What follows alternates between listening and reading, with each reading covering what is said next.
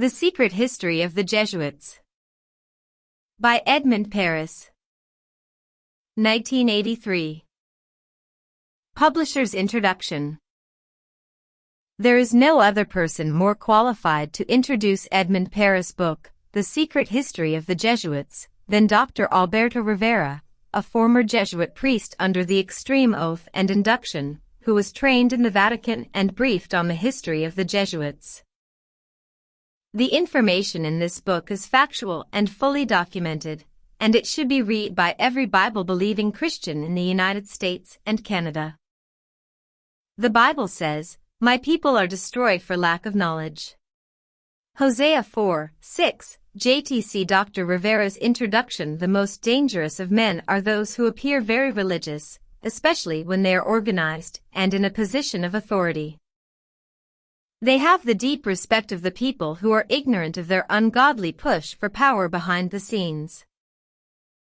These religious men, who pretend to love God, will resort to murder, incite revolution, and wars if necessary to help their cause. They are crafty, intelligent, smooth religious politicians who live in a shadowy world of secrets, intrigue, and phony holiness.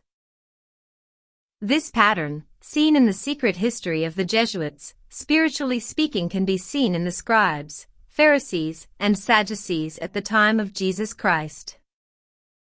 This same evil spirit directed the Roman emperors to issue the 10 murderous decrees to persecute the early Christian church. The early fathers observed most of the ancient Babylonian system plus Jewish theology and Greek philosophy. They all perverted most of the teachings of Christ and his apostles. They paved the way for the Roman Catholic machine that was to come into existence. Piously, they attacked, perverted, added to and took away from the Bible. This religious anti-Christ spirit working through them is seen again when Ignatius de Loyola created the Jesuits to secretly accomplish two major goals for the Roman Catholic institution: 1. Universal political power, and 2. A universal church, in fulfillment of the prophecies of Revelation 6:13, 17 and 18. By the time Ignatius de Loyola arrived on the scene, the Protestant Reformation had seriously damaged the Roman Catholic system. Ignatius de Loyola came to the conclusion that the only way his church could survive was by enforcing the canons and doctrines on the temporal power of the Pope and the Roman Catholic institution, not by just destroying the physical life of the people alone as the Dominican priests were doing through the Inquisition, but by infiltration and penetration into every sector of life. Protestantism must be conquered and used for the benefit of the popes. That was Ignatius de Loyola's personal proposal, among others, to Pope Paul III. Jesuits immediately went to work secretly infiltrating all the Protestant groups, including their families, places of work, hospitals, schools, colleges, etc. Today, the Jesuits have almost completed that mission.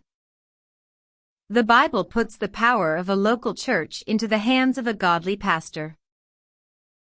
But the cunning Jesuits successfully managed over the years to remove that power into the hands of denomination headquarters, and have now pushed almost all of the Protestant denominations into the arms of the Vatican.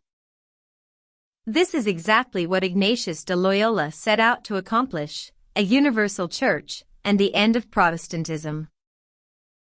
As you read The Secret History of the Jesuits, you will see there is a parallel between the religious and political sectors.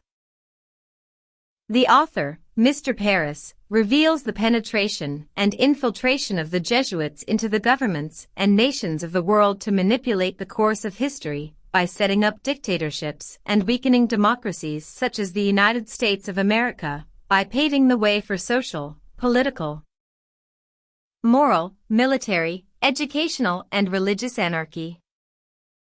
The man, Edmond Paris. In the prophetical works of the Book of Revelation, Edmond Paris became a martyr for Jesus.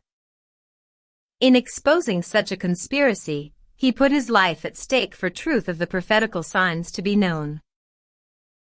Edmond Paris never knew me, but I knew him without meeting him personally when I, with other Jesuits under the extreme oath and induction, was being briefed on the names of institutions and individuals in Europe who were dangerous to the goals of the Roman Catholic institution. His name was given to us. Works by Edmond Paris: Elevation contre la France, Genocide in the Satellite Croatia, the Vatican against Europe. The Edmond Paris works on Roman Catholicism brought about the pledge on the part of the Jesuits to 1. Destroy him, 2. Destroy his reputation, including his family, and 3. Destroy his work. And even now these great works of Edmond Paris are being tampered with, but we are praying that God will continue to preserve them when they are most needed for the salvation of Roman Catholic people. Yours for the salvation of the Roman Catholic people, Dr. Alberto Rivera, ex-Jesuit priest. The love of truth is our only salvation. Jean Guéhenno of the French Academy. Wherefore, putting away lying, speak every man truth. F. 4:25. Forward. A last-century writer, Adolphe Michel, recalled that Voltaire estimated the number of works published over the years on the Jesuits to be about 6,000. What number have we reached a century later? Asked Adolphe Michel, only to conclude immediately, no matter. As long as there are Jesuits, books will have to be written against them. There is nothing new left to be said on their account, but new generations of readers come every day. Will these readers search old books?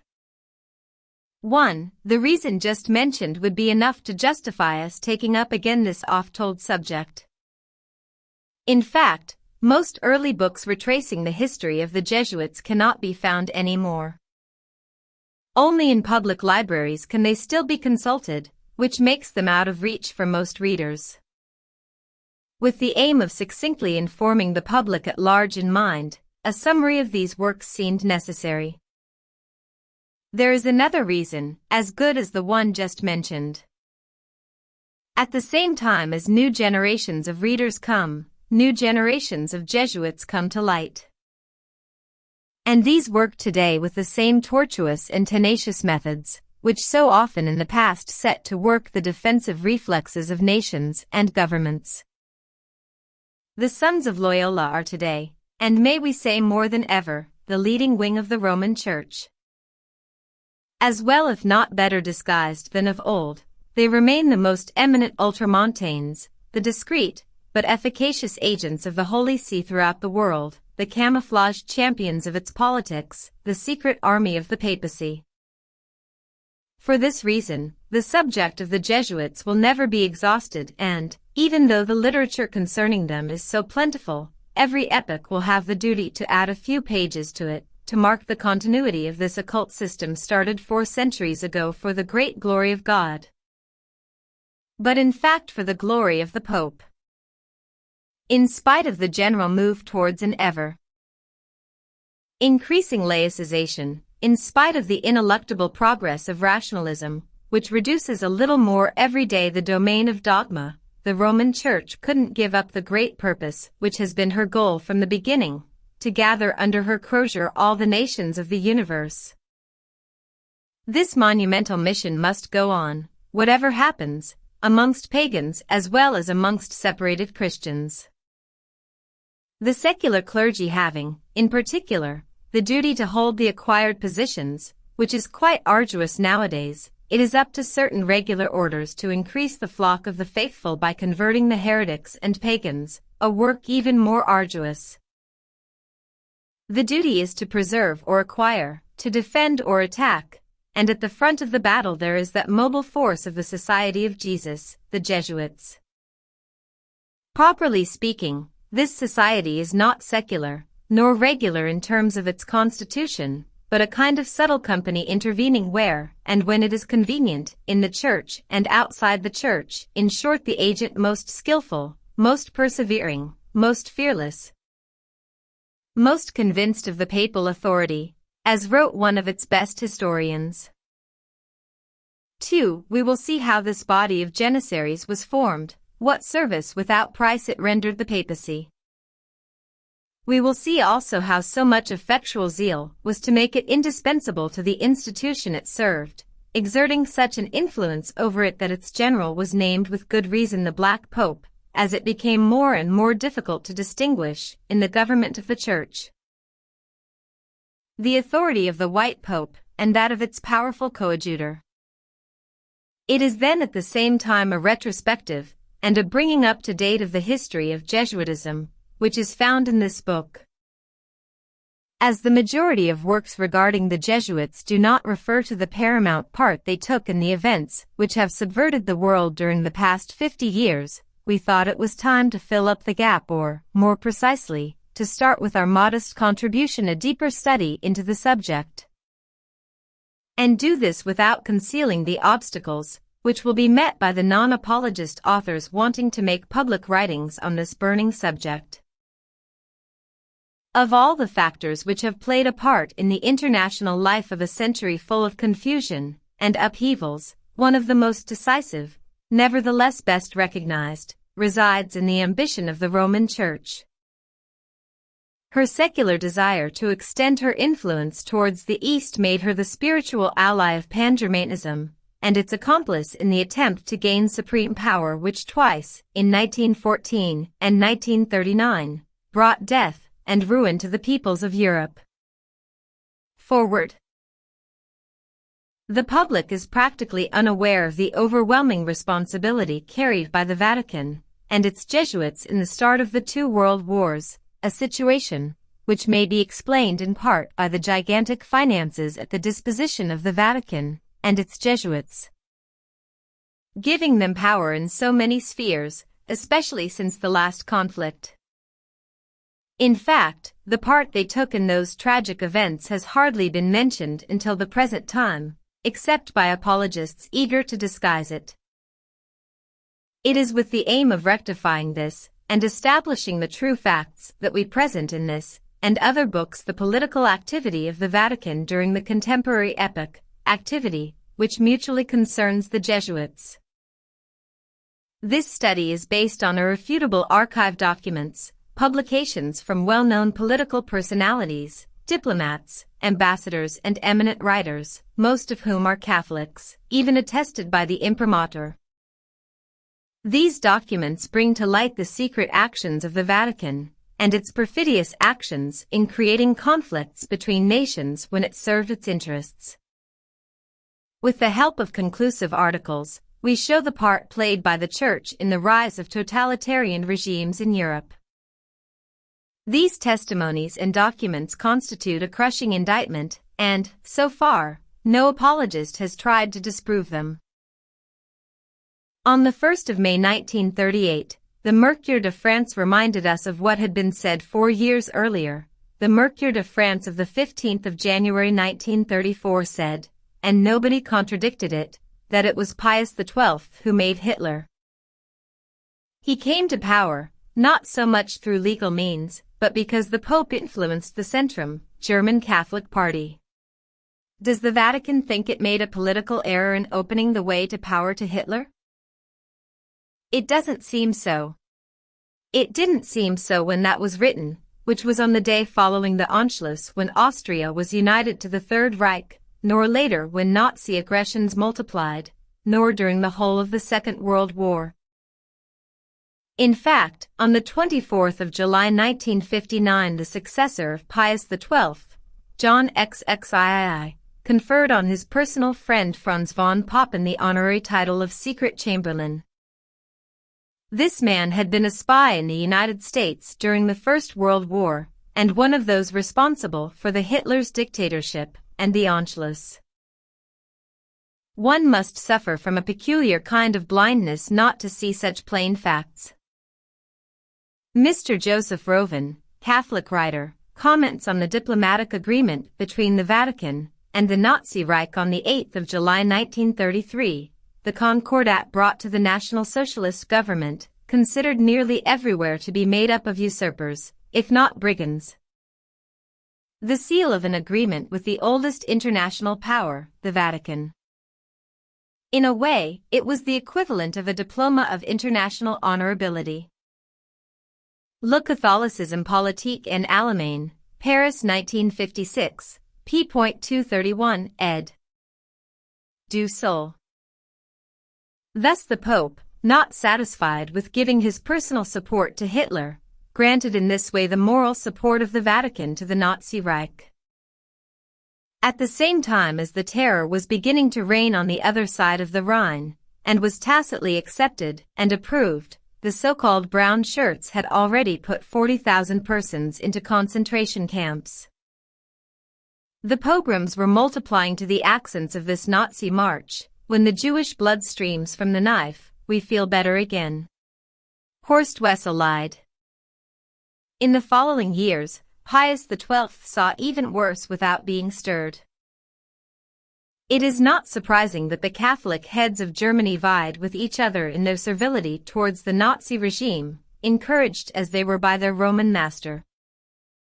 One must read the disheveled ravings and verbal acrobatics of opportunist theologians such as Michael Schmaus. He was later made a Prince of the Church by Pius XII, and described as the great theologian of Munich by the publication La Croix on the 2nd of September 1954. Or again a certain book entitled Katholisch Conservatives Erbgut, of which someone wrote, "This anthology brings together texts from the main Catholic theorists of Germany, from Gors to Vogelsang. It makes us believe that National Socialism was born purely and simply out of Catholic ideas." Gunther Buxbaum, Mercure de France, 15th of January 1939. The bishops, made to take an oath of allegiance to Hitler by the Concordat, always tried to excel each other in their devotion. Under the Nazi regime, we constantly find the fervent support of the bishops in all the correspondence and declarations from ecclesiastical dignitaries. Joseph Rovin, OPCIT. p. 214. In spite of the obvious difference between Catholic Universalism and Hitlerian racism, these two doctrines had been harmoniously reconciled. According to Franz von Papen, the reason for this scandalous accord was because Nazism is a Christian reaction against the spirit of 1789. Let us come back to Michael Schmaus, professor at the Faculty of Theology in Munich, who wrote, "Empire and Church is a series of writings which should help the building up of the Third Reich as it unites a National Socialist state to Catholic Christianity. Entirely German and entirely Catholic." These writings explore and favor relations and meetings between the Catholic Church and National Socialism. They open the way for a fruitful cooperation. As outlined in the Concordat, the National Socialist movement is the most vigorous and massive protest against the spirit of the 19th and 20th centuries. The idea of a people of one blood is the focal point of its teachings, and all Catholics who obey the instructions of the German bishops will have to admit that this is so. The laws of National Socialism and those of the Catholic Church have the same aim. Beginningen zwischen Catholicism Christentum. This document proves the primordial part played by the Catholic Church in the rise to power of Hitler. In fact, it was a pre-established arrangement. It illustrates fully the kind of monstrous agreement between Catholicism and Nazism. The hatred of liberalism, which is the key to everything, comes out very clearly. In his book Catholiques d'Allemagne, Mr. Robert D. Harcourt of the French Academy writes, "The most vulnerable point, in all the episcopal declarations which followed the triumphant elections of the 5th of March 1933, is found in the first official document from the Church containing the signatures of all the German bishops." We are referring to the pastoral letter of the 3rd of June 1933, in which the whole of the German episcopate is involved. What form does this document take? How does it start? On a note of optimism, and with this cheerful declaration, the men at the head of this new government have, to our great joy, given us the assurance that they place themselves and their work on Christian ground. A declaration of such deep sincerity deserves the gratitude of all Catholics. Paris, Plan, 1938 p. 108. Since the start of the First World War, several popes have come and gone, but their attitude has been invariably the same towards the two factions which confronted each other in Europe. Many Catholic authors couldn't hide their surprise and grief when writing about the inhuman indifference shown by Pius XII in the face of the worst kind of atrocities committed by those in his favor. Amongst many testimonies, we will quote one of the most moderate in its wording, brought against the Vatican by Mr. Jean D. Hospital, correspondent of Monde. The memory of Pius XII is surrounded with misgiving. First of all, there is this burning question asked by observers from every nation, and even within the walls of the Vatican: did he know of certain atrocities committed during this war, started and led by Hitler? Having at his disposition at all times, and from every quarter, the regular reports from the bishops, could he ignore what the German military heads could never pretend to, the tragedy of the concentration camps, the civilians condemned to deportation, the cold-blooded massacres of those who stood in the way, the terror of the gas chambers where, for administrative reasons, millions of Jews were exterminated? And if he knew about it, why didn't he, as trustee and first chorister of the gospel, come out dressed in white, arms extended in the shape of the cross, to denounce a crime without precedent, to shout, "No"? Pious souls will search in vain encyclical letters, speeches and addresses of the late Pope. There is no trace of any condemnation of this religion of blood instituted by Hitler, this Antichrist. They will not find the condemnation of racism, which is an obvious contradiction to the Catholic dogma. Rome and Confidence, Grisset, Paris 1962, pages 91 ss. In his book Le Silence de Pie 12 published by Du Rocher, Monaco 1965, the author Carlo Falconi writes in particular, the existence of such monstrosities, exterminations and mass of ethnic minorities, prisoners and deported civilians, overthrows every standard of good and evil. They defy the dignity of their individual being and society in general to such an extent that we are compelled to denounce those who could have influenced public opinion, be they ordinary civilians or heads of states. To keep quiet in the face of such outrages would amount in fact to downright collaboration. It would stimulate the villainy of the criminals, stirring up their cruelty and vanity. But if every man has the moral duty to react when confronted with such crimes, it is doubly so of the religious societies, and their heads, and above all the head of the Catholic Church. Pius XII never expressed a direct and explicit condemnation of the war of aggression, even less about the unspeakable crimes committed by the Germans, or their accomplices during that war. Pius XII did not keep quiet, because he did not know what was happening. He knew of the gravity of the situation from the start, maybe even better than any other head of state in the world. Pages 12 ss. There is better still. The Vatican gave a helping hand to the carrying out of these crimes by lending some of its prelates to be made into pro-Nazi agents. These were Messeigneurs Hlinka and Tissot. It also sent to Croatia its own legate, R.P. Marconi, who, with the help of Monsignor Stepanak, had to keep an eye on the work of Ante Pavlich and his Eustaches. Wherever we look, the same edifying spectacle presents itself. As we have already shown, it is not only this monstrous partiality and complacency that we object to. The Vatican's unpardonable crime lies in the decisive part played in the bringing about of 2 world wars. 3. Listen to what Mr. Alfred Grosser, professor at the Institute of Political Studies of Paris University, says. The very concise book of Gunter Louis, The Catholic Church and Nazi Germany, New York, McGraw-Hill 1964, says that all the documents agree to show the Catholic Church cooperating with the Hitler regime. In July 1933, when the Concordat forced the bishops to swear an oath of allegiance to the Nazi government, the concentration camps were already open. The reading of quotations compiled by Gunter Louis proves this overwhelmingly.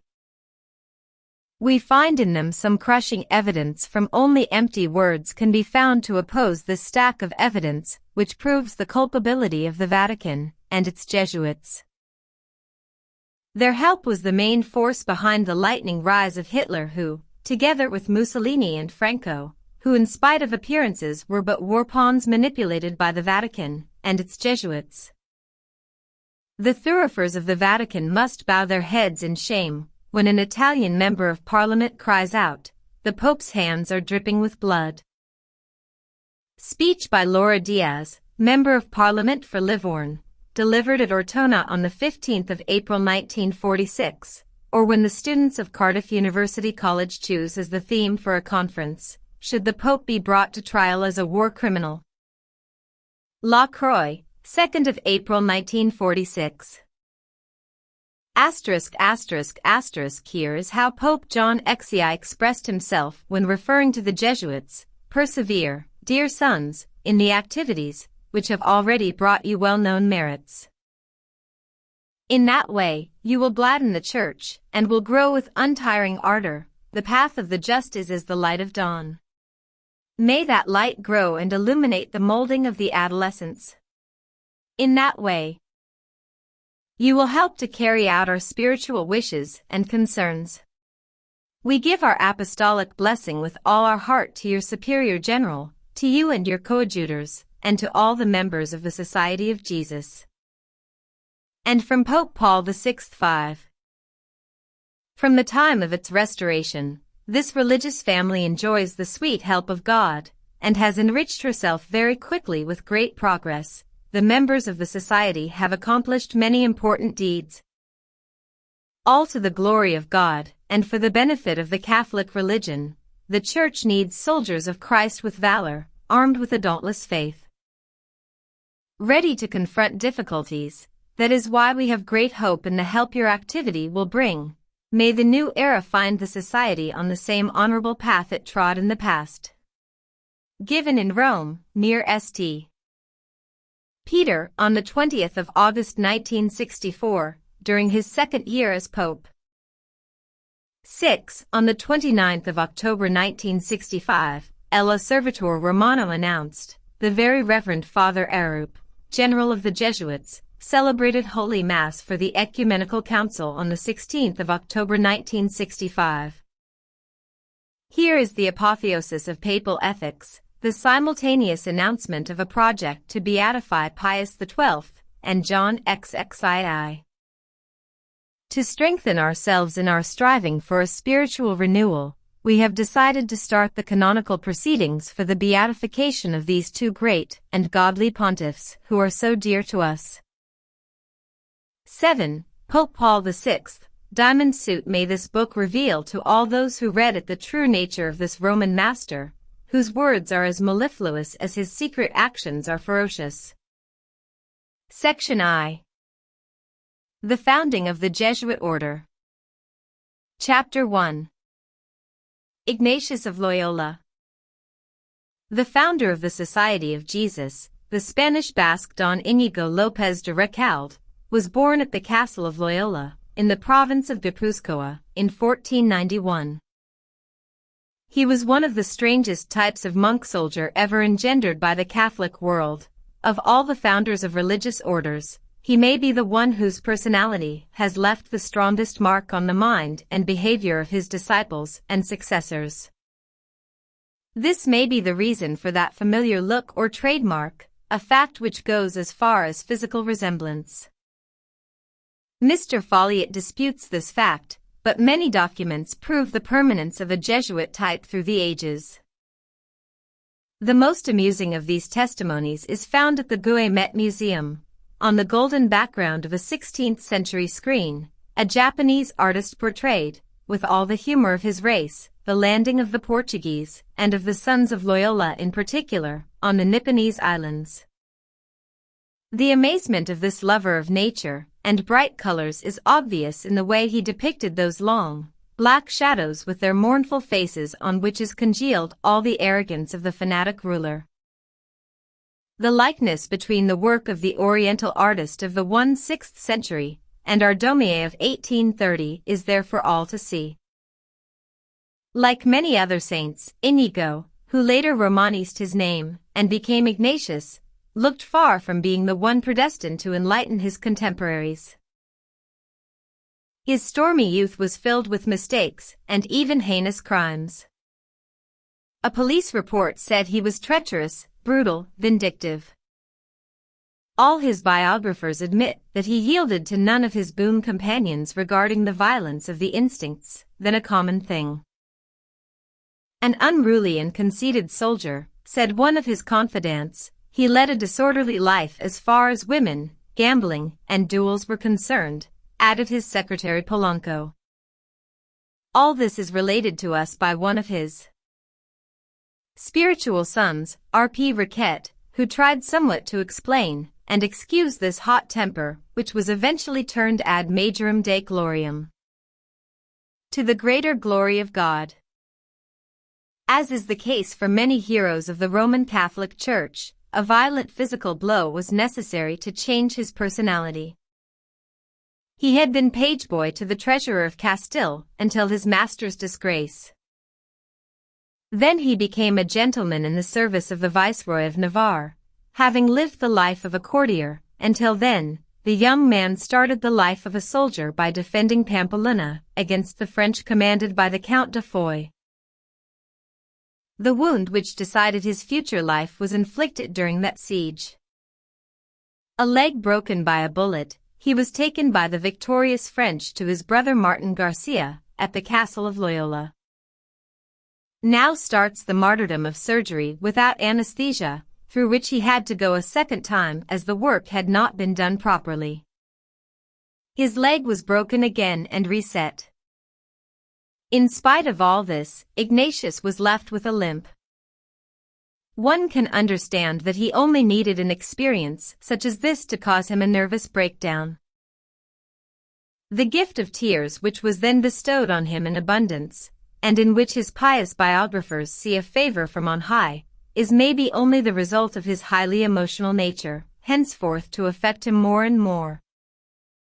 His sole entertainment, while lying wounded and in pain, was the reading of the life of Christ and the life of the saints, the only books found in the castle. As he was practically uneducated, and still affected by that terrible shock, the anguish of Christ's passion, and the martyrdom of the saints had an indelible impact on him. This obsession led the crippled warrior onto the road of apostolate. He put the books to one side and daydreamed. A clear case of the wakeful dream. This was a continuation into the adult years of the imaginary game of the child. If we let it invade the psychic realm, the result is neurosis and surrender of the will. That which is real takes second place. At first sight, this diagnosis seems hardly to apply to the founder of such an active order, nor to other great mystics and creators of religious societies, all of whom had apparently great capacities for organization. But we find that all of them are unable to resist their overactive imaginations and, for them, the impossible becomes possible. Here is what the same author says on this subject. I want to point out the obvious outcome of the practice of mysticism by someone possessing a brilliant intelligence. The weak mind indulging in mysticism is on dangerous ground, but the intelligent mystic presents a far greater danger, as his intellect works in a wider and deeper way. When the myth takes over from the reality in an active intelligence, it becomes mere fanaticism, an infection of the will which suffers from a partial enlargement or distortion. Ignatius of Loyola was a first-class example of that active mysticism and distortion of the will. Nevertheless, the transformation of the gentleman, warrior into the general of the most militant order in the Roman Church was very slow. There were many faltering steps before he found his true vocation. It is not our intention to follow him through all those different stages. Let us recall the main points. In the spring of 1522, he left the ancestral castle, with his mind made up to become a saint similar to those whose edifying exploits he had been reading about in that big Gothic volume. Besides, did not the Madonna herself appear to him one night, holding in her arms the child Jesus? After a thorough confession at the monastery of Montserrat, he was planning to go to Jerusalem. The plague was rife in Barcelona, and, as all maritime traffic had stopped, he had to stay at Manresa for nearly a year. There he spent his time in prayers, orisons, long fasts, flagellating himself, practicing all the forms of maceration, and never failing to appear before the tribunal for penance. Even though his confession at Montserrat had apparently lasted 3 whole days, such a thorough confession would have been sufficient to a less scrupulous sinner. All this depicts quite clearly the mental and nervous state of the man. At last delivered from that obsession of sin by deciding it was only a trick of Satan, he devoted himself entirely to the varied and plentiful visions which were haunting his feverish mind. It is because of a vision, says H. Bamer, that he started eating meat again.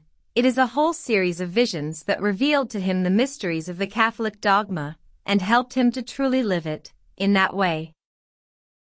He meditates upon the Trinity under the shape of a musical instrument with 3 chords, the mystery of the creation of the world through something hazy and light coming out of a ray of sunshine, the miraculous descent of Christ into the Eucharist as flashes of light entering the consecrated water.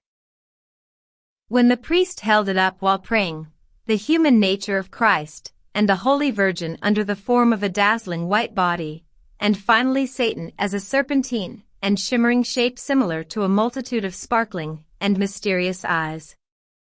Is not this the start of the well-known Jesuitic image-making? Mr. Bamer adds that the deep meaning of the dogmas was revealed to him, as a special favor from on high, through transcendental intuitions. Many mysteries of faith and science became suddenly clear to him, and later he pretended to have learned more in those short moments than during the whole of his studies. However, he was never able to explain what these mysteries were which suddenly became clear to him. There was only a hazy recollection left, a feeling of something miraculous as if, at that moment, he had become another man with another intelligence.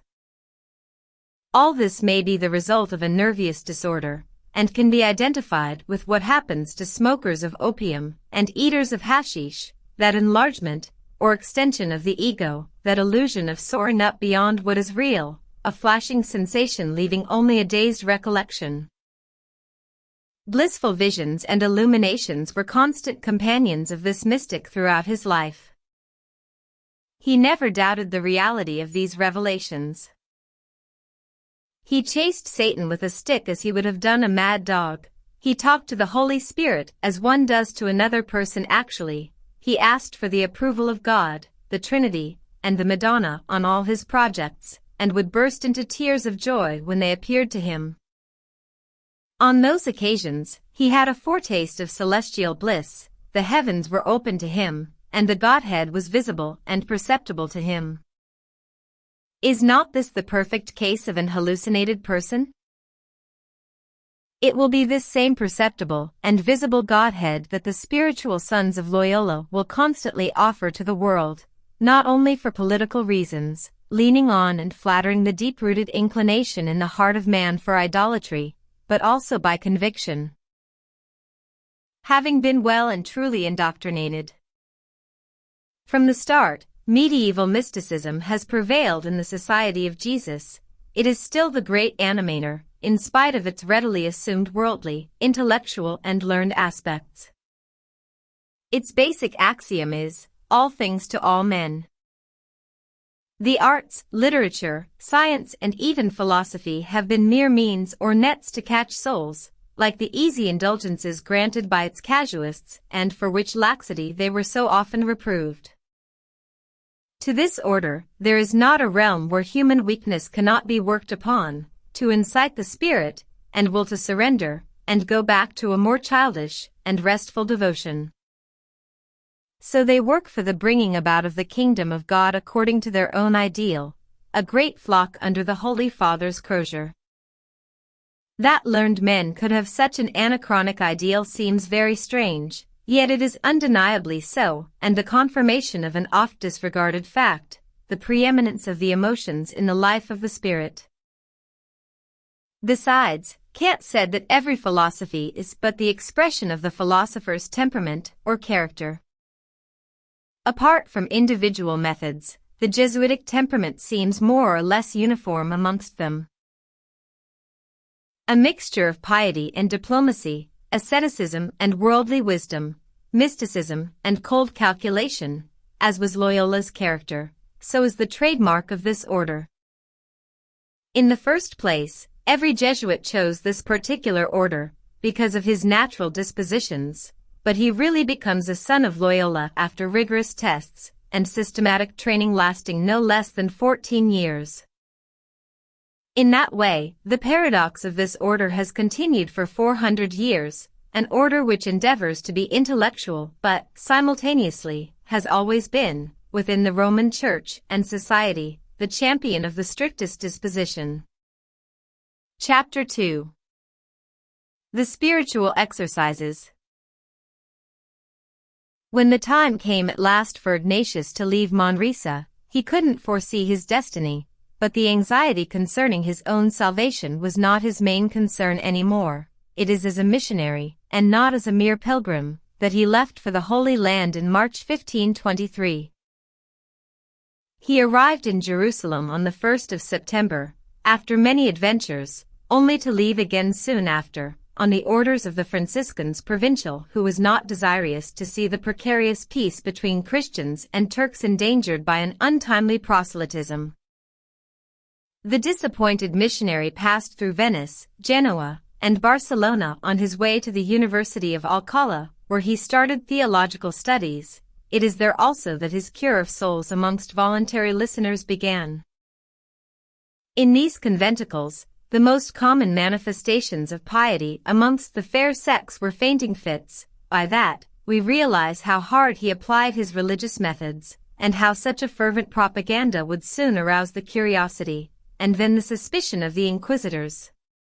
In April 1527, the Inquisition put Ignatius in prison to try him on the grounds of heresy. The inquiry examined those peculiar incidents amongst his devotees, the strange assertions of the accused concerning the wonderful power his chastity conferred on him, and his bizarre theories on the difference between mortal and venial sins. These theories had striking affinities with those of Jesuit casuists of the subsequent epoch. Released but forbidden to hold meetings, Ignatius left for Salamanca, and soon started the same activities. Similar suspicions amongst the inquisitors led to imprisonment again. Release was only on condition of desisting from such conduct. Thus it was, he journeyed to Paris to continue his studies at the College of Montaigu. His efforts to indoctrinate his fellow students according to his peculiar methods brought him into trouble again with the Inquisition. Becoming more prudent, he met with just 6 of his college friends, 2 of which will become highly esteemed recruits, Salmeron and Lainez. What did he have in himself that so powerfully attracted young people to an old student? It was his ideal, and a little charm he carried on himself, a small book, in fact a very minute book which is, in spite of its smallness, amongst those which have influenced the fate of humanity. This volume has been printed so many times that the number of copies is unknown. It was also the object of more than 400 commentaries. It is the textbook of the Jesuits, and at the same time the resume of the long inner development of their master, the Spiritual Exercises. Mr. Bamer says later, Ignatius understood more clearly than any other leader of men who preceded him that the best way to raise a man to a certain ideal is to become master of his imagination. We imbue into him spiritual forces which he would find very difficult to eliminate later, forces more lasting than all the best principles and doctrines. These forces can come up again to the surface, sometimes after years of not even mentioning them, and become so imperative that the will finds itself unable to oppose any obstacle, and has to follow their irresistible impulse. Thus all the truths of the Catholic dogma will have to be, not only meditated, but lived and felt by the one who devotes himself to these exercises, with the help of a director. In other words, he will have to see and relieve the mystery with the greatest possible intensity. The candidate's sensitiveness becomes impregnated with these forces whose persistence in his memory, and even more so in his subconscious, will be as strong as the effort he made to evoke and assimilate them. Besides sight, the other senses such as hearing, smell, taste and touch will play their part. In short, it is mere controlled autosuggestion. The angel's rebellion, Adam and Eve driven out of paradise, God's tribunal, the evangelical scenes and phases of the Passion are, as one would say, relived in front of the candidate. Sweet and blissful scenes alternate with the most somber ones at a skillfully arranged rhythm. No need to say that hell has the prominent part in that magic lantern show, with its lake of fire into which the damned are thrown, the awful concert of screams, the atrocious stench of sulfur, and burning flesh. Yet Christ is always there to sustain the visionary, who doesn't know how to thank him for not having thrown him already into hell to pay for his past sins. Here's what Edgar Quinet wrote. Not only visions are prearranged, but also sighs, inhalings, breathing are noted down. The pauses and intervals of silence are written down like on a music sheet. In case you do not believe me, I will quote the third way of praying, by measuring the words and periods of silence. This particular manner of praying consists of leaving out some words between every breath, and a little further. Make sure to keep equal gaps between every breath and choking sob and word. Et peria anhelituum ac vocum interstitia observet, which means that the man, being inspired or not, becomes just a machine which must sigh, sob, groan, cry, shout or catch one's breath at the exact moment and in the order which experience shows to be the most profitable.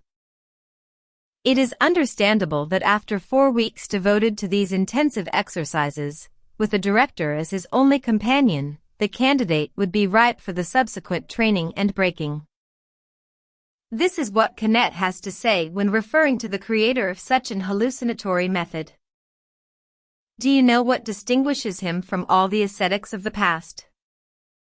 The fact that he could observe and analyze himself logically and coldly in that state of rapture, while for all the others even the idea of reflection was impossible. Imposing on his disciples actions which, to him, were spontaneous, he needed just 30 days to break, with this method, the will and reasoning, in the manner in which a rider breaks his horse. He only needed 30 days triginta dies, to subdue a soul. Note that Jesuitism expanded together with modern Inquisition. While the Inquisition dislocated the body, the spiritual exercises broke up the thoughts under Loyola's machine. In any case, one could not examine his spiritual life too deeply, even without the honor of being a Jesuit. Loyola's methods are to be recommended to the faithful and ecclesiastics in particular, as we are reminded by commentators such as R. P. Pinard de la Bellay, author of Mental Prayer for All, inspired by St. Ignatius. This very valuable aid for the soul would, we think, be more explicit if the title read Alienation instead of Prayer. Chapter 3. The founding of the Company. The Society of Jesus was constituted on Assumption Day in 1534, in the chapel of Notre Dame de Montmartre. Ignatius was then 44 years old. After communion, the animator and his companions vowed to go to the Holy Land, as soon as their studies were finished, to convert the infidels. But the following year found them in Rome where the Pope, who was then organizing a crusade against the Lurks with the German Emperor, and the Republic of Venice, showed them how impossible their project was because of it. So Ignatius and his companions dedicated themselves to missionary work in Christian lands. In Venice, his apostolate roused again the suspicions of the Inquisition. The Constitution of the Company of Jesus was at last drafted and approved in Rome by Paul III in 1540, and the Jesuits put themselves at the disposition of the Pope, promising him unconditional obedience, teaching, confession. Preaching and charitable work were the field of action for this new order, but foreign missions were not excluded as, in 1541, Francis Xavier and two companions left Lisbon to go and evangelize the Far East. In 1546, the political side of their career was launched, when the Pope chose Lainez and Salmeron to represent him at the Council of Trent in the capacity of pontifical theologians. Mr. Bamer writes, "Then, the order was employed by the Pope only on a temporary basis. But it performed its functions with so much promptitude and zeal that, already under Paul III, it had implanted itself very firmly into all chosen kinds of activities, and won the confidence of the Curia for all time. This confidence was fully justified. The Jesuits, and Lainez in particular, together with their devoted friend Cardinal Morone, became the cunning and untiring champions of pontifical authority and intangibility of the dogma, during the 3 sessions of that council ending in 1562. By their clever maneuvers and dialectics, they succeeded in defeating the opposition, and all heretic claims including marriage of priests, communion with the 2 elements, use of the vernacular in services and, especially, reform of the papacy. Only the reform of convents was retained on the agenda. Lainez himself, by a forceful counterattack, upheld pontifical infallibility, which was promulgated 3 centuries later by the Vatican Council. The Holy See emerged strengthened from the crisis where it nearly foundered, thanks to the steadfast actions of the Jesuits. The terms chosen by Paul III to describe this new order in his bull of authorization were then amply justified, Regimum Ecclesiae Militantis.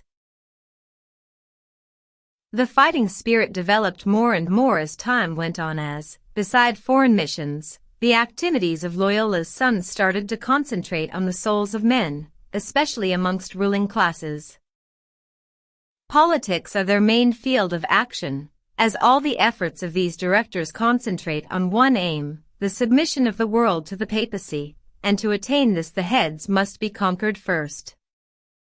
And to realize this ideal? 2 very important weapons, to be the confessors of the mighty, and those in high places, and the education of their children. In that way, the present will be safe while the future is prepared. The Holy See soon realized the strength this new order would bring. At first, the number of its members had been limited to 60, but this restriction was promptly lifted. When Ignatius died, in 1556, his sons were working amongst pagans in India, China, Japan, the New World, but also and especially in Europe, France, southern and western Germany, where they fought against the heresy, in Spain, Portugal, Italy, and even England, getting in by way of Ireland. Their history, full of vicissitudes, will be of a Roman network they will constantly try to spread over the world, whose links will be forever torn and mended. The Spirit of the Order. Chapter 4. Let us not forget, writes the Jesuit Riquet, that, historically, Ultramontanism has been the practical affirmation of universalism. This necessary universalism would be an empty word if it did not result in a practical cohesion or obedience of Christianity. This is why Ignatius wanted this team to be at the disposition of the Pope and be the champion of Catholic unity, unity which can be assured only through an effective submission to Christ's vicar. The Jesuits wanted to impose this monarchical absolutism on the Roman Church, and they maintained it in civil society, as they had to look upon the sovereigns as temporal representatives of the Holy Father, true head of Christianity, as long as those monarchs were entirely docile to their common lord. The Jesuits were their most faithful supporters. On the other hand, if these princes rebelled, they found in the Jesuits their worst enemies. In Europe, wherever Rome's interests required the people to rise against their king, or if these temporal princes had taken decisions embarrassing for the Church, the Curia knew she would not find more able, cunning, or daring outside the Society of Jesus when it came to intrigue, propaganda, or even open rebellion. We have seen, through the spirit of the exercises, how the founder of this company was behind his time in his simplistic mysticism, ecclesiastic discipline, and, generally speaking, his conception of subordination. The constitutions and exercises, fundamentals to this system, leave us without any doubts on that subject. No matter what his disciples may say, especially today, as modern ideas on this subject are totally different, obedience has a very special place, in fact incontestably the first, in the summary of the order's rules. Mr. Folliot may pretend to see in it nothing more than religious obedience, necessary to any congregation.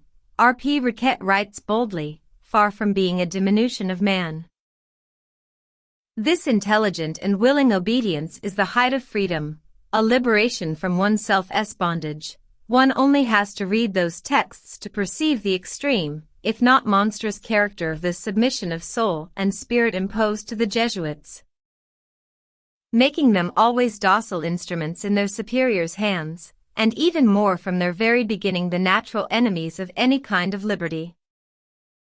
The famous Perind AC cadaver, as a corpse in the undertaker's hands, can be found in all spiritual literature, according to Mr. Folliot, and even in the East. In the Vatican's constitution, the Jesuits are to be in the hands of their superiors as a staff obeying every impulse, as a ball of wax which can be shaped and stretched in any direction, as a small crucifix being lifted and moved at will. These pleasant formulas are none the less very enlightening. Remarks and explanations from the creator of this order leave us without any doubt as to their true meaning. Besides, amongst the Jesuits, not only the will, but also reasoning, and even moral scruple, must be sacrificed to the primordial virtue of obedience, which is, according to Borgia, the strongest rampart of society. Let us be convinced that all is well and right when the superior commands it, wrote Loyola. And again, even if God gave you an animal without sense for master, you will not hesitate to obey him, as master and guide, because God ordained it to be so. And something even better, the Jesuit must see in his superior not a fallible man, but Christ himself. J. Huber, professor of Catholic theology in Munich and author of one of the most important works on the Jesuits, wrote, "Here is a proven fact. The constitutions repeat 500 times that one must see Christ in the person of the general. The discipline of the order, assimilated so often to that of the army, is then nothing compared to the reality. Military obedience is not the equivalent of Jesuitic obedience. The latter is more extensive as it gets hold of the whole man, and is not satisfied like the other, with an exterior act, but requires the sacrifice of the will and laying aside of one's own judgment." Ignatius himself wrote in his letter to the Portuguese Jesuits, "We must see black as white, if the Church says so." Such is this height of freedom and liberation from one's own bondage, praised earlier on by R.P. Riquet. Indeed, the Jesuit is truly liberated from himself as he is totally subjected to his masters. Any doubt or scruple would be imputed to him as sin. Mr. Bamer writes, "In the additions to the constitutions, the superiors are advised to command the novices, as God did with Abraham, things apparently criminal, to prove them, but they must proportion these temptations to each one's strength." It is not difficult to imagine what could be the results of such an education. The order's life of ups and downs, there is not one country from which it wasn't expelled, testifies that these dangers were recognized by all governments, even the most Catholic. By introducing men so blindly devoted to their cause to teaching among the higher classes, the Company, champion of universalism, therefore ultramontanism, was inevitably recognized as a threat to civil authority, as the activity of the order, by the mere fact of their vocation, turned more and more towards politics. In a parallel way, what we call the Jesuitic spirit was developing amongst its members. Nevertheless, the founder, inspired mainly by the needs of foreign and home missions, had not neglected skillfulness. He wrote in his Sententiae Asceticae, "A clever carefulness together with a mediocre purity is better than a greater holiness coupled with a less perfect skillfulness." A good shepherd of souls must know how to ignore many things and pretend not to understand them. Once he is master of the wills, he will be able wisely to lead his students wherever he may choose. People are entirely absorbed by passing interests, so we must not speak to them too pointedly about their souls. It would be throwing the hook without the bait. Even the desired countenance of Loyola's sons was emphatically stated. They must hold their heads slightly down, without bending it to the left or right. They must not look up, and when they speak to someone, they are not to look them straight in the eyes so as to see them only indirectly. Loyola's successors retained this lesson well in their memory, and applied it very extensively in the pursuit of their plans. Chapter 5. The privileges of the Company. After 1558, Lainez, the subtle tactician of the Council of Trent, was made general of the congregation with the power to organize the order as he was inspired. The declarations which he himself composed with Salmeron were added to the constitutions to form a commentary. They accentuated even more the despotism of the general elected for life. An admonitor procurator and assistants, residing in Rome too, will help him generally to administer the order divided then into 5 congregations: Italy, Germany, France, Spain, England and America. These congregations were themselves divided into provinces grouping the different establishments of the order. Only the admonitor, or overseer, and assistants are nominated by the congregation. The general appoints all other officials, promulgates the ordinances, which are not to modify the constitutions, administers the wealth of the order according to his own wishes, and directs its activities for which he is responsible to the Pope only. To this militia so tightly knit in the hand of its chief, and which needs the greatest autonomy to make its actions effective, the Pope concedes privileges which may seem exorbitant to other religious orders. By their constitutions, the Jesuits were exempt from the cloistered rule, which applied to monastic life in general.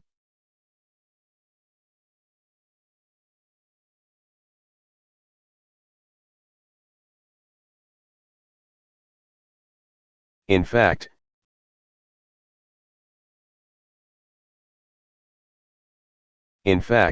they are monks.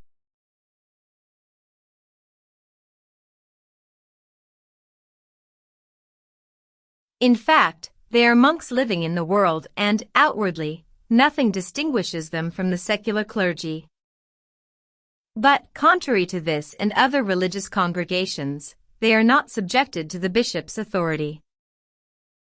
As early as 1545, a bull of Paul II enabled them to preach, hear confession, dispense the sacraments, and say Mass, in short, exercise their ministry, without having to refer to the bishop. The solemnization of marriages is the only thing they are not allowed to perform.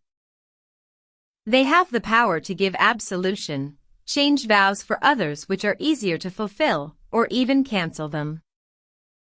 Mr. Gaston Bally writes, "The general's power concerning absolution and dispensations is even wider.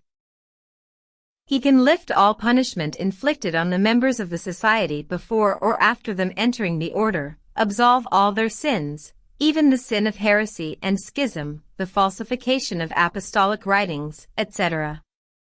The general absolves, in person or through a delegate, all those who are under his obedience of the unhappy state arising from excommunication, suspension, or interdict, provided these censures were not inflicted for excesses so enormous that others, beside the papal tribunal, knew about them.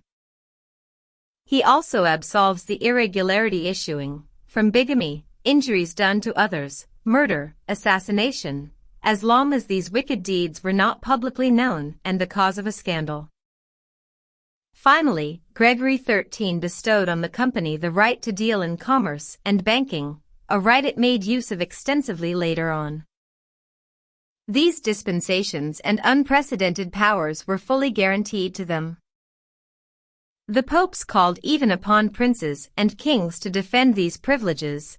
They threatened with the great excommunication ledi sententiae all those who would try to infringe them.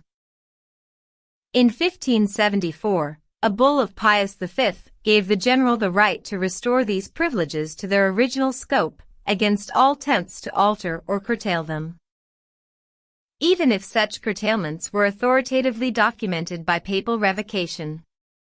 By granting the Jesuits such exorbitant privileges, which run counter to the Church's antiquated constitution, the papacy wanted, not only to supply them with powerful weapons to fight the infidels, but especially use them as a bodyguard to defend her own unrestricted power in the Church and against the Church. To preserve the spiritual and temporal supremacy they usurped during the Middle Ages, the popes sold the Church to the Order of Jesus and, in consequence, surrendered themselves into their hands. If the papacy was supported by the Jesuits, the whole existence of the Jesuits depended on the spiritual and temporal supremacy of the papacy. In that way, the interests of both parties were intimately bound together. But this select cohort needed secret auxiliaries to dominate civil society. This role fell on those affiliated to the company called Jesuits.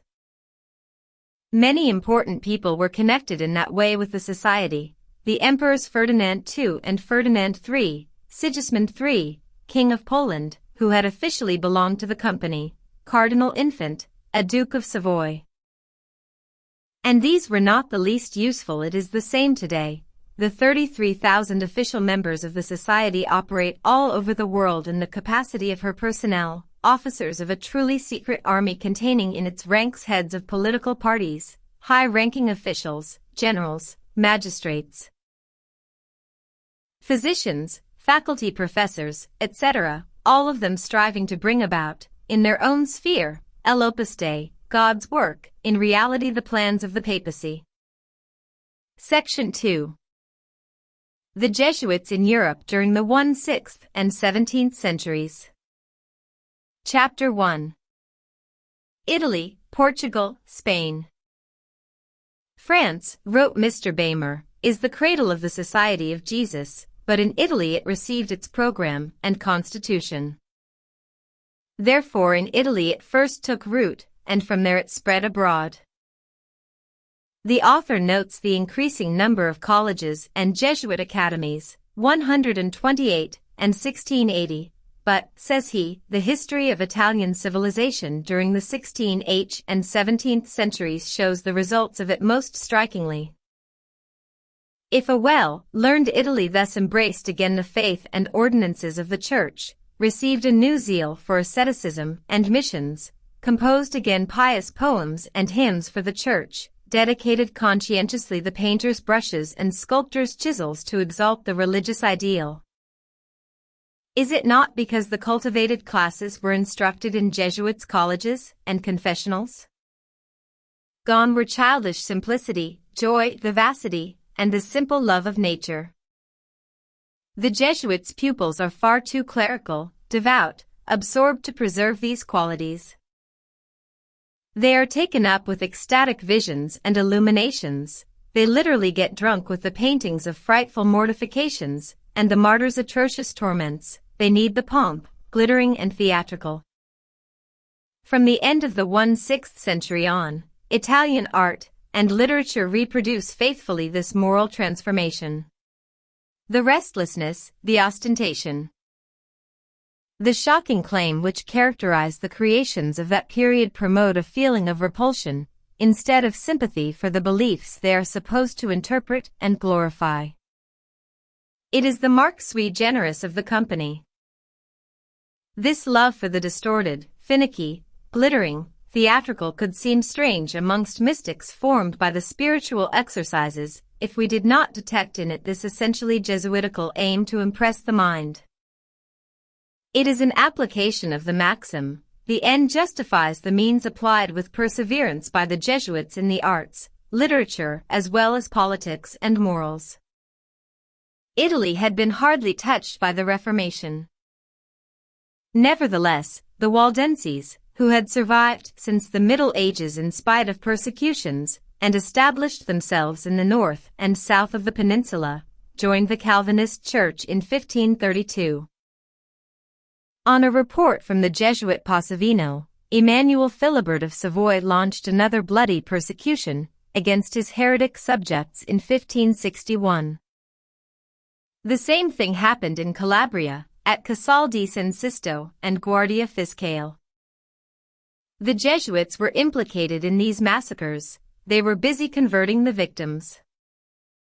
As for Father Passavino, he followed the Catholic army as their chaplain, and recommended the extermination by fire of the heretic pastors as a necessary and holy act.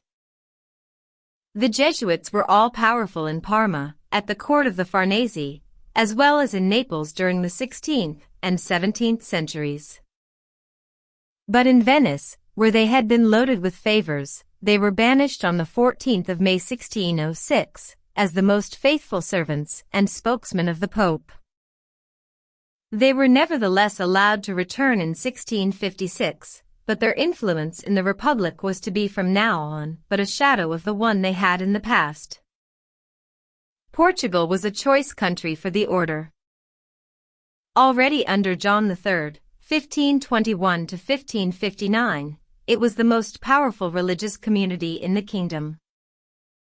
Its influence grew even more after the Revolution of 1640, which put the Braganza on the throne. Under the first king of the House of Braganza, Father Fernandez was a member of the government and, under the minority of Alphonse VI, the counselor most heeded by the regent Queen Louise. Father de Ville was successful in overthrowing Alphonse VI in 1667, and Father Emmanuel Fernandez was made a deputy to the Cortes in 1667 by the new King Peter II. In spite of the fact that the fathers were not fulfilling any public duty in the kingdom.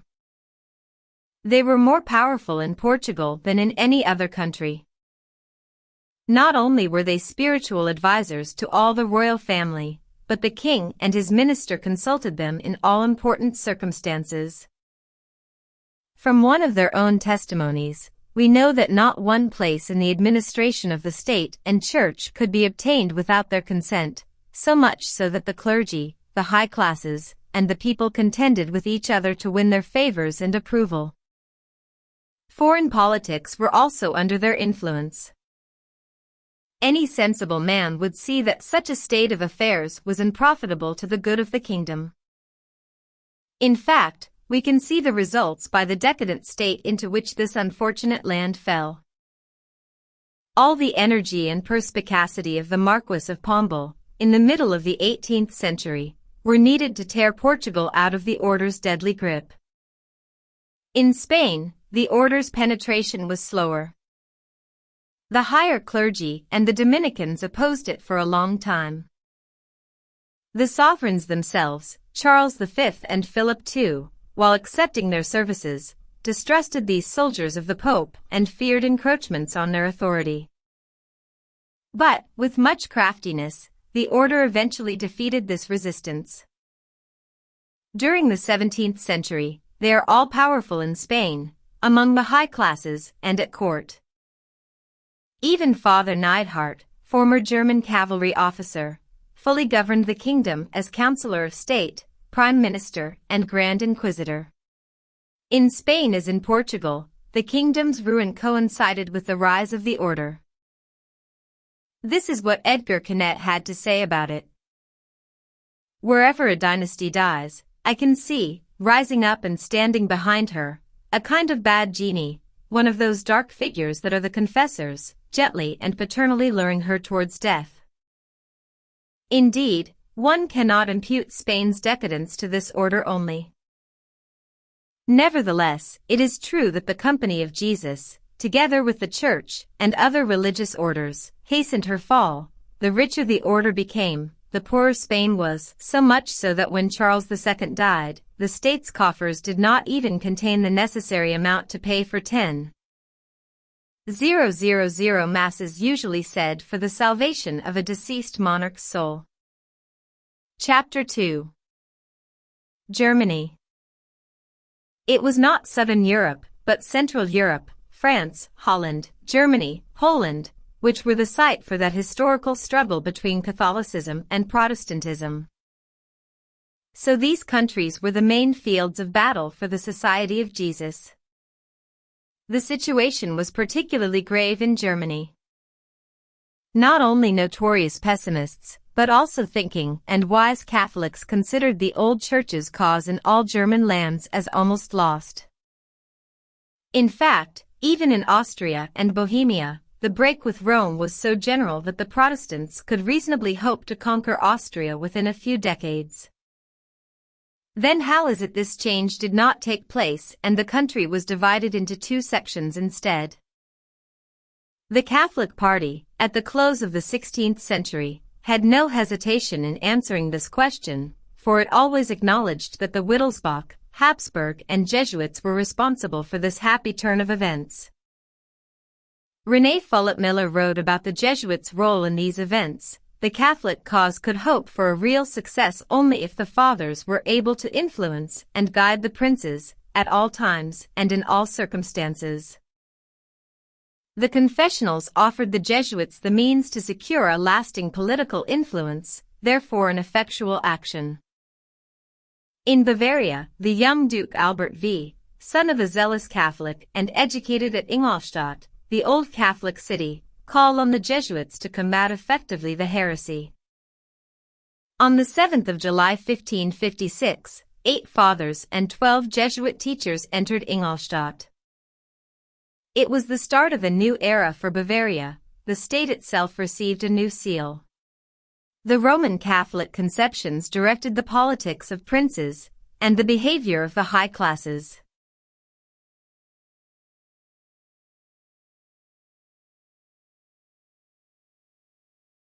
But this new spirit got hold of the higher classes only. It did not gain the hearts of ordinary people. Nevertheless, under the iron discipline of the state and the restored church, they again became devout Catholics, docile, fanatic, and intolerant towards any heresy.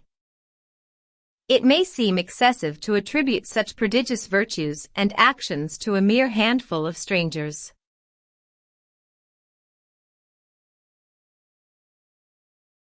Yet, in these circumstances, their force was in inverse ratio to their numbers, and they were immediately effective as no obstacles were met. Loyola's emissaries won the country's heart and mind from the start. From the next generation on, Ingolstadt became the perfect type of the German Jesuit city. One can judge the state of mind the fathers introduced to this stronghold of faith by reading the following. The Jesuit Meierhofer of Ingolstadt taught in his Preacher's Mirror, "We will not be judged if we demand the killing of Protestants, any more than we would by asking for the death penalty on thieves, murderers, counterfeiters and revolutionaries." The successors of Albert V, and especially Maximilian I, 1597 to 1651, completed his work. But Albert V already was conscientious in his duty of assuring his subjects salvation. As soon as the fathers arrived in Bavaria, his attitude towards Protestants and those favorable to them became more severe. From 1563 on, he pitilessly expelled all recalcitrants, and had no mercy for the Anabaptists who had to suffer drownings, fire, prison and chains, all of which were praised by the Jesuit Agricola. In spite of all this, A whole generation of men had to disappear before the persecution was crowned a complete success. As late as 1586, the Moravian Anabaptists managed to hide 600 victims from the Duke Guillaume. This one example proves that there were thousands, and not hundreds, who were driven out, an awful breach into a thinly populated country. But, said Albert V to the Munich City Council, God's honor and the salvation of souls must be placed above any temporal interests. Little by little, all teaching in Bavaria was placed in the Jesuits' hands, and that land became the base for their penetration in eastern, western and northern Germany. From 1585 on, the Fathers converted the part of Westphalia depending on Cologne. In 1586, they appear in Neuss and Bonn, one of Cologne's archbishop's residences. They open colleges at Hildesheim in 1587 and Munster in 1588. This particular one already had 1,300 pupils in 1618. A large part of Western Germany was reconquered in that way by Catholicism, thanks to the Wittelsbach and Jesuits. The alliance between the Wittelsbach and Jesuits was maybe even more important for the Austrian lands than for Western Germany. The Archduke Charles of Styria, last son of Emperor Ferdinand, married in 1571 a Bavarian princess, who brought into Graz Castle the narrow Catholic tendencies and the friendship for the Jesuits which prevailed at the court of Munich.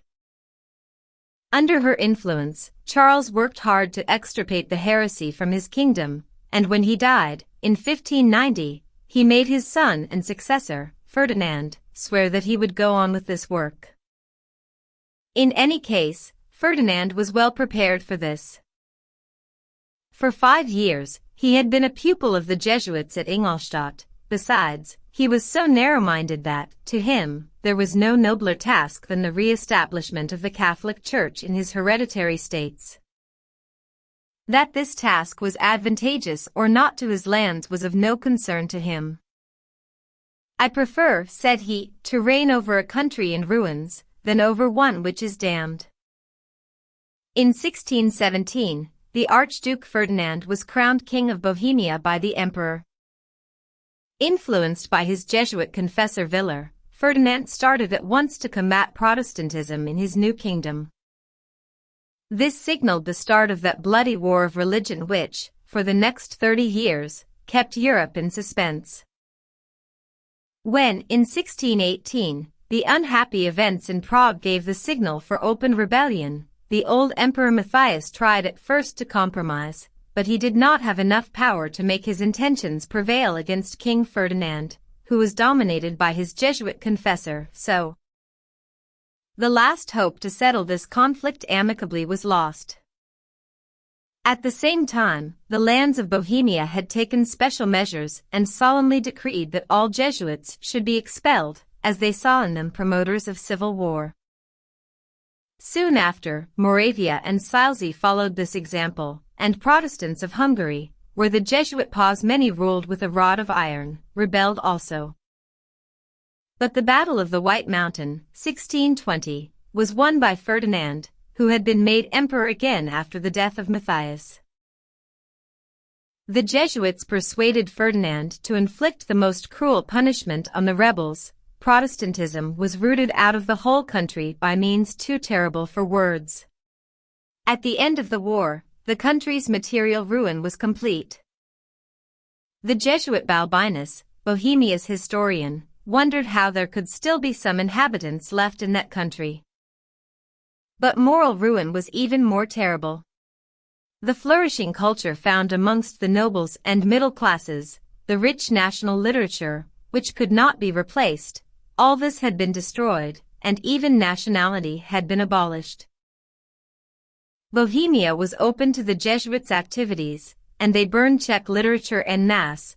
Under their influence, even the name of the nation's great saint, John Huss, gradually grew dimmer until it was extinct in the hearts of the people. The height of the Jesuits' power, said Tomek, coincided with the country's greatest decadence in her national culture. It is because of the influence the order had that this unfortunate land's awakening came about 1 century too late, when the 30 Years' War came to an end, and a peace was concluded assuring German Protestants the same political rights enjoyed by the Catholics. The Jesuits did their uttermost to continue the fighting. It was in vain. But they obtained from their student Leopold I, then reigning emperor, the promise to persecute the Protestants in his own lands, and especially in Hungary. Escorted by imperial dragoons, the Jesuits undertook this work of conversion in 1671. The Hungarians rose to action and started a war which was to last for nearly a whole generation. But that insurrection was victorious, under the leadership of Francis Cacoxi. The victor wanted to drive the Jesuits out of all the countries which fell under his power, but influential protectors of the order managed to adjourn these measures, and the expulsion did not take place until 1707. Prince Eugene blamed, with a harsh frankness, the politics of the imperial house and the intrigues of the Jesuits in Hungary. He wrote, "Austria nearly lost Hungary because of their persecuting of the Protestants."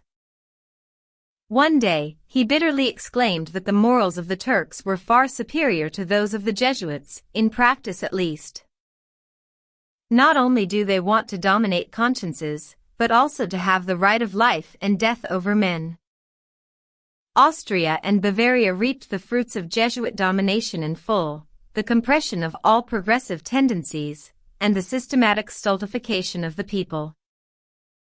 The deep misery which followed the war of religion, the powerless politics, the intellectual decadence, the moral corruption, a frightful decrease in the population, and impoverishment of the whole of Germany, these were the results of the order's actions. Chapter 3. Switzerland. It was only during the 17th century that the Jesuits succeeded in establishing themselves successfully in Switzerland, after having been called, then banished, by a few cities of the Confederation, during the second half of the 16th century. The Archbishop of Milan, Charles Borromée, who had favored their installation at Lucerne in 1578, soon realized what the results of their actions would be, as we are reminded by J. Huber. Charles Borromée wrote to his confessor that the Company of Jesus, governed by heads more political than religious, is becoming too powerful to preserve the necessary moderation and submission. She rules over kings and princes, and governs temporal and spiritual affairs. The pious institution has lost the spirit which animated her originally. We shall be compelled to abolish it. At the same time in France, the famous legal expert Etienne Pauquiet wrote, "Introduce this order in our midst, and, at the same time, you will introduce dissension, chaos, and confusion." Is it not this identical complaint heard over and over again, and in all countries, against the Company? It was the same in Switzerland, when the evidence of her evil deeds broke through the flattering appearances with which she excelled in covering herself. Wherever the Jesuits managed to take root, they seduced great and small, young and old. Very soon, the authorities would start consulting them in important circumstances. Their donations started flowing in, and it was not long before they occupied all the schools, the pulpits of most churches, the confessionals of all high-ranking and influential people, confessors looking after the education of all classes of society, counselors and intimate friends of members of the council. Their influence grew day after day, and they did not wait long before exercising it in public affairs. Lucerne and Fribourg were their main centers. From there, they conducted the exterior politics of most Catholic cantons.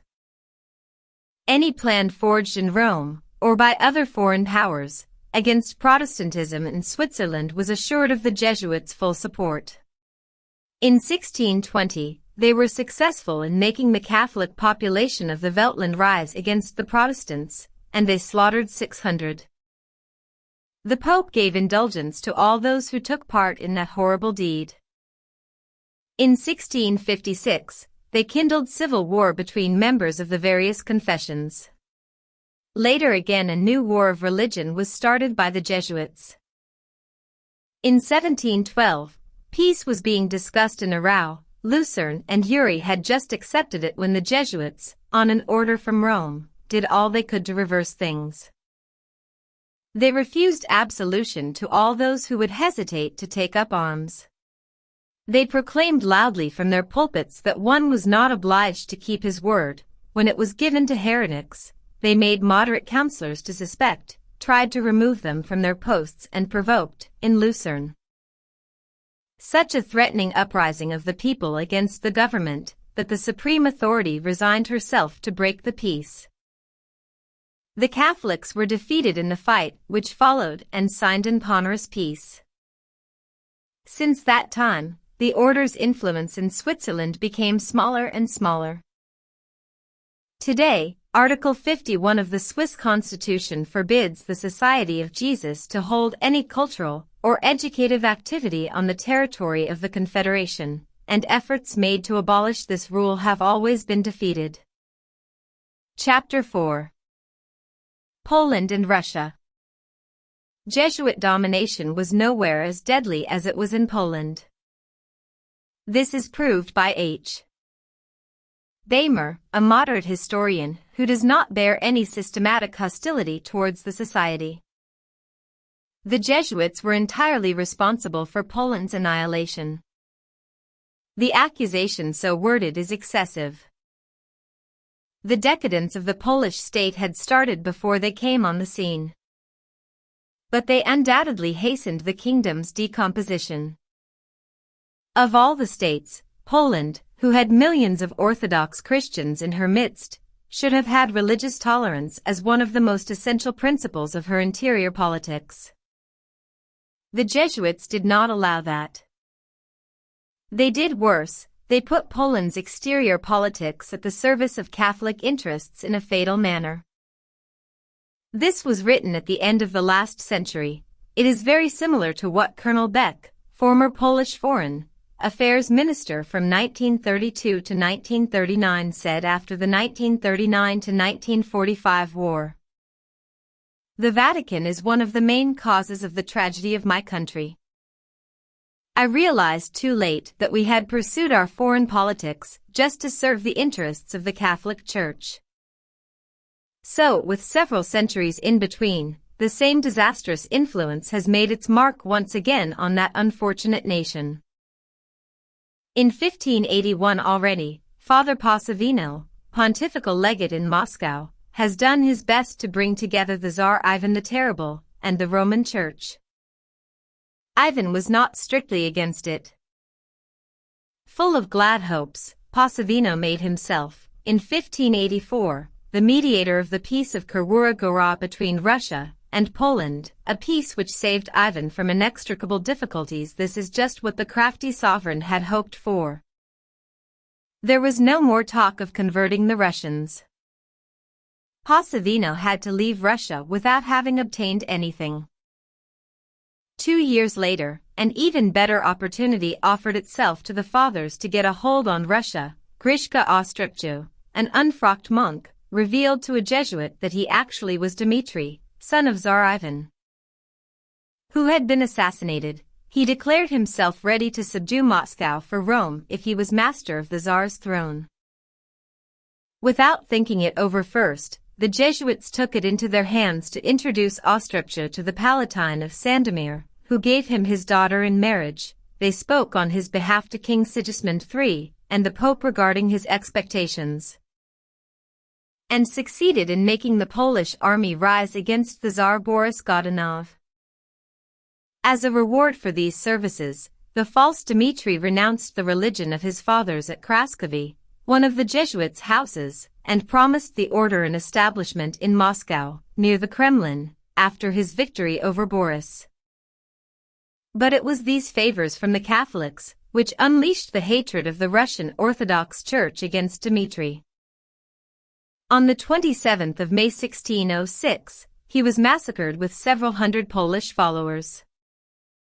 Until then, one could hardly speak of a Russian national sentiment, but now, This feeling was very strong, and took immediately the form of a fanatical hatred for the Roman Church and Poland. The alliance with Austria, and the offensive politics of Sigismund III against the Turks, all of which were strongly encouraged by the order, were just as disastrous for Poland. To put it briefly, no other state suffered as much as Poland did under the Jesuits' domination. And in no other country, apart from Portugal, was the society so powerful. Not only did Poland have a king of the Jesuits, but also a Jesuit king, Jean Casimir, a sovereign who had belonged to the order before his accession to the throne in 1649. While Poland was heading fast towards ruin, the number of Jesuit establishments and schools was growing so fast that the general made Poland into a special congregation in 1751. Chapter 5. Sweden and England. In the Scandinavian countries, wrote Mr. Pierre Dominique, Lutheranism submerged everything else, and, when the Jesuits made their counterattack, they did not find what was found in Germany, a Catholic party already in the minority, but still strong. Their only hope then was in the conversion of the sovereign, who was secretly in favor of Catholicism. Also, this king, Jean III Wasa, had married in 1568 a Polish princess, Catherine, a Roman Catholic. In 1574, Father Nikolai and other Jesuits were brought to the recently established School of Theology, where they became fervent Roman proselytizers, while officially assuming Lutheranism. Then, the clever negotiator Passavino secured the conversion of Jean III, and the care of educating his son Sigismund, the future Sigismund III, King of Poland. When the time came to submit Sweden to the Holy See, the king's conditions, marriage of priests, use of the vernacular in services, and communion in both kinds, all of which had been rejected by the Roman Curia, brought the negotiations to a dead end. In any case, the king, who had lost his first wife, had remarried a Swedish Lutheran. The Jesuits had to leave the country. 50 years later, the order won another great victory in Sweden. Queen Christine, daughter of Gustav Adolf, the last of the Wasas, was converted under the teaching of two Jesuit professors, who had managed to reach Stockholm pretending to be traveling Italian noblemen. But, in order to change her religion without conflicts, she had to abdicate on the 24th of June 1654. In England, on the other hand, the situation seemed more favorable to the society, and it could hope, for a while at least, to bring this country back under the Holy See's jurisdiction. When Elizabeth came to the throne in 1558, Ireland was still entirely Catholic, and England 50% south. In 1542 already, Salmeron and Broet had been sent by the Pope to survey Ireland. Seminaries had been created under the Jesuits' direction in Douai, Pontet, Moussen and Rome, with a view to train English, Irish and Scottish missionaries. In agreement with Philip II of Spain, the Roman Curia worked at overthrowing Elizabeth in favor of the Catholic Mary Stuart. An Irish uprising, provoked by Rome, had been crushed. But the Jesuits, who had arrived in England in 1580, took part in a large Catholic assembly at Southwark. Then, under diverse disguises, they spread from county to county, from country house to castle. In the evening, they would hear confession. In the morning, they would preach and give communion. Then they would disappear as mysteriously as they had arrived. For, from the 1/5 of July, Elizabeth had proscribed them. They printed and distributed secretly virulent pamphlets against the Queen and the Anglican Church. One of them, Father Campion, was caught, condemned for high treason, and hanged. They also plotted at Edinburgh to win to their cause King James of Scotland. The result of all these disturbances was the execution of Mary Stuart in 1587. Then came the Spanish expedition, the Invincible Armada, which made England tremble for a while, and brought about the sacred union around Elizabeth's throne. But the company pursued none the less her projects, and was training English priests at Valladolid, Seville, Madrid and Lisbon, while her secret propaganda continued in England under the direction of Father Garnet. After the gunpowder plot against James I, successor of Elizabeth, this Father Garnet was condemned for complicity and hanged, like Father Campion. Under Charles I, then in Cromwell's Commonwealth, other Jesuits paid for their intrigues with their lives. The order thought it would triumph under Charles II who, together with Louis XIV, had concluded a secret treaty at Dover, pledging to restore Catholicism in the land. The nation was not fully informed of these circumstances, but the little that transpired was enough to create an unbelievable agitation. All England shuddered before Loyola's spectre, and the Jesuits' conspiracies. A meeting of them in the palace itself brought popular fury to a head. Charles II, who enjoyed the life of a king, and did not want to go on another journey across the seas, hanged 5 fathers for high treason at Tyburn. This did not abate the Jesuits. However, Charles II was too prudent and too cynical for their liking, always ready to drop them. They thought victory was in sight when James II acceded to the throne. In fact, the king took up Mary Tudor's old game, but used softer means. He pretended to convert England and established for the Jesuits, at the Palace of Savoy, a college where 400 students immediately took residence. A downright camarilla of Jesuits took over the palace. All these combinations were the main cause for the 1688 revolution. The Jesuits had to go against a stream too powerful. Then, England had 20 Protestants for each Catholic. The king was overthrown, all the members of the company put in prison or banished. For some time, the Jesuits recommenced their work of secret agents, but it was nothing more than a futile agitation. They had lost the cause.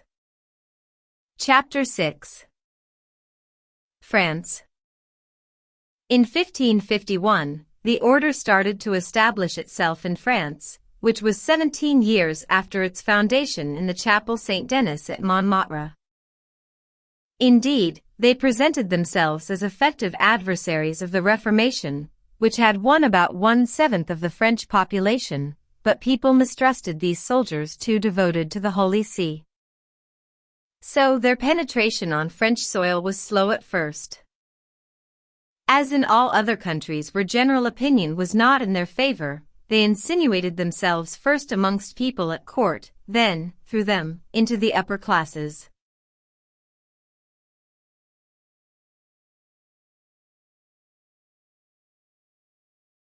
But in Paris, the Parliament, the university, and even the clergy remained hostile. It came out clearly when they first attempted to open a college there. The Faculty of Theology, whose mission is to safeguard the principles of religion in France, decreed on the 1st of December 1554 that this society appears to be extremely dangerous regarding the faith. She is an enemy of the Church's peace, fatal to the monastic state, and seems to have been born to bring ruin rather than edification. The fathers were nevertheless allowed to settle at Bilhem, in a corner of Auvergne. From there, they organized a great action against the Reformation in the provinces of southern France.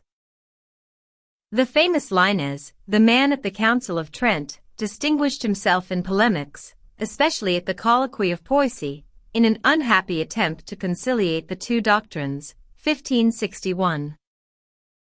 Thanks to the Queen Mother Catherine of Medici, the order opened its first Parisian establishment, the College of Clermont, which was in competition with the university. The opposition from this university, the clergy, and the Parliament was more or less pacified with concessions, verbal at least, made by the company who promised to conform to the common right, but the university had fought hard, and long against the introduction of men bribed at the expense of France to arm themselves against the king, according to Etienne Pusquier, and whose words were proved right not long after. There is no need to ask if the Jesuits consented to the St. Bartholomew Massacre, 1572. Did they prepare it? Who knows? The company's politics, subtle and supple in their proceedings, have very clear aims. It is the Pope's politics, d'estre heresy. Everything must be subordinated to this major aim. Catherine of Medici worked towards this aim, and the company could count on the Guises. But this major design, helped so much by that massacre on the night of the 24th of August 1572, provoked a terrible blaze of fratricidal hatred. 3 years later, it was the League, after the assassination of the Duc de Guise, nicknamed the King of Paris, and the appeal to His Most Christian Majesty to fight the Protestants. The shrewd Henry III did his best to avoid a war of religion. In agreement with Henry of Navarre, they gathered the Protestants, and most of the moderate Catholics against Paris, the League and these partisans, mad Romans backed by Spain. The Jesuits, powerful in Paris, protested that the King of France had surrendered to heresy. The directing committee of the League deliberated at the Jesuits' house in the street Saint-Antoine. Was Spain holding Paris? Hardly. The League? The League was only an instrument in skillful hands. This company of Jesus who had been fighting in the name of Rome for 30 years now. This was Paris's secret master. So Henry III was assassinated. As the heir was a Protestant, the murder seemed at first glance to have been for other than political reasons. But is it not possible that those who planned it and persuaded the Jacobin Clement to carry it out were hoping for an uprising of Catholic France against the Huguenot heir? The fact is that a little later Clement was called an angel by the Jesuit Camelet, and Guignard, another Jesuit, who was eventually hanged, gave his students as a means of molding their opinions tyrannicidal texts as subjects for their Latin exercises. Amongst other things, these school exercises contained this: Jacques Clement has done a meritorious act inspired by the Holy Spirit. If we can make war against the king, then let us do it. If we cannot make war against him, then let us put him to death. And this, we made a big mistake at the St. Bartholomew. We should have bled the royal vein. In 1592, a certain bearer, who tried to assassinate Henry IV, confessed that Father Varade, rector of the Jesuits in Paris, had persuaded him to do it. In 1594, another attempt was made by Jean Chatel, former pupil of the Jesuits who had heard his confession just before carrying it out. It was on that occasion that the previously mentioned school exercises were seized at the house of Father Guignard. The father was hanged at Grève while the king confirmed an edict of Parliament banishing the sons of Loyola from the kingdom, as corrupters of youth, disturbers of public peace, and enemies of the state and crown of France. The edict was not carried out fully and, in 1603, it was revoked by the king against the advice of Parliament.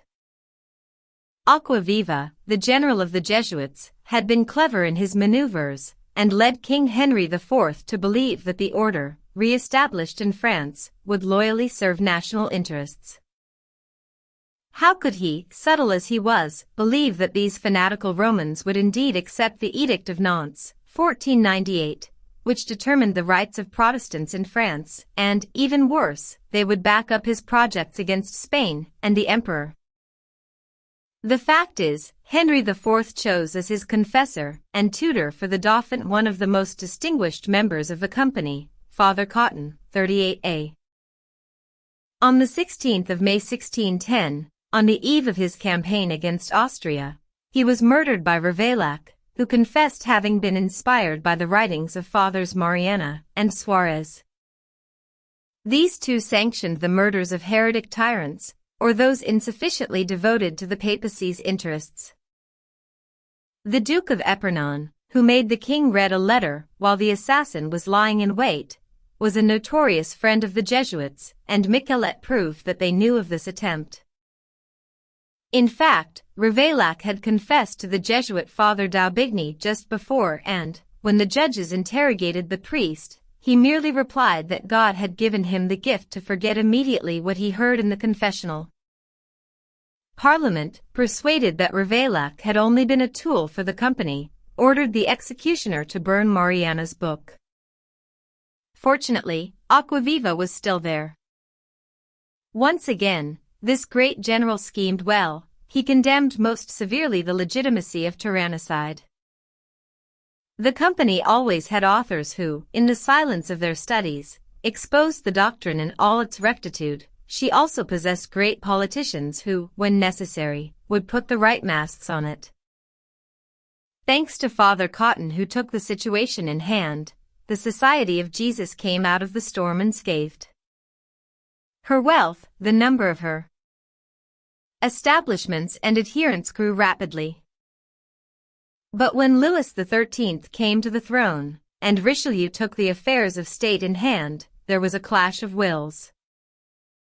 The cardinal would not let anyone oppose his politics.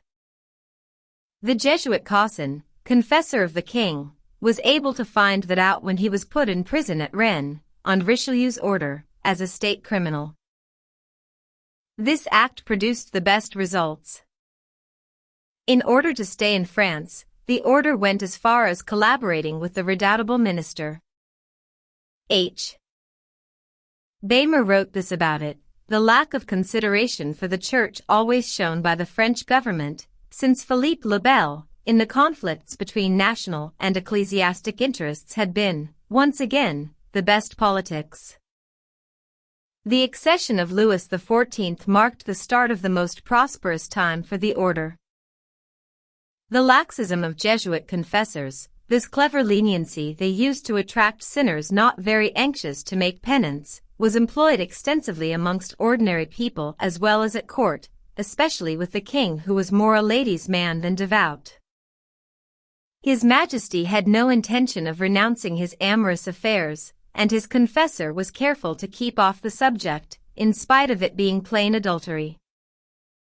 So, all the royal family was soon provided with Jesuit confessors only, and their influence grew more and more amongst the high society. The priests of Paris attacked in their writings the loose morals of the famous company's casuists, but to no avail. Pascal himself intervened, in vain, in favor of the Jansenists, during the great theological quarrel of that time. In his provincial letters, he exposed their two worldly opponents, the Jesuits, to eternal ridicule. In spite of it, the secure place they held at court assured them of victory, and those of Port Royal succumbed. The order was to win another great victory for Rome, whose consequences were against national interests. It goes without saying that they had only unwillingly accepted the religious peace assured through the Edict of Nantes, and had continued a secret war against the French Protestants. As Louis XIV was getting older, he turned more and more to bigotry under the influence of Madame de Maintenon and Father Lachaise, his confessor. In 1681, they persuaded him to restart the persecution against the Protestants. Finally, on the 17th of October 1685, he signed the revocation of the Edict of Nantes, making those of his subjects who refused to embrace the Catholic religion outlaws. Soon after, to accelerate the conversions, those famous dragonnades started. That sinister name became part of all subsequent attempts to proselytize by fire and chains. While the fanatics cheered, the Protestants fled from the kingdom en masse. According to Marshal Vauban, France lost in that way 400,000 inhabitants and 60 million francs. Manufacturers, merchants, shipowners, skillful artisans went to other countries and brought them the benefit of their abilities. 17th of October 1685 was a day of victory for the Jesuits, the final reward for a war which had gone on for 125 years without respite. But the state paid the cost of the Jesuits' victory. The depopulation, the reduction of national prosperity, were the acute material consequences of their triumph, followed by a spiritual impoverishment, which could not be cured, even by the best Jesuit school. This what France suffered and the Society of Jesus had to pay for very dearly later. During the century following, the sons of Loyola saw, not only France, but all the European countries reject them from their midst, but, once again, it was only for a while. These fanatical janissaries of the papacy had not finished to accumulate ruins in the pursuit of their impossible dream. Section 3. Foreign Missions. Chapter 1. India, Japan, China. The conversion of pagans had been the first objective of the Society of Jesus founder. Even though the necessity to combat Protestantism in Europe involved its disciples more and more, and this political as well as religious action, of which we just gave a short summary, became their main task, they still pursued the evangelization of distant lands. Their theocratic ideal, to bring the world under the Holy See's authority, required that they should go into all the regions of the globe in the conquest of souls. Francis Xavier, one of Ignatius' first companions who, like him, was canonized by the Church, was the great promoter of Asia's evangelization. In 1542, he disembarked at Goa and found there a bishop, a cathedral, and a convent of Franciscans who, together with some Portuguese priests, had already tried to spread around them the religion of Christ. He gave that first attempt such a strong impetus that he was surnamed the Apostle of India. Actually, he was more a pioneer and exciter than one who really accomplished something lasting. Fiery, enthusiastic, always on the lookout for new fields of action, he showed the way more than he cleared the ground. In the kingdom of Travancore, at Malacca, on the islands of Banda, Macassar and Ceylon, his personal charm and his eloquent speeches did wonders and, as a result, 70,000 idolaters were converted, especially amongst the low caste. To obtain this, he did not despise the political and even military support of the Portuguese. These results, more showy than solid, were bound to rouse interest for the missions in Europe, as well as throwing a brilliant luster over the Society of Jesus. The untiring but little persevering apostle soon left India for Japan, then China, where he was about to enter when he died at Canton in 1552. His successor in India, Robert de Nobile, applied in that country the same methods the Jesuits used in Europe very successfully. He appealed to the higher classes. To the untouchables, he gave the consecrated water only on the end of a stick. He adopted the clothes, habits and way of living of the Brahmins, mixed their rites with Christian ones, all with the approval of Pope Gregory XV. Thanks to this ambiguity, he converted, so he claimed, 250,000 Hindus. But, about a century after his death, when the intransigent Pope Benedict XIV forbade the observance of these Hindu rites, everything collapsed, and the 250,000 pseudo-Catholics disappeared. In the North Indian territories of the great Mughal Akbar, a tolerant man, who even tried to introduce into his states a religious syncretism, the Jesuits were allowed to build an establishment at Lahore in 1575. Akbar's successors granted them the same favors. But Aurangzeb, 1666–1707, an Orthodox Muslim, put an end to this enterprise. In 1549, Xavier embarked for Japan with 2 companions, and a Japanese he had converted at Malacca called Yugiro. The beginnings were not very promising. The Japanese have their own mortality, and are rather reserved. Their past has set them in paganism. The adults look at those strangers with amusement, and the children follow them, jeering. Yugiro, a native, managed to start a small community of 100 adherents. But Francis Xavier, who did not speak Japanese very well, could not even obtain an audience from the Mikado. When he left that country, 2 fathers stayed behind who eventually secured the conversion of the daimyos of Arima and Bungdo. When this particular one so decided in 1578, he had been considering the matter for 27 years. The following year, the fathers settled at Nagasaki. They pretended to have converted 100,000 Japanese. In 1587, the internal situation of the land, torn apart by clan wars, changed entirely. The Jesuits had taken advantage of that anarchy and their close relations with Portuguese merchants. Hideyoshi, a man of low birth, had usurped power and taken the title of Taikasama. He distrusted the Jesuits' political influence, their association with the Portuguese, and their connections with the great and wild vassals, the samurai. In consequence, the young Japanese church was violently persecuted, 6 Franciscans and 3 Jesuits were crucified, many converts were murdered, and the order was banished. Nevertheless, the decree was not carried out. The Jesuits continued their apostolate in secret. But, in 1614, the first shogun, Tokugawa Ieyasu, became uneasy with their occult actions and the persecution started again. Besides, the Dutch had taken the place of the Portuguese at the business counters and were closely watched by the government.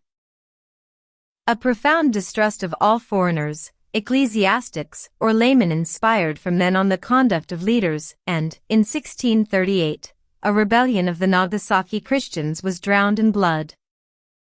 For the Jesuits, the Japanese adventure had come to an end and was to remain so for a long time.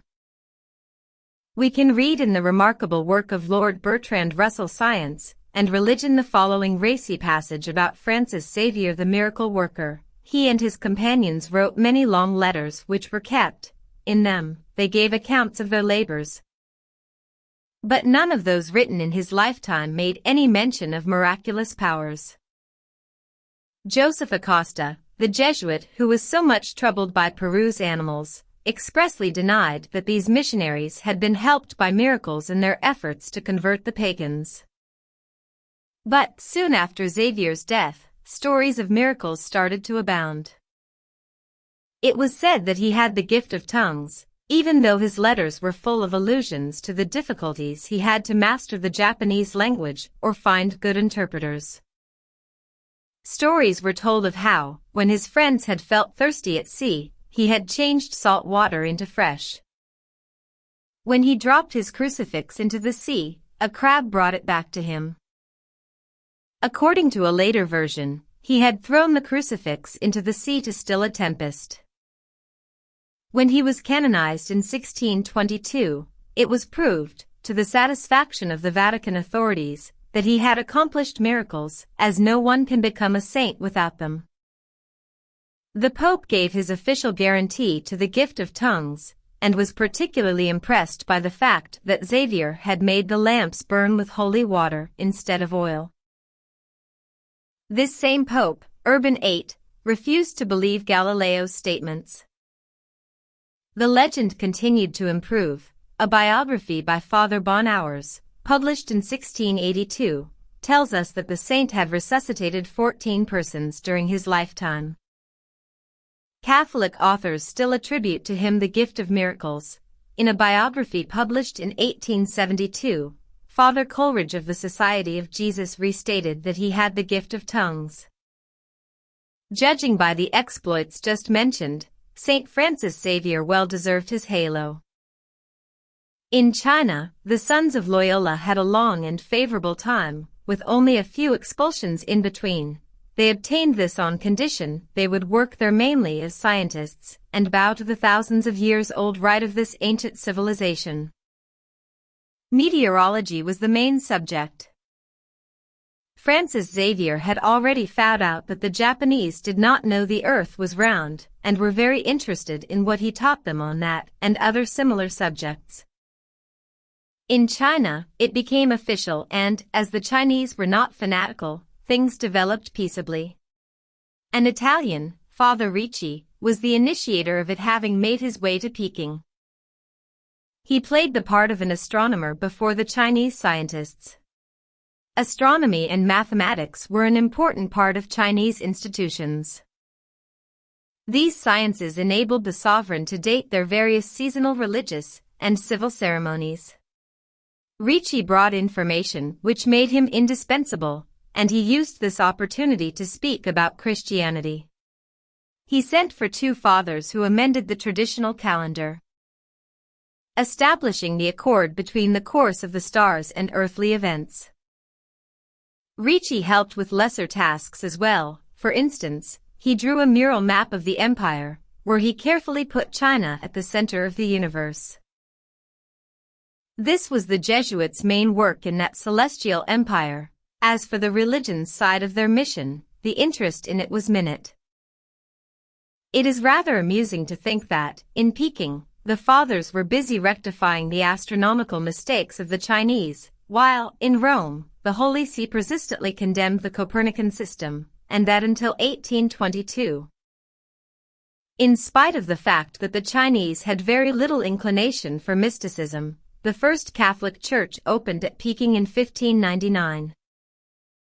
When Ricci died, he was replaced by a German, Father Chalvon Bell, an astronomer, who also published some remarkable tracts in the Chinese language. In 1644, he was given the title of President of the Mathematical Tribunal, which created jealousy amongst the mandarins. In the meantime, the Christian communities organized themselves. In 1617, the emperor must have foreseen the dangers of this pacific penetration when he decreed the banishment of all foreigners. The good fathers were sent to the Portuguese at Macau in wooden cages. But, soon after, they were called back. They were such good astronomers. In fact, they were just as good as missionaries, with 41 residences in China, 159 churches, and 257,000 baptized members. But a new reaction against them called for their banishment, and Father Shao was condemned to death. No doubt he had not incurred this sentence merely for his work in mathematics. An earthquake and the burning of the imperial palace, cleverly presented as a sign of wrath from heaven, saved his life, and he died peacefully 2 years later. But his companions had to leave China. In spite of all, the esteem for the Jesuits was so great that Emperor Kong Hai felt obliged to call them back in 1669, and ordered solemn funerals for the remains of Lam Io Vam, Jean Adam Shao. These unusual honors were only the start of exceptional favors. A Belgian father, Verbiest, followed Shao at the head of the missions, and also the Imperial Mathematical Institute. He was the one who gave to Peking's observatory those famous instruments whose mathematical precision is concealed by chimeras, dragons, etc. Kong Hai, the enlightened despot, who reigned for 61 years, appreciated the services of that scientist who gave him wise advice, accompanied him to war, and even managed a foundry for cannons. But this profane and warlike activity was directed ad majorem Dei gloriam, as the good father reminded the emperor in a note he sent him before his death. "Sir, I die happy, as I used nearly every moment of my life to serve your majesty. But I pray him very humbly to remember, after my death, that my aim in all I did was to procure a protector for the most holy religion in the universe, and this protector was you, the greatest king in the East." However, in China as in Malabar, this religion could not survive without some artifice. The Jesuits had to bring the Roman doctrine to the Chinese level, identify God with heaven, Tien, or the Chung Ti, Emperor from on high, blend Catholic rites with Chinese rites, accept Confucian teachings, the cult of the ancestors, etc. Pope Clement XI, who was told of it by rival orders, condemned this doctrinal laxism, and, as a result, all the missionary work of the Jesuits in the Celestial Empire collapsed. The successors of Conghai proscribed Christianity, and the last fathers left in China died there, and were never replaced. Chapter 2. The Americas, the Jesuit state of Paraguay. The missionaries of the Society of Jesus found the New World much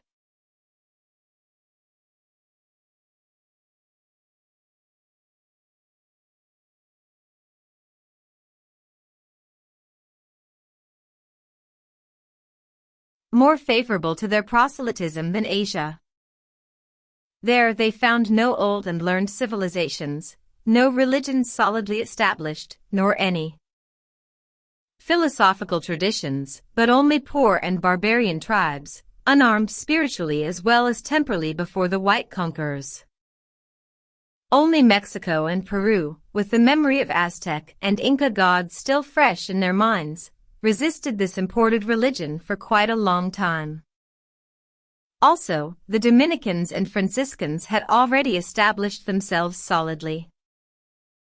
It was then amongst the wild tribes, nomadic hunters and fishermen, that the sons of Loyola exercised their devouring activity. The results they obtained varied according to the fierceness and opposition of the various populations.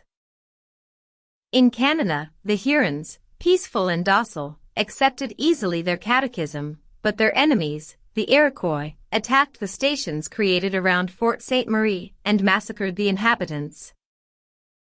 The Hurons were practically exterminated within 10 years and, in 1649, the Jesuits had to leave with about 300 survivors. They did not make a strong impression when they went through the territories which, today, make up the United States, and it was only during the 19th century that they started putting some roots down in that part of the continent. In South America, the Jesuits' action met with some good and bad fortunes. In 1546, the Portuguese had called them to work in the territories they possessed in Brazil. While converting the natives, they encountered many conflicts with civil authority and other religious orders. The same thing happened in New Granada. But Paraguay was the land for the great experience of Jesuitical colonization. This country spread then from the Atlantic to the Andes and comprised territories which, today, belong to Brazil, Uruguay, and Argentina. The only means of access through the virgin jungle was on the Paraguay and Parana rivers. The population of that land was made up of nomadic and docile Indians, ready to bow to anyone's domination as long as they were supplied with enough food and a little tobacco. The Jesuits could not find better conditions to establish, away from the corruption of whites and half-castes, the perfect type of colony, a city of God according to their heart's desire. At the start of the 17th century, Paraguay was made into a province by the General of the Order, who had been given all powers by the court of Spain, and the Jesuit state developed and flourished. These good savages were duly catechized and trained to live a sedentary life under a discipline as gentle as it was strong, as an iron hand in a velvet glove. These patriarchal societies deliberately ignored liberties of any kind. All that a Christian possesses and uses, the hut in which he lives, the fields he cultivates, the livestock which provide his food and clothes, the arms he carries, the tools he works with, even the only table knife given to every young couple when they set up home, is taken back God's property. From the same conception, the Christian cannot dispose of his time and person freely. The suckling child is under his mother's protection. As soon as he can walk, he is in the father's or their agent's power. When the child grows up, it learns, if it is a girl, to spin and weave, and if it is a boy, to read and write. But only in Guarani, for Spanish is severely prohibited so as to prevent all trading with the corrupted Creoles. As soon as a girl is 14 and a boy 16 years of age, they are married. As the fathers are anxious not to see them fall into some carnal sin. None of them can become priest-monk, and even less Jesuit. They have practically no liberty left. but they are obviously very happy, materially speaking. In the morning, after Mass, each gang of workers go to the fields one after another, singing and preceded by some holy image. In the evening, they come back to the village in the same manner, to hear the catechism, or recite the rosary. The fathers have also thought out some honest entertainments and recreations for the Christians.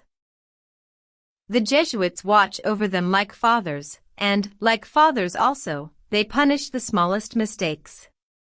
The whip, fasting, prison, pillory on the public square, public penance in the church, these are the chastisements they use.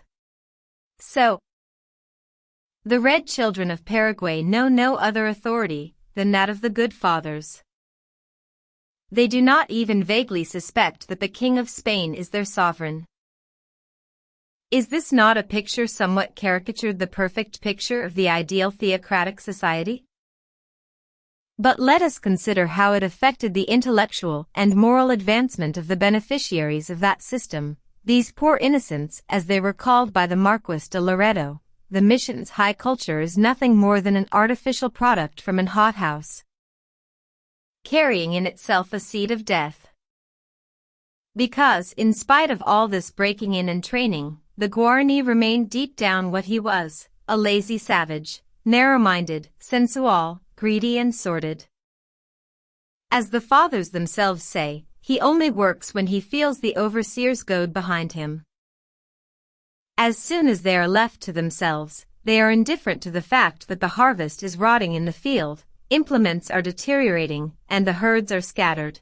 If he is not watched when working in the fields, he can even suddenly unyoke an ox and butcher it on the spot, light a fire with the wood of the plow and, with his companions, start eating the half-cooked flesh until none of it is left. He knows that he will get 25 lashings of the whip for it, but also that the good fathers would never let him starve to death. In a book recently published, we can read the following concerning the Jesuits' punishments. The culprit, dressed in the clothes of a penitent, was escorted to church where he confessed his fault. Then he was whipped on the public square according to the penal code. The culprits always received this chastisement, not only without murmurs, but also with thanksgivings. The guilty one, having been punished and reconciled, kissed the hand of the one who struck him, saying, "May God reward you for freeing me, by this light punishment, from the eternal sorrows which threatened me." After reading this, we can understand Mr. H. Bamer's conclusion. The Guarani's moral life enriched itself very little under the Fathers' discipline. He became a devout and superstitious Catholic who sees miracles everywhere, and seems to enjoy flagellating himself until blood appears. He learned to obey, and was attached to the good fathers, who cared so well for him, with a filial gratitude which, even though not very deep, was nevertheless very tenacious. This not very brilliant result proves that there was some important defect in the educative methods of the fathers. What was that defect? The fact that they never tried to develop, in their red children, the inventive faculties, the need for activity, the feeling of responsibility. They themselves invented games and recreations for their Christians. They thought for them instead of encouraging them to think for themselves. They merely submitted those who were under their care to a mechanical breaking in instead of educating them. How could it be otherwise when they themselves had gone through a breaking in lasting 14 years? Were they going to teach the Guaranis and their white pupils to think for themselves, when they were absolutely forbidden to do so? It is not a Jesuit of old, but a contemporary one who writes, "He, the Jesuit, will not forget that the characteristic virtue of the company is total obedience of the action, the will, and even the judgment. All the superiors will be bound in the same way to higher ones, and the Father General to the Holy Father." It was so arranged as to render the Holy See's authority universally efficacious. And St. Ignatius was sure that teaching and education would henceforth bring back to Catholic unity a Europe torn apart. It is with the hope of reforming the world, wrote Father Bonhours, that he particularly embraced this means, the instruction of youth. The education of Paraguay's natives was done on the same principles the fathers used to apply, now apply, and will apply on everyone and everywhere, their aim, deplored by Mr. Bamer, but which is ideal to the eyes of those fanatics, the renouncement of all personal judgment, all initiative. A blind submission to the superiors. Is it not that height of freedom, the liberation from one's own bondage praised by R.P. Riquet, and which we mentioned earlier on? In fact, the good Guaranese had been liberated so well by the Jesuitical method for more than 150 years that, when their masters left during the 18th century, they went back into their forests and returned to their ancient customs as if nothing had happened. Section 4. The Jesuits in the European Society. Chapter 1. The Teaching of the Jesuits. The pedagogic method of the company, wrote R.P. Charmot, S.J., consists first of all of surrounding the pupils with a great network of prayers. Later, he quotes the Jesuit Father Tacchini, "May the Holy Spirit fill them as alabasters are filled with perfumes, may he penetrate them so much that, as time goes on, they will be able to breathe in more and more celestial fragrance and the perfume of Christ." Father Gandier also has a contribution. Let us not forget that education, as seen by the company, is the ministry most similar to that of angels. Later, Father Charmot has this to say: let us not be anxious as to where and how mysticism is inserted into education. It is not done through a system or artificial technique, but by infiltration, by endosmosis. The children's souls are impregnated because of their being in close contact with masters, who are literally saturated with it. From the same author, here is the aim of the Jesuit professor. Through his teaching, he aims to form, not an intellectual Christian elite, but elite Christians. These few quotations tell us enough about the principal aim of the Seducators. Let us see now how they form these elite Christians, and what kind of mysticism is inserted, or inoculated, infiltrated, or pumped into children submitted to their educational system. At the front, it is characteristic of this order, we find the Virgin Mary. Loyola had made the Virgin the most important thing in his life. The worship of Mary was the base of his religious devotions, and was handed down by him to his order. This worship developed so much that it was often said, and with good reason, that it was the Jesuits' real religion. This was not written by a Protestant, but by J. Huber, professor of Catholic theology. Loyola himself was convinced that the Virgin had inspired him, when he had drawn up his exercises. A Jesuit had a vision of Mary covering the society with her mantle as a sign of her special protection. Another one, Rodrigue de Gois, was so enraptured with her inexpressible beauty that he was seen soaring into the air. A novice of this order, who died in Rome in 1581, was sustained by the Virgin in his fight against the devil's temptations. To strengthen him, she gave him a taste of her son's blood from time to time, and the comfort of her breasts. Duns Scott's doctrine of the Immaculate Conception was enthusiastically adopted by the order, which was successful in having it made into a dogma by Pius IX in 1854. Erasmus satirically depicted the worship of Mary of his time. During the 4th century, the tale of Loretto's house had been invented. This house had apparently been brought from Palestine by angels. The Jesuits welcomed and defended this legend. Canisius went as far as producing letters from Mary herself and, thanks to the order, great wealth started to pour in at Loretto, as at Lourdes, Fatima, etc. The Jesuits brought forth all kinds of relics of the Mother of God.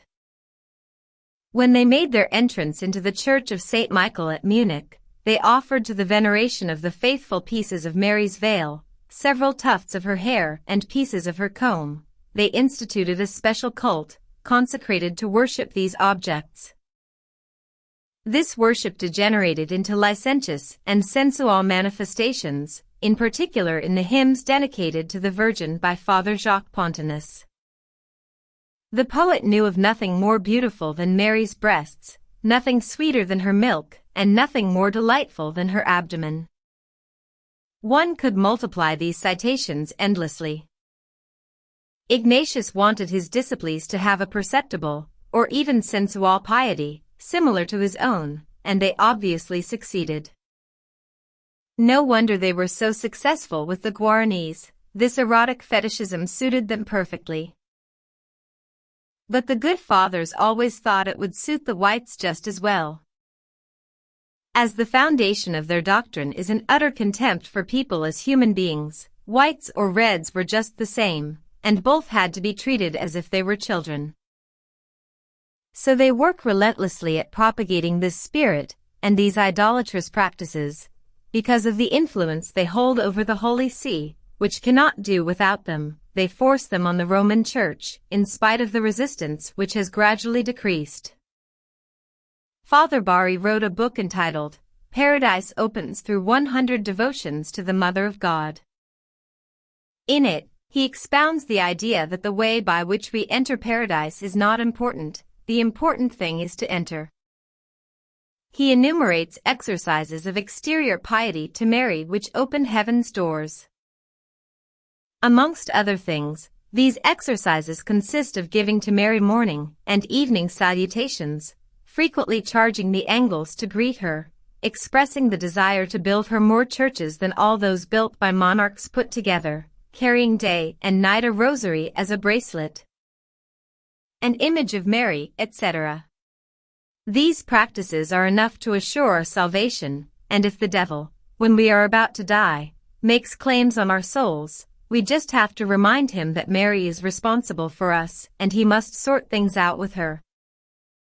In his Pietas Quotidiana Erga Est Mariam, Father Pemble recommends the following: to beat or flagellate ourselves, and offer each blow as a sacrifice to God.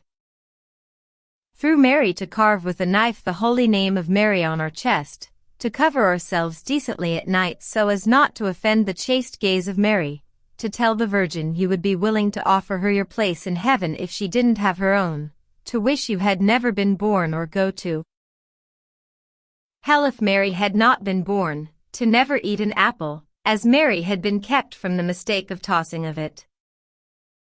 All this was written in 1764, but one only has to glance through similar works published today in great numbers, or just the Catholic press, to establish the fact that, for 200 years, this wild idolatry had done nothing but grow and embellish.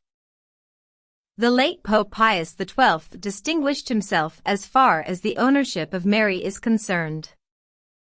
Under his rule, a large part of the Roman Church followed suit. Moreover, the sons of Loyola, who are always anxious to conform to the spirit of the age, try today to accommodate these medieval puerilities. And there are several tracts published by some of these good fathers under the grand auspices of the Centre National de la Recherche Scientifique, C.N.RS.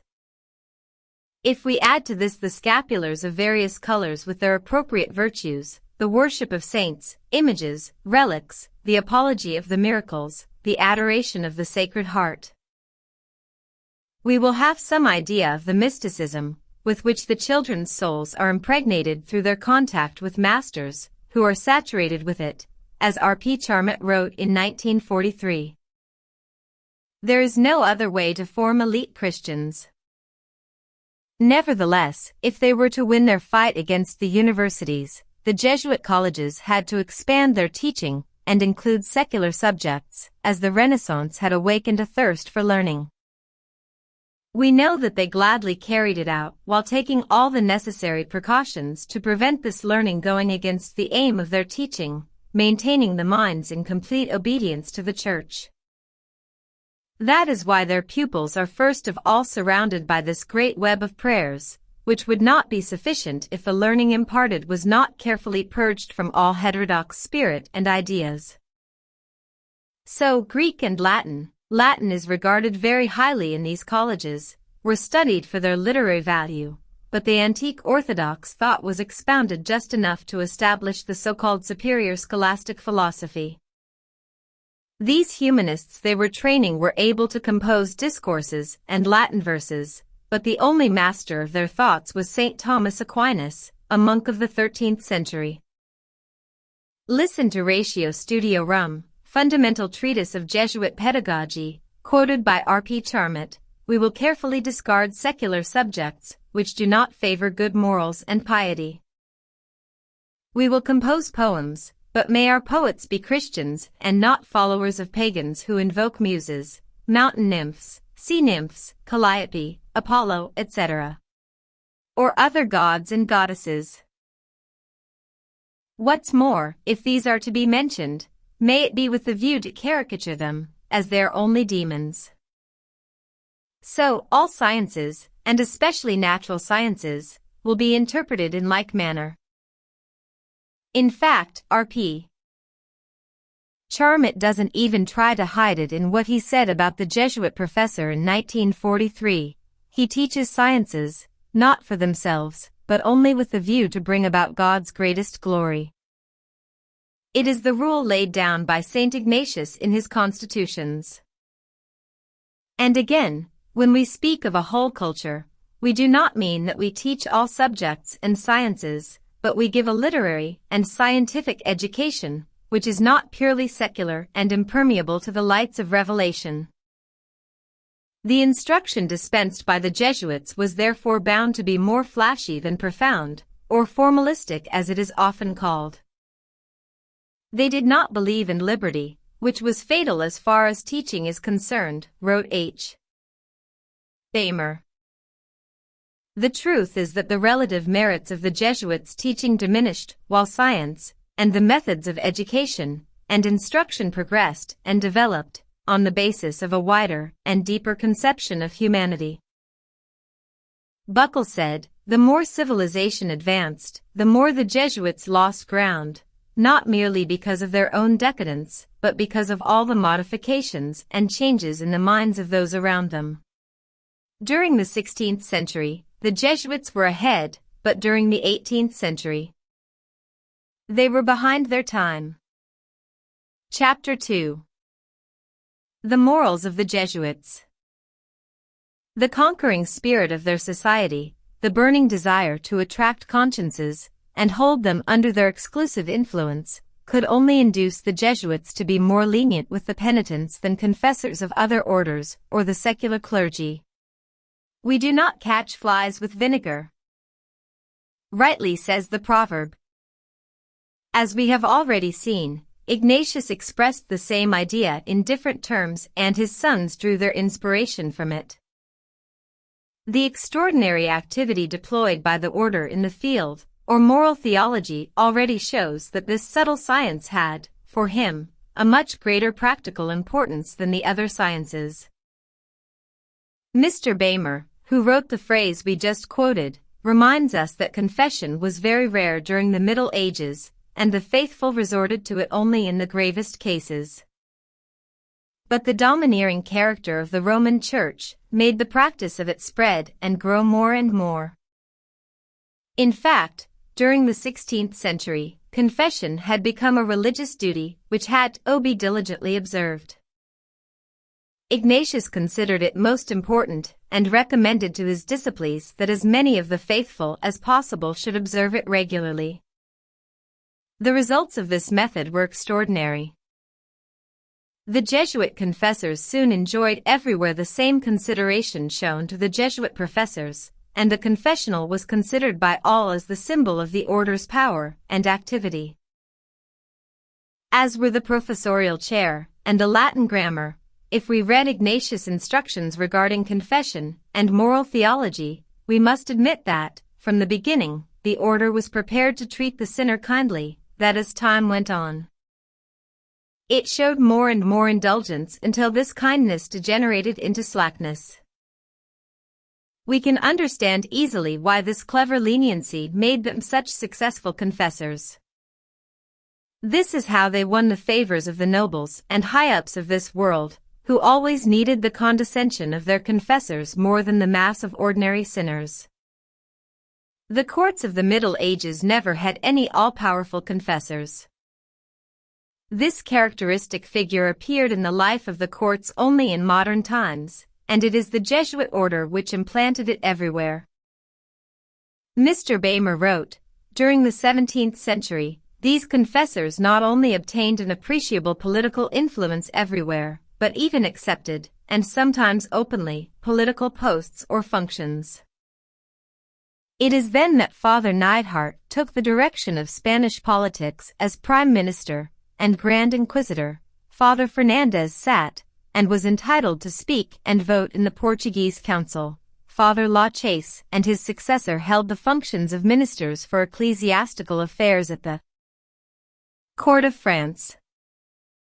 Let us remember also the part played by the Fathers in general politics, even outside the confessional. Father Passavino as pontifical legate in Sweden, Poland and Russia, Father Petre, a minister in England, Father Woda as intimate counselor of Jean Sobieski of Poland.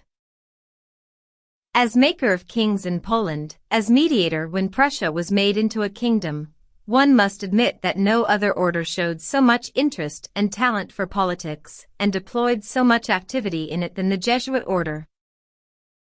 If the indulgence of these confessors towards their august penitents helped greatly the interests of the order, and the Roman Curia, it was the same in the more modest spheres where the Fathers used similar convenient methods. With their meticulous, and even meddlesome spirit, which they inherited from their founder, the famous casuists such as Escobar, Mariana, Sanchez, Buzenbaum, etc., applied themselves to studying each rule in particular, and their applications to all the cases, which could be presented at the tribunal of penance. Their tracts on moral theology gave the company a universal reputation, as their subtlety to distort and pervert the most evident moral obligations was so apparent.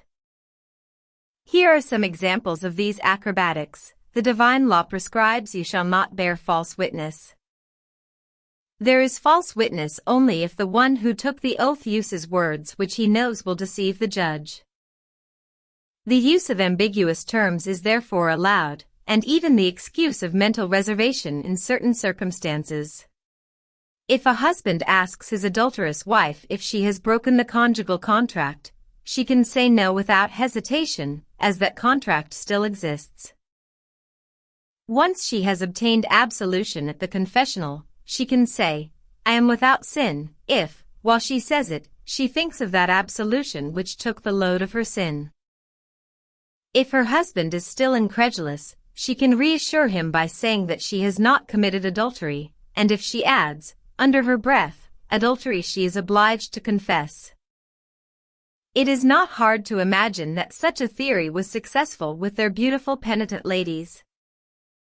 In fact, their gallant escorts were treated just as well. The law of God commands, you shall not kill. But it doesn't mean that every man who kills sins against this precept.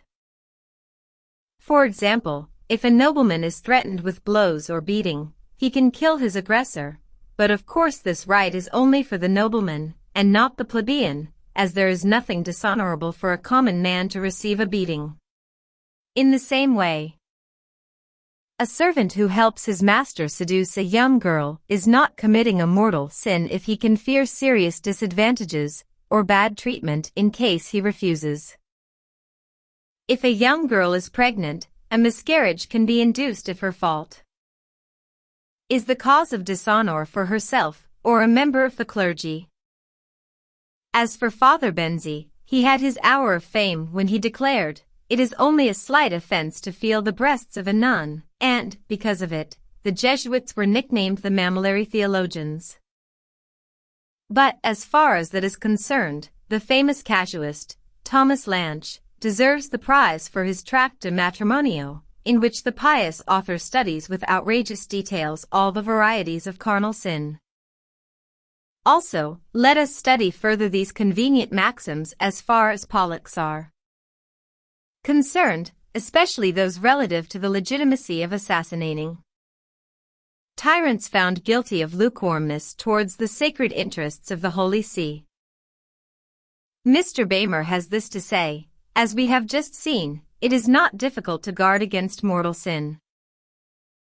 Depending on circumstances, we only have to use the excellent means permitted by the Fathers: equivocation, mental reservation, the subtle theory of the direction of intentions, and we will be able to commit, without sin, acts which are considered criminal by the ignorant masses, but in which even the most severe father will not be able to find an atom of mortal sin. Amongst the most criminal Jesuitic maxims, there is one which roused public indignation to the highest point and deserves to be examined. It is, a monk or priest is allowed to kill those who are ready to slander him or his community. So the order gives itself the right to eliminate its adversaries, and even those of its members who, having come out of it, are too talkative. This pearl is found in the theology of Father Lamy. There is another case where this principle finds its application. For this same Jesuit was cynical enough to write, if a father, yielding to temptation, abuses a woman and she publicizes what has happened and, because of it, dishonors him, this same father can kill her to avoid disgrace. Another son of Loyola, quoted by Le Grand Flambeau Caramel, thinks that this maxim must be upheld and defended. The father can use it as an excuse to kill the woman and so preserve his honor. This monstrous theory was used to cover many crimes committed by ecclesiastics, and probably was, in 1956, the reason if not the cause for the lamentable affair of the priest of Europe.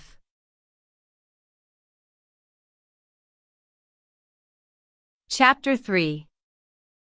The Eclipse of the Company. The successes the Society of Jesus obtained in Europe and far-off lands, even though interspersed by some misfortunes, assured it a preponderant situation for a long time. But, as we have already mentioned, time was not working in its favor. As ideas evolved and the progress of sciences tended to liberate the minds, ordinary people and monarchs found it more and more difficult to endure the ascendancy of these champions of theocracy. Also, many abuses, born out of its successes, impaired the society inwardly. Apart from politics in which it was deeply involved, as one has seen, to the detriment of national interests, its devouring activity had soon made itself felt in the domain of economics. The Fathers became involved too much in affairs which had nothing to do with religion, in commerce, exchange, as liquidators of bankruptcies. The Roman College, which should have remained the intellectual and moral model of all Jesuit colleges, had cloth made in huge quantities at Macerata, and sold it in fairs at a low price. Their centers in India, Antilles, Mexico, and Brazil soon started trading in colonial products.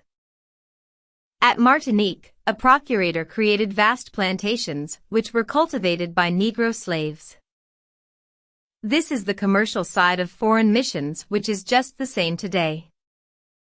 The Roman Church never scorned at extracting a temporal profit from her spiritual conquests. As far as that is concerned, the Jesuits were just like all other religious orders, they even surpassed them. In any case, we know that, recently, the White Fathers were amongst the richest landowners in North Africa. The sons of Loyola were as intensely active at making the best of the pagans' labors as at winning their souls. In Mexico, they had silver mines and sugar refineries. In Paraguay, tea and cacao plantations, carpet factories. They also reared cattle and exported 80,000 mules every year. As we can see, the evangelization of their red children was a good source of revenue. And to make an even bigger profit, the Fathers did not hesitate to defraud the state treasury, as seen in the well-known story of the so-called boxes of chocolate unloaded at Cadix, which were full of gold powder.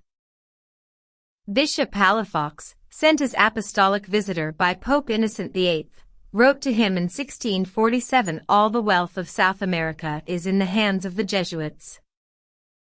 Financial affairs were just as advantageous.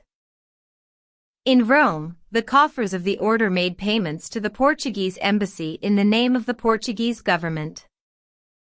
When Auguste Lefort went to Poland, Vienna's fathers opened a credit account for this needy monarch with the Jesuits of Varsovie. In China, the fathers lent money to the merchants at 25, 50, and even 100% interest. The scandalous greediness of the order, its loose morals, its ceaseless political intrigues, and also its encroachings upon the prerogatives of the secular and regular clergy had stirred up mortal enmity and hatred everywhere. Amongst the higher classes, it had been brought into complete disrepute and, in France at any rate, its efforts to maintain the people in a formalist and superstitious piety gave way to the inevitable emancipation of the minds. Nevertheless, the material prosperity enjoyed by the society, the acquired positions at the courts and especially the support of the Holy See which they thought immovable, maintained the Jesuits in their complete assurance, even on the eve of their ruin. Had they not already gone through several storms, suffered about 30 expulsions from the time of their foundation until the middle of the 18th century? Nearly every time, they had been back sooner or later to reoccupy their lost positions. But this new eclipse threatening them was to be nearly total, this time, and last for more than 40 years. The strange thing is that the first assault against the powerful society came from the very Catholic Portugal, one of their principal strongholds in Europe. The influence exercised over that country by England, since the beginning of the century was probably one of the causes of this uprising. A treaty fixing the boundaries in America, concluded between Spain and Portugal in 1750, had given the Portuguese a vast territory east of the river Uruguay where the Jesuits were working. In consequence, the fathers had to retreat with their converts on this side of the new frontier, on Spanish territory. So they armed their guaranis, led a long guerrilla war and finally remained masters of the land which was given back to Spain. The Marquis of Pombal, Portuguese Prime Minister, felt really insulted. Besides, this former pupil of the Jesuits had not kept their trademark and drew his inspiration from French and English philosophers rather than from his old educators. In 1757, he drove out the Jesuit confessors of the royal family and forbade the members of the society to preach. After several quarrels with them, he issued pamphlets to the public, one of which was short account of the Jesuits' kingdom in Paraguay, which made a great noise, obtained an inquiry into their conduct by Pope Benedict XIV and finally banished the society from all his territories. The affair caused a sensation in Europe, and especially in France where, soon after, the bankruptcy of Father Lavaletta broke out. He was a businessman handling huge transactions in sugar and coffee for the company. Its refusal to pay the father's debts was fatal. The Parliament, not content with a civil condemnation, examined its constitutions, declared its establishment in France illegal, and condemned 24 works of its principal authors. On the 6th of April 1762, it issued a statement of arrest, indictment, in the following terms: the said institutes inadmissible in any civilized state, as its nature is hostile to all spiritual and temporal authority, it seeks to introduce into the Church and states.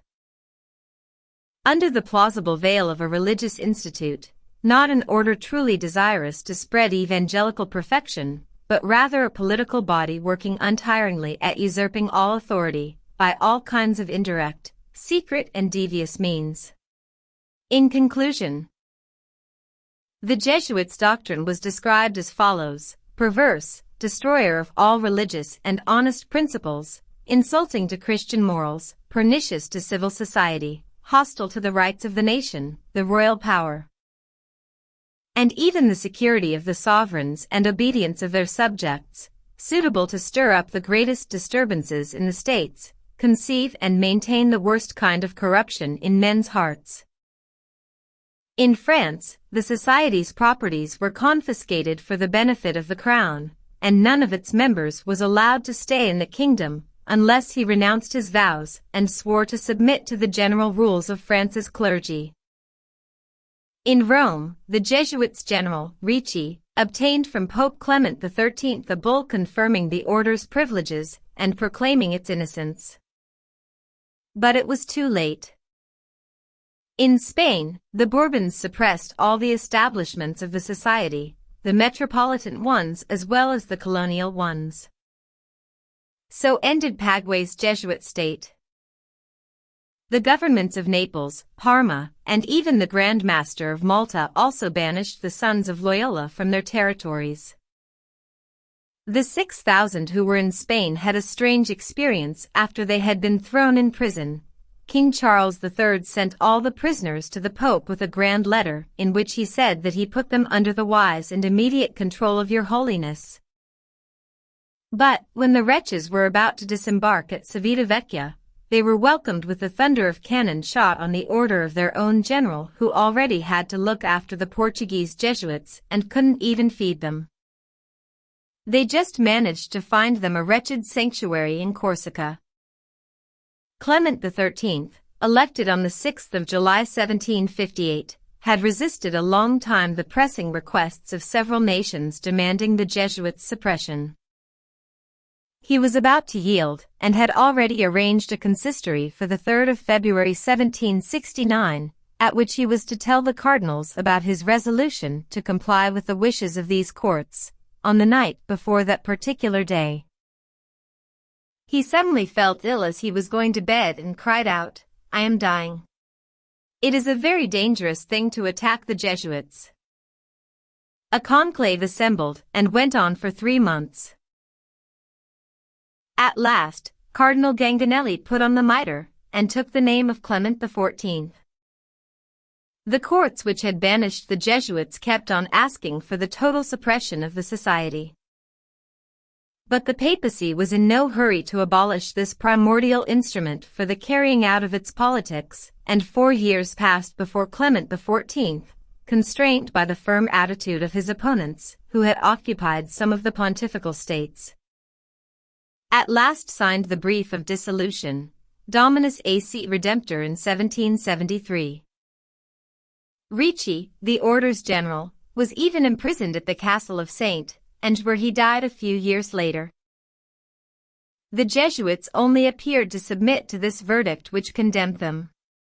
They wrote innumerable pamphlets against the Pope, and to incite rebellion, they told lies and slanders without number concerning so-called atrocities committed when their properties in Rome were confiscated.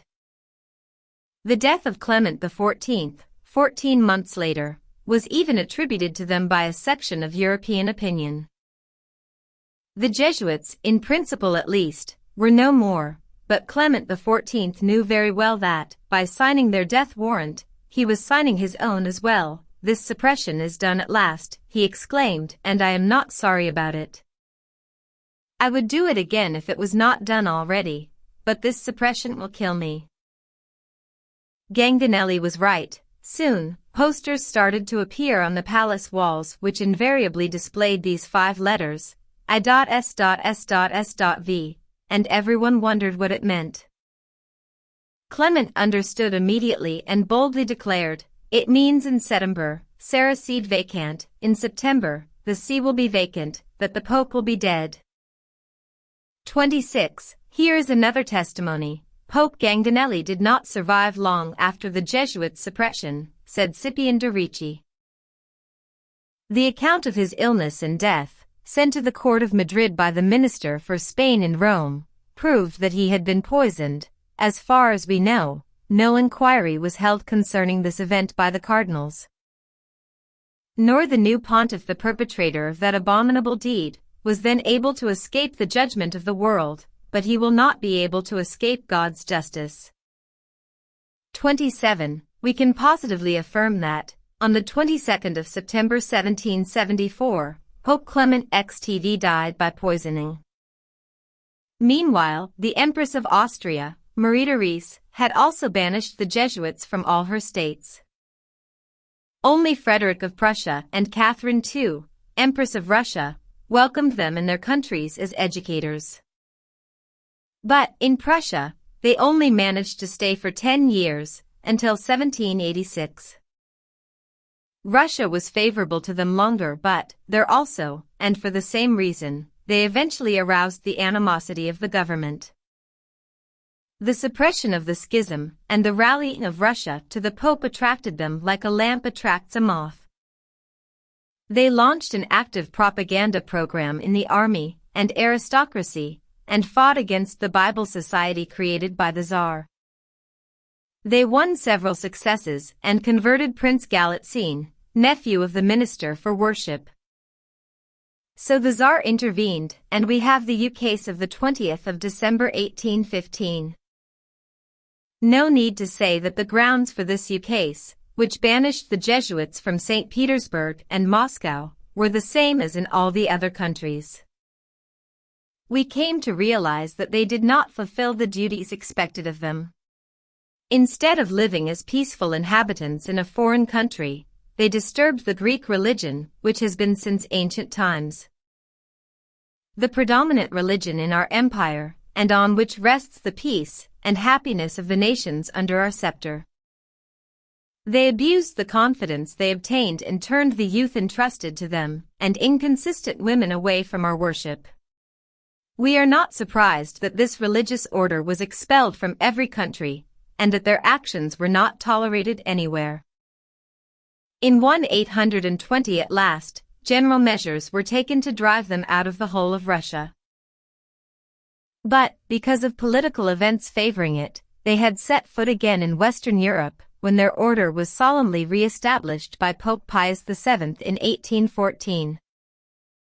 The political significance of this decision is clearly expressed by M. Daniel Rops, a great friend of the Jesuits. He wrote, concerning the reappearance of the Sons of Loyola, it was impossible not to see in it an obvious act of counter-revolution. Chapter 4. Rebirth of the Society of Jesus during the 19th century. We mentioned that, when Clement XIV was constrained to suppress the Jesuit order, he apparently said, "I have cut off my right hand." The phrase seems plausible enough. The Holy See must certainly have found it hard to part with its most important instrument in the domination of the world.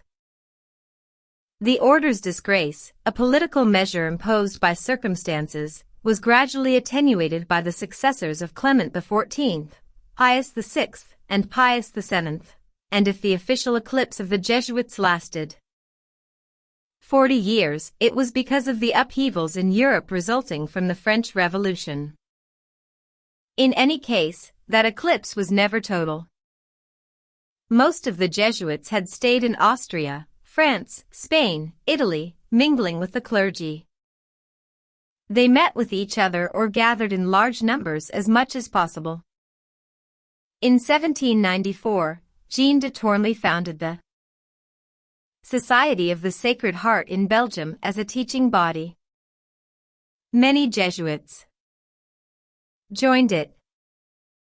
3 years later, the Tyrolean Pacanari, who thought he was another Ignatius, founded the Society of the Brothers of Faith. In 1799, the two societies merged with Father Clairvier as the head. He was the only surviving French Jesuit. In 1803, they joined the Russian Jesuits. Something coherent was coming back to life again, but the masses, and even most of the politicians, did not recognize it at first.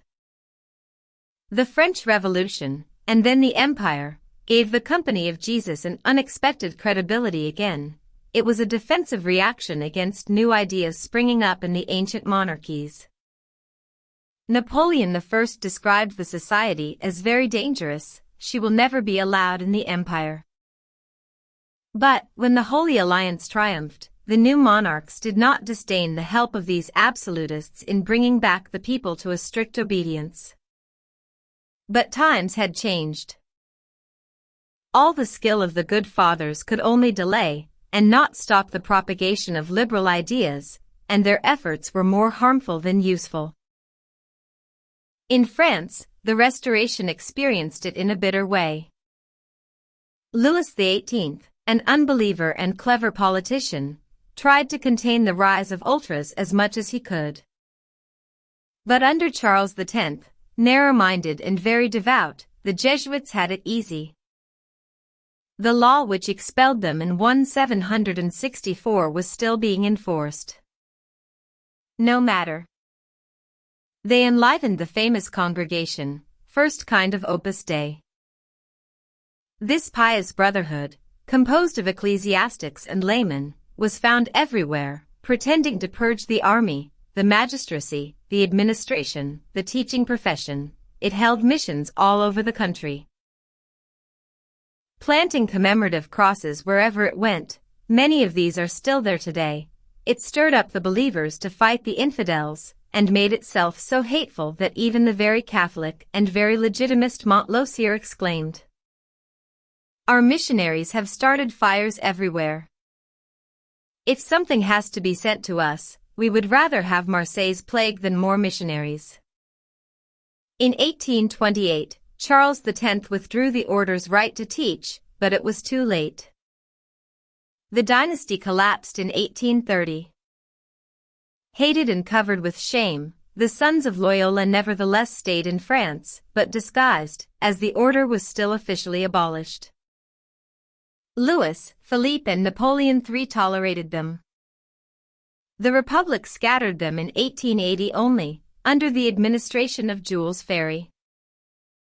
The closing of their establishments was effective only in 191, under the law of separation.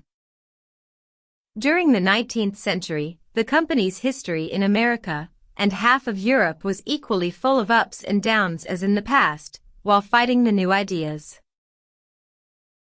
Wherever liberal-minded people gained victories, the Jesuits were expelled. On the other hand, when the other side triumphed, they re-established themselves to defend the throne and the altar. So they were banished from Portugal in 1s34, Spain in 1820, 1835, and 1868, from Switzerland in 1848, Germany in 1872, and France in 1880 and 1901. In Italy, from 1859 on, all their colleges and establishments were gradually taken from them, so much so that they were forced to stop all the activities prescribed in their laws. The same thing happened in the republics of Latin America. The order was suppressed in Guatemala in 1872, Mexico in 1873, Brazil in 1874, Ecuador and Colombia in 1875, and Costa Rica in 1884. The only countries where the Jesuits lived in peace were the states where Protestantism was in the majority: England, Sweden, Denmark, the United States of America. It may seem surprising at first glance, but the explanation lies in the fact that, in these countries, the fathers were never able to exercise a political influence. Without any doubt, they accepted the fact more by necessity than inclination. Otherwise, they would have taken every opportunity to influence legislation and administration, in a direct manner by maneuvering the ruling classes, or indirectly by constantly stirring up the Catholic masses. To be truthful, this immunity of the Protestant countries towards Jesuitic ventures was far from complete. In the United States, wrote M. Philip Miller, the company has deployed a systematic and fruitful activity for a long time, as she is not hindered by any laws. I am not happy about the rebirth of the Jesuits, wrote the former president of the John Adams Union to his successor Thomas Jefferson, in 1816. Swarms of them will present themselves under more disguises ever taken by even a chief of the Bohemians, as printers, writers, publishers, school teachers, etc. If ever an association of people deserved eternal damnation, on this earth and in hell, it is this Society of Loyola. Yet, with our system of religious liberty, we can but offer them a refuge. And Jefferson answered his predecessor, like you, I object to the Jesuits' re-establishment, which makes light give way to darkness. The fears so expressed were to be proved right, 1 century later, as we shall see. Chapter 5. The Second Empire and the Fallow Law, the War of 1870. In the previous chapter, we mentioned the wide tolerance enjoyed by the Society of Jesus in France, under Napoleon III, even though it was officially prohibited. In any case, it could not be otherwise, as that regime owed its existence, largely at least, to the Roman Church, whose support never failed, as long as the regime lasted. But it was to be very costly for France. The readers of the Progrès du Pas-de-Calais, a publication for which the future emperor wrote several articles in 1843 and 1844, could not then suspect him of leniency towards ultramontanism, judging from the following.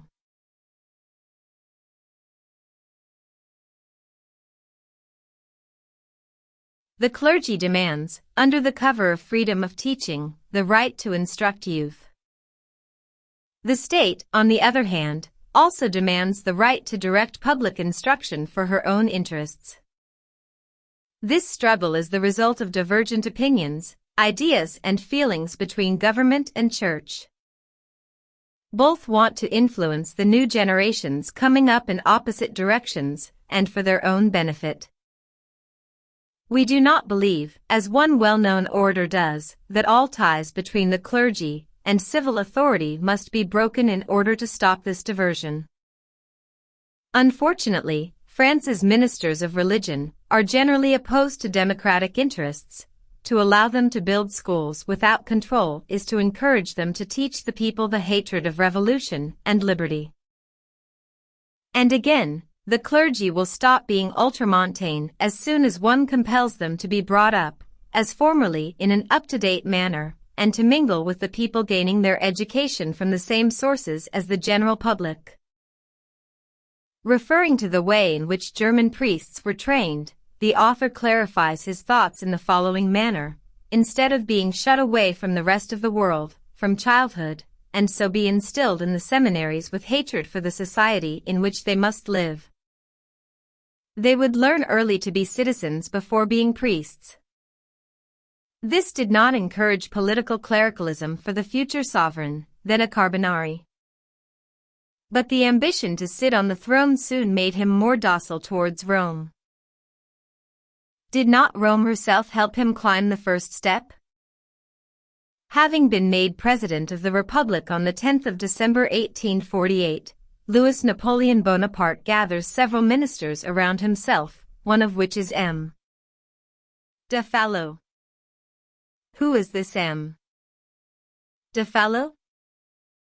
A tool of the Jesuits. On the 4th of January 1849, he institutes a commission, whose job is to prepare a big legislative reform of primary and secondary education. In the course of the discussion, M. Cousin takes the liberty to remark that maybe the Church is wrong to tie her destiny to the Jesuits. Monseigneur Dupanloup defends energetically the society. A law on teaching is being prepared which would make amends to the Jesuits. In the past, the state and the university had been protected against the Jesuits' invasions. We were wrong and unjust. We demanded that the government applied its laws against these agents from a foreign government, and we ask their forgiveness for it. They are good citizens who were slandered and misjudged. What can we do to show them the respect and esteem which are due to them? Put in their hands the teaching of the young generations. This in fact is the aim of the law of the 15th of March 1850. This law appoints a superior council for public instruction in which the clergy dominates, first art. It makes the clergy masters of the schools, Art. Point 44. It gives religious associations the right to create free schools, without having to explain about the non-authorized congregations, Jesuits, Art. 17,2. It said that the letters of obedience would be their diplomas, Art. 49, M. Barthélemy Saint-Hilaire tries in vain to demonstrate that the aim of the authors of that project is to give the monopoly to the clergy, and that this law would be fatal to the university. Victor Hugo exclaims. Also vainly, This law is a monopoly in the hands of those who try to make teaching come out of the sacristy, and the government out of the confessional. But the Assembly ignores these protestations. It prefers listening to M. de Montalembert, who exclaims, "We will be swallowed up if we don't stop immediately the current trend of rationalism and demagogy. What's more, it can be stopped only with the help of the Church." M. de Montalembert adds these words to make sure the significance of this law is well described. To the demoralizing and anarchical army of teachers, we must oppose the army of the clergy. The law was passed. Never before in France had the Jesuits won a more complete victory. M. de Montalembert admitted it proudly. He said, "I am defending justice by backing as well as possible the government of the Republic, which has done so much to save order and maintain the union of the French people. It especially rendered more services to the Catholic Church than all the other governments in power during the last 2 centuries. All this happened more than 100 years ago, but seems rather familiar today. But let us see how the Republic, presided over by Prince Louis Napoleon, was acting internationally. The Revolution of 1848 had, amongst other repercussions in Europe, provoked the uprising of the Romans against Pope Pius IX, their temporal sovereign, who had fled to Gate. The Roman Republic had been proclaimed. Through a scandalous paradox, it was the French Republic, in agreement with the Austrians and the King of Naples, who put back on the throne the undesirable sovereign. A French regiment besieged Rome, took it on the 2nd of June 849, and restored pontifical power. It managed to maintain itself with the help of a French division of occupation, which left Rome only after the first disasters in the Franco-German War of 1870. This beginning was very promising. The coup of the 2nd of December 1851 brought about the proclamation of the Empire. Louis Napoleon, President of the Republic, had favored the Jesuits in every way. Now Emperor, he refused nothing to his accomplices and allies. The clergy poured out its blessings and Te Deum profusely on the massacres and proscriptions of the 2nd of December. The one responsible for this abominable ambush was looked upon as a providential savior, the Archbishop of Paris, Monseigneur Ciboure, who saw the massacres on the boulevard, exclaims, "The man who was prepared by God has come. The finger of God was never more visible than in the events which produced these great results." The Bishop of St. Flour said from his pulpit, "God pointed out Louis Napoleon. He already had elected him to be emperor. Yes, my dear brethren, God consecrated him beforehand through the blessing of his pontiffs and priests. He acclaimed him himself. Can we not recognize God's elect?" The Bishop of Nevers falsely saluted Providence's visible instrument. These pitiable adulations, which could be multiplied still further, deserved a reward. This reward was a complete freedom given to the Jesuits as long as the empire lasted. The Society of Jesus was literally master of France for 18 years. She enriched herself, multiplied her establishments, and spread her influence. Her action was felt in all the important events of that time, especially in the expedition to Mexico and the declaration of war in 1870. "The empire means peace," declared the new sovereign. But, barely 2 years after he acceded to the throne, the first of all those wars which succeeded each other throughout his reign started. History could regard the motives which brought about these wars as unconnected if we didn't see what united them: the defense of the Roman Church's interests. The Crimean War, the first of these mad enterprises which weakened us, and was not nationally profitable, is a characteristic example. It was not someone anti-clerical, but the Abbé Brugeret, who wrote, "One must read the speeches the famous Theatine, Father Ventura, gave in the chapel of Les Tuileries during Lent in 1857. He presented the empire's restoration as God's work, and praised Napoleon III for having defended the religion in Crimea, and made the great days of the Crusades shine a second time in the East. The Crimean War was regarded as a compliment to the Roman expedition. It was praised by the whole clergy, full of admiration for the religious fervor of the troops besieging Sebastopol. Saint Beuve movingly narrated how Napoleon III had sent an image of the Virgin to the French fleet. What was this expedition which aroused the enthusiasm of the clergy? M.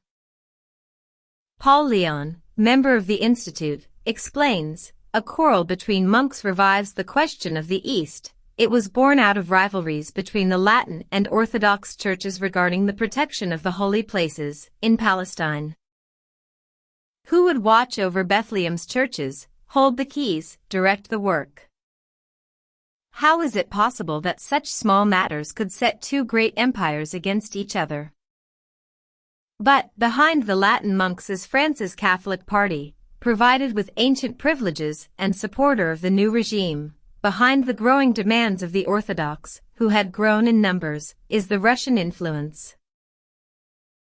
The Tsar invokes the protection of the Orthodox Church, which he has to assure, and, to make it effective, asks that his fleet should use the Dardanelles Passage. England, which is backed by France, refuses, and the war breaks out. France and England can reach the Tsar only through the Black Sea and the Turkish alliance.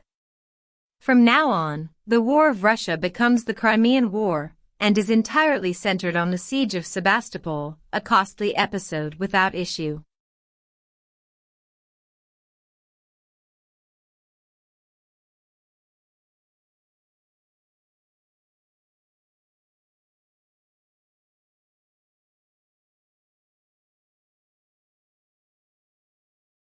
Bloody battles, deadly epidemics and inhuman sufferings cost France 100,000 dead. We must point out that these 100,000 dead were Christ's soldiers and glorious martyrs of the faith, according to Monseigneur Ciboure, Archbishop of Paris, who declared at that time, the Crimean War, between France and Russia, is not a political war, but a holy war. It is not a state fighting another state, people fighting other people, but singularly a war of religion, a crusade. The admission is not ambiguous. Anyway, haven't we heard the same, not long ago, during the German occupation, expounded in identical terms by the prelates of His Holiness Pius XII and by Pierre Laval himself, President of the Council of Vichy? In 1863, it is the expedition to Mexico.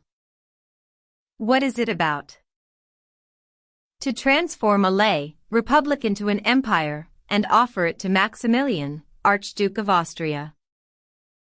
Austria is the papacy's #1 pillar. The aim is also to erect a barrier, which would contain the influence of the Protestant United States over the states of South America, strongholds of the Roman Church. M. Albert Bayet wrote with sagacity, the war's aim is to establish a Catholic empire in Mexico and curtail the people's right to self-rule, as during the Syrian campaign and the 2 Chinese campaigns, it tends especially to serve Catholic interests. We know how in 1867, after the French army had re-embarked, Maximilian, the unfortunate champion of the Holy See, was made prisoner when Querétaro surrendered and was shot dead, making way for a republic of which the victor Juarez was president. Nevertheless, the time was getting nearer when France was to pay, once again, much more dearly for the political support the Vatican assured the imperial throne. While the French army was spilling its blood in the 4 corners of the world, and getting weaker while defending interests which were not hers, Prussia, under the heavy hand of the future Iron Chancellor, was busy expanding its military might in order to unite the German states in a single bloc. Austria was the first victim of its will and power. In agreement with Prussia, which was to seize the Danish Duchess of Schleswig and Holstein, Austria was cheated by her accomplice. The war which followed was soon won by Prussia at Zadova on the 3rd of July 1866.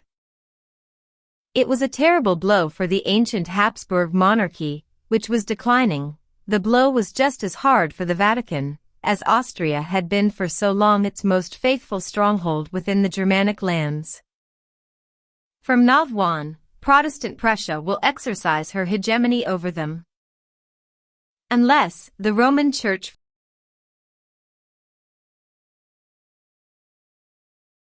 finds a secular arm capable of stopping completely the expansion of the heretic power.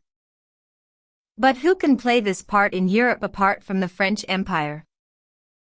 Napoleon III, the man sent by Providence, will have the honor of avenging Zadova. The French army is not ready. The artillery is out of date. Our cannons are still loaded through the muzzle, wrote Rothhahn, French minister at Frankfurt, who can see disaster coming. Prussia knows of her superiority and our lack of preparation, he adds with many other observers. The war instigators are not concerned. The candidature of a Hohenzollern prince for the vacant Spanish throne is the excuse for that conflict. Also, Bismarck wants it. When he faked the dispatch of EMS, the advocates of war had the game in their hands, and they aroused public opinion. France herself declared war. This war of 1870, which was proved by history to be the work of the Jesuits, as M. Gaston Bally wrote. The composition of the government, which sent France to disaster, is described as follows by the eminent Catholic historian, Adrien Donset. Napoleon III started by sacrificing Victor Duruy, then resolved to appoint to his government men from the People's Party, January 1, 1870. The new ministers were nearly all sincere Catholics, or ecclesiastics believing in social conservatism. It is easy to understand, now, what was inexplicable, the haste of this government to extract a casus belli from this fake dispatch, even before receiving a confirmation. The consequences were the collapse of the empire and the counter-coup for the papal throne which followed. The imperial edifice and the papal edifice, crowned by the Jesuits, fell in the same mud, in spite of the Immaculate Conception and papal infallibility, but, alas, it was over the ashes of France. Chapter 6. The Jesuits in Rome, the Syllabus. One can read, in a book from the Abbé Bergeret, the following passage in the chapter entitled The Clergy Under the Second Empire. Particular devotions, old or new, were honored more and more at a time when Romanticism still exalted the senses to the detriment of austere reason. The worship of saints and their relics, restrained for so long by the cold breath of rationalism, had taken a new vigor. The worship of the Holy Virgin, thanks to apparitions at La Salette and Lourdes, acquired an extraordinary popularity. Pilgrimages to these places privileged by miracles multiplied. The French episcopate favored new devotions. It warmly and thankfully welcomed, in 1854, the encyclical letter of Pius IX proclaiming the dogma of the Immaculate Conception.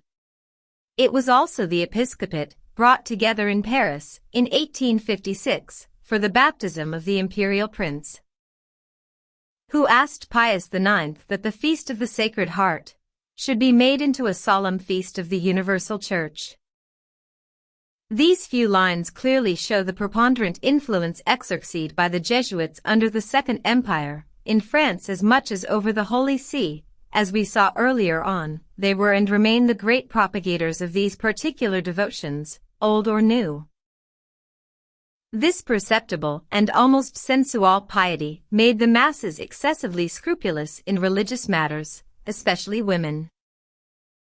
As far as that is concerned, we must admit that they were realists.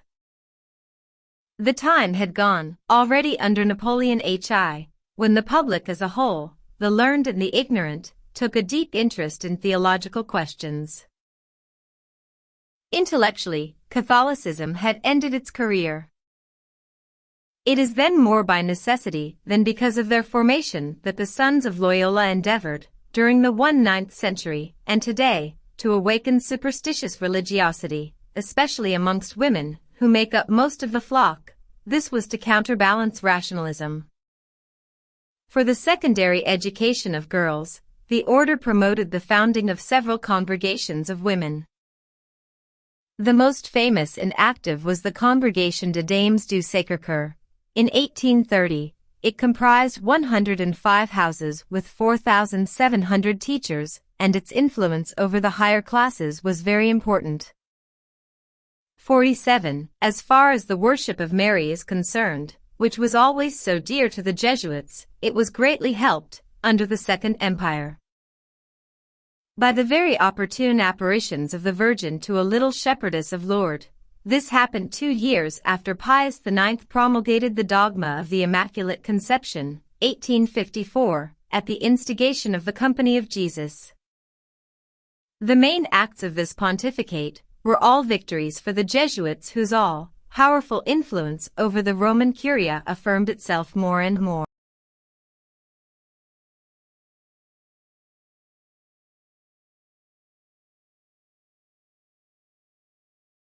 In 1864, Pius IX published the encyclical letter Quanta Cura, accompanied by the syllabus which anathematized the best political principles of the contemporary societies.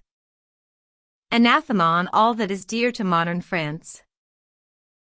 Modern France wants the independence of the state. The syllabus teaches that the ecclesiastical power must exercise its authority without the assent and permission of the civil power. Modern France wants the liberty of conscience and liberty of worship. The syllabus teaches that the Roman Church has the right to use force and reinstate the Inquisition. Modern France acknowledges the existence of several types of worship. The syllabus declares that the Catholic religion must be considered as the only religion of the state, and all others are excluded. Modern France proclaims that the people are sovereign. The syllabus condemns universal suffrage. Modern France professes that all French people are equal before the law. The syllabus affirms that ecclesiastics are exempt from ordinary civil and criminal tribunals. These are the doctrines taught by the Jesuits in their colleges. They are at the front of the army of counter-revolution. Their mission consists of bringing up the youth put in their care, with a hatred for the principles on which French society rests, principles laid down by former generations at a great cost. By their teaching, they try to divide France into two and call into question all that has been done since 1789. We want harmony, they want strife. We want peace, they want war. We want France to be free, they want her enslaved. They are a combatant society receiving its orders from outside. They are fighting us, let us defend ourselves. They threaten us, let us disarm them. The Holy See's everlasting pretension to dominate civil society was then reaffirmed, as Renan had already said in 1848, in an article entitled Clerical Liberalism. It demonstrated that the people's sovereignty, the liberty of conscience, and all modern liberties were condemned by the Church. It presented the Inquisition as the logical consequence of the whole Orthodox system, as the summary of the Church's spirit. It added, when she will be able to, the Church will bring back the Inquisition. If she doesn't do it, it is because she cannot do it. The power of the Jesuits over the Vatican was shown even more strongly, a few years after the syllabus, when the dogma of pontifical infallibility was promulgated. The Abbé Bergeret wrote that this dogma was to throw over the tragic years of 1870 to 1871, which put France into mourning. The brightness of a great Christian hope. The same author added, one can say that, during the first half of the year 1870, the Church of France was not in France anymore. She was in Rome, passionately busy with the General Council which Pius FX had just called at the Vatican. According to Monseigneur Pi, This French clergy had completely thrown off its own liveries, maxims and French or Gallic liberties.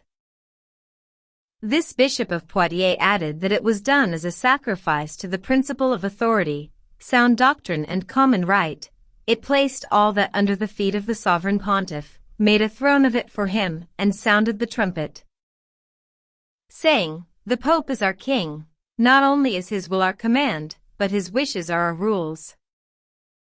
The resignation of the whole of a national clergy into the hands of the Roman Curia is clear enough and, because of it, the subjection of the French Catholics to the will of a foreign despot who, under the cover of dogma, or morals, was going to impose on them his political directions without any opposition. The liberal Catholics protested in vain against the exorbitant pretension of the Holy See to dictate its laws in the name of the Holy Spirit. The Abbé Brigeret informs us, their head, M. de Montalembert, published in the Gazette de France an article in which he vehemently protested against those who sacrifice justice and truth, reason and history, to the idol they set up at the Vatican. Several notorious bishops such as Fathers Hyacinthe Loyson and Grétry took the same line, the latter not without spirit. Father Grétry said, he published successively his 4 letters to Monseigneur Deschamps. In them, he did not merely discuss historical events, such as the condemnation of Pope Honorius, who, according to him, opposed the proclamation of pontifical infallibility, but, in a sharp and bitter manner, he denounced also the contempt of authoritative Catholics for the truth and scientific integrity.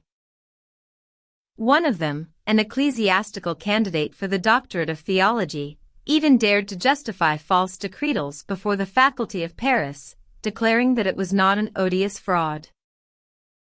And Grétry added, even today it is being stated that Galileo's condemnation was opportune. You, men of little faith, with miserable hearts and sordid souls, your tricks are scandalous. On the day when the great science of nature was raised above the world, you condemned it. Do not be surprised if men, before forgiving you, expect from you confession, penance, deep contrition, and amends for your faults. 51. No need to say that the Jesuits, inspiring agents of Pius IX and all-powerful over the Council, were not anxious about confession, penance, contrition, or reparation, at a time when they almost reached the goal they had set themselves at the Council of Trent, in the middle of the 16th century. At that time Linus already supported the idea of papal infallibility. It only meant consecrating as a dogma a pretension nearly as old as the papacy itself. No other council until then had been willing to ratify it, but the time seemed just right then, besides. The patient work of the Jesuits had prepared the national clergy for the surrender of their last liberties, the imminent collapse of the Pope's temporal power. It happened before the council voted, called for a reinforcement of his spiritual authority, according to the Ultramontanes. The argument prevailed, and the Dictatus Papae of Gregory VII, principles of the medieval theocracy, triumphed. Right in the middle of the 19th century. What the new dogma especially consecrated was the omnipotence of the Company of Jesus in the Roman Church. Under the cover of the Jesuits, who have established themselves at the Vatican since the secular powers have rejected them from all free countries as an association of malefactors, the papacy has aspired to new ambitions. These evil men, who have made the gospel into a spectacle of tears and blood, and remain the worst enemies of democracy and freedom of thought, dominate the Roman Curia. All their efforts concentrate on maintaining, in the Church, their pernicious preponderance and shameful doctrines. Dedicated to the cause of extreme centralization, irreducible apostles of theocracy, they are the recognized masters of contemporary Catholicism and stamp their seal on its theology, its official piety, and its crooked politics. True janissaries of the Vatican, they inspire everything, rule everything, penetrate everywhere, set up and forming as a system of government, faithful to a casuistry whose profound immorality has been revealed by history and inspired Pascal's immortal pages of sublime mockery.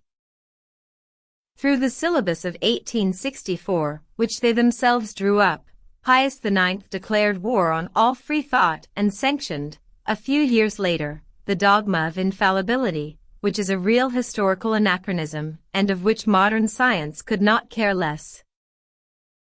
For those who, against all probability, would persist to see a spiteful exaggeration and disparagement in the lines we just quoted, we cannot do better than present the confirmation itself of these facts, from the very orthodox pen of M. Daniel Rops. This confirmation carries even more weight by the fact that it was published in 1959, under the title The Re-establishment of the Company of Jesus, in the Jesuits' own publication Etudes. It is then in a true speech for the defense that we read. For many reasons, this reorganization of the Company of Jesus had a considerable historical importance. The Holy See rediscovered this faithful band, utterly devoted to its cause, and which was to be needed soon after. Many fathers were to exercise, during mid-century, and until now, a discreet, but deep influence on certain dispositions taken by the Vatican. A kind of proverb was even heard in Rome: the Pope's penholders are Jesuits. Their influence was obvious in the development of the worship of the Sacred Heart, as well as in the proclamation of the dogma of the Immaculate Conception, in the editing of the syllabus, as well as in the definition of infallibility. The Civiltà Cattolica, founded by the Neapolitan Jesuit Carlo Curci, was supposed to reflect the Pope's thought during most of Pius IX's pontificate. This confession is clear enough. We would only remind the departed spirit of this pious academician that, logically, and judging by all the previous context, it was rather the Pope's thought which was reflected in the opinions of the Civiltà Cattolica. No need to say that the Jesuits, all-powerful in Rome, as much because of their spirit as of their organization, were going to engage the papacy in international politics more and more, as M. Louis Roguelin wrote. Since she lost her temporal power, the Church of Rome took advantage of every opportunity to regain all the ground she was constrained to abandon, through a recrudescence of diplomatic activities, as her cleverly concealed scheme is to divide in order to reign. She tried to turn every conflict in her favor. According to the plan of Loyola's subjects, the dogma of papal infallibility greatly favored this action of the Holy See, whose importance can be measured from the fact that most states have a diplomatic representative accredited to it. Under the cover of dogma and morals, subjects which in principle restrict the infallible word, the Pope today disposes of an unlimited authority over the consciences of the faithful. So, during the 20th century, we see the Vatican actively engaged in the interior and exterior politics of countries, and even govern them thanks to Catholic parties.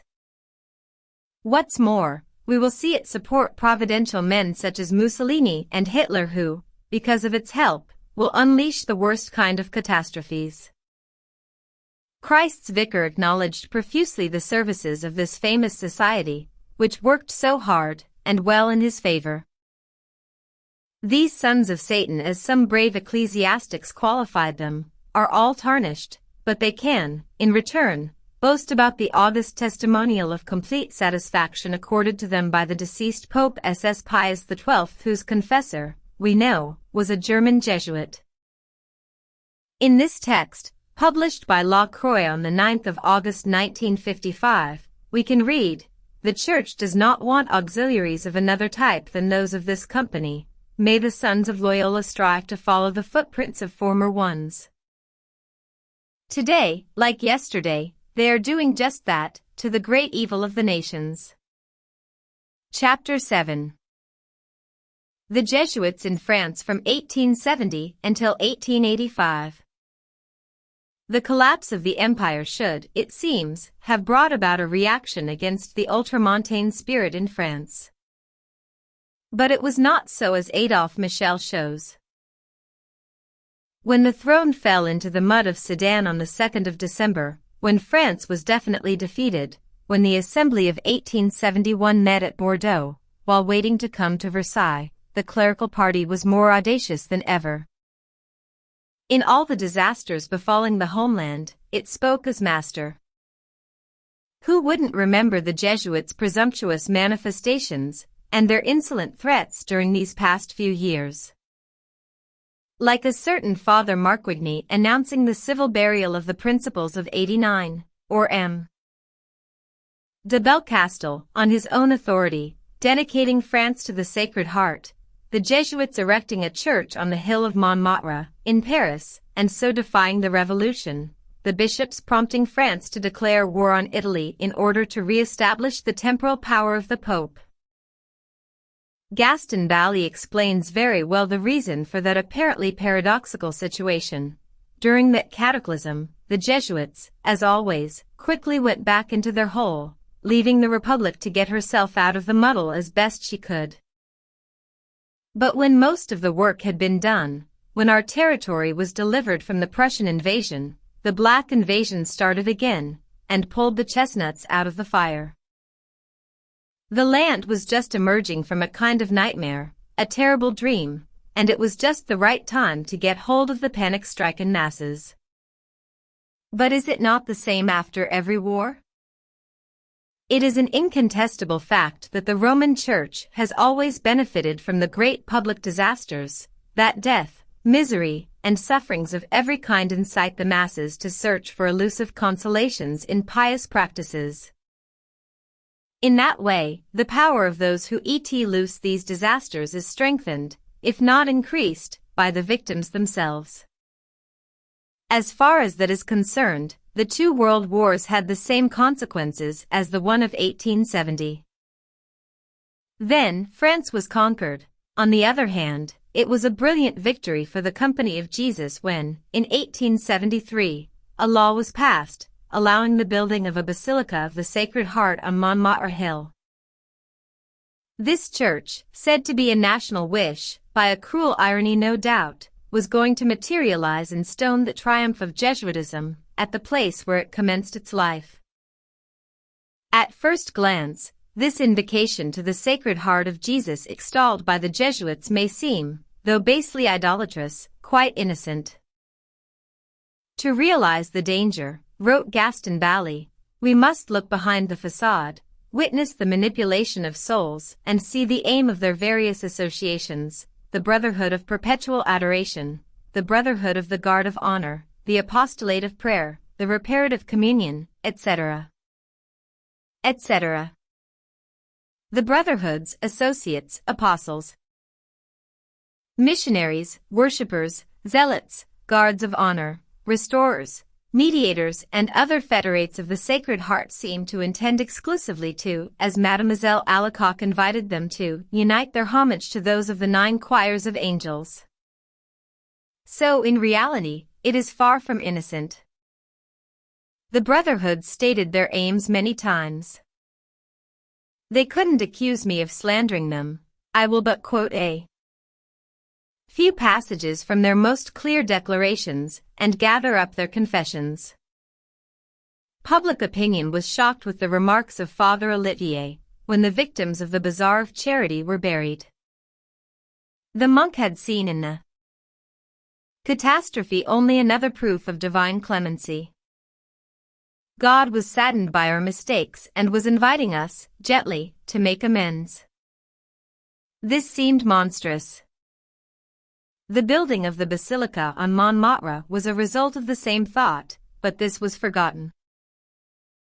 What was then the terrible sin France had to confess? The aforementioned author answers. The Revolution. This is the abominable crime we must expiate. And the Basilica of the Sacred Heart symbolizes France's repentance, Sacratissimo Cordi Jesu Gallio Poenitens et Devoter. It expresses also our firm intention to repair the wrongdoings. It is a monument of expiation and reparation. Save Rome and France in the name of the Sacred Heart became the anthem of the moral order. So we were able to hope against all hopes, wrote the Abbé Bergeret, and expect from the pacified heaven some time or other the great event of the restoration of order and the salvation of the homeland. It seems though that heaven, angered with the France of the rights of man, was not pacified enough by the erection of the famous basilica, the Three Candle Snuffers, as the restoration of order, or rather the monarchical restoration, was slow in coming. The same author explains it in the following manner. Even though the grandiose manifestations of the Catholic faith, during the years following the War of 1870, may seem impressive,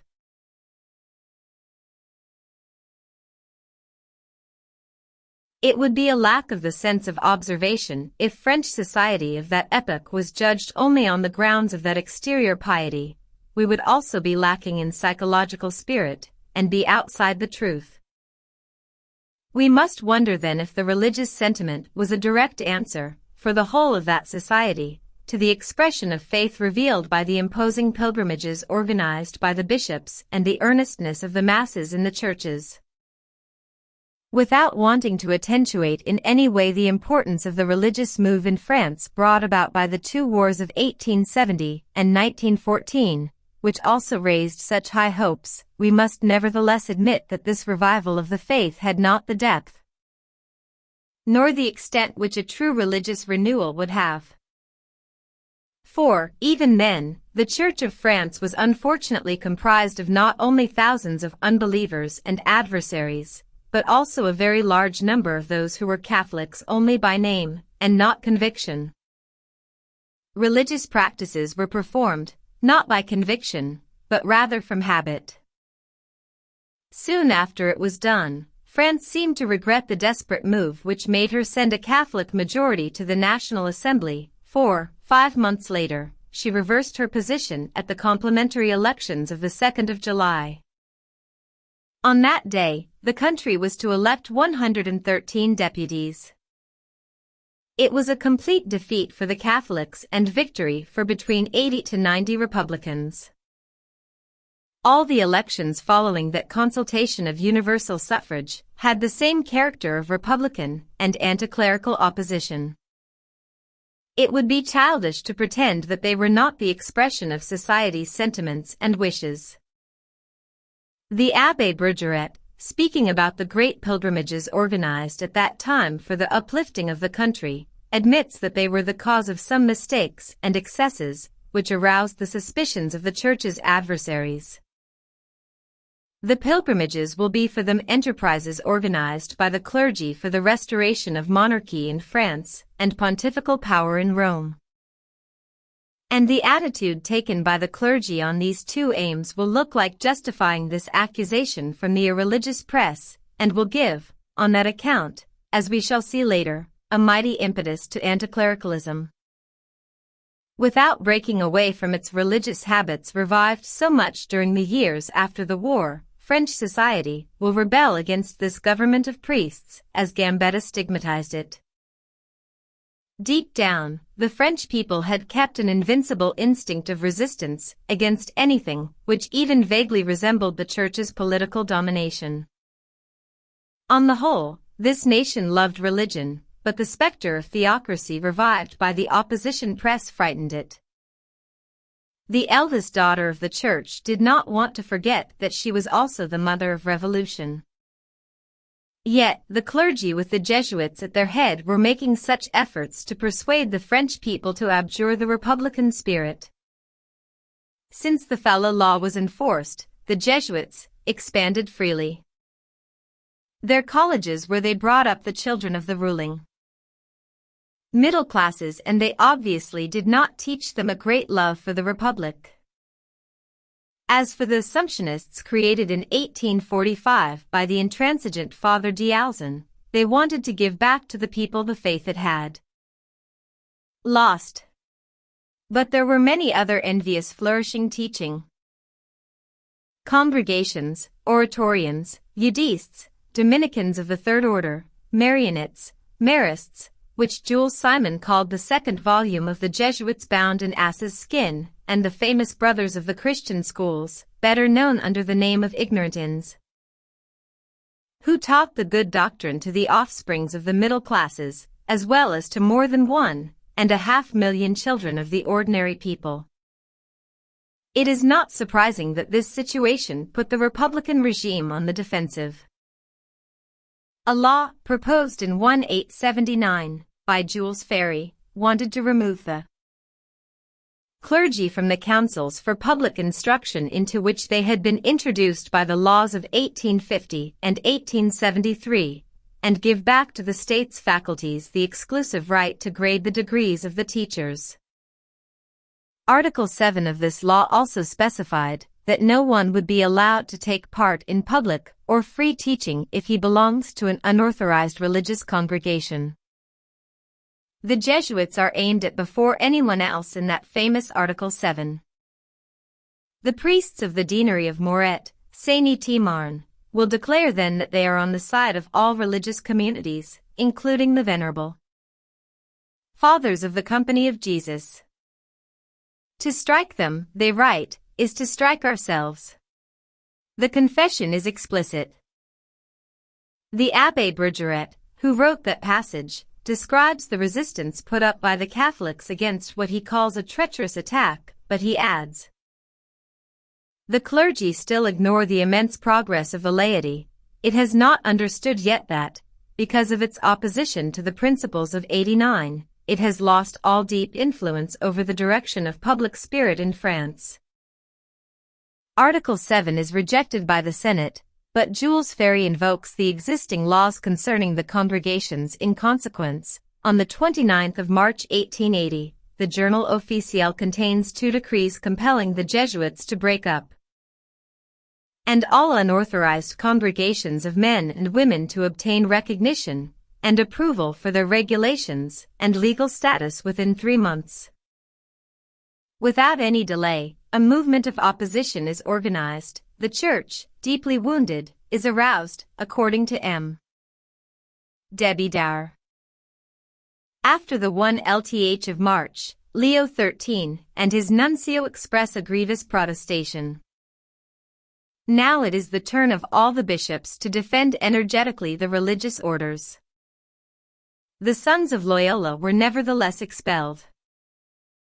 But let us listen to what the Abbé Brugeret has to say on that subject. In spite of all, the Jesuits, experts at re-entering through the windows when they have been thrown out through the door, had already been successful in putting their colleges into the control of laymen, or secular ecclesiastics. Even though not residing in these colleges, they could be seen coming in at certain times of the day to perform duties of direction and supervision.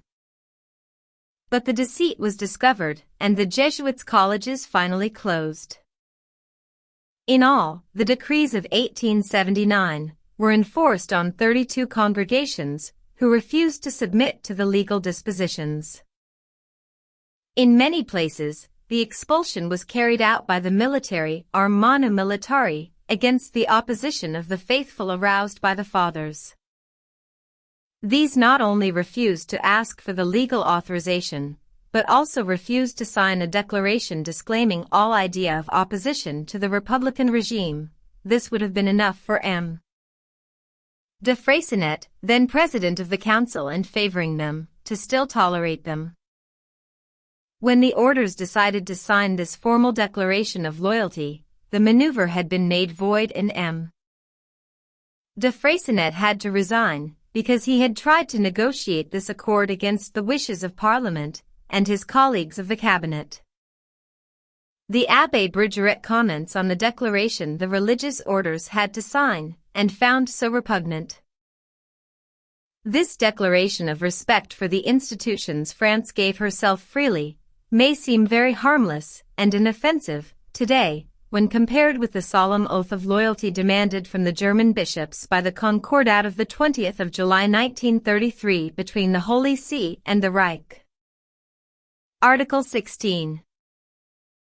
Before taking possession of their diocese, the bishops will take an oath of loyalty before the President of the Reich, or a competent Reichsstatthalter in the following terms. Before God and on the Holy Scriptures, I swear and promise, as a bishop should, loyalty to the German Reich and the state. I swear and promise to respect and make my clergy respect the government established according to the constitutional laws. As is my duty, I will work for the good, and in the interests of the German state, in the exercise of the holy ministry entrusted to me, I will try to stop everything which would be detrimental to it. Concordat between the Holy See and the German Reich. The difference is certainly great between a mere promise of non-opposition to France's regime and this solemn pledge to uphold the Nazi state.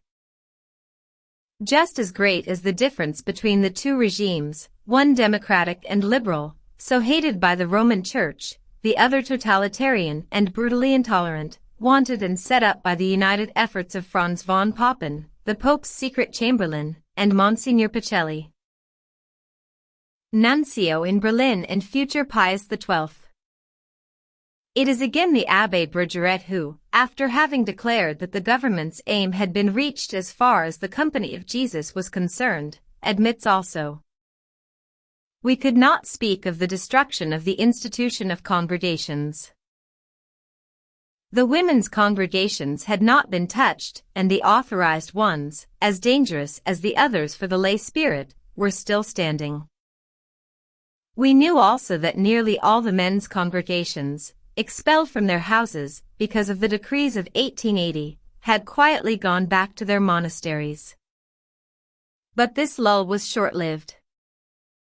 The intention of the state to collect taxes and rights of succession on the wealth of the ecclesiastical communities provoked a general outcry amongst them, as they had no intention to submit to the common law. The organization of resistance was the work of a committee directed by the P.P. Bailly, Assumptionist, Stanislas, a Capuchin, and Ledore, superior of the Utists. Father Bailly was reviving the great zeal of the clergy by writing, like Saint Laurent, the monks and nuns must go back to the rack or thumbscrews rather than surrender. As by accident, the main revivalist of that great zeal, Bailly, was an Assumptionist, or, in fact, a camouflaged Jesuit. As for the rack and the thumbscrews, we could have reminded the good father that these instruments of torture are in the tradition of the Holy See and not the one of the Republican state. Finally, the congregations paid about half of what they owed, and the aforementioned abbé admits that the prosperity of their work was not impaired, as we can well imagine.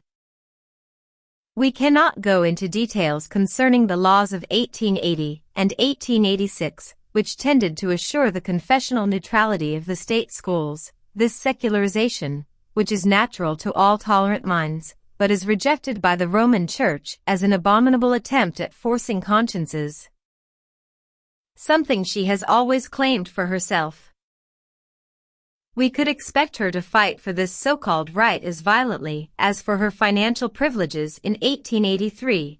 The Roman Congregation of the Index, inspired by Jesuitism, enters the fight by the condemnation of certain school books on moral and civic teaching.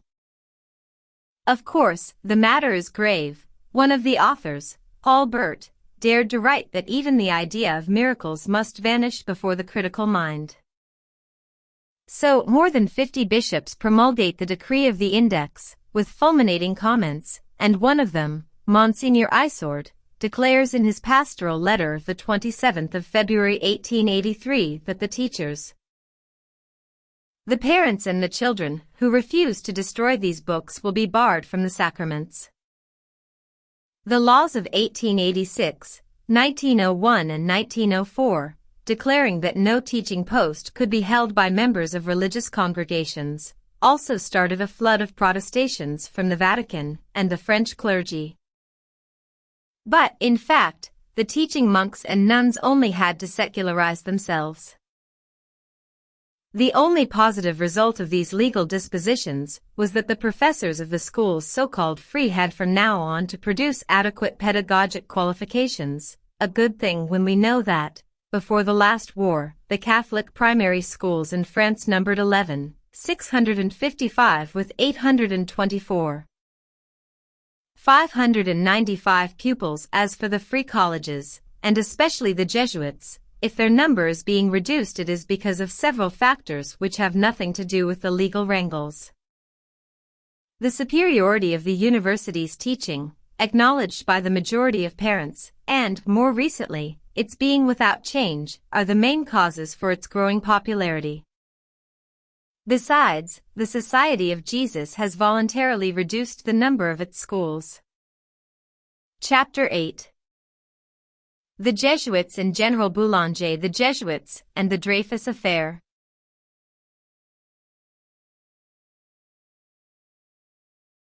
The hostility of which the devout party pretended to be the victim, at the end of the 19th century, from the Republican state, would not have lacked justification, even though this hostility, or more accurately mistrust, had been even more positive.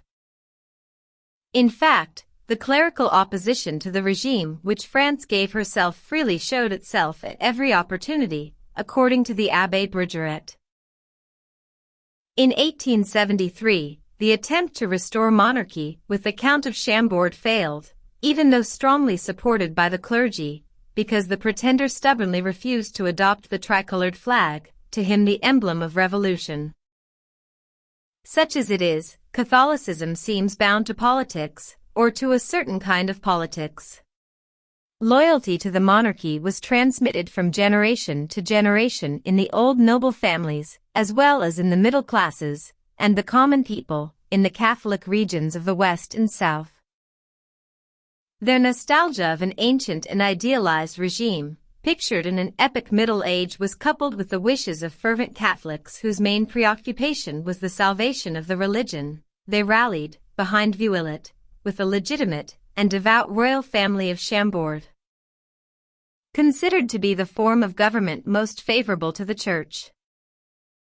Out of the union of these political and religious forces was born, in the strained situation after the war, a kind of reactionary mysticism, illustrated perfectly by Monseigneur Pie, Bishop of Poitiers, and its best incarnation in the ecclesiastical world, France. Who awaits another chief and calls for a master, will again receive from God the scepter of the universe, which fell from her hands for a while, on the day when she will have learned anew how to go down on her knees. This picture, described by a Catholic historian, is significant. It helps to understand the moves which followed, a few years later, the unsuccessful restoration attempt of 1873. The same Catholic historian describes in the following manner the political attitude of the clergy at that time. At election time, the presbyteries become centers for the reactionary candidates. The priests and officiating ministers make home calls for the electoral propaganda, slander the Republic, and its new laws on teaching. They declare that those who vote for the freethinkers, the present government, or Freemasons described as bandits, riffraffs and thieves, are guilty of mortal sin. One declares that an adulterous woman will be forgiven more easily than those who send their children to lay schools. Another one, that it is better to strangle a child than give support to the regime. A third one, that he will refuse the last sacraments to those who vote for the regime's partisans. The threats are carried out, Republican and anti-clerical tradesmen are boycotted, destitute people are refused any help, and workmen are dismissed. These excesses from a clergy affected more and more by Jesuitic ultramontanism are even less acceptable from the fact that they emanate from ecclesiastics paid by the government, as the Concordat is still enforced. Also, the majority of public opinion is not happy at all with this pressure on the consciences, as the aforementioned author writes. As we have seen, the French people, as a whole, is indifferent to religious matters. And we cannot mistake the hereditary observance of religious practices for a real faith. The fact is that the political map of France is identical to her religious map.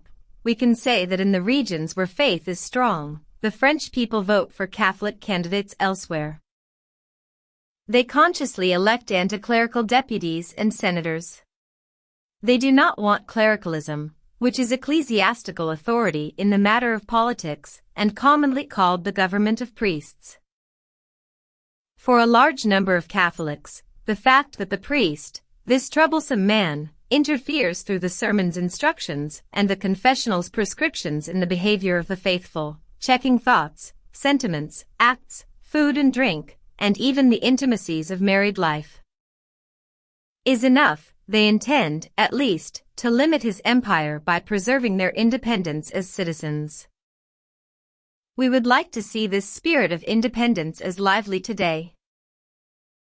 But, even though the opinion of that large number of Catholics was such, the Ultramontanes would not disarm and pursue, at every opportunity, the fight against the hated regime.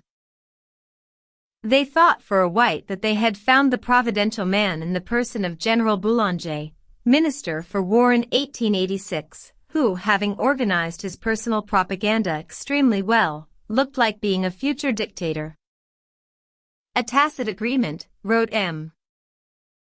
Adrien d'Oncet, is established between the general and the Catholics, and becomes clear during the summer.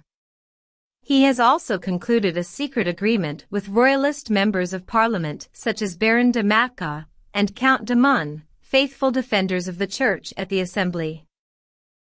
The phlegmatic Minister for the Interior, Constans, threatens to arrest him and, on the 1st of April, the dictator candidate escapes to Brussels with his mistress. From now on, Boulangism declines rapidly. France has not been taken, she recovers. Boulangism is crushed at the polls on the 22nd of September and 6th of October 1889. We can read, from the pen of the same historian, what the attitude of the Pope of that time was regarding this adventurer. He was Leo XIII who, in 1878, had succeeded Pius IX, the Pope of the Syllabus, and who pretended to advise the faithful of France to join the Republican regime. In August 1889, the German ambassador to the Vatican pretends that the Pope sees in the General Boulanger the man who will overthrow the French Republic and re-establish the throne. We can read an article in which the Monitor of Rome envisages that the dictatorial candidate will take over power, and that the Church could benefit greatly from it. General Boulanger sent one of his former officers to Rome with a letter for Leo XIII in which he promises the Pope that on the day when he would hold in his hands the sword of France, he would do his uttermost to make the rights of the papacy acknowledged. Such was this Jesuit pontiff. The intransigent clerics objected to his supposed excess of liberalism. The Boulangist crisis revealed well enough the action led by the religious party against the lay republic, under the cover of nationalism. But the colorless nature of the principal character, as well as the resistance of a majority of the nation, had defeated the attempt in spite of all this forced agitation. Nevertheless, these chauvinistic tactics had proved quite effective, especially in Paris, and they were to be used again at another, and better, opportunity. This came about, or was it provoked? And the disciples of Loyola were, of course, at the head of this movement. Their friends are here, wrote M. Pierre Dominique, a bigoted nobility, a bourgeoisie which rejects Voltaire, and many military men. They will especially work on the army, and the result will be the famous alliance of the sword and the sprinkler of holy water. In 1890, it is not the King of France's conscience they rule any more, but the General Staff, or, at least, its chief. Then, the Dreyfus affair breaks out, a real civil war which divides France into two. The Catholic historian, Adrien d'Oncet, sums up the beginning of the affair as follows. On the 22nd of December 1894, the captain of artillery Alfred Dreyfus is proved guilty of treason, condemned men to deportation for life imprisonment, and cashiering. 3 months earlier, our intelligence service had discovered, at the German embassy, a list of several documents to do with national defense. It established a resemblance between the writing of Captain Dreyfus and the one on that list immediately. The General Staff cried out, "It's him, it's the Jew." They only had this presumption as the treason had no psychological explanation. Dreyfus had a good reputation, was rich and led an orderly life.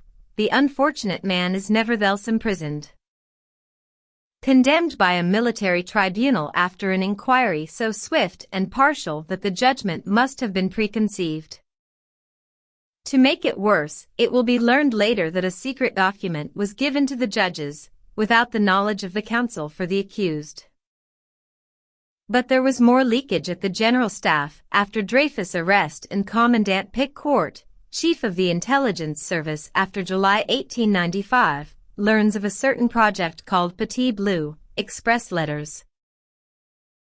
Between the German military attaché and the French commandant, of Hungarian origin, Esterházy, he is a disreputable man who has nothing but hatred and contempt for his country of adoption. But an officer in the intelligence service, Commandant Henry, adds to the Dreyfus file. As we shall see, a false document, which would be crushing for the Jewish officer if it was genuine. He also erases and rewrites the name of Esterházy on the Petit Bleu to give the impression that the document was faked. So Pickcourt is disgraced in November 1896. The disgrace of the chief of the intelligence service is easy to understand. His zeal to dissipate the accumulated darkness was too excessive. The most trustworthy testimony is found in the Carnets de Schwarzkopf, published after his death in 1930. It was from Esterházy, and not Dreyfus, that the author, then first military attaché at the German embassy in Paris, received secret documents of the French national defense. Already some time before, in July, Pickcourt thought the time had come to warn by letter the chief of the General Staff, who was then in Vichy, about his suspicions concerning Esterházy. The first meeting was on the 5th of August 1896. General de Boisdeffre approved of everything Pickcourt had done so far concerning this affair, and gave him the permission to carry on with his investigation. The Minister for War, General Billot, was equally informed from August about Pickcourt's suspicions. He also sanctioned the measures taken by Pickcourt. Esterházy, whom I had dismissed, had tried, using his connections with the deputy Jules Roche, to be posted to the Ministry for War. Presumably to try to get in touch with me again, and had written several letters to the Minister for War as well as to his aide-de-camp. One of his letters was given to Pickcourt, who, for the first time, realized that his writing was the same as the one on the list. He showed a photo of that letter to Dupaty and Bertillon, without telling them, of course, who wrote it. Bertillon said, "Oh, that's the writing on the list." Feeling his conviction of Dreyfus' culpability crumbling away, Pickcourt decided to consult the small file, which had been given only to the judges. The archivist Gribbelin gave it to him. It was evening. Left alone in his office, Pickcourt opened Henry's unsealed envelope, on which was Henry's paragraph written with a blue pencil. Great was his amazement when he realized the nullity of those pitiful documents, none of which could be applied to Dreyfus. For the first time, he knew that the condemned man on the Quai du Diable, Devil's Island, was innocent.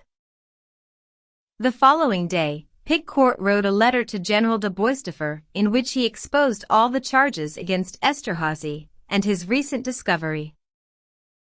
When reading about that secret file, the general jumped up, exclaiming, "Why was it not burned as agreed?" Von Schwarzkopf wrote further, "My position became extremely uncomfortable. This question was before me. Should I tell the whole truth and so repair the horrible mistake and liberate that poor innocent man? If I had been able to act as I wanted to, I would certainly have done just that." Looking at these things in detail, I came to the conclusion that I shouldn't get involved in that matter, for, as things were, nobody would have believed me. Also, diplomatic considerations were standing in the way of such an action. Considering that the French government was able to take the necessary measures to clear the matter, and make up for the injustice, I really made up my mind not to do anything. We can see coming to life the tactics of the General Staff, notes Adrian Donset. If Esterhazy is guilty, the officers who provoked the illegal condemnation of Dreyfus, and most of all General Marcier, Minister for War at that time, are guilty also. The interests of the army require the sacrifice of Dreyfus. We must not interfere with the sentence of 1894. 78. We remain dumbfounded, today, at the thought that such an argument could be invoked to justify, if we dare express ourselves so, an iniquitous condemnation. It was to be so all through the affair which was then just beginning. Of course, we were then in an anti-Semitic fever. The violent dissertations of Edouard Drumont, in the Libre Parole, showed up every day the children of Israel as agents of national corruption and dissolution. The unfavorable prejudice so created incited a large section of public opinion to believe, a priori, in Dreyfus' guilt. But, later, when the innocence of the accused became evident, the monstrous argument of the infallibility of the military tribunal was still upheld, and from now on with a perfect cynicism. Was it the Holy Spirit inspiring these judges in uniform who could not make any mistake? It would be tempting to believe in that celestial intervention, so similar to the one which guarantees papal infallibility when we read about Father Du Lac, of the Company of Jesus, who had a lot to do with the affair. He directed the College of the Rue de Posts where the Jesuits prepared the candidates for the larger schools. He is a very intelligent man with important connections. He converted Drumont, is the confessor of de Mun and de Boisdeffre, chief of the army's general staff, whom he sees every day. The Abbé Bergeret also mentions the same facts quoted by Joseph Renac. Is it not this Father Du Lac who converted Drumont and urged him to write the Jewish France, who supplied the means to create the Libre Parole? Does not General de Boisdeffre see the famous Jesuit every day? The chief of the general staff doesn't take any decision before consulting first his director. There on Devil's Island, which deserves its name so well in that deadly climate, the victim of this atrocious plot was treated in an extremely cruel manner, as the anti-Semitic press had spread the report that he had tried to escape. The Minister for Colonies, André Lebon, gave orders accordingly. On the Sunday morning, the 6th of September, the head warder, Labarre, informed his prisoner that he would not, from then on, be allowed to walk in the part of the island which had been reserved for him, and that he would be confined to his hut. In the evening, he was told that he would be chained at night. At the foot of his bed, made up of 3 planks, were rivet 2 double iron shackles which encircled the convict's feet. When the nights were torrid, this punishment was especially painful. At dawn, the guards unfastened the prisoner who, when he got up, trembled on his feet. He was forbidden to leave his hut where he had to stay day and night. In the evening, he was shackled again, and this went on for 40 nights. After a while, his ankles were covered with blood, and they had to be bandaged. His guards, moved with compassion, secretly wrapped up his eyesight before chaining them. Nevertheless, the convict still proclaimed his innocence. He wrote to his wife, "There must be somewhere, in this beautiful and generous land of France, an honest man who is courageous enough to search for, and discover, the truth." In fact, the truth was not in doubt any more. What was lacking was the will to let it burst forth. The Abbé Bergeret himself testifies of the fact. The presumptions of innocence of the convict on Devil's Island multiply in vain. M. de Bülow's declarations at the Reichstag, and those transmitted by M. de Munster, his ambassador, to the French government, also state the innocence of Dreyfus in vain, an innocence proclaimed also by Emperor Guillaume, and confirmed when Schwarzkoppen, the German military attaché, was recalled to Berlin as soon as Esterhazy was accused by Matthew Dreyfus, brother of the convict. The General Staff remains opposed to any re-examination of the trial. Someone is busy covering up for Esterhazy. Secret documents are communicated to him for his defense, and even his writing is not allowed to be compared with that on the list. Shielded in that way, the villain Esterhazy is audacious enough to ask to appear before a council of war. There, he is unanimously acquitted, on the 17th of January 1898, after a deliberation lasting 3 minutes. We must mention that, a few months later, when Colonel Henry was convicted of forgery, Esterhazy fled to England and, in the end, confessed that he was the author of the famous list attributed to Dreyfus. We cannot cite all the many happenings in this drama, the forgeries added to more forgeries in an attempt to conceal an obvious truth, the dismissal of the Chief of the General Staff, the downfall of ministers, the suicide of Henry, detained at Mont Valérien, who slit his throat and so signed with his own blood the confession of his culpability. In December 1898, this semi-official note was published by the German press. The declarations of the imperial government have established that no German personality, high or low, had any kind of relations with Dreyfus. Then, from the German point of view, we see no inconvenience as to the unabridged publication of the secret file. At last, the inevitable re-examination is decided by the High Court. Dreyfus has to appear again before the Council of War at Rennes, on the 3rd of June 1899, and it is the start of another torture for him. He could not suppose that he was to meet hatred more odious than when he left, and that his former chiefs, conspiring to set him again on the road to Devil's Island, would have no pity for this wretch, this poor creature who thought he has endured all the suffering there is to endure. So, wrote the Abbé Bergeret, the Council of War at Rennes will only add a new injustice to the iniquity of the 1894 trial. The illegality of this trial, the guilt of Esterhazy, the criminal maneuvers of Henry will come out clearly during the 29 sessions of that trial at Rennes. But the Council of War will judge Dreyfus on other spying charges, which were never the cause of an accusation or report. All the previous leakages will be attributed to him, and documents will be produced which had nothing to do with him. At last, and contrary to all our legal traditions, we will require that Dreyfus himself establish that such a document or paper was not handed over by him. As if it was not the task of the prosecution to prove the crime any more. The partiality of Dreyfus' accusers was so obvious that public opinion outside France was aroused.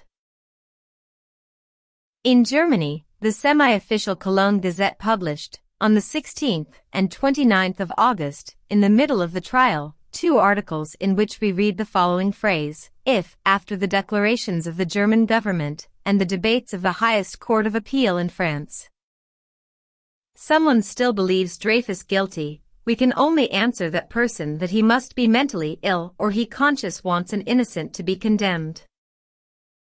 But the hatred, nonsense and fanaticism were not disarmed for all that. Even new forgeries were used, replacing those which had lost all credit. To sum it all up, it was nothing more than sinister buffoonery.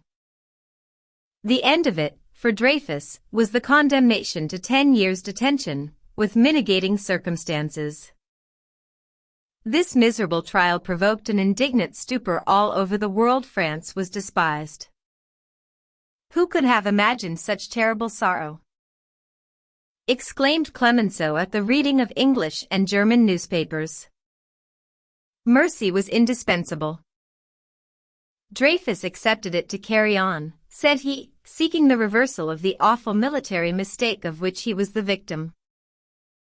For this reversal, it was no use counting on the justice of the councils of war. This justice had been seen at work. It came, once again, from the highest court of appeal which, after thorough investigations and long debates, annulled once and for all the verdict of Rennes.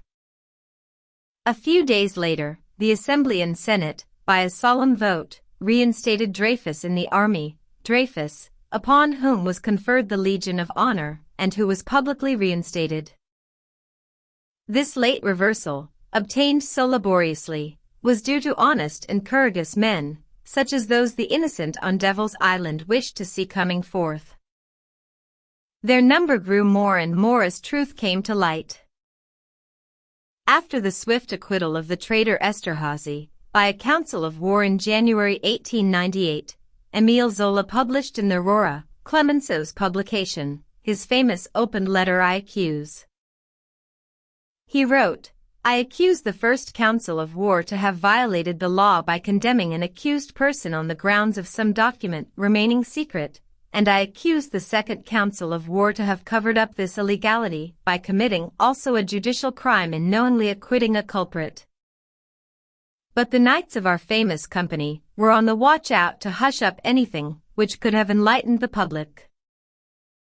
A question from the Catholic Deputy de Mun brought Zola before the Assize Court of the Seine, and the courageous writer was condemned to 1 year imprisonment, the maximum penalty, as a result of this iniquitous trial.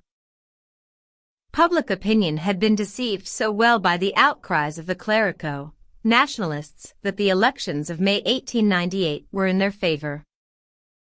Nevertheless, the public revelation of forgeries, the dismissal of the chief of the general staff, the evident criminal partiality of the judges opened the eyes of those sincerely seeking the truth more and more.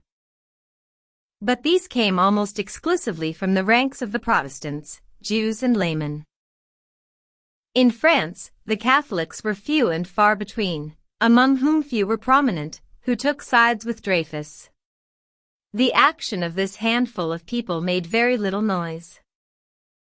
The conspiracy of silence surrounded it. Most priests and bishops remain convinced of Dreyfus' culpability, wrote the Abbé Brugeret. George Sorel declares also, while the Dreyfus affair brought division amongst all social groups, the Catholic world was absolutely united against a re-examination.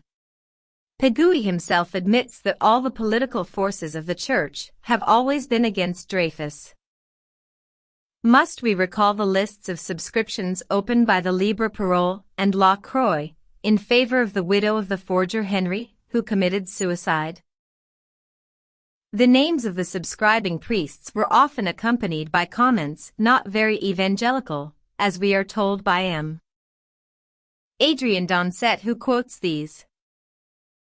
A certain Abbé Cross asks for a bedside mat made of Jewish skin, which he would be able to stamp on morning and evening. A young priest would like to crush Renoc's nose with his heel. 3 priests would love to slap the filthy face of the Jew Renoc. Only the secular clergy is still somewhat reserved.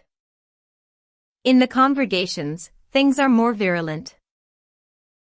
On the 15th of July 1898, prize-giving day at the College of Arcueil, presided over by Generalissimo Jaimont, Vice President of the Superior Council of War, Father Didon, rector of the school Albert Legrand, gave a violent speech in which he advocated using violence against the men whose crime had been the courageous denunciation of a military error. Must we, said the eloquent monk, let the wicked go free? Certainly not. The enemy is intellectualism pretending to despise force, and civilians wanting to subordinate the military. When persuasion has failed, when love has been ineffectual, we must brandish the sword, spread terror, chop off heads, make war, strike. This speech seemed to be a challenge thrown before all the sympathizers of that condemned wretch. But how many of them have we heard since then? These calls to bloody repressions, coming from gentle clerics, especially during the German occupation.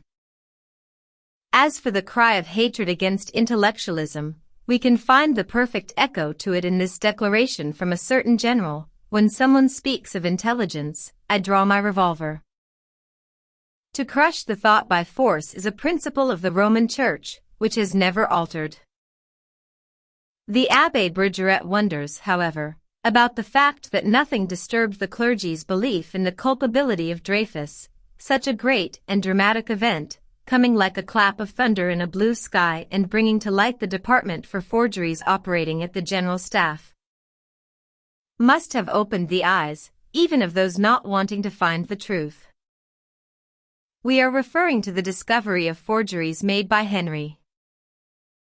Had not the time come for the French clergy and the Catholics to repudiate a mistake which had gone on for too long? They, the priests and the faithful, could have gone en masse, and at the 11th hour, like the workmen mentioned in the Gospels, to increase the ranks of the defenders of justice and truth. But the most evident facts do not always shed their light on minds dominated by certain prejudices, as prejudices are opposed to examination and, by their nature, rebel against evidence. Anyway, what efforts are made to maintain Catholics in error? Could they guess that they were scandalously deceived by a press stubbornly keeping covered all the proofs of innocence, all the testimonies favorable to the convict of Devil's Island, and also determined to impede the course of justice by any means? At the forefront of that press was La Libre Parole, created, as we have seen, with the help of the Jesuit Father du Lac, and La Croix of the Assumptionist Father Bailly.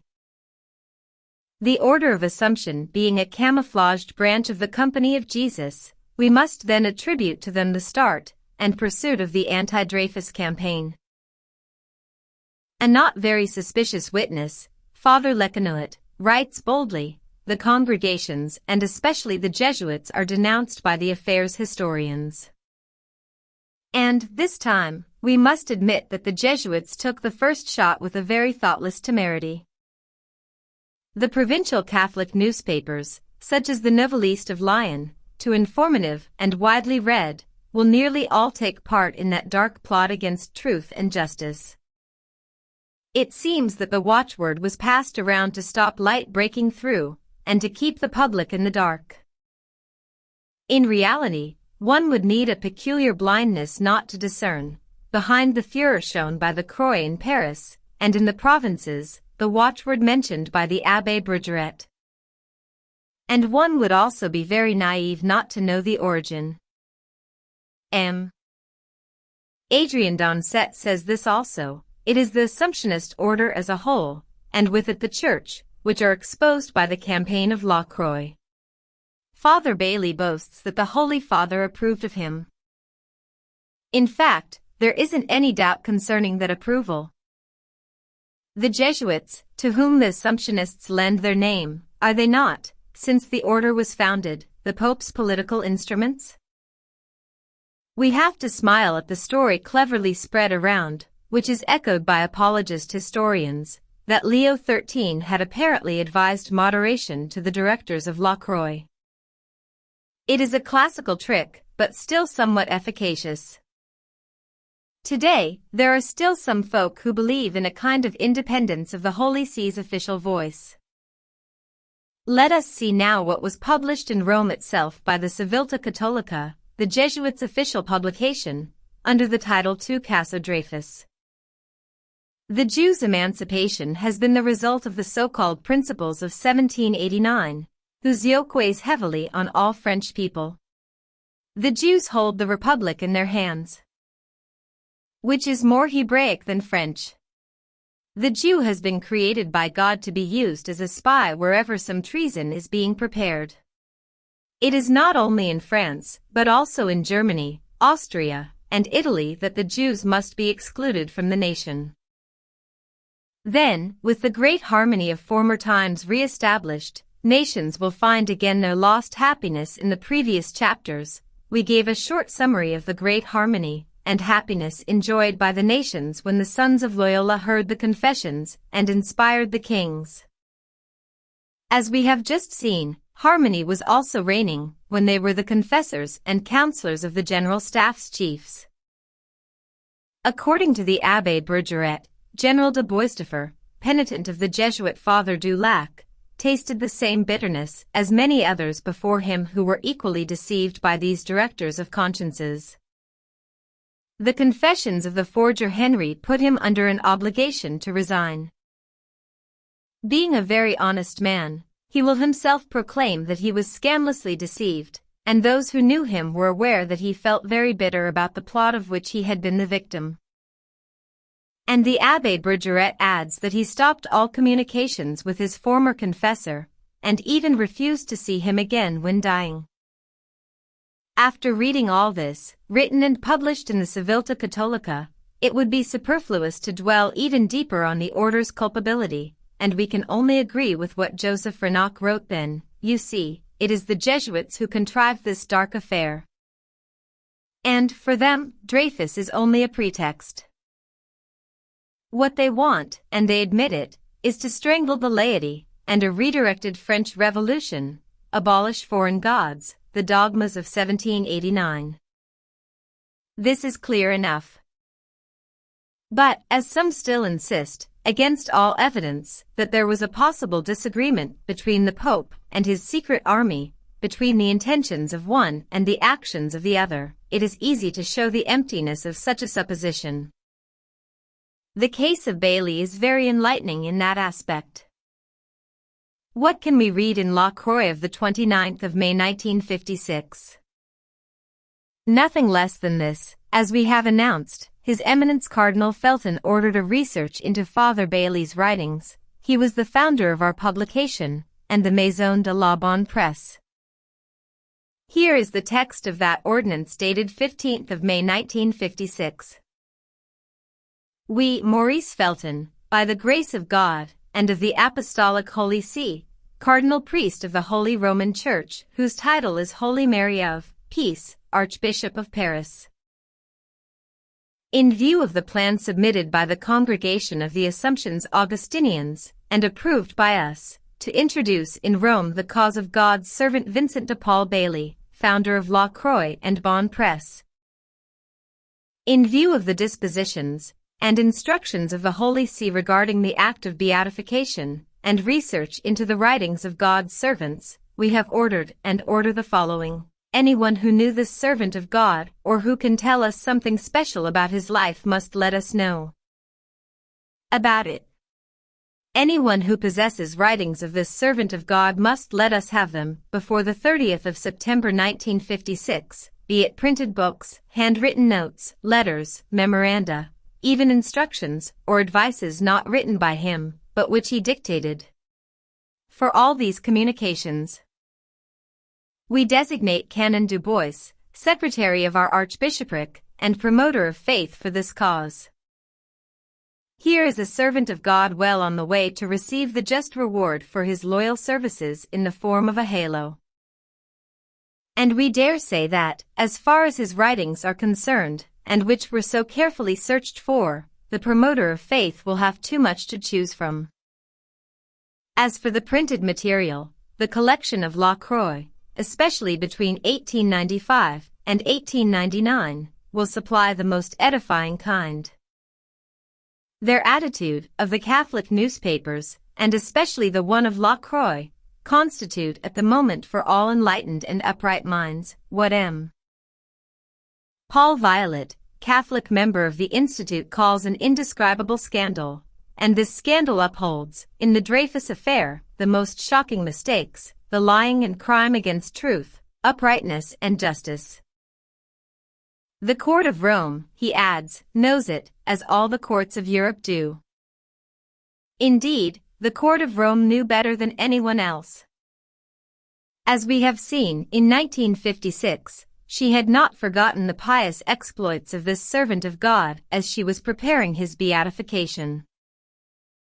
No doubt, the promoter of faith credited our future saint with those famous lists of subscriptions in favor of the widow of the forger Henry, about which the Abbé Bergeret says, "Today, when we consider those calls for the Inquisition to be brought back, for the persecution of the Jews, for the murder of Dreyfus defenders, it is like listening to the delirious imaginations of wild and grotesque fanatics." Nevertheless, these are presented to us by La Croix as a great, comforting and cheering spectacle. All those pious wishes concerning the Jews, Father Bailly did not have the joy to see them realized, in his lifetime, by these wild fanatics, under the swastika. He could only take delight in that great, comforting and cheering spectacle from heaven, even though, up there, spectacles of that sort are quite common, according to the learned, and especially St. Thomas d'Aquin, the angel of the school. In order to help the saints enjoy their blessedness more, and increase their thanksgivings to God, they are allowed to contemplate in all its awfulness the torture of the godless. The saints will rejoice in the torments of the godless. Sancti de poenis impiorum Godbunt.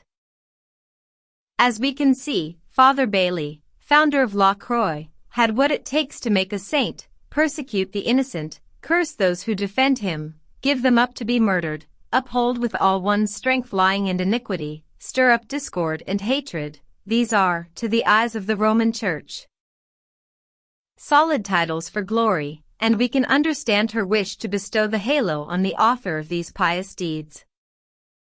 However, this question is asked, is this servant of God a wonder worker also? Because we know that, to deserve such a promotion, one must have accomplished miracles well and truly checked. What were the miracles accomplished by the director-founder of La Croix? Was it the transmutation, for his readers, of black into white and white into black? To have presented a lie as the truth and the truth as a lie? Naturally, but a greater miracle was the fact that he persuaded members of the general staff, and then the public, that, after having committed an initial mistake, and when this mistake was discovered, it was in their honor to deny the evidence, transforming in that way the mistake into abuse of power. Errare humanum est, perseverare diabolicum. The servant of God was not taking much notice of that proverb. Instead of letting it inspire him, he hid it under his cassock. In fact, the mea culpa is for the simple faithful, and not the ecclesiastics, nor, as we have just seen, for the military chiefs who have Jesuit confessors. The result, searched for, was the exaltation of partisan passions, and the division of the French people. This is stated by the eminent historian Pierre Gaxot. The Dreyfus affair was the decisive turning point. Judged by officers, it involved the military institution. The affair grew, became a political conflict, divided families, cut France into two. It had the effects of a war of religion. It created hatred against the officers' corps. It started anti-militarism. When we think of Europe at that time, Germany overequipped with arms and surrounded by her two allies, when we recollect the Vatican's responsibility in the start of the 1914 conflict, we cannot believe that the diminution of strength in our military potential was not premeditated. How could we not notice that, in fact, the Dreyfus affair started in 1894, the year of the Franco-Russian alliance? Then, the spokesmen of the Vatican were very outspoken about the accord with a schismatic power which, to their eyes, was a scandal. Even today, a prelate of His Holiness, Monsignor Christiani, dares write. Through politics strangely blind and ill-considered, our country seemed to take pleasure in provoking warlike inclinations in her formidable neighbor, Germany. In fact, the Franco-Russian alliance seemed to threaten Germany with encirclement. For the respectable prelate, the Triple Alliance, Germany, Italy, Austria, Hungary, was not a threat to anyone, and France was wrong not to stay isolated before such a bloc. With 3 against 1, the coup would have been easier, and our Holy Father the Pope would not have had to deplore, in 1918, the defeat of his champions. Chapter 9. The years before the war, 1900 to 1914. So, as wrote the Abbé Bergeret, under the image of Jesus crucified, divine symbol of the idea of justice, La Croix had passionately co-operated with the work of deception and of crime against truth, uprightness and justice. Justice had nevertheless triumphed in the end, and the Abbé Fremont, who did not fear mentioning the sinister crusade led by Innocent III against the Albigenses, when referring to the affair, seemed to be a true prophet when he said, The Catholics are winning and they think they will overthrow the Republic because of the hatred for the Jews. But they will, I am afraid, only overthrow themselves. In fact, when opinion was enlightened, the reaction was fatal. Rank had learned the lesson of the affair when he exclaimed, "The Republic will break the power of the congregations, or she will be strangled." In 1899, a Ministry of Republican Defense was constituted. Father Picard, superior of the Assumptionists, Father Bailey, director of La Croix, and 10 other members of that order were brought to trial before the Tribunal of the Seine for breach of the law on associations. The congregation of the Assumptionists was dissolved. Waldeck Rousseau, president of the council, declared in a speech pronounced at Toulouse on the 28th of October 1900, "Dispersed, but not suppressed, the religious orders formed themselves again. Bigger in numbers and more militant, they cover the territory with the network of a political organization, whose links are innumerable and tightly knit, as we have seen through a recent trial." At last, in 191, a law is passed, ruling that no congregation can be formed without an authorization, and that those who do not ask for it within the legal time will be automatically dissolved. It will be these regulations, quite natural on the part of public authorities, whose duty it is to check the associations found in their territory, which will be presented to the Catholics as an intolerable abuse. "A man's house is his castle," goes the saying, but the Church is not having any of it, the common law is not for her. The resistance of the clerics to the application of the law would be enough to show how necessary it was. This resistance will only strengthen the government's attitude, especially under Minister Combes, and Rome's intransigence, especially when Pius I succeeded to Leo XIII, will bring about the law of 1904, abolishing the teaching orders. After that, friction between the French government and the Holy See will be constant. Besides, the election of the new pope was done in significant circumstances. Leo XIII died on the 20th of July 1903. The conclave, meeting to designate his successor, gives, after several ballots, 29 votes for Cardinal Rampolla, 42 are needed to be elected, when the Austrian Cardinal Puzzina stands up and declares that His Apostolic Majesty the Emperor of Austria, King of Hungary, is inspired officially to exclude the Secretary of State to Leo XIII. We know that Cardinal Rampolla is pro-French. Cardinal Sarto is elected. Through the maneuver of Austria, which substituted itself for the Holy Spirit to inspire the cardinals of the conclave, this election is a victory for the Jesuits. Indeed, the new pontiff, described as a mixture of village priest and archangel with a fiery sword, is the perfect type of man wished for by the order. This is what M. Adrien Donset says about it. "When we love the Pope, we do not limit the field in which he can and must exercise his will." Or this from his first consistorial address, "We know that we will shock many people when we declare that we will necessarily be involved in politics. But anyone wanting to judge fairly can see that the sovereign pontiff, invested by God with a supreme authority, doesn't have the right to separate politics from the domain of faith and morals." So Pius X, as soon as he had acceded to St. Peter's throne, publicly declared that, for him, the Pope's authority must be felt in every domain, and that political clericalism is not only a right, but a duty. He also chose for his Secretary of State a Spanish prelate, Monsignor Mary del Val, who was 38 years old, and, like him, passionately pro-German and anti-French. This state of mind is not surprising when we read these words from the Abbé Fremont. "Mary del Val, whom I met at the Roman College, was the Jesuit's favorite pupil." The relations between the Holy See and France soon felt the effects of that choice. First of all, it was the nomination of bishops by the civil power, which brought about a conflict. Before the War of 1870, the Holy See learned the names of the new bishops only after they had been nominated. The Pope reserved the right, if one was not acceptable to him, to stop him being a bishop by withholding the canonical institution. In fact, the difficulties were enormous as the governments, under any kind of regime, were careful to elect candidates worthy of the episcopal office. As soon as Pius X was pope, most of the nominations for new bishops were refused by Rome. Besides, the nuncio in Paris, Lorenzelli, was, as we are told by M.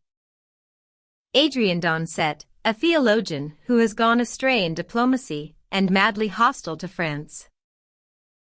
Some will say, just another one added to all the others. But such a choice for such a post clearly shows what were the intentions of the Roman Curia towards our country.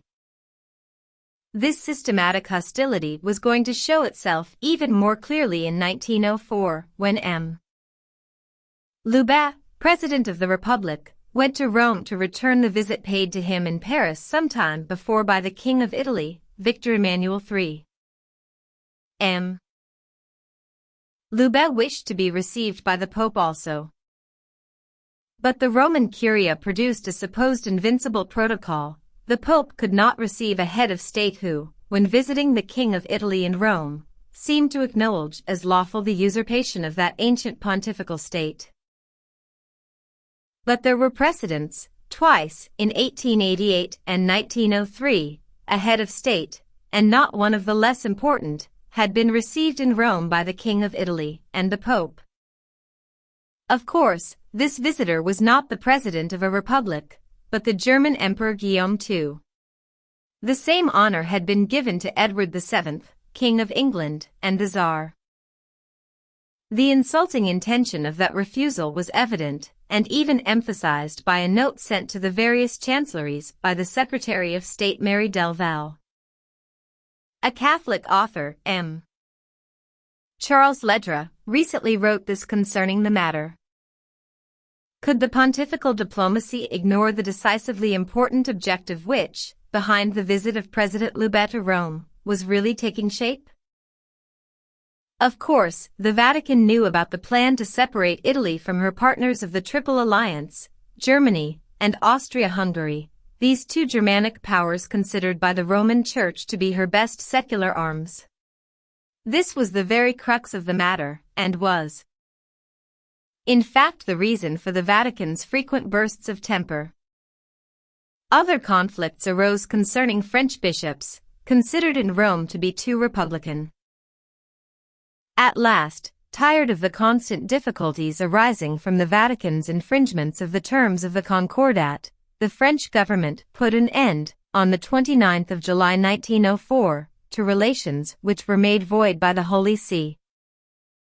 The breaking of diplomatic relations was bound to lead, soon after, to the separation of church and state. We find it normal today, wrote M. Adrien d'Oncet, that France should maintain diplomatic relations with the Holy See, and that state and church should live under the regime of separation.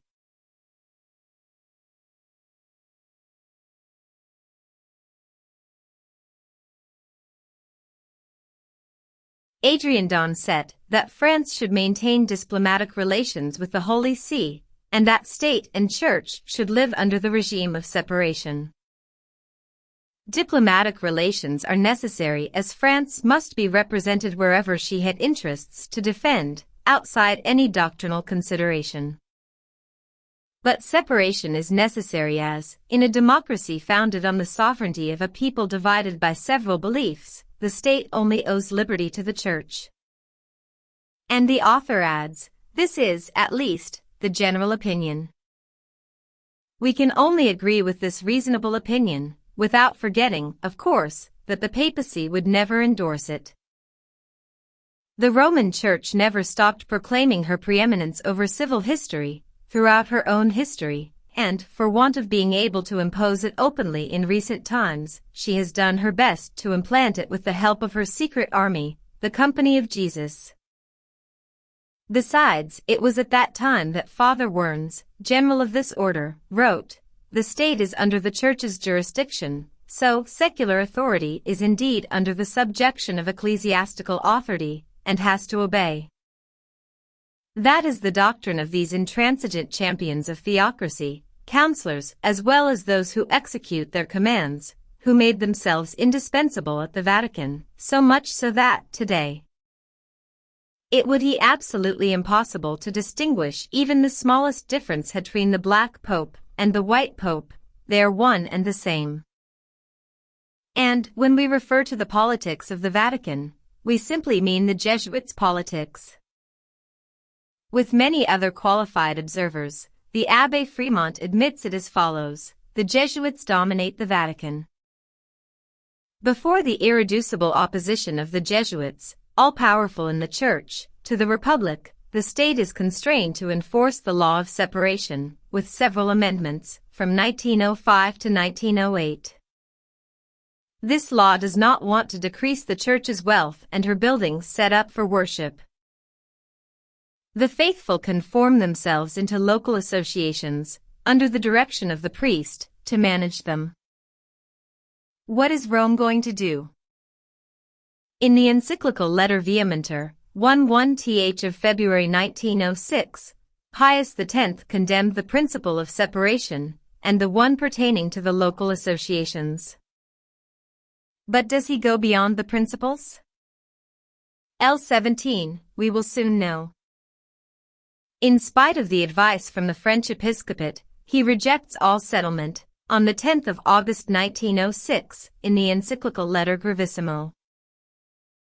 "This is another disappointment for the liberal Catholics, when I think," exclaims Brunetière, "that what is refused to the French Catholics, with the certain knowledge that such refusal will unleash a religious war in our poor country which needs peace so much, is granted to the German Catholics. That the local associations have been operating there for 30 years to everyone's satisfaction, I cannot help, as a patriot as well as a Catholic, feeling most indignant. There was some trouble, in fact, when an inventory of ecclesiastical properties was taken, but not a religious war. Even though the Ultramontanes were stirring up trouble, the population as a whole remained calm when some of the Church's properties were returned to the state by her.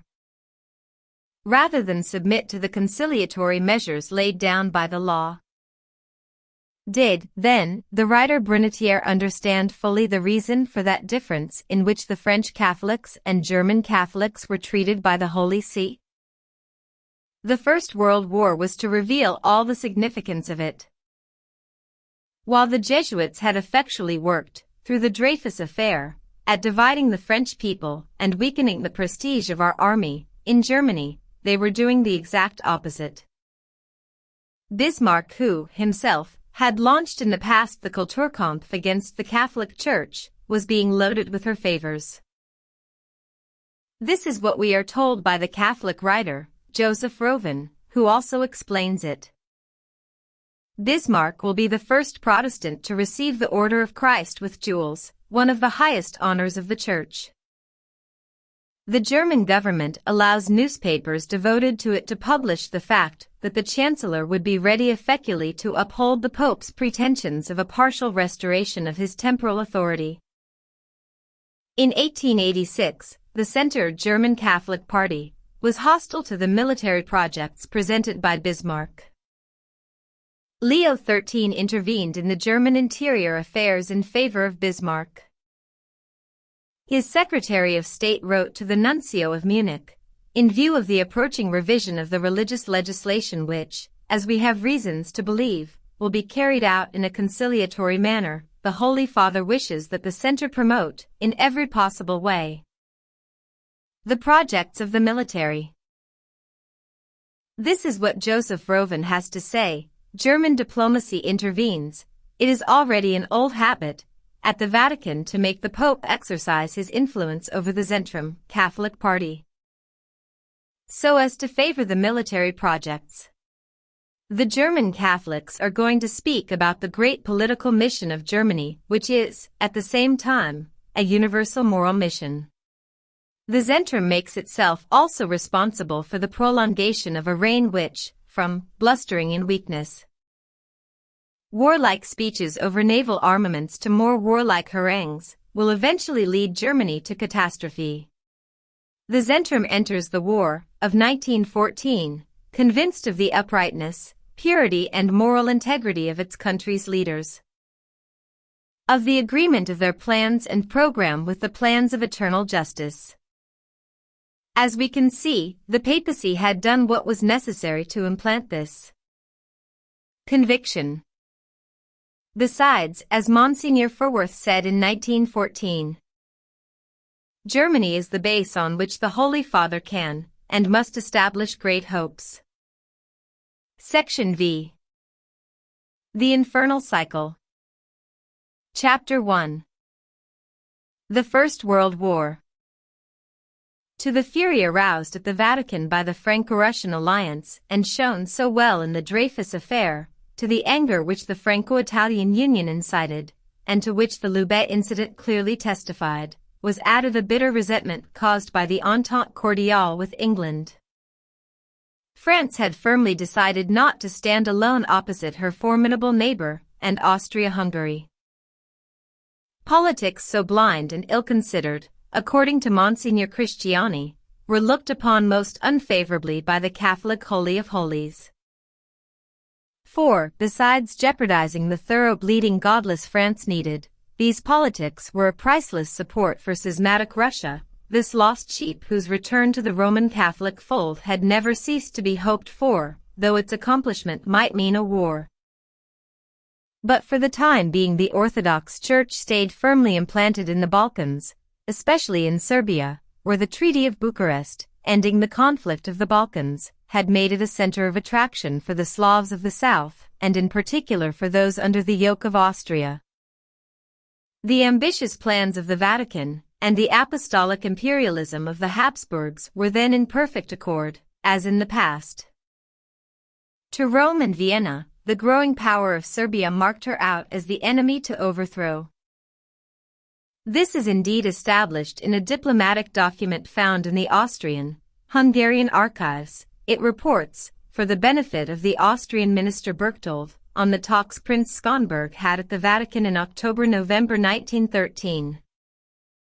Amongst the subjects discussed first of all with the Cardinal Secretary of State, Mary del Val, last week, the question of Serbia came up, as anticipated.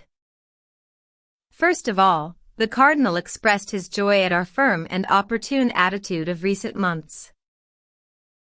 During the audience I had that day with His Holiness, the Holy Father, who started the conversation by mentioning our energetic steps taken in Belgrade, he made some characteristic remarks. It would certainly have been better, said His Holiness, if Austria-Hungary had punished the Serbians for all the wrongs they had done.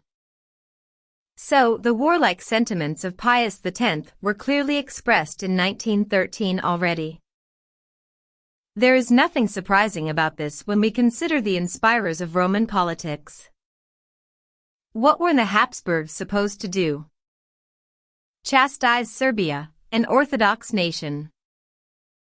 The prestige of Austria-Hungary, of these Habsburgs who, with the Bourbons of Spain, were the last supporters of the Jesuits, and especially the prestige of the heir, François Ferdinand, their man, would have been greatly increased.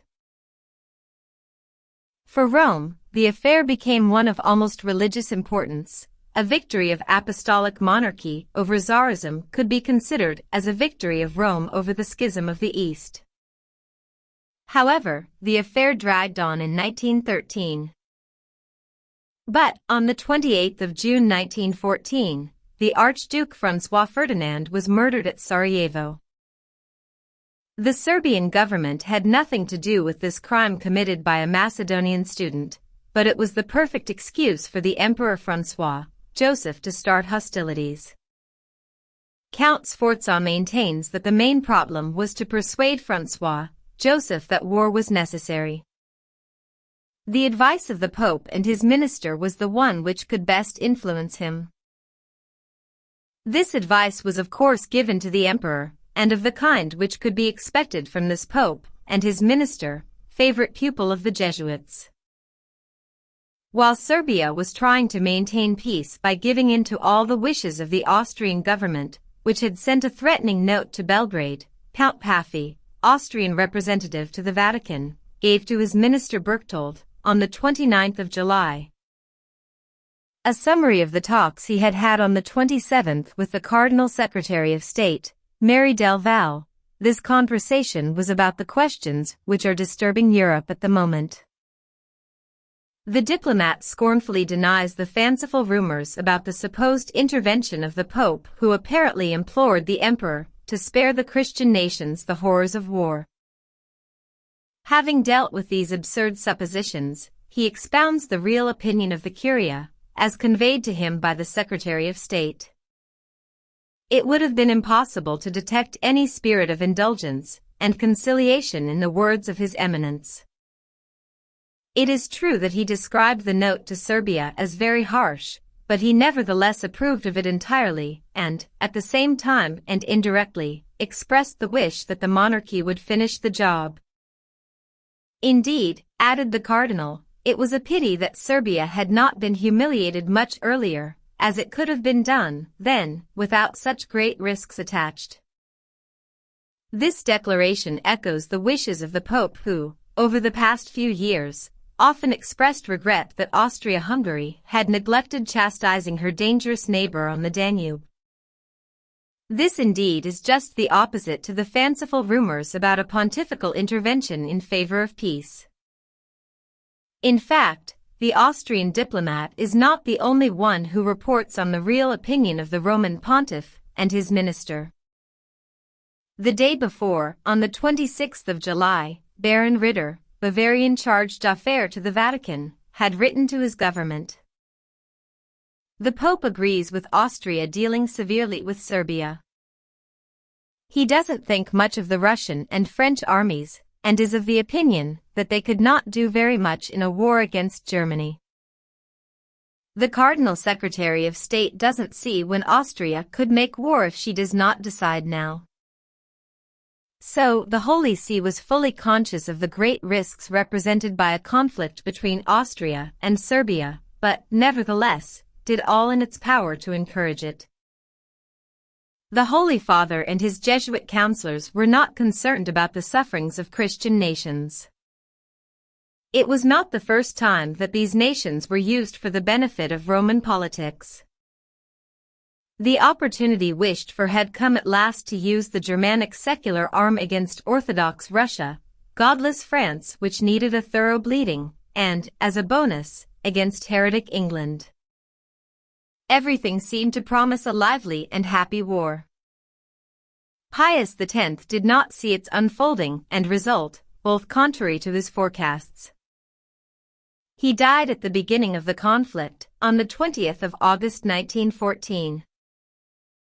But 40 years later, Pius XII canonized this august pontiff, and the Précis d'Histoire Sainte, Summary of Holy History, used for parochial catechism, dedicated to him these edifying words. Pius X did all he could to prevent the start of the 1914 war, and he died of anguish when he foresaw the sufferings it would unleash. If this was satire, it could not be put in a better way. A few years before 1914, M.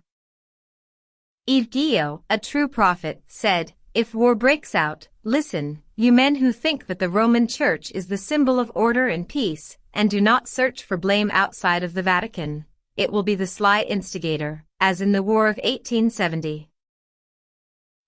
Instigator of the slaughter, the Vatican was going to uphold no less craftily her Austro-German champions right through the war. The military excursion, in France, which the Kaiser boasted he was going to make, was stopped at the Marne, and the aggressor brought back to the defensive after every one of his furious attacks. But, at least, pontifical diplomacy brought him all the help possible, and this is not surprising when we consider that divine providence seemed to delight in favoring the Central Empires. Indeed, Cardinal Rampolla, considered to be pro-French, and for that reason kept away from the pontifical throne on a veto from Austria, wasn't any more amongst those who could become pope, as he had died a few months before Pius X, a death it seems very opportune. But this was not the whole of God's intervention.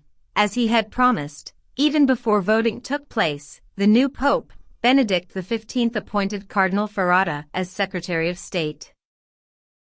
But the cardinal did not even have the time to take up fully his new position. Having entered the secretary's office at the end of September 1914, he died suddenly on the 20th of October, victim of a terrible indisposition after partaking of some light refreshments. He was sitting at his desk when he suddenly became violently sick. He fell as if lightning had struck him. The servants hastened to come to his help. The doctor, who had been called immediately, realized straight away the gravity of the situation, and asked for a quick consultation. As for Ferrata, he had already understood and knew there was no hope. He pleaded that he should not be left to die at the Vatican. The medical consultation took place immediately at his hotel with 6 doctors. They refused to draw up a medical bulletin. The one published bore no signatures. He was not suffering from any kind of sickness or infirmity. The scandal of this death was such that an inquest could not be avoided. The result of it was, a jar had been broken at the office. The presence of pounded glass in the sugar bowl used by the cardinal was explained quite simply in that way. Granulated sugar can be useful. The inquest was stopped there. The Abbé Daniel adds that the sudden departure, a few days later, of the servant of the deceased cardinal provoked quite a lot of remarks, especially as he had apparently been the servant of Monsignor von Gerlach before his master entered holy orders. This Germanic prelate, a notorious spy, was to flee from Rome in 1916. He was going to be arrested and charged with the sabotage of the Italian battleship Leonardo da Vinci, which blew up in the Bay of Tarente, taking with it 21 officers and 221 seamen. His trial was resumed in 1919. Von Gerlach did not appear and was condemned to 20 years hard labor. Through the case of this participating chamberlain, editor of the Osservatore Romano, we get a clear idea of the state of mind in the Vatican's high spheres. It is again the Abbé Bergeret who describes the entourage of the Holy See, professors or ecclesiastics. They are not put off by any obstacles in their pursuit of impressing on the Italian clergy and the Catholic world and Rome respect and admiration for the Germanic army, contempt and hatred for France. Ferrata, who favored neutrality, had died just at the right time, and Cardinal Gaspari became Secretary of State. In perfect agreement with Benedict XV, he did his best to serve the interests of the Central Empires. Considering all this, it is not surprising then that Pope Benedict XV, in the following months, worked hard to maintain Italy on the path of intervention, which would best serve the Jesuits, friends of the Habsburgs. At the same time, the morale of the Allies was cunningly undermined. On the 10th of January 1915, a decree signed by Cardinal Gasparin, Secretary of State to Benedict XV, ordered that a day of prayer should be observed to hasten peace. One of the compulsory exercises of piety was the reciting of a prayer written by Benedict XV himself. The French government ordered that the pontifical document should be seized. This prayer for peace was considered to be a softening and destructive manifestation capable of slackening the efforts of our armies, at a time when the German hordes were feeling the irresistible pressure, which would push them out of our territory. And when the Kaiser could see coming the terrible punishment his unpardonable crimes deserved. The Pope, it was said, wanted peace come what may, at a time when it could only be in favor of the Central Empires. The Pope does not like France, he is German. M. Charles Ledra, another Catholic writer, confirms, on 2 occasions, mentioned in some famous articles of La Revue de Paris, the Holy See, by inviting Italy, and later the United States, to keep out of the war, did not merely wish for a quicker end of the conflict. According to the Abbé Bergeret, it served the interests of our enemies and worked against us. But the actions of the Jesuits, therefore the actions of the Vatican, were not only felt in Italy and the United States. Any means, every place, is good enough for them. It is not surprising then to see pontifical diplomacy busy from the start at hindering our food supply, dissuading the neutrals from joining our side, in order to break the bond holding the Entente together. Nothing was considered too insignificant if it could help this great task, and bring about peace by provoking some weakness amongst the Allies. There was worse, solicitations for a separate peace. Between the 2nd and the 10th of January 1916, some German Catholics went to Belgium to preach, in the name of the Pope, they said, a separate peace. The Belgian bishops accused them of lying, but the nuncio and the Pope remained silent. Then, the Holy See thought of bringing together France and Austria, so hoping to make France sign a separate peace or demand that, with her allies, they should negotiate a general peace. A few weeks later, on the 31st of March 1917, Prince Sixte of Bourbon gave the famous letter of the Emperor Charles the President of the Republic. As the maneuver had failed on this side of the Alps, it was bound to be tried again elsewhere, in England, in America, and especially in Italy. Break up the temporal forces of the Entente in order to stop its offensive attacks. Ruin its moral prestige with the view to weaken its courage and bring it to terms. These two things make up the politics of Benedict XV, and all the efforts of his impartiality always have been, and are still aimed at hamstringing us. This was written by a notorious Catholic, M. Louis Canet, and this is what the Abbé Bergeret wrote. We only learned 4 years later, through the declarations of M.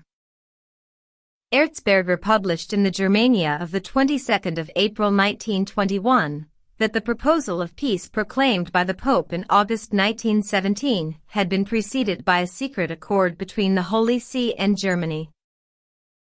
Another interesting point is that the ecclesiastical diplomat who negotiated this secret accord was the nuncio in Munich, Monsignor Pacelli, future Pius XII. One of his apologists, the RP Jesuit Fernsol, wrote, on the 28th of May, 1917, Monsignor Pacelli presented his letters of appointment to the King of Bavaria. He tried hard to enlist the cooperation of William II and the Chancellor Bethmann Hollweg. On the 29th of June, Monsignor Pacelli was solemnly received by the Emperor William II at the headquarters of Kreuznach. So, the future Pope was starting his 12 years as nuncio in Munich, then in Berlin, in the way he meant to go on, for, during those years, he multiplied the intrigues to overthrow the German Republic established after the First World War, and prepare the revenge of 1939 by bringing Hitler to power. Yet, when the Allies signed the Treaty of Versailles, in July 1919, they were so conscious of the part played by the Vatican in the conflict that it was carefully kept away from the conference table. And, even more surprising, it was the most Catholic state, Italy, which had insisted on its exclusion. Through Art. 15 of the Pact of London, 26th of April 1915, which defined Italy's participation in the war, Baron Sannino had obtained the promise from the other allies that they would oppose any intervention of the papacy in the peace arrangements. This measure was wise but insufficient. Instead of applying the sanctions against the Holy See, which it deserved for sparking off the First World War, the victors did nothing to prevent the further intrigues of the Jesuits and the Vatican. These eventually, 20 years later, led to a catastrophe even worse. Maybe the worst the world has known. Chapter 2. Preparations for the Second World War. In 1919, the sons of Loyola reaped the bitter fruits of their criminal politics. France had not succumbed to the thorough bleeding. The Apostolic Empire of the Habsburgs, which they had encouraged to punish the Serbians, had disintegrated, liberating the Orthodox Slavs from the yoke of Rome. Russia, instead of coming back to the Roman fold, had become Marxist, anti-clerical, and officially atheistic. As for invincible Germany, it foundered in the chaos. But the proud nature of the company would never consider confessing a sin. When Benedict XV died, in 1922, it was ready to start again on a new basis. Is it not all-powerful in Rome? Let us listen to M. Pierre Dominique, the new Pope Pius XI, who is, according to some, a Jesuit, tries to patch things up. He asks the Jesuit Father de Herbigny to go to Russia, in an attempt to rally whatever is left of Catholicism, and especially to see what could be done. Vague and big hope, to rally around the pontiff the persecuted Orthodox world. In Rome, there are 39 ecclesiastical colleges, whose foundation marks the dates of great counter-offensives. Most of these counter-offensives were Jesuitical in their working and direction. Germanic College, 1552, English, 1578, Irish, 1628, re-established in 1826, Scottish, 1600. North American, 1859, Canadian, 1888, Ethiopian, 1919, reconstituted in 1930. Pius XI creates the Russian College, Pontificio Collegio Russo ds. Teresa del Bambino Gesù, and puts it under the Jesuits' care. They also look after the Oriental Institute, the Institute of St. John Damascene, the Polish College, and later the Lithuanian College. Are these reminders of Father Pasavino, Ivan the Terrible, and the false Dmitri? The second of the three great objectives during Ignatius' time takes first place. The Jesuits, once again, are the inspiring agents and performers in that great enterprise. In the defeat they just suffered, the sons of Loyola can see a glimmer of some hope. The Russian Revolution, by eliminating the Tsar, protector of the Orthodox Church, had it not decapitated the great rival and helped the penetration of the Roman Church? We must strike while the iron is hot. The famous Russicum is created, and its clandestine missionaries will take the good news to this schismatic country. 19a, 1 century after their expulsion by Tsar Alexander I, the Jesuits will again undertake the conquest of the Slav world. Since 1915, their general is Knock von Ledakowski. From M. Pierre Dominique again, some will say that I see Jesuits everywhere. But I am compelled to point out their presence and actions, to say that they were behind the monarchy of Alfonso XIII, whose confessor was Father Lopez, that, when the Spanish monarchy was ended and their monasteries and colleges burned down, they were found again behind Gil Robles then. When civil war broke out, behind Franco. In Portugal, they uphold Salazar. In Austria and Hungary, the Emperor Charles, who was dethroned 3 times, what part did they play in those attempts to regain the throne of Hungary? Who knows? They kept the seat warm, not knowing much for whom or what. Monsignor Seipel, Dollfuss and Schuschnigg are from their ranks.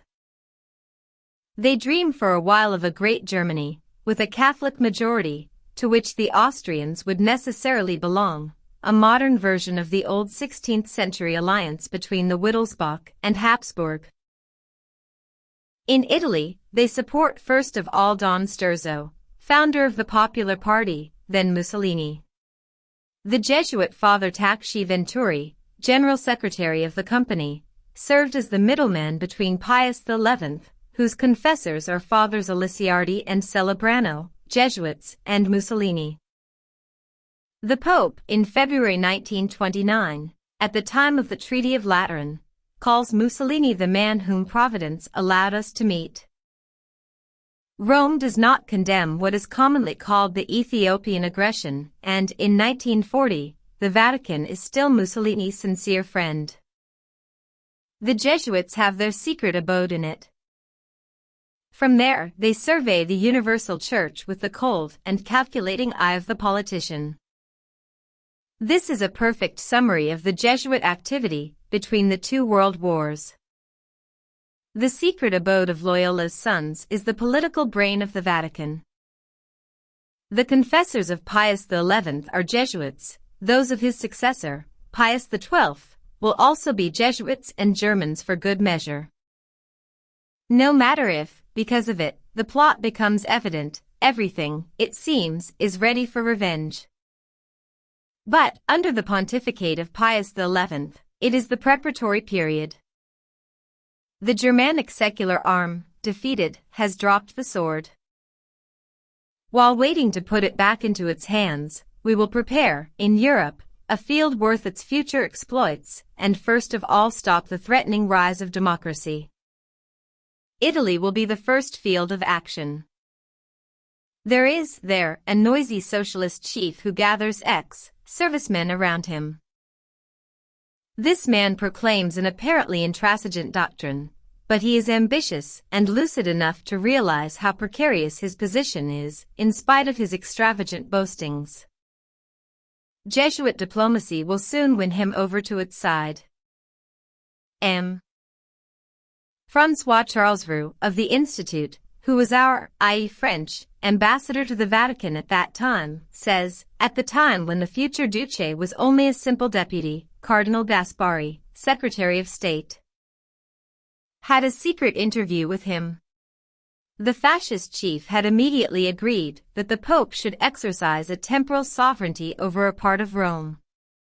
When reporting to me about that interview, Cardinal Gaspari concluded, with this promise, I was sure that, if this man came to power, we would succeed.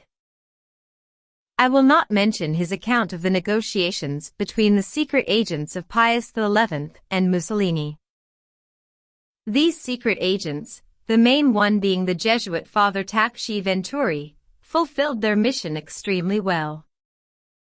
This is not surprising when we know that Father Tacci Venturi was secretary of the Company of Jesus and Mussolini's confessor at the same time. In fact, he was directed into this cajolery of the fascist chief by the general of his order, Hoch von Ledakowski, as we are told by M. Gaston Gallard.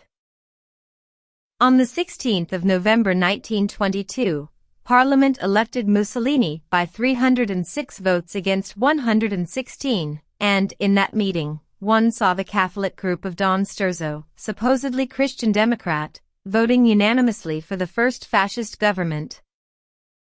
10 years later, the same maneuver brought about a similar result in Germany. The Catholic Zentrum of Monsignor Cass assured, by its massive vote, the dictatorship of Nazism. In fact, Italy had been, in 1922, the trial ground for the new formula of authoritarian conservatism, fascism, dressed up, when local circumstances demanded it, with some pseudo-socialism. From now on, all the efforts of the Vatican's Jesuits will tend to spread this doctrine in Europe, the ambiguity of which is typical of them. Even today, the collapse of Mussolini's regime, nor the defeat, nor the ruins have been enough to discredit, to the eyes of Italy's Christian Democrats, the megalomaniac dictator imposed on their country by the Vatican. Disowned only outwardly, his prestige remains intact in the hearts of the clerics. The following could be read in the press. We have decided, visitors coming to Rome for the Olympic Games in 1960 will see the marble obelisk erected by Benito Mussolini to his own glory as it dominates, from the banks of the Tiber, the Olympic Stadium. This memorial 33 meters high bears the inscription Mussolini, Dux, and is decorated with mosaics and inscriptions praising fascism. The phrase "Long live the Duce" is repeated more than 100 times, and the slogan "Many Enemies" means much honor several times as well. The monument has, on either side, marble blocks commemorating the main events of fascism, from the foundation of the publication Popolo d'Italia by Mussolini, until the establishment of the short-lived fascist empire, and including the war in Ethiopia. The obelisk was to be crowned with a gigantic statue of Mussolini, as a naked athlete, nearly 100 meters high. But the regime collapsed before this strange project could be realized. After a year of controversy, the Segni government has just decided that the Duce's obelisk should stay. The war, the blood which flowed profusely, the tears and the ruins do not matter. They are mere trifles, small spots on the monument erected to the glory of the man whom Providence allowed us to meet, as he was described by Pius XL. No shortcomings, mistakes or crimes can erase his main merit, the fact that he re-established the temporal power of the Pope, proclaimed Roman Catholicism as the religion of the state, and gave the clergy, through laws still being enforced, complete power over the life of the nation.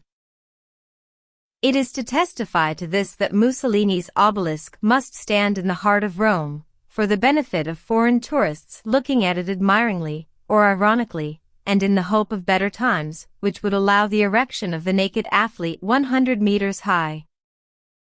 Symbolic champion of the Vatican. The Lateran Treaty, by which Mussolini showed his gratitude to the papacy, gave the Holy See, apart from the payment of 1,750 million liras, i.e. 20 million pounds, the temporal sovereignty over the territory of Vatican City. Monsignor Cristiani, prelate of His Holiness, explains the significance of this event. It is certain that the constitution of the Vatican City was a matter of prime importance in order to establish the papacy as a political power. We will not waste time trying to conciliate this explicit confession with the phrase so often heard that the Roman Church is not involved in politics. We will only point out the unique position in the world of a state, which is secular and sacred, of equivocal nature as well, and the consequences of that position. What are the Jesuitical crafty tricks used by this power which, depending on circumstances, makes use of her temporal or spiritual character, to be exempted from all the rules laid down by international laws? The nations themselves have lent their hand to this trickery and, by doing that, helped its penetration into their midst, the Trojan horse of clericalism. The Pope seemed to identify himself too much with the dictators, wrote M. François Charles Roux, French ambassador to the Vatican. But could it be otherwise when the Holy See itself had raised these men to power? Mussolini, the prototype, was the inaugurator of that series of providential men, these sword-bearers who would prepare the revenge for 1918. From Italy, where it prospered so well under the care of the Jesuit Father Taxi Venturi and his acolytes, fascism was soon to be exported to Germany. Hitler receives his impetus from Mussolini. The ideal of the Nazi S is the same as in Italy.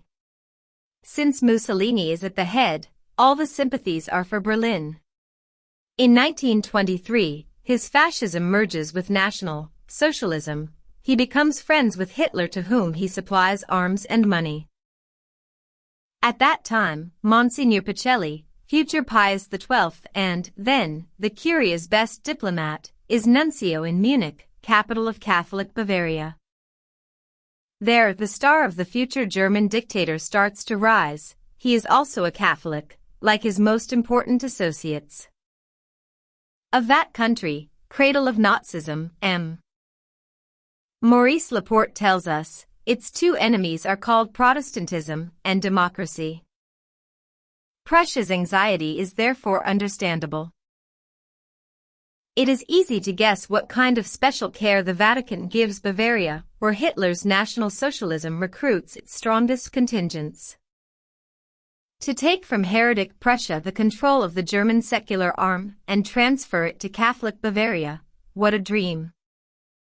Monsignor Pacelli puts all in his power to realize it, acting in concert with the chief of the Company of Jesus. After the other war, 1914 to 1918, the Jesuits' General, Hauck von Ledochowski, had conceived a vast plan, the creation, with or without Emperor Habsburg, of a federation of the Catholic nations in Central and Eastern Europe, Austria, Slovakia, Bohemia, Poland, Hungary, Croatia, and, of course, Bavaria.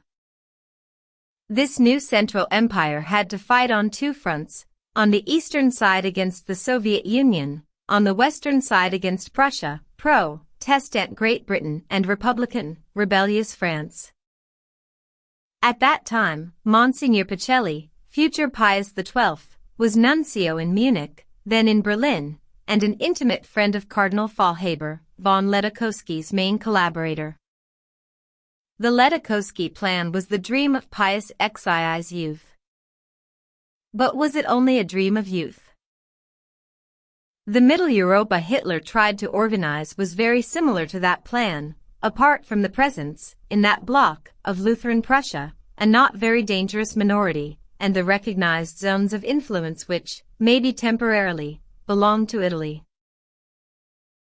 In fact, it was the Ledochowski plan, adapted to the needs of the time, which the Führer was trying to realize, under the patronage of the Holy See, with the help of Franz von Papen, secret chamberlain of the Pope, and the nuncio to Munich, then Berlin, Monsignor Pacelli. M. François Charles Roux writes, during the contemporary epoch world politics never felt the Catholic intervention more than during the ministry of Monsignor Pacelli. And from M. Joseph Rovin, now, Catholic Bavaria, is going to welcome and protect all those who sow trouble, all those confederates and assassins of de la Sainte Fame. From amongst these agitators, the choice of Germany's regenerators will fall upon Hitler, who is destined to triumph over the democratic mistakes under the Holy Father's standard. Of course, he is a Catholic, like his principal collaborators. The Nazi regime is like a return to the government of southern Germany. The names and origins of its chiefs demonstrate it. Hitler is specifically Austrian, Göring is Bavarian, Goebbels is Rhenish, and so on. In 1924, the Holy See signs a concordat with Bavaria. In 1927, we can read in Cologne's Gazette, Pius XI is certainly the most German pope who ever sat on the throne of St. Peter. His successor, Pius XU, will rob him of this palm. But, for the time being, he pursues his diplomatic career, rather his political career, in this Germany for which, as he later told Ribbentrop, he would always have a special affection. Promoted nuncio in Berlin, he works, with Franz von Papen, at destroying the Weimar Republic. On the 20th of July 1932, a state of siege is proclaimed in Berlin, and the ministers expelled manu militari. It is the first step towards Hitlerian dictatorship. New elections are prepared which will establish the success of the Nazis. With Hitler's approval, Göring and Strasser got in contact with Monsignor Koss, party chief of the Catholic Center.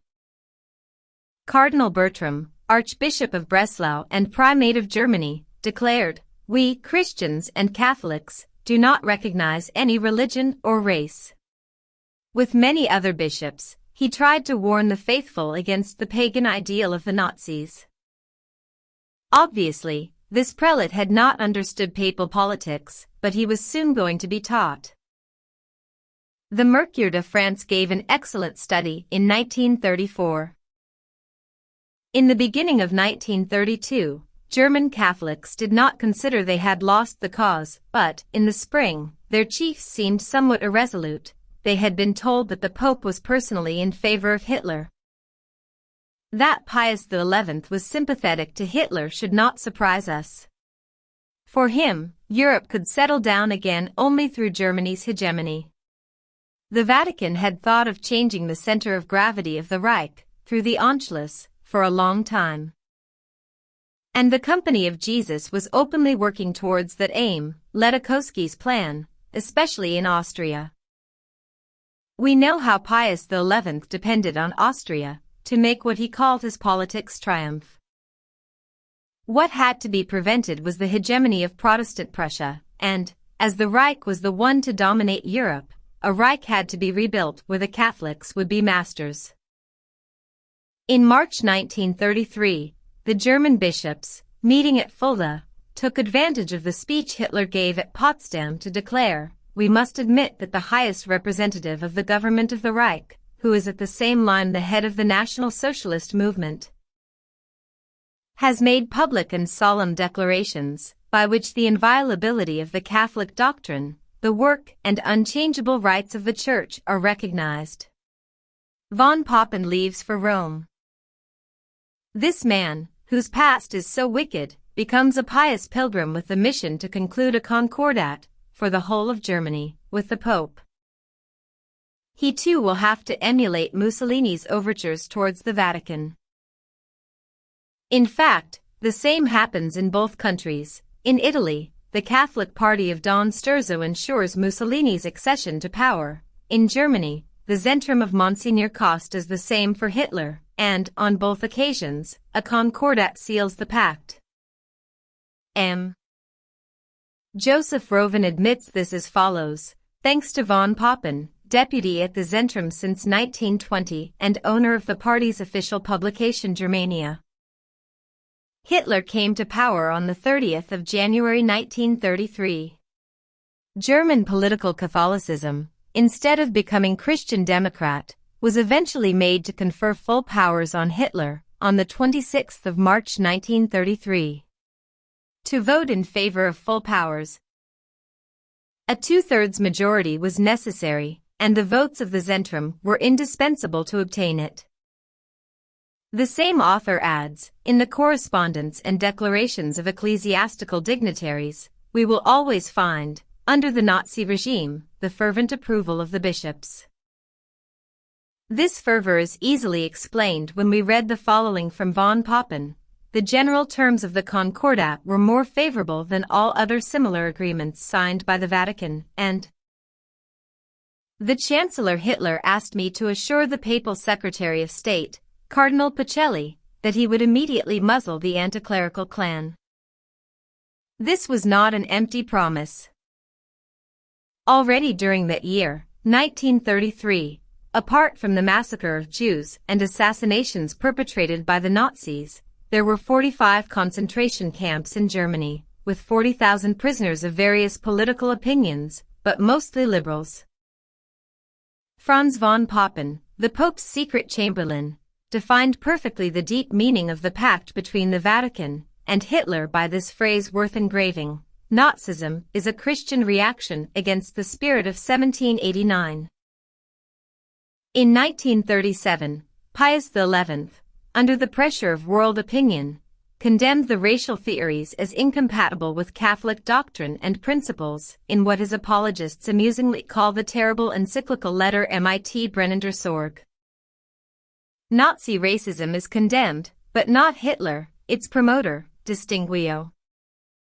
And the Vatican takes care not to denounce the Advantagus Concordat concluded, for years earlier, with the Nazi Reich.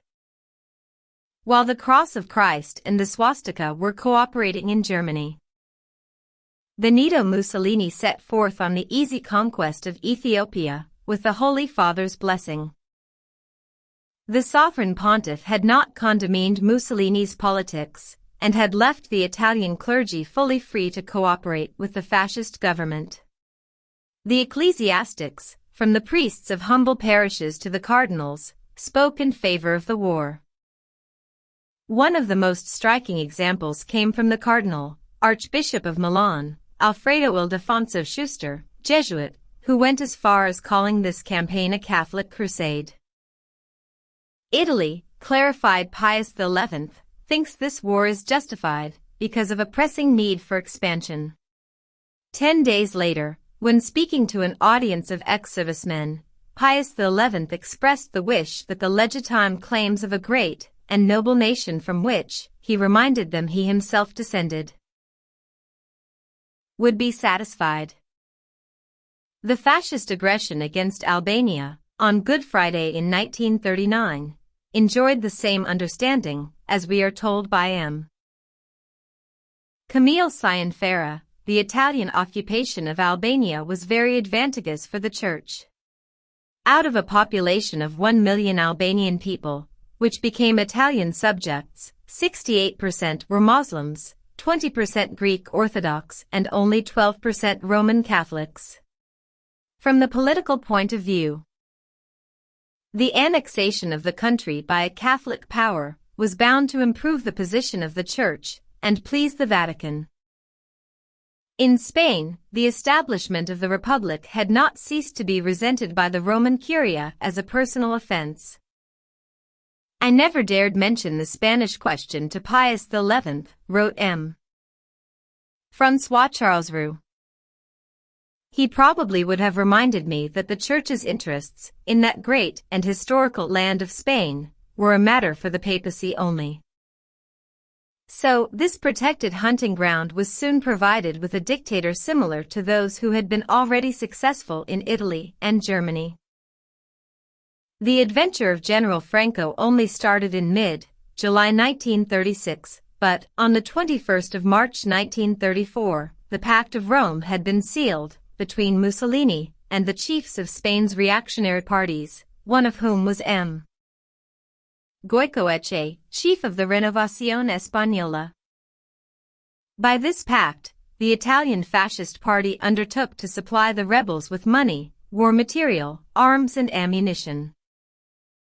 We know that they even did more than what they had promised, and that Mussolini and Hitler kept on refueling the Spanish rebellion with material, aviation, and volunteers.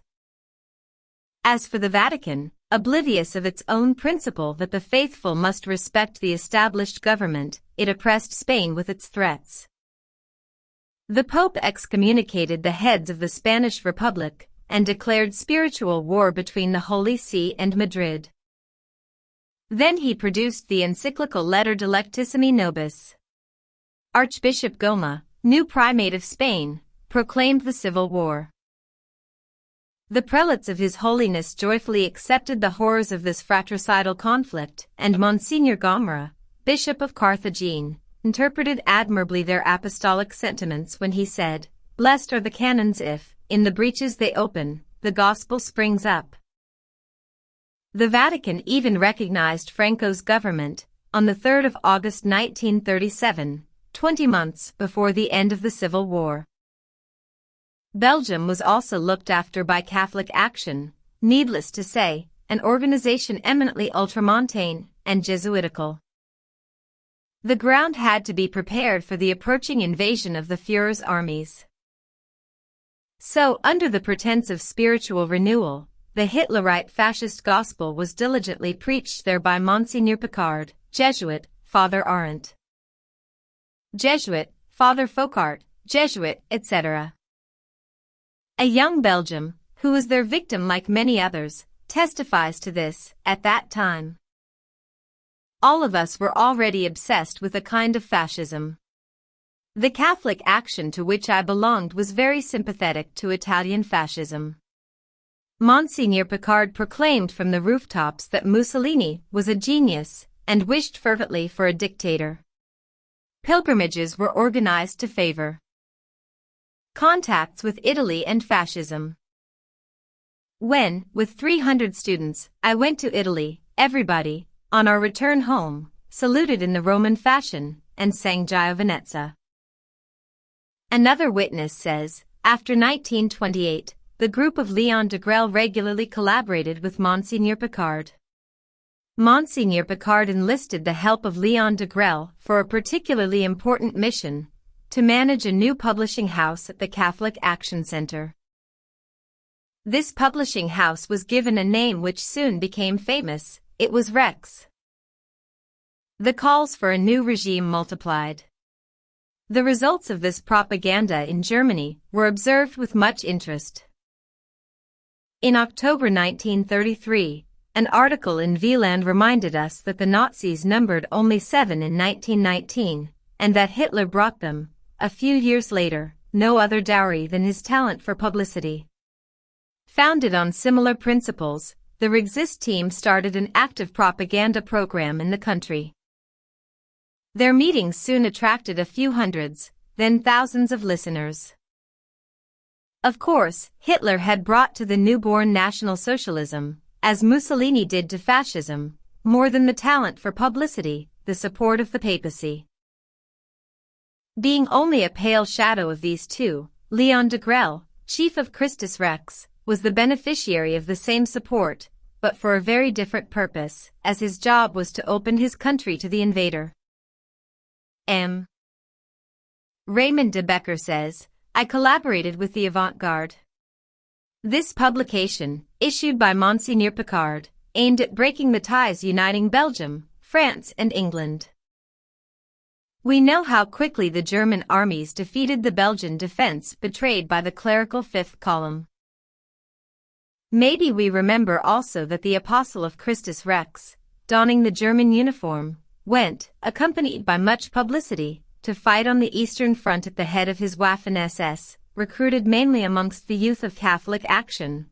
Then an opportune retreat enabled him to reach Spain. But, before that, he gave full vent to his patriotic feelings for the last time. M. Maurice de Behat writes, 10 years ago, in 1944, the port of Anvers, the third most important in the world, fell almost intact into the hands of the British troops.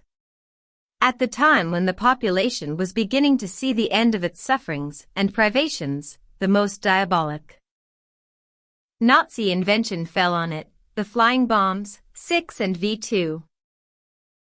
This bombardment, the longest in history, as it went on for 6 months, day and night, was kept carefully hidden, on the order of the Allied headquarters. This is the reason why, today, the martyrdom of the cities of Anvers and Liege is still generally ignored.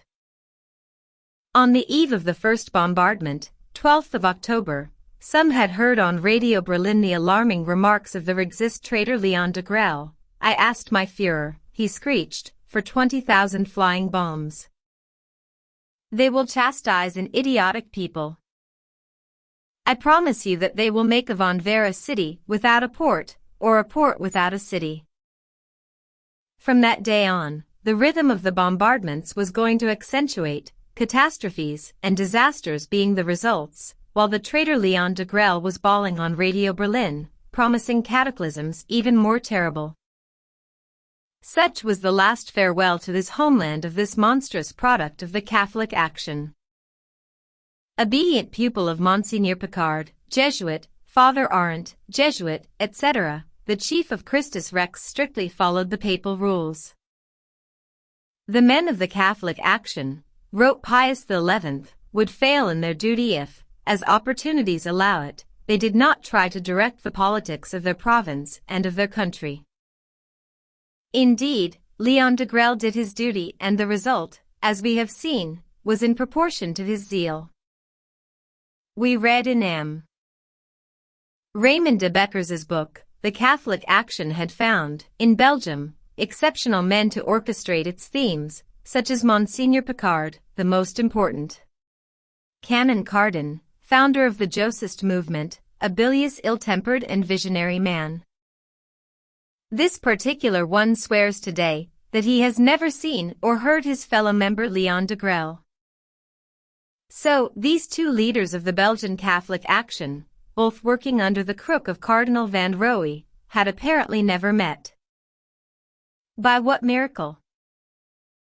Of course, the former canon doesn't tell us that, since then, he has been made Monsignor by Pius XII and director of the Jesuit movements for the whole world. Another miracle, nor has Monsignor Cardin ever met the disreputable chief of Rex during the Great Congress described by Degrelle. I remember the Great Congress of the Catholic Youth at Brussels, in 1930. I was behind Monsignor Picard, who himself was at the side of Cardinal van Rooij. 100,000 youths had marched past us for 2 hours, cheering the religious authorities assembled on the platform. Where, then, was the head of the JOC hiding, whose troops were taking part in that gigantic march past? Was it, through a special decree of Providence, that these two men were condemned to rub shoulders without seeing each other, on official platforms as well as at the Catholic Action Center which they attended constantly? Monsignor Cardin, a Jesuit, goes further. He pretends to have also verbally fought Rexism. Really, this Catholic Action was a peculiar organization.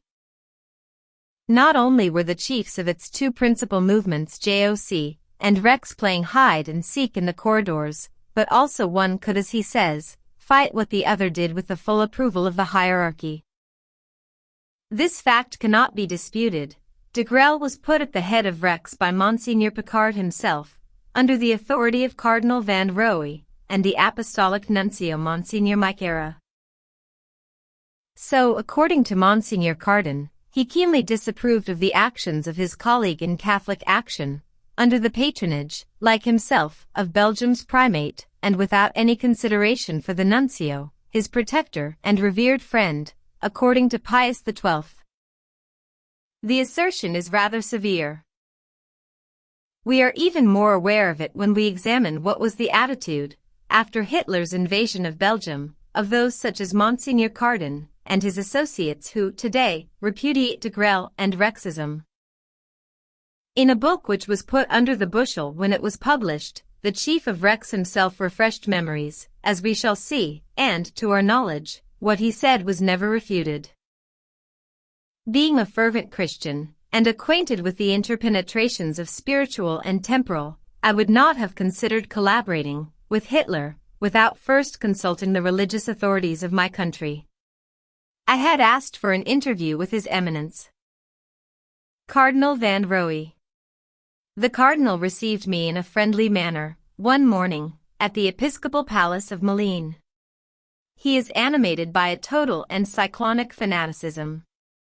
If he had lived a few centuries earlier, he would have, while singing the Magnificat, put the infidels to the sword, or burned or let fall into the convent dungeons the not-so-obedient sheep of his flock.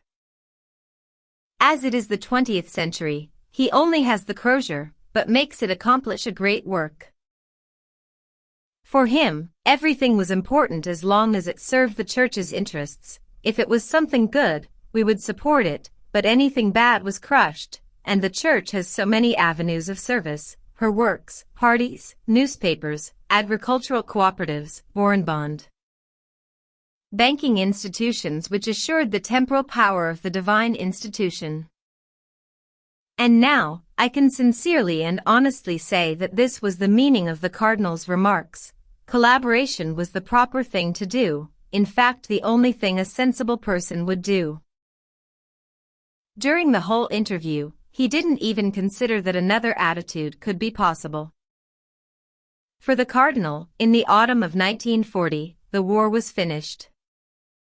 He didn't even mention the name English or utter the supposition that an Allied recovery was conceivable. The Cardinal did not think that, politically, anything else but collaboration was possible. He did not object to any of my conceptions and projects. He could have, or should have, warned me if he thought my ideas concerning politics were going astray, as I had come for his advice. Before I left, the Cardinal gave me his paternal blessing. Other Catholics as well, in the autumn of 1940, looked towards the great tower of St. Rombaut. Many entered the Episcopal Palace to ask the advice of Monsignor Van Roey, or his entourage, concerning the morality, usefulness or necessity of collaboration. More than 1,000 Catholic burgomasters, all the general secretaries, even though carefully chosen, adapted themselves immediately to the new order. All those good people imprisoned or insulted in 1944 must have wondered, in 1940, what does Malines think? But who would believe that neither Malines, their bishops, nor their priests had been able to put their minds at rest? 8 out often Belgian collaborationists were Catholics. During those decisive weeks, because of the choice which had to be made, Malines and the various bishoprics ever issued written or verbal negative advice, to myself, or to all those other collaborationists. Even though not very pleasant, this is the plain or naked truth. The attitude of the high Catholic clergy abroad could only strengthen the conviction of the faithful that collaboration was perfectly compatible with the faith.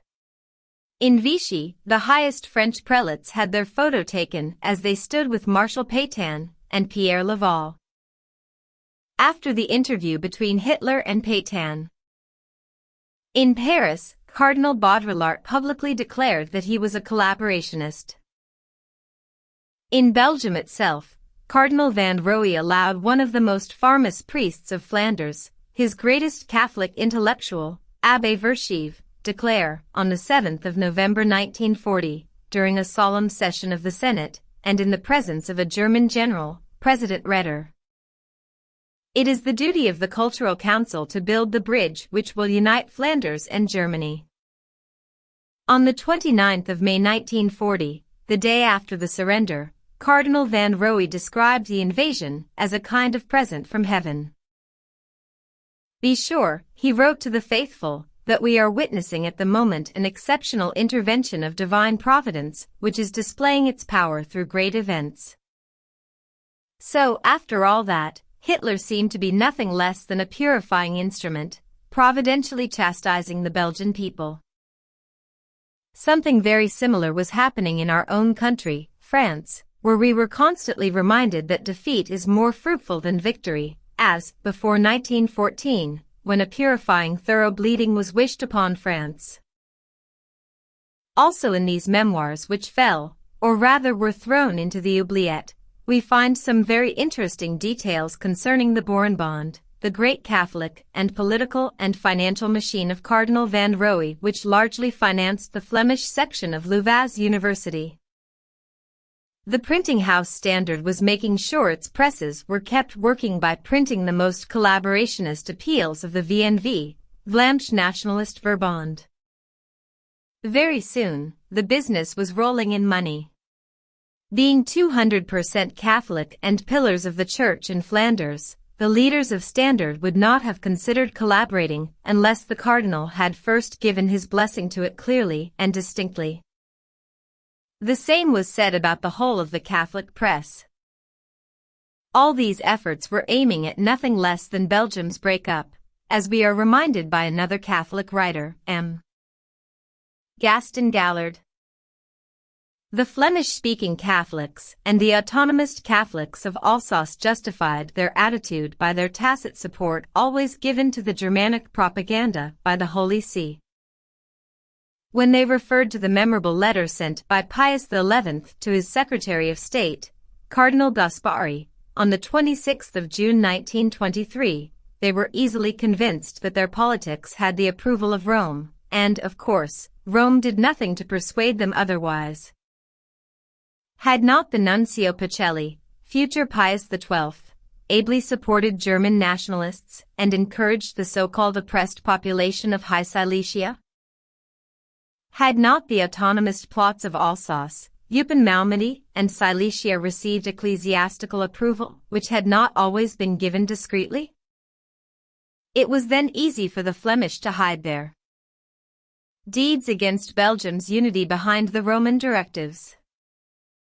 Also, in 1942, Pope Pius XII asked his nunciature in Berlin to convey his condolences to Paris on the death of Cardinal Baudrillard, so signifying that he considered the annexation of northern France by Germany as a fact. It also confirmed once again the tacit support always given to the Germanic expansion by the Holy See, and himself in particular. Today, we can but scornfully smile when we see the Jesuits of His Holiness quibble over something so obvious, and repudiate all complicity with the fifth column they themselves had organized, and especially with de Grelle. As for him, safely kept in his refuge as he knows too much, he can recollect at leisure the famous verses of Ovid, Doni eris felix, multos miserabis amicos. Tempora esse fuerint nubila, solus eris. We smile when we read the following from R. P. Fessard, Jesuit. In 1916 and 1917, we waited for the American reinforcements with so much impatience. In 1939, we sadly realized that, even after war had been declared, Hitler was looked upon favorably by a large part of American opinion, even and especially by Catholics. In 1941 and 1942, we wondered again if the United States would or would not intervene. So it seems the good father viewed the results obtained in America by his own Jesuitical brothers with sadness. For, and this is an historical fact, the Christian Front, a Catholic movement opposed to the United States intervention, was directed by the Jesuit Father Coughlin, a notorious pro-Hitlerite.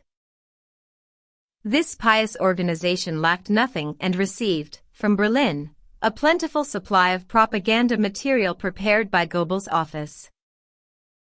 Through his publications Social Justice and radio broadcasts, the Jesuit Father Coughlin, apostle of the swastika, reached a vast public. He also looked after secret commando cells in the main urban centers, led according to the Sons of Loyola's methods and trained by Nazi agents. A secret document of the Wilhelmstrasse clarifies the following point. Studying the evolution of anti-Semitism in the United States, we note that the number of listeners to the radio broadcasts of Father Coughlin, well known for his anti-Semitism, exceeds 20 million. Must we recall the actions of the Jesuit Father Walsh, an agent of the Pope, Dean of the School of Political Sciences at the University of Georgetown, Jesuitic Nursery of American Diplomacy, and a zealous propagandist of German politics? At that time, the general of the Society of Jesus was, as by chance, Hoch von Ledekowski, a former general in the Austrian army. He succeeded Werns, a Prussian, in 1915. Has the R.P. Fessard also forgotten what Lacroix wrote all through the war, and especially this?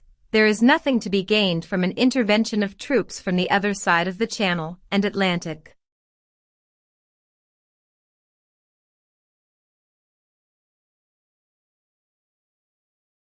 Does he not remember either this telegram of His Holiness Pius XII? The Pope sends his blessing to Lacroix, the voice of pontifical thought. Considering so much forgetfulness, must we come to the conclusion that members of the Society of Jesus have very short memories? They did not incur this reproach even from their enemies, though. Let us rather point out that R.P. Fessard expressed his patriotic fears of 1941 to 1942 in 1957 only. His free meditations over 15 years brought some results, and he had time to reread a certain passage of the Spiritual Exercises, which says that the Jesuit must be ready, if the Church declares that what he sees is black as white, to agree with her, even though his senses tell him the opposite. As far as that is concerned, R.P. Fessard seems to be an excellent Jesuit. On the 7th of March 1936, Hitler brought the Wehrmacht into the demilitarized Rhine region, so tearing up the Pact of Locarno. On the 11th of March 1938, it was the Anschluss, Union of Austria and Germany, and on the 29th of September of the same year, in Munich, France and England had imposed on them by the Reich the annexation of Sudetenland and Czechoslovakia. The Führer had come to power, thanks to the votes of the Catholic Centrum, only 5 years before, but most of the objectives cynically revealed in Mein Kampf were already realized. This book, an insolent challenge to the Western democracies, was written by the Jesuit Father Stempfel and signed by Hitler. For, as so many ignore the fact, it was the Society of Jesus which perfected the famous Pan-German program as laid out in this book, and the Führer endorsed it. Chapter 3. German Aggressions and the Jesuits. Austria, Poland, Czechoslovakia, Yugoslavia. Let us see how the Anschluss was prepared. First of all, and by a providential synchronism, when Mussolini seized power in Italy thanks to Don Sturzo, Jesuit and chief of the Catholic party, Monsignor Seipel, a Jesuit, became Chancellor of Austria.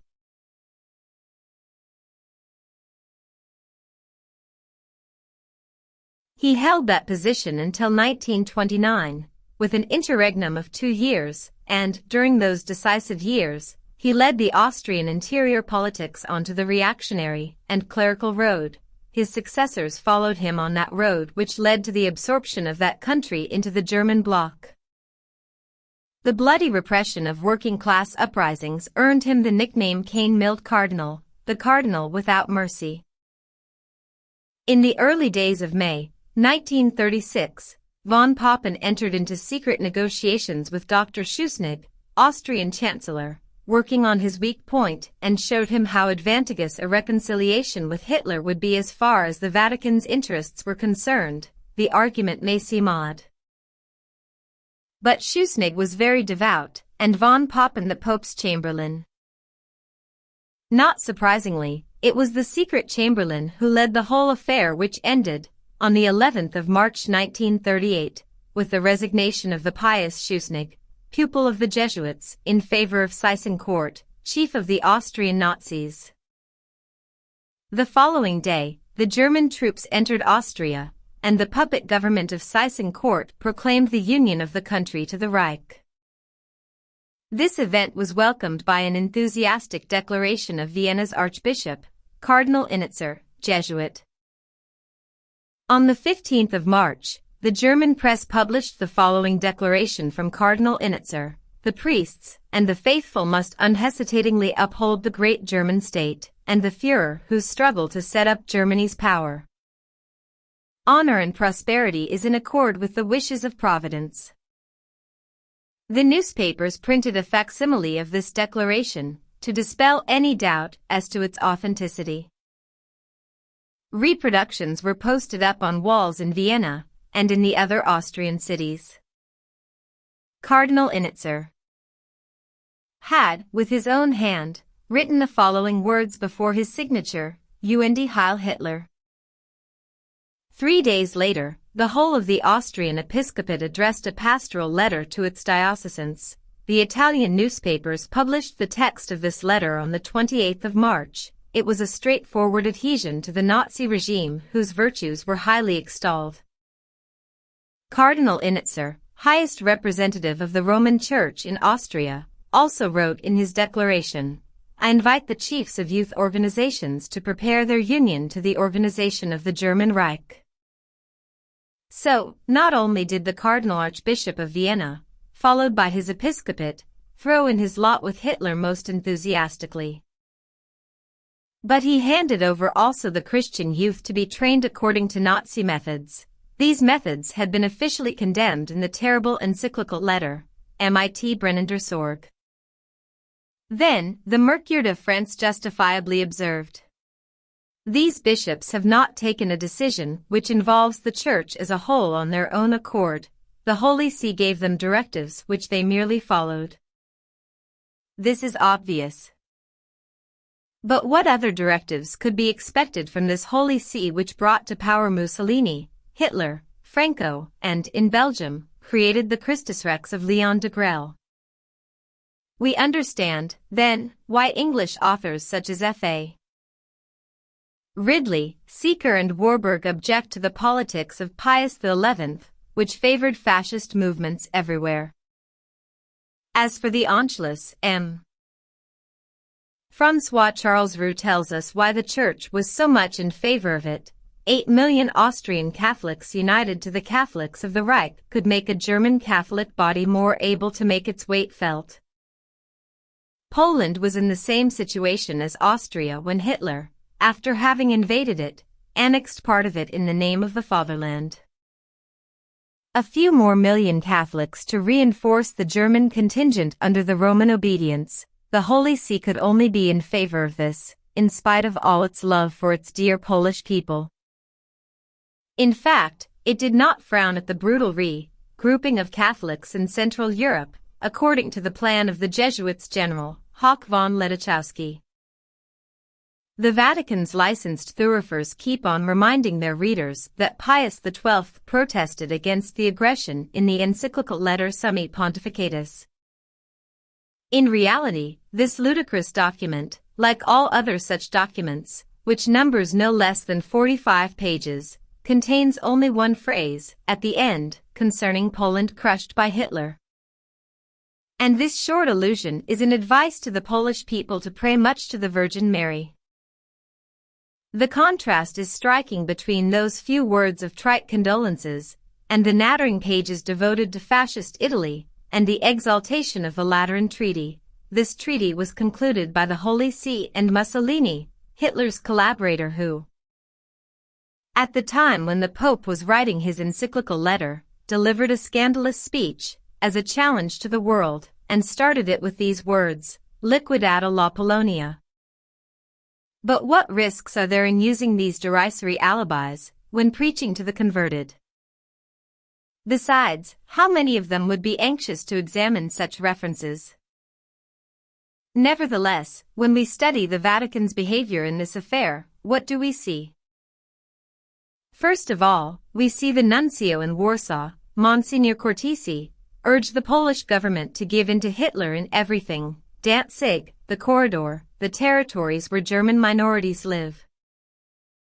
Then, when this is done, we see also the Holy Father lend his help to the aggressor when trying to make Paris and London ratify the amputation of a large part of his dear Poland.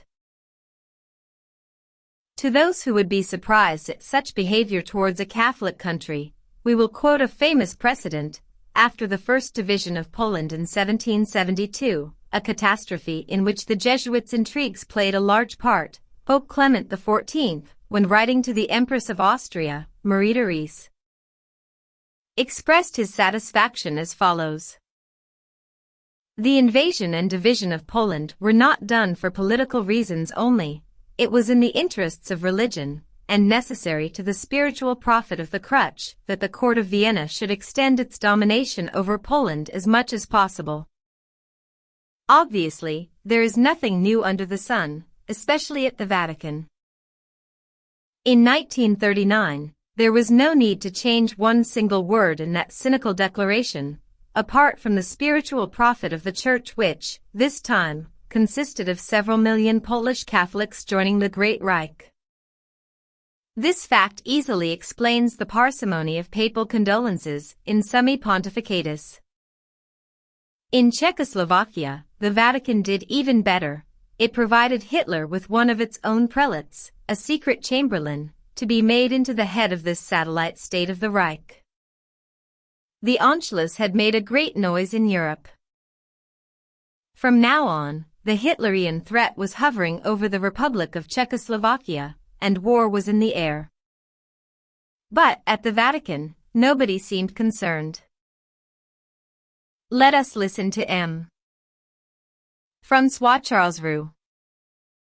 In the middle of August, I had tried to persuade the Pope that he should speak in favor of peace, a just peace, of course. My first attempts were unsuccessful. But, from the beginning of September 1938 on, when the international crisis reached its worst level, I started gathering, at the Vatican, soothing impressions contrasting strangely with the rapidly deteriorating situation. All my attempts, adds the former French ambassador, received the same answer from Pius XI, it would be useless, unnecessary, inopportune. I could not understand his obstinacy in keeping silent. Events were soon going to explain this silence. It was first of all the annexation of Sudetenland by the Reich, with the support of the Christian Social Party, of course. This annexation was ratified by the Munich Accord, and the Republic of Czechoslovakia was divided. But Hitler, who had undertaken to respect its territorial integrity, intended in reality to annex the Czech countries independent of Slovakia, and reign over it as well by his own appointee. It was easy for him to attain these ends as most of the main political Slovakian chiefs were Catholic ecclesiastics, according to Walter Hagen, and, amongst these, the priest Hlinka, Jesuit, had at his disposal a guard trained on Nazi SA principles. We know that, according to canon law, no priest can accept a public post or a political mandate without the Holy See's consent. This is confirmed and explained by the R.P. Jesuit de Soras. How could it be otherwise? We have said so already. A priest, by virtue of the character his ordination marked him with, by virtue of the official functions he exercises within the Church itself, by virtue of the cassock he wears, is bound to act as a Catholic, at least when a public action is concerned. Where the priest is, there is the Church. It was then with the Vatican's consent that members of the clergy sat in the Czechoslovak parliament. Still more, one of these priests had to have the Holy See's approval when the Führer himself invested him as head of state and later conferred on him the highest Hitlerian distinctions, the Iron Cross and the Black Eagle decoration. As anticipated, on the 15th of March 1939, Hitler annexed the rest of Bohemia and Moravia, and put the Republic of Slovakia, which he had created with a stroke of his pen, under his protection. At the head, he placed Monsignor Tissot, Jesuit, who dreamed of combining Catholicism and Nazism. A noble ambition, and easily realized as it had already been proved by the German and Austrian episcopates. Catholicism and Nazism, proclaimed Monsignor Tissot, have much in common. They work hand in hand at reforming the world. Such must have been also the Vatican's opinion as, in spite of the terrible encyclical letter mit brennender Sorge, it did not haggle over its approval of the Gauleiter priest. In June 1940, Radio Vatican announced the declaration of Monsignor Tissot, chief of the Slovakian state, stating his intention to build up Slovakia according to a Christian plan, has the full approval of the Holy See. Tissot's regime in Slovakia was especially afflicting for the Protestant Church of that country, which comprised 1/5 of the population. Monsignor Tissot tried to reduce the Protestant influence to its minimum and even eliminate it. Influential members of the Protestant Church were sent to concentration camps. These could count themselves fortunate, as we consider this declaration. From the Jesuits' General Werns, a Prussian, 1906 to 1915. The Church can condemn heretics to death as any rights they have is because of our forbearance. Let us see now what kind of apostolic gentleness was used by the Gauleiter prelate Tissot towards the Jews. In 1941, the first contingent of Jews from Slovakia and Upper Silesia arrive at Auschwitz. From the start, those who were not able to work are sent to the gas chamber, in a room of the building containing the crematory furnaces. Who wrote this? A witness who could not be challenged, Lord Russell of Liverpool, a judicial councillor at the trials of war criminals. So, the Holy See had not lent one of its prelates to Hitler in vain. The Jesuit head of state was doing a good job, and the satisfaction expressed by Radio Vatican is understandable. To have been Auschwitz's first provider, what a glory for this holy man, and for the whole company of Jesuits. In fact, this triumph lacked nothing. At the time of the liberation, this prelate was handed over to Czechoslovakia by the Americans, condemned to death in 1946 and hanged, the palm, for a martyr. Anything done against the Jews, we do it because of our love for this nation of ours. The love for our fellow men and the love for our country have developed into a fruitful fight against the enemies of Nazism. Another high dignitary of the Roman Church, in a neighboring country, could have appropriated this declaration of Monsignor Tissot to himself. For, if the foundations of the Slovakian city of God were hatred and persecution, according to the steadfast tradition of the Church, what can be said of the eminently Catholic state of Croatia, offspring of the collaboration between the killer Pavelić and Monsignor Stepanak?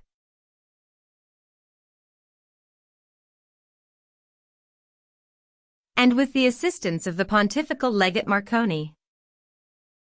We would have to look back as far as the conquest of the New World, couple the actions of the adventurers of Cortes, and the no less ferocious converter monks to find something worth comparing with the atrocities of those Austaches, upheld, commanded and prompted by madly fanatical clerics.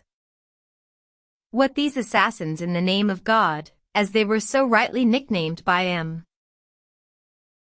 Hervé Laurière, did over 4 years defies all imagination, and the annals of the Roman Church, even though so rich in such material, cannot produce the equivalent in Europe.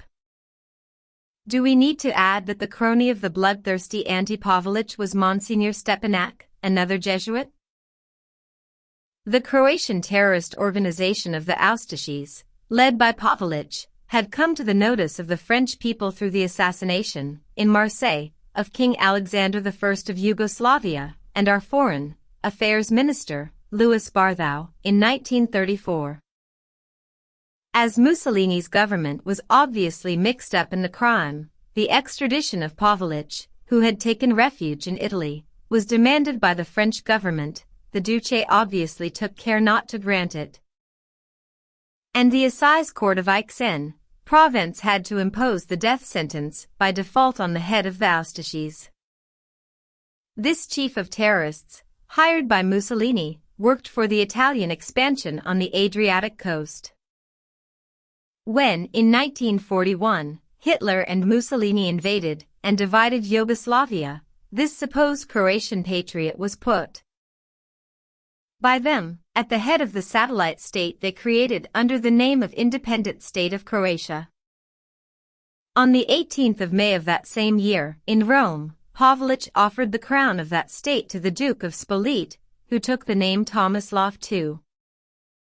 Of course, he took care never to set foot on the blood-stained soil of his pseudo-kingdom. On the same day, Pius XII gave a private audience to Pavelić and his friends, one of whom was Monsignor Solissois, Vicar General OT Monsignor Stepanak. So, the Holy See did not fear shaking hands with a certified murderer, sentenced to death by default for the murder of King Alexander I. And Louis Barthou, a chief of terrorists having the most horrible crimes on his conscience. In fact, on the 18th of May 1941, when Pius XII gladly welcomed Pavelić and his gang of killers, the massacre of Orthodox Croats was at its height, concurrently with forced conversions to Catholicism. It was the Serbian minority of the population they were after, as the author Walter Hagen explains, thanks to the Austaches. The country was soon transformed into a bloody chaos. The deadly hatred of the new masters was directed towards the Jews and Serbians who were officially outlawed. Whole villages, even whole regions were systematically wiped out.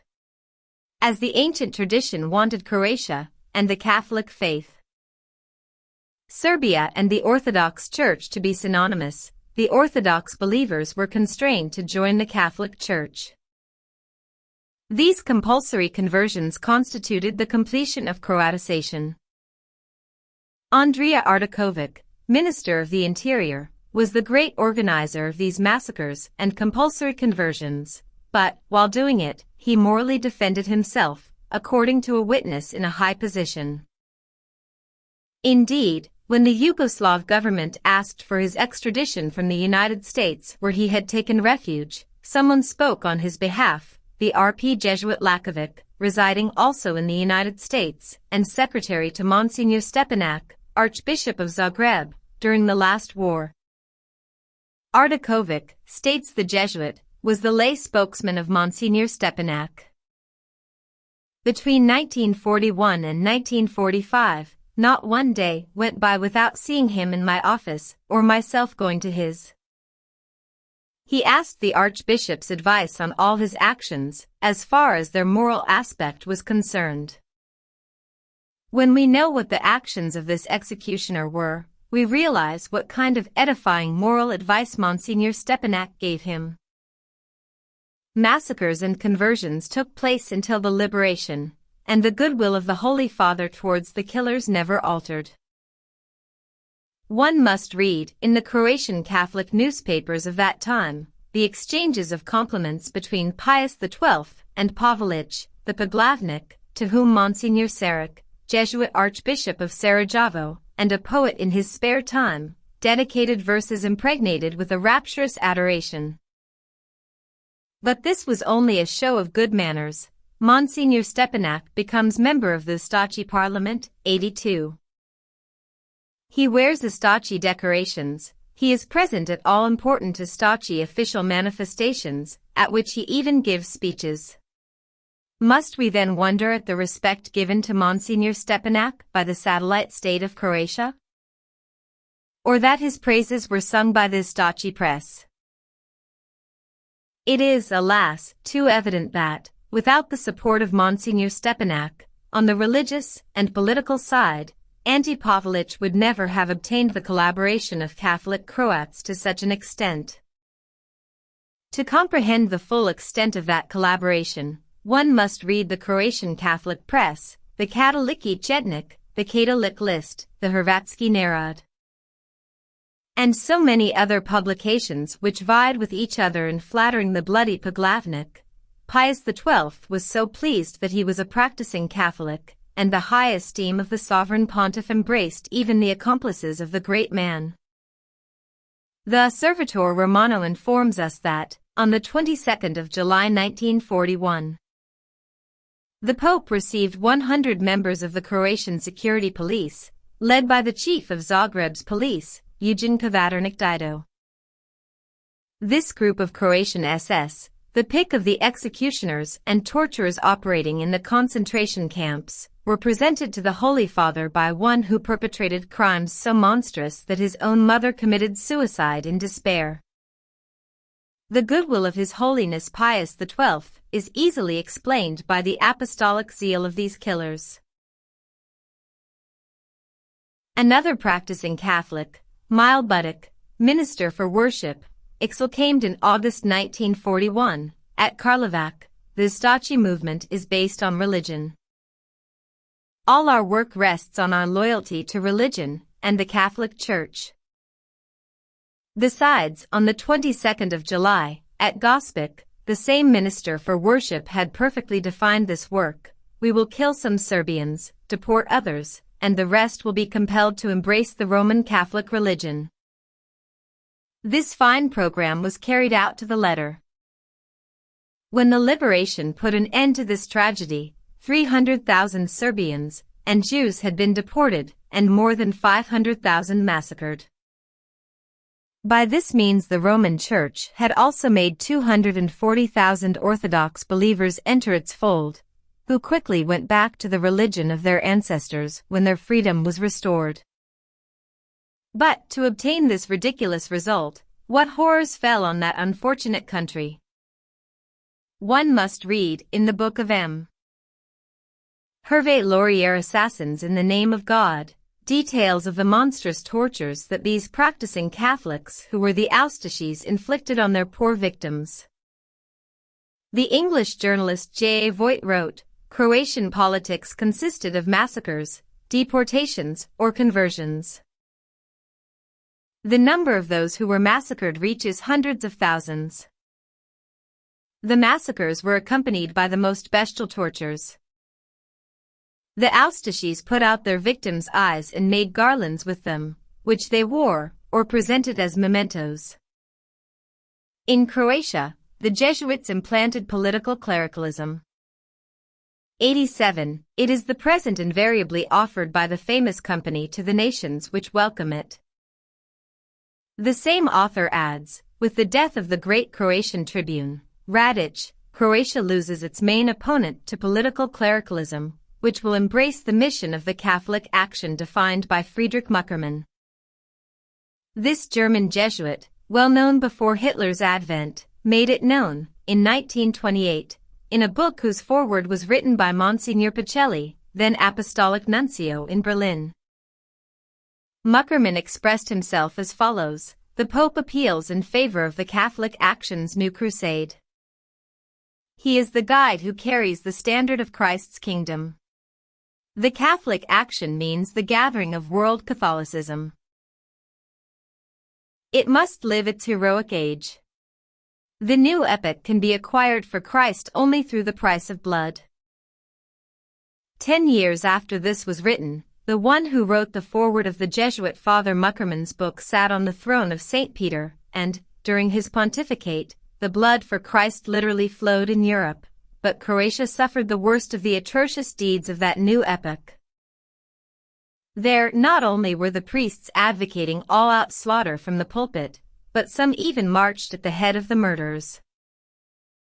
Others held, apart from their sacred ministry, official posts as prefects or chiefs of the Stasi police, even as chiefs of concentration camps where horrors were not outdone by even Dachau or Auschwitz. To this bloody list of honors, we must enter the names of the Abbé Bozidar Bralo, the priest Dragutin Camber, the Jesuit Lakovic, and the Abbé Ivan Salic, secretaries to Monsignor Stepanak, the priest Nicholas Bilogrivic, etc. And numberless Franciscans. One of the worst of these was Brother Miroslav Filipovich, main organizer of those massacres, chief of an executioner at the concentration camp of Jasenovac, the most hideous of these earthly hells. Brother Filipovich's fate was the same as Monsignor Tisso's. In Slovakia, when liberation came, he was hanged, wearing his cassock. But many of his rivals, not very anxious to win the palm of the martyr, fled to Austria, pell-mell with the assassins they had assisted so well. But what was the hierarchy doing, when confronted with the blood-thirsty frenzy of so many of its subordinates? The hierarchy, or the episcopate, and its leader, Monsignor Stepanak, voted in the Stasi parliament for the decrees concerning the conversion of the Orthodox to Catholicism, sent missionaries to the terrorized peasants, converted without wincing whole villages, 89. Took possession of the Serbian Orthodox Church's properties, and without ceasing showered praises and blessings on the Poglavnik, copying the example set from on high by Pope Pius XII. His Holiness Pius XII was personally represented at Zagreb by an eminent monk, the R.P. Marconi. This Sancti Sedis Legatus was given the place of honor at all the ceremonies of the Stasi regime, and had himself sanctimoniously photographed at the home of the chief of killers, Avalic, with his family which received him as a friend. Birds of a feather flock together. So, the most sincere cordiality always reigned in the relations between the assassins and ecclesiastics. Of course, many of these ecclesiastics held both positions, for which they were never blamed. The end justifies the means. When Pavlich and his 4,000 Austaches, which included Archbishop Sarek, a Jesuit, Bishop Garrick and 400 clerics, left the scene of their exploits to go first to Austria then on to Italy, they left behind part of their treasures, films, photographs, recorded speeches of Anti-Pavlich, chests full of jewels, gold coins, gold and platinum from the teeth, bracelets, wedding rings and pieces of dentures made of gold and platinum. This spoil taken from the poor wretches who had been murdered were hidden at the archiepiscopal palace, where they were eventually found. As for the fugitives, they took advantage of the Pontifical Commission for Assistance, created expressly to save war criminals. This charitable institution hid them in convents, mainly in Austria and Italy, and provided the chiefs with false passports which enabled them to go to friendly countries, where they would be able to enjoy the fruits of their robberies in peace. This was done for Anti-Pavlich, whose presence in Argentina was revealed, in 1957, through an attempt upon his life in which he was wounded. Since then, the dictatorial regime collapsed in Buenos Aires. Like former President Perón himself, his protégé had to leave Argentina. From Paraguay, where he went first, he reached Spain, where he died on the 28th of December 1959, at the German hospital of Madrid. On that occasion, the French press recalled his bloody career, and, more discreetly, the powerful accomplices, who enabled him to escape punishment. Under the title "Belgrade demanded his extradition in vain," we read in Le Monde, the brief information published in the press this morning revived, amongst the Yugoslav people, souvenirs of a past filled with sufferings and bitterness towards those who, by hiding Ante Pavlovich, for nearly 15 years, obstructed the course of justice. 90. Paris. Presa points out the last shelter offered to the terrorist with this short, but significant phrase: he ended up in a Franciscan monastery of Madrid. It is from there, in fact, that Pavlovich was taken to hospital, where he paid his debt to nature, but not to justice, scoffed at by these powerful accomplices, who are easy to identify. Monsignor Stepanak, who had, as he said, a clear conscience, stayed in Zagreb, where he was tried in 1946. Condemned to hard labor, he was in fact only made to reside in his native village. The penance was easy to bear, as we can see, but the Church needs martyrs. The Archbishop of Zagreb was then made a member of the Holy Cohort, in his lifetime, by Pius XII, who hastened to confer on him the title of Cardinal, in recognition of his apostolate, which displays the purest brightness. We are acquainted with the symbolic meaning of the Cardinal's purple. The one who dons it must be ready to confess his faith usque ad sanguinis effusionum, to the point of shedding blood.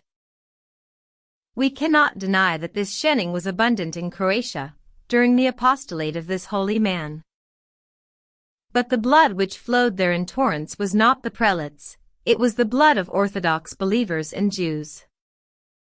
Must we see there a reversibility of merits? If that is the case, the right to cardinalship of Monsignor Stepanak cannot be contested. In the diocese of Gornji Karlovac, part of his archbishopric, out of 460,000 Orthodox people who lived there, 50,000 were able to hide in the mountains, 50,000 were sent to Serbia, 40,000 were converted to Catholicism through the regime of terror, and 280,000 were massacred. On the 19th of December 1958, we ran in Catholic France, to exalt the greatness and heroism of His Eminence the Cardinal Stepanak. A great meeting will take place on the 21st of December 1958, at 4 o'clock, in the crypt of Saint Odile, 2, Avenue Stéphane Mallarmé, Paris 17. It will be presided over by His Eminence the Cardinal Felton, Archbishop of Paris, Senator Ernest Pizet, and the Reverend Father Dragoun, National Rector of the Croatian Mission in France, will take part. His Excellency Monsignor Rupp will celebrate Mass and Communion. This is how a new figure, and not one of the least important, the one of Cardinal Stepanak, came to enrich the gallery of great Jesuits. Another aim of this meeting on the 21st of December 1958, in the crypt of Saint Odile, was to launch a book written in the defense of Zagreb's Archbishop by the R.P. Dragoun himself. Monsignor Rupp, coadjutor of Cardinal Felton, wrote the foreword. We cannot give here a full analysis, but will say this. The book is entitled The Dossier of Cardinal Stepanak, which seems to promise the reader an objective exposition of the trial at Zagreb. In fact, in this volume, which numbers 285 pages, we find the speeches of the Archbishop's two councils in full, accompanied by extensive remarks from the author, but neither the charge itself, nor the speech for the prosecution are mentioned, even briefly. The R.P. Dragoun seems to ignore the French proverb "Qu'un intend tuer cloche un intend tuer son." There are two sides to every story, unless, of course, he knows it too well. Be that as it may, this systematic obliteration of the opposite side of the story would be enough to close the debate. Let us consider, though, the good reasons invoked for the discharge of Zagreb's archbishop.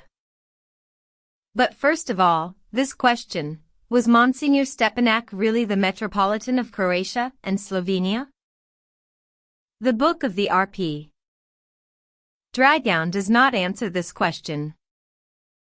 On page 142 of that book, we read this concerning the copy of a report by Monsignor Stepanak, the authenticity of which was contested by the defense. In the text of the copy, the archbishop is described as Metropolitan Croatiae et Slavoniae, but the archbishop is not a metropolitan, and never presented himself as such. This would clear the matter up if we didn't read, on page 114, the following taken from Monsignor Stepanak's own declarations before the tribunal. The Holy See often emphasized that the small nations and the national minorities have the right to be free. Should not I, as bishop and metropolitan, have the right to discuss it? The more we read, the less we understand. No matter. As we are reminded again and again, Monsignor Stepanak could not influence in any way the behavior of his flock and clergy. To those who bring out the articles of the Catholic press praising the accomplishments of Pavlich and his hired assassins, the answer is, it is simply ridiculous to make Monsignor Stepanak responsible for what the newspaper wrote, even when this paper was the Katoliki List, the most important Catholic publication in Zagreb, Diocese of Monsignor Stepanak. In those conditions, we won't bother mentioning the Angiokuvar, the guardian angel, belonging to the Franciscans, the Glasnik SV. Anti, the voice of Saint Anthony, to the conventuals of the Katoliki Chednik, the Catholic Weekly, of Sarajevo, Bishop Saric, nor, of course, the Jesnik Pokasenstrae Circa Isasova, the publication of the Guard of Honor of the Heart of Jesus, belonging to the Jesuits.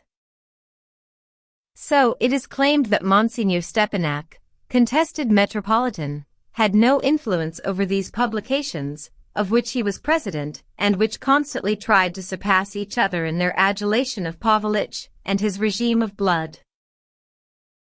Neither did he have any authority, so they say, over the Stachi bishops Sakaric, Garik, Aksimovic, Simrak, etc., who showered praise on the Poglavnik and applauded his crimes, nor over the crusaders of the Catholic action, these auxiliaries of Astachi converters, nor over the Franciscans murderers, nor over the nuns of Zagreb who marched past, their hands raised in the Hitlerian fashion. What a strange hierarchy which had authority over nothing and nobody. The fact that he sat, with 10 other Catholic priests, in the Sabor, the Stachi parliament, does not compromise the archbishop, or, at least, we must presume this, as the fact is simply ignored. We should not reproach him either for his presidency over episcopal conferences, nor over the committee for the application of the decree concerning the conversion of Orthodox people. In this apology, the humanitarian pretext of having made so many enter the Roman Church by force is fully and skillfully expounded. We read this concerning the awful dilemma facing Monsignor Stepanak. His pastoral duty was to maintain intact the canonical principles, but, on the other hand, dissidents who refused to embrace Catholicism were massacred, so he lessened the severity of the rules. We become even more bewildered when we read a little further on. He tried to resolve this dramatic alternative in the circular letter of the 2nd of March 1942, in which he ordered the priests to closely screen the motives for conversion. This is indeed a peculiar method to attenuate the severity of the rules and resolve the dramatic alternative. Was Monsignor Stepanak opening or shutting the doors of the Roman Church to the false converts? It would be absolutely impossible to find it out if we referred only to this speech for the defense. The Archbishop's apologists seem to choose the shutting, though, when they declare. The cases of rebaptisms were very rare in the territory of Zagreb's archdiocese. Unfortunately, statistics tell us otherwise, as we said earlier. In the Diocese of Gornji Karlovac alone, part of Zagreb's archbishopric, 40,000 people were rebaptized. It is evident that such results could be obtained only through mass conversions of whole villages, such as Kamensko, in that same archdiocese of Monsignor Stepanak, where 400 lost sheep returned to the Roman fold in one day. Spontaneously, and without any pressure on the part of civil and ecclesiastical authorities. Then why conceal these numbers? If they were really due to the charitable sentiments of the Croatian Catholic clergy, and not to the cynical exploitation of terror, they should have been proud of them. The truth is that the veil thrown over these infamies in an attempt to hide them is transparent, and not wide enough. To cover Stepanak, others have to be uncovered. Bishops Sarik, Garik, Simrak, the priests Bilogrivik, Camber Bralo, and their associates, the Franciscans and Jesuits have to be uncovered, and finally the Holy See.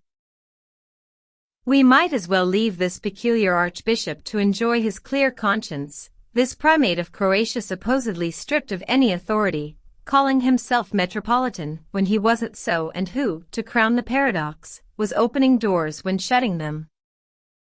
But, at the side of this fantastic prelate, there was another one, consistent and corpulent, the R.P. Marconi, personal representative of Pius XII.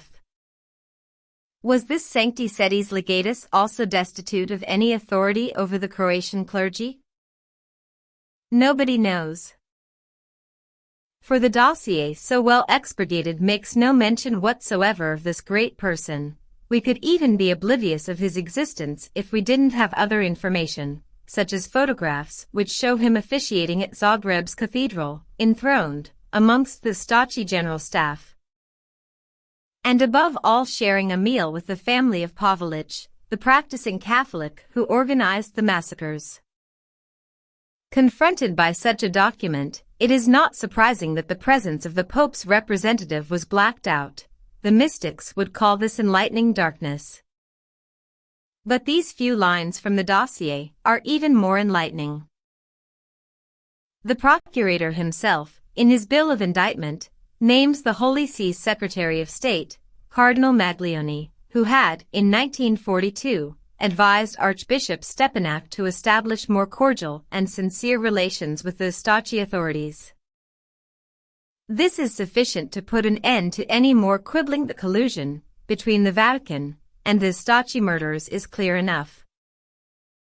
The Holy See itself was urging Monsignor Stepanak to collaborate with them, and the personal representative of Pius XII, by taking his place at Pavelić's table, was applying the pontifical instructions to the letter, sincerity and cordiality in the relations with murderers of Orthodox believers and Jews.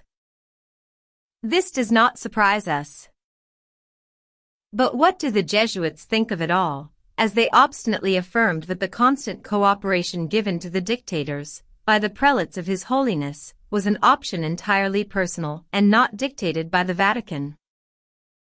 When Cardinal Maglione sent the previously mentioned recommendations to Zagreb's archbishop, was it his personal option he expressed, under the seal of the State's Secretary's office? The proof of the connivance between the Holy See and the Austaches supplied by the R.P. Dragoun, which has just been mentioned, puts an end to this chapter. But here is a new confirmation of the evangelical sentiments which flourished, and still flourish amongst the faithful of the Croatian Catholic Church towards the Orthodox Serbians. The Federation of Rier Create en France, Federation of Croatian Workmen in France, sent out an invitation to the solemn meeting organized for Sunday, 19th of April 1959, at the General Confederation of Christian Workmen Center, in Paris, to celebrate the 18th anniversary of the foundation of the Stasi Croatian state. This invitation read, "The ceremony will start with Holy Mass being said at the Church of Notre Dame de Lorette." But the reader, edified by this pious start, is the more startled when he discovers, soon after, this straight exhortation, "Death to the Serbians." So this not-so-banal document expresses the regrets that not more of these brothers in Christ were killed. The Book of the R.P. Dragon, rector of the Croatian mission in France, implies that the welcome given by the French Catholics to the Croatian refugees was not warm enough. We are told this on pages 59 and 60, and on pages 280 and 281, the author mentions the grievous disappointment these refugees experienced at being met by a total lack of understanding on the part of their brothers in the faith. Considering the aforementioned document, this lack of understanding seems comprehensible. We are glad that our fellow countrymen, in spite of the most grand invitations, show little sympathy to a form of piety in which the call to murder walks hand in hand with the Holy Mass. In the best Roman and Estaci tradition, we would be even more glad if such bloodthirsty tracts were not allowed to be printed and distributed openly in Paris itself. On the 10th of February 1960, the infamous Archbishop of Zagreb, Alois Stepinac, died at his native village of Karlovac, where he had been made to reside. This death gave the Vatican an opportunity to organize one of its spectacular manifestations for which it excels.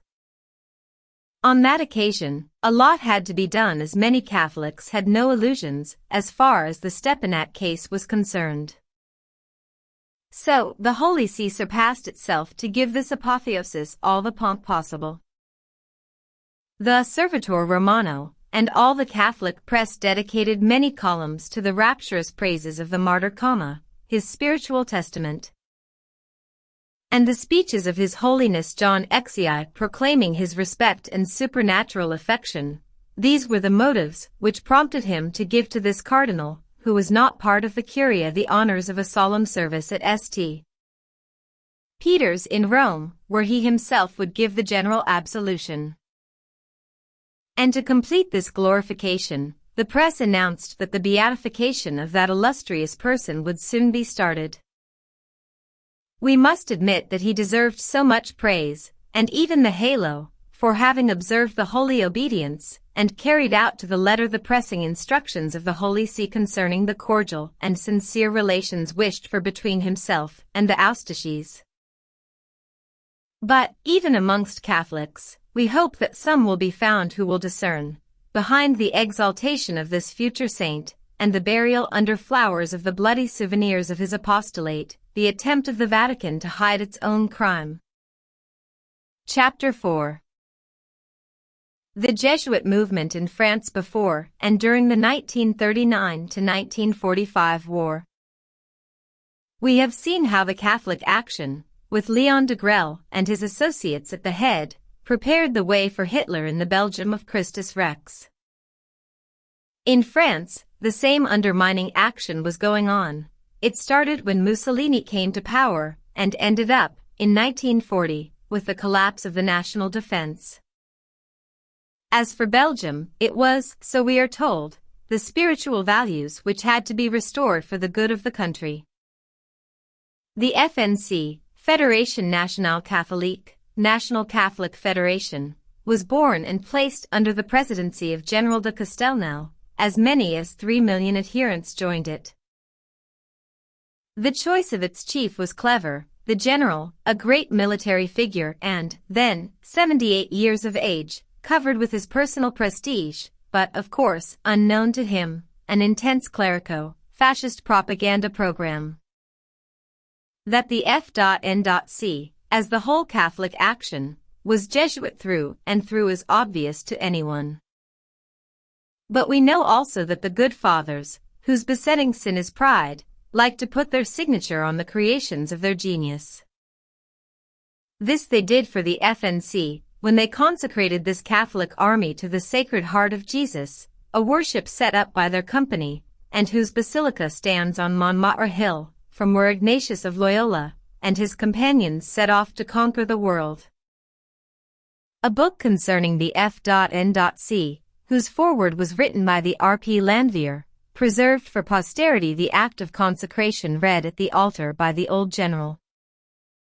We will quote just a few phrases.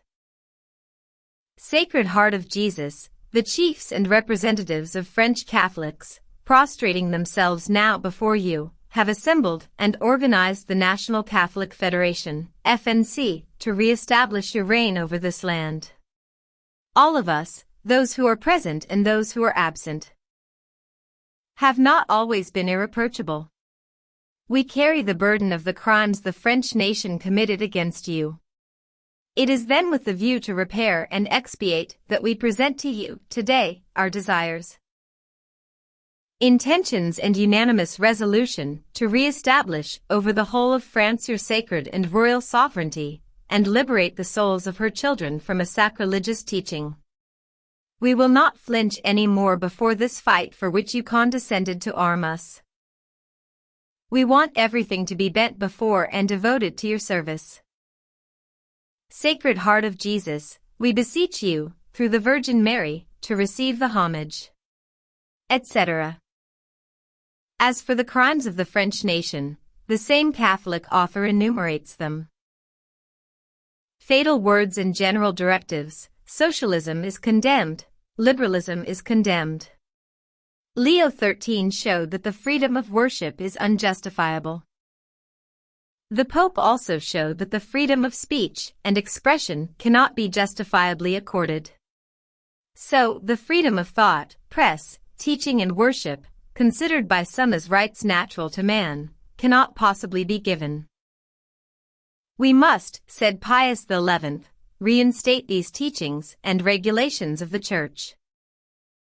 Such is the main aim of the FNC, under the hierarchies control assured by the decentralization of the diocesan committees.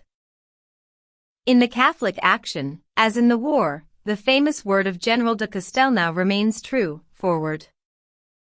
This is certainly clear and explicit. We know, then, what to expect when we read this. From Pius XI, the Catholic action is the faithful's apostolate.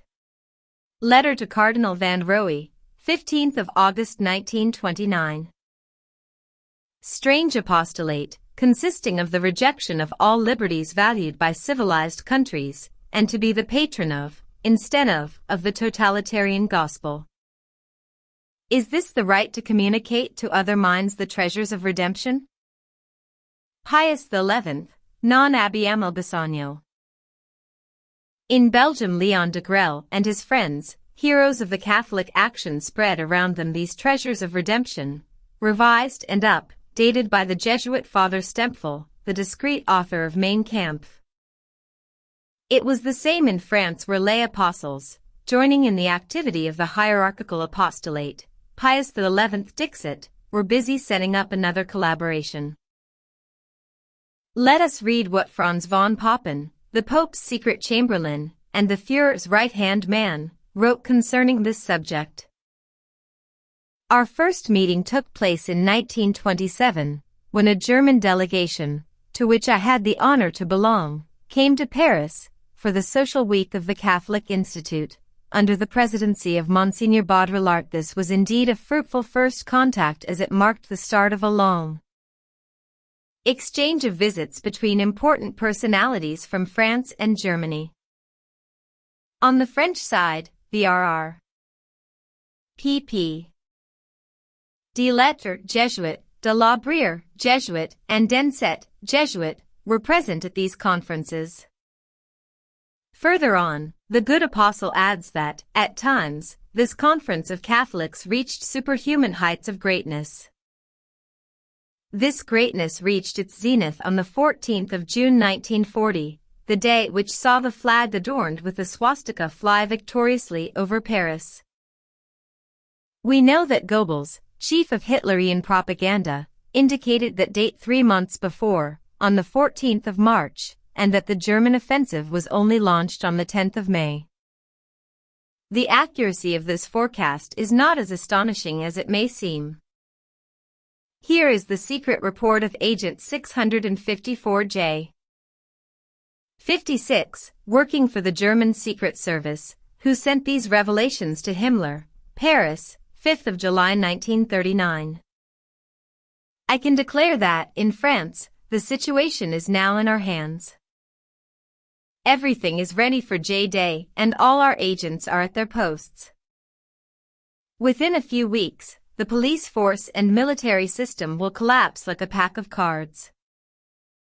Many secret documents relate that the traitors had been chosen a long time before. Men like Lecher, Buchard, Diet, Doriot, and Abel Bonnard of the French Academy. This particular one fled to Spain at the liberation. He came back to France on the 1st of July 1958, gave himself up, but was immediately released on a temporary basis by the President of the High Court of Justice. The extremely well-documented Book of M. André Gerber gives details of payments allocated to these traitors by the German SR. This money was well and truly earned, for their work was very effective. Besides, the atmosphere had been prepared for a long time now.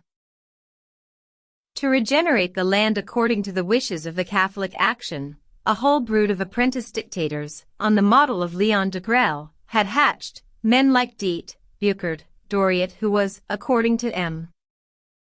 André Gerber, Agent No. 56 BK of the German Secret Service.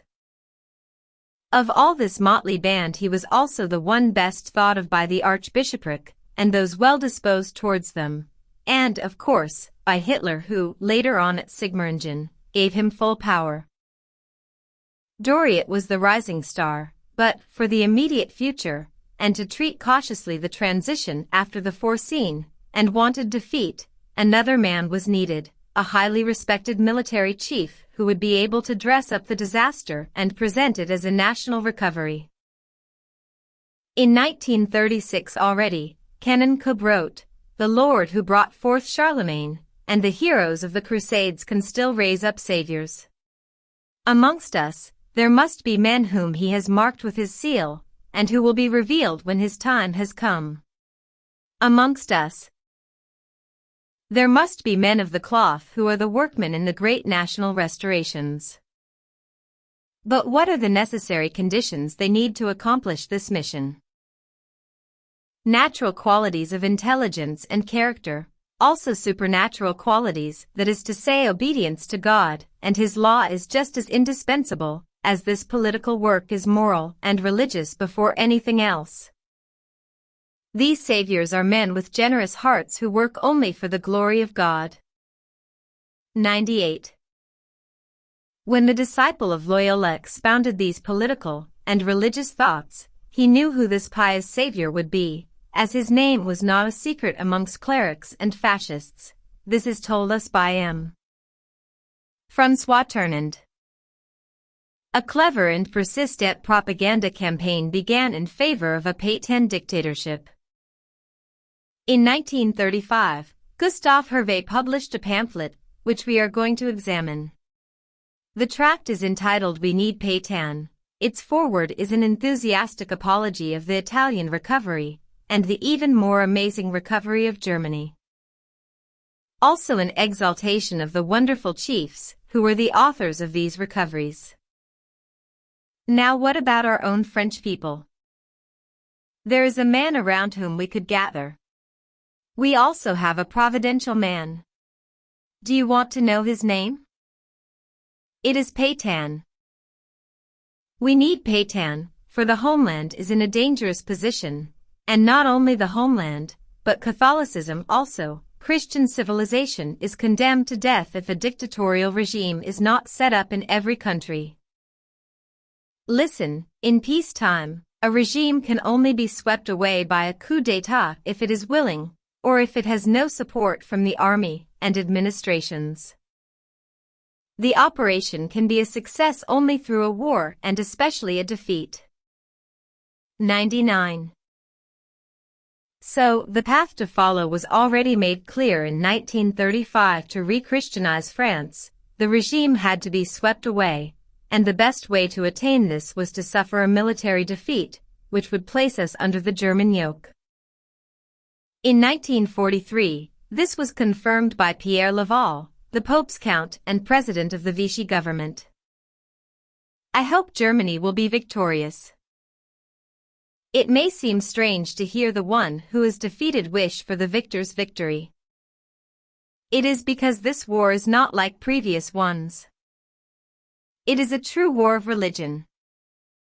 Yes, a war of religion. This indeed was what the Church wanted, even though unpleasant for the forgetful Jesuit Fessard, whom we mentioned earlier on, who doesn't want to know any more what was said on the American radio for the 20 million listeners of the Christian Front. By his loyal brother Father Coughlin, the German war is a battle for Christianity. But during the same period, in occupied France, Cardinal Baudrillart, rector of the Catholic Institute in Paris, was saying the same thing. Listen to him. Hitler's war is a noble enterprise undertaken for the defense of European culture. So, on both sides of the Atlantic, as indeed all over the world, the clerical voices were singing the praises of victorious Nazism. In France, Cardinal Suhard, Archbishop of Paris, set the example to all the episcopate by collaborating fully, and so did the Jesuit nuncio Monsignor Valerio Valeri. After the liberation, the government asked the Vatican to recall no less than 30 bishops and archbishops who were deeply compromised. In the end, it consented to recall 3 of them. France has forgotten, wrote M. Maurice Nadeau. La Croix, the most dangerous mouthpiece at the service of collaboration, takes its place amongst the publications of a liberated France. The prelates who were urging the French youth to work for the victory of Germany have not been brought to trial. One could read in Artaban of the 13th of December 1957. In 1944, La Croix was prosecuted for having favored the enemy and brought before the Court of Justice in Paris. The case was put in the hands of Judge Rault, who dismissed it. The affair was discussed at the Chamber on the 13th of March 1946. CJO Parliamentary Debates, pages 713 to 714, and it was learned then that M. de Menthon, Minister for Justice and thorough at purging the French press, had spoken in favor of La Croix. In fact, the voice of pontifical thought, as Pius XII called it, in 1942, when sending it his blessing, was the only one exempted from the general measures taken to suppress all the newspapers published during the occupation, even though, as Artaban reminds us, La Croix received instructions from the German Lieutenant Somme and, in Vichy, from Pierre Laval. Of course, the pontifical thought and Hitlerian instructions happily coincided. This is confirmed when we study the wartime editions of this estimable paper. One of the Jesuits' attributions, and not one of the least important, is to supervise all the Catholic press. In the various papers adapted to the need of their readers, they bring out, as necessary, the various shades of the pontifical thought which, under its undulating aspects, nevertheless reaches implacably towards its aims. There is not one Christian newspaper or periodical that does not enjoy the collaboration of some discreet Jesuits. These fathers who are all things to all men are of course the best at playing chameleons. This they did, as we know, and after the liberation, we had the surprise to see coming up, everywhere, fathers who had belonged to the resistance. They joined it later than others, and who testified that the Church had never collaborated. Forgotten, abolished, evaporated were the articles of La Croix and other Catholic newspapers, the episcopal mandates, the pastoral letters, the official communications from the Assembly of Cardinals and Archbishops, the exhortations of Cardinal Baudrillart calling on French youths to don the Nazi uniform and serve in the LVF after having taken an oath of allegiance to Hitler. All this was past and forgotten. History is a novel, said a disillusioned thinker. The one of our epoch will be true to this definition. The novel is being written under our eyes. Many historians are contributing to it, well-disposed ecclesiastics and laymen, and we can be certain that the result will be edifying. A Catholic novel, of course. The Jesuits' contribution is extensive, as were the heirs of Father Loriquet, whose history of France gave such a fanciful picture of Napoleon.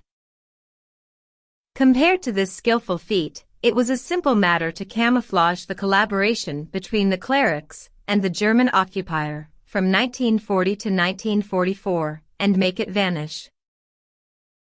And this is still going on. Over the years, so many articles have been written in newspapers, periodicals, books, under the patronage of the imprimatur, to sing the praise of the misjudged super-patriots such as Sohard, Baudrillard, de Thouet, Ovidie, Dubois de la Villerbel, Mael de Lup, etc. What a lot of pages blackened to exalt the attitude, so heroic, of the episcopate, during the war years in which France experienced a situation which led the French bishops to become the defenders of the city. As a wry joker wrote, "Slander and slander again. There is bound to be something left," advised Basile, this perfect type of Jesuit. "Whitewash and whitewash again," say his successors, great writers of historical novels. And this whitewashing is being carried out extensively. Future generations, submerged by a torrent of exaggerations, will devote a thankful thought, at least, we hope they will, to these defenders of the city, these heroes of the Roman Church and homeland. Dressed with a candid honesty of white linen by the work of their apologists, some of them were even canonized. On the 25th of August 1944, the Jesuit Cardinal Sohard, Archbishop of Paris, since the 11th of May 1940, and leader of the clerical collaborators, imperturbably decided to celebrate the Te Deum of victory at Notre Dame. We were spared this unseemly farce only through the strong protest of the General Chaplain of the FFI. We read in France Dimanche of the 26th of December 1948, His Eminence, Cardinal Sohard, Archbishop of Paris, on the anniversary of his entering the priesthood has just received an autographic letter from His Holiness Pius XII, who congratulates him, amongst other things, for the part he played during the occupation. We know that the cardinal's behavior during that period had been severely criticized after the liberation. When General de Gaulle arrived back in Paris, in August 1944, he refused to meet the cardinal at the Te Deum in Notre Dame. At that time, the prelate was openly accused of collaborationist tendencies. The Holy Father's congratulations are then understandable. But there is another story of Te Deum even more edifying. After the Allies disembarked, the city of Rennes suffered much in the fighting which followed, and many died amongst the civilian population, as the commanding officer of the German garrison had refused to evacuate them. When the city was taken, the traditional Te Deum was going to be celebrated, but the Archbishop and Primate of Brittany, Monsignor Roques, absolutely refused, not only to officiate himself, but also to allow this ceremony to take place in his cathedral.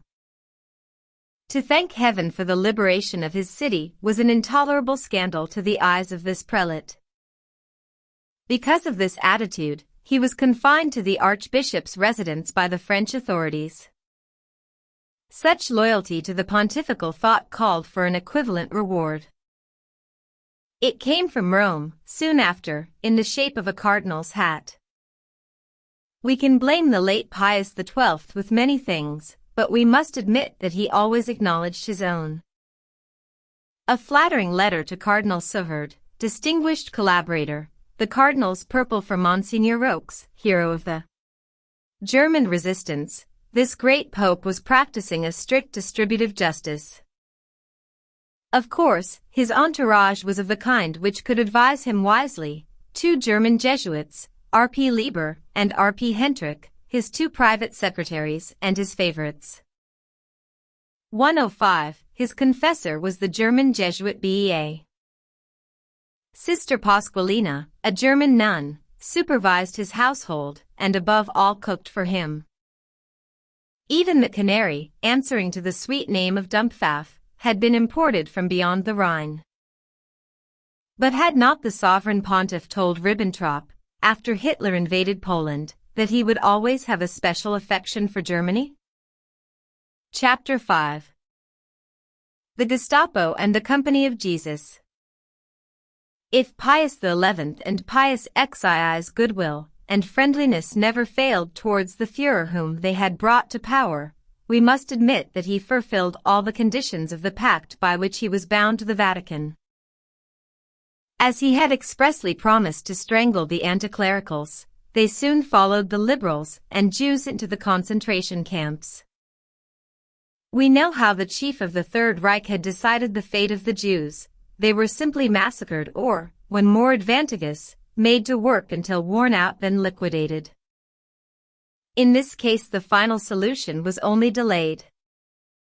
But let us see, first, how an especially authorized personality, Franco, Knight of the Order of Christ, expressly confirmed the collusion between the Vatican and the Nazis.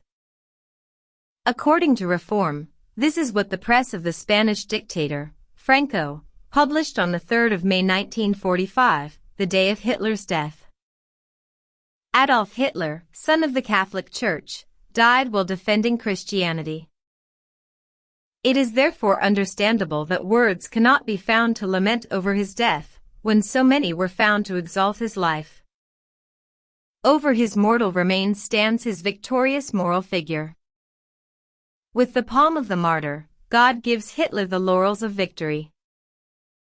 This funeral oration of the Nazi chief, a challenge to the victorious Allies, is voiced by the Holy See itself, under the cover of Franco's press. It is a communiqué of the Vatican given via Madrid. Of course, this missing hero well deserved the gratitude of the Roman Church, and they do not attempt to conceal it. He served her faithfully. All those this church pointed out to him as her adversaries felt the consequences. And this good son wasn't slow in admitting what he owed to his most holy mother, and especially to those who made themselves her soldiers in the world. I learned much from the order of the Jesuits, said Hitler. Until now, there has never been anything more grandiose, on the earth, than the hierarchical organization of the Catholic Church. I transferred much of this organization into my own party. I am going to let you in on a secret. I am founding an order. In my burghs of the order, we will raise up a youth which will make the world tremble. Hitler then stopped, saying that he couldn't say any more.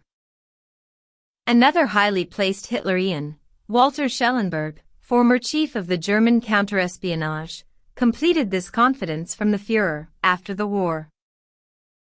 The SS organization had been constituted, by Himmler, according to the principles of the Jesuits' order. Their regulations and the spiritual exercises prescribed by Ignatius of Loyola were the model Himmler tried to copy exactly. The Reichsführer SS, Himmler's title as Supreme Chief of the SS, was to be the equivalent of the Jesuits' general, and the whole structure of the direction was a close imitation of the Catholic Church's hierarchical order. A medieval castle, near Paderborn in Westphalia, and called Webelsburg, was restored. It became what could be called a SS monastery. For their part, the best theological pens were busy demonstrating the similarity between the Catholic and Nazi doctrines. And, for that work, the sons of Loyola were the busiest. As an example, let us see how Michaela Schmaus, Jesuit theologian, presented to the public a series of studies on this subject. Empire and Church is a series of writings, which should help the building up of the Third Reich as it unites a National Socialist state to Catholic Christianity. The National Socialist movement is the most vigorous and massive protest against the spirit of the 19th and 20th centuries. A compromise between the Catholic faith and liberal thinking is impossible. Nothing is more contrary to Catholicism than democracy. The reawakened meaning of strict authority opens up again the way to the real interpretation of ecclesiastical authority. The mistrust of liberty is founded on The Catholic doctrine of original sin. The National Socialist commandments and those of the Catholic Church have the same aim. This aim was the new Middle Ages Hitler promised Europe. The similarity is obvious between the passionate anti-liberalism of this Jesuit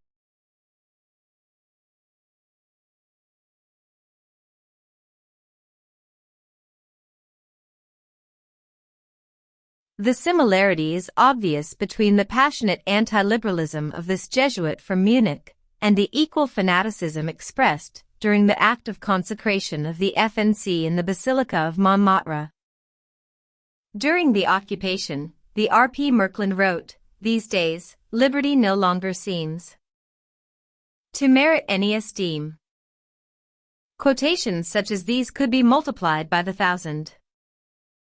Is not this hatred of liberty under all its forms the character itself of the Roman master?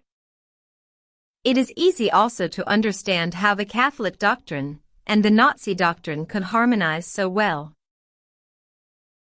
The one who ably demonstrated this accord, the Jesuit Michael Schmaus, was called by Lacroix, 10 years after the war, the great theologian of Munich, and nobody will be surprised to learn that he was made a prince of the Church by Pius XII. Under the circumstances, what becomes of the terrible encyclical letter mit Brennender Sorg, from Pius XI, which was supposed to condemn Nazism? No casuist has tried to tell us, naturally. The great theologian Michael Schmaus had many rivals, according to a German author who sees in the Catholic Conservatives' Erbgut the strangest book ever published by the German Catholic publications. This anthology, which brings together texts from the main Catholic theorists of Germany, from Gors to Vogelsang, makes us believe that National Socialism was born out of Catholic ideas. When writing this, the author certainly didn't realize he was describing it so perfectly. Another well-informed person, the mainspring of the pact between the Holy See and Berlin, and the Pope's secret chamberlain, Franz von Papen, was even more explicit. The Third Reich is the first world power, which not only acknowledges, but also puts into practice the high principles of the papacy. To this, we will add the result of this putting into practice, 25 million victims of the concentration camps, the official figure issued by the United Nations Organization. Here, we find it necessary to add something especially for candid minds, for those who cannot admit that the organized massacres were one of the papacy's high principles. Of course, this candor is diligently maintained. Such barbarian deeds belong to the past. So say some good apostles to the simple, while shrugging their shoulders before the non-Catholics for whom the fires of the Holy Inquisition are still burning. So be it. Let us set aside the superabundant testimonies about the clerical ferocity of years gone by to consider the 20th century.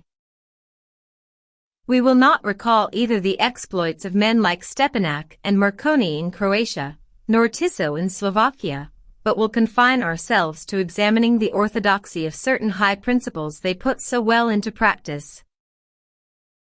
Are they really outdated today, these principles, disowned by an enlightened doctrine, officially rejected by the Holy See with other mistakes of a dark past?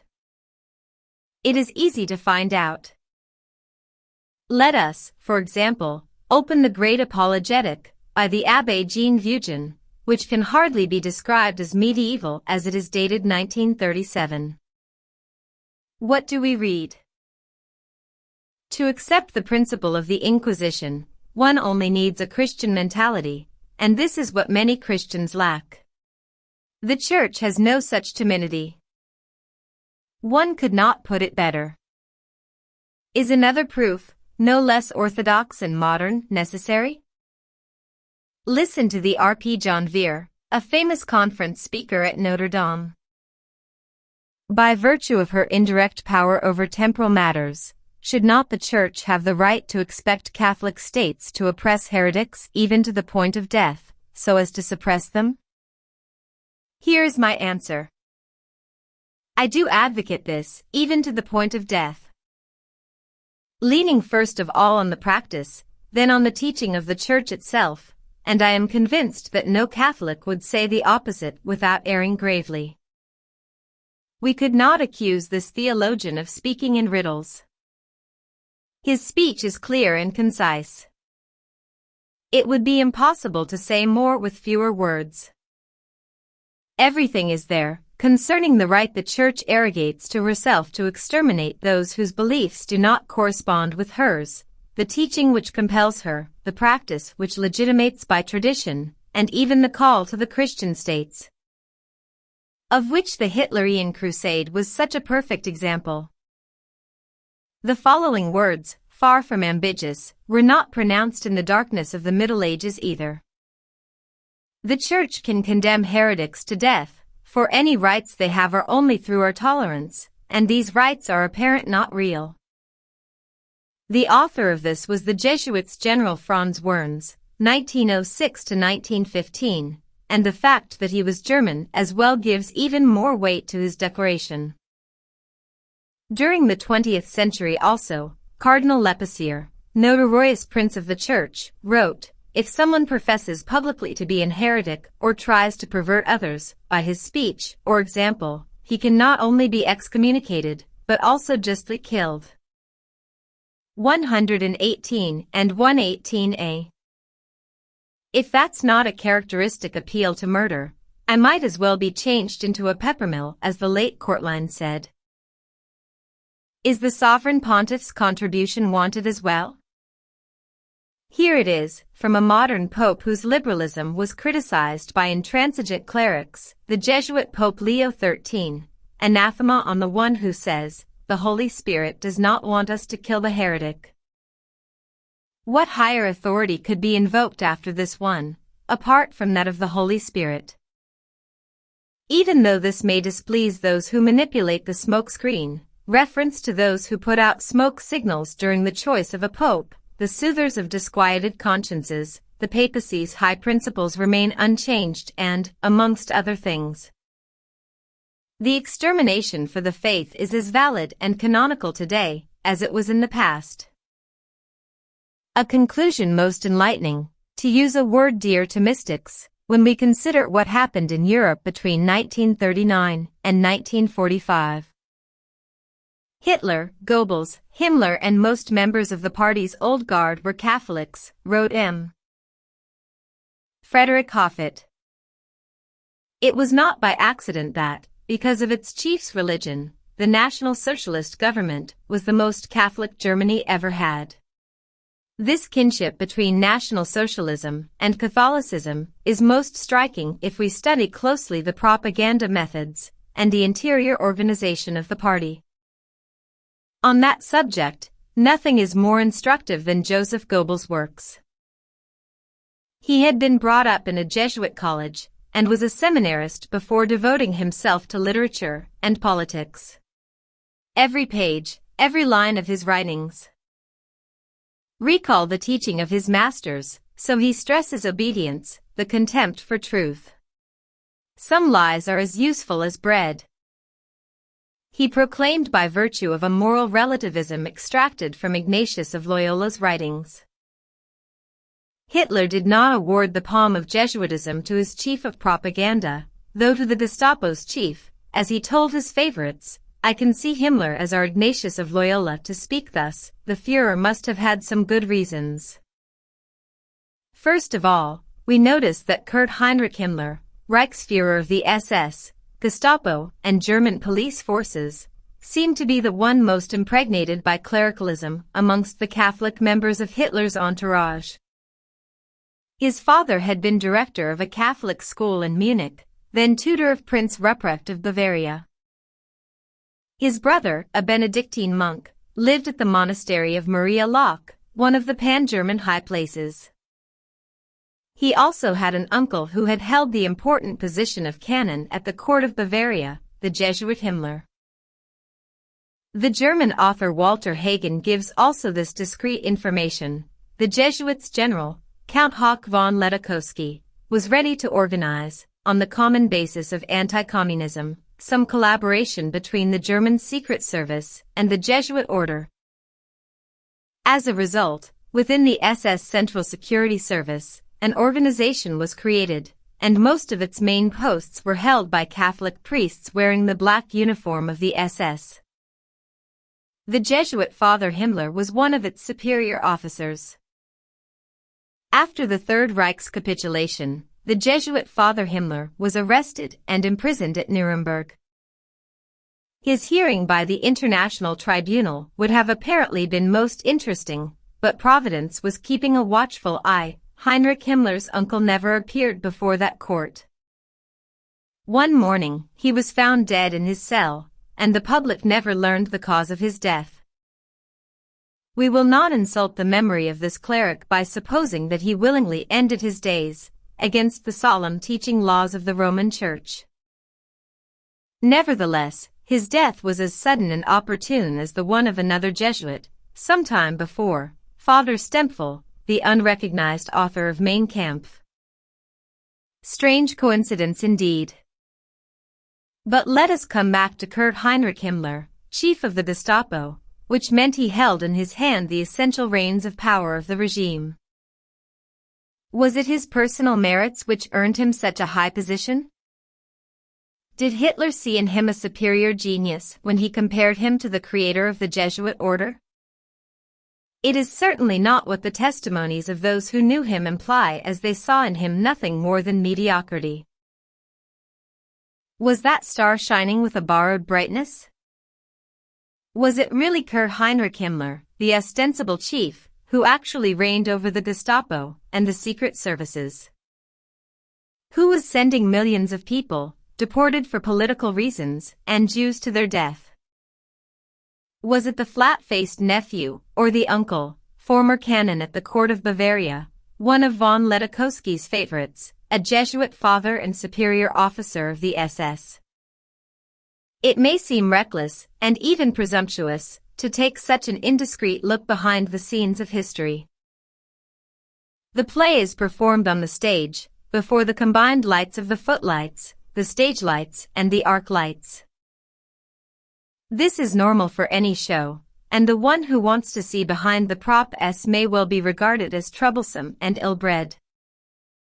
However, the spellbinding actors on whom the public's gaze is fixed have all come from behind the scenes.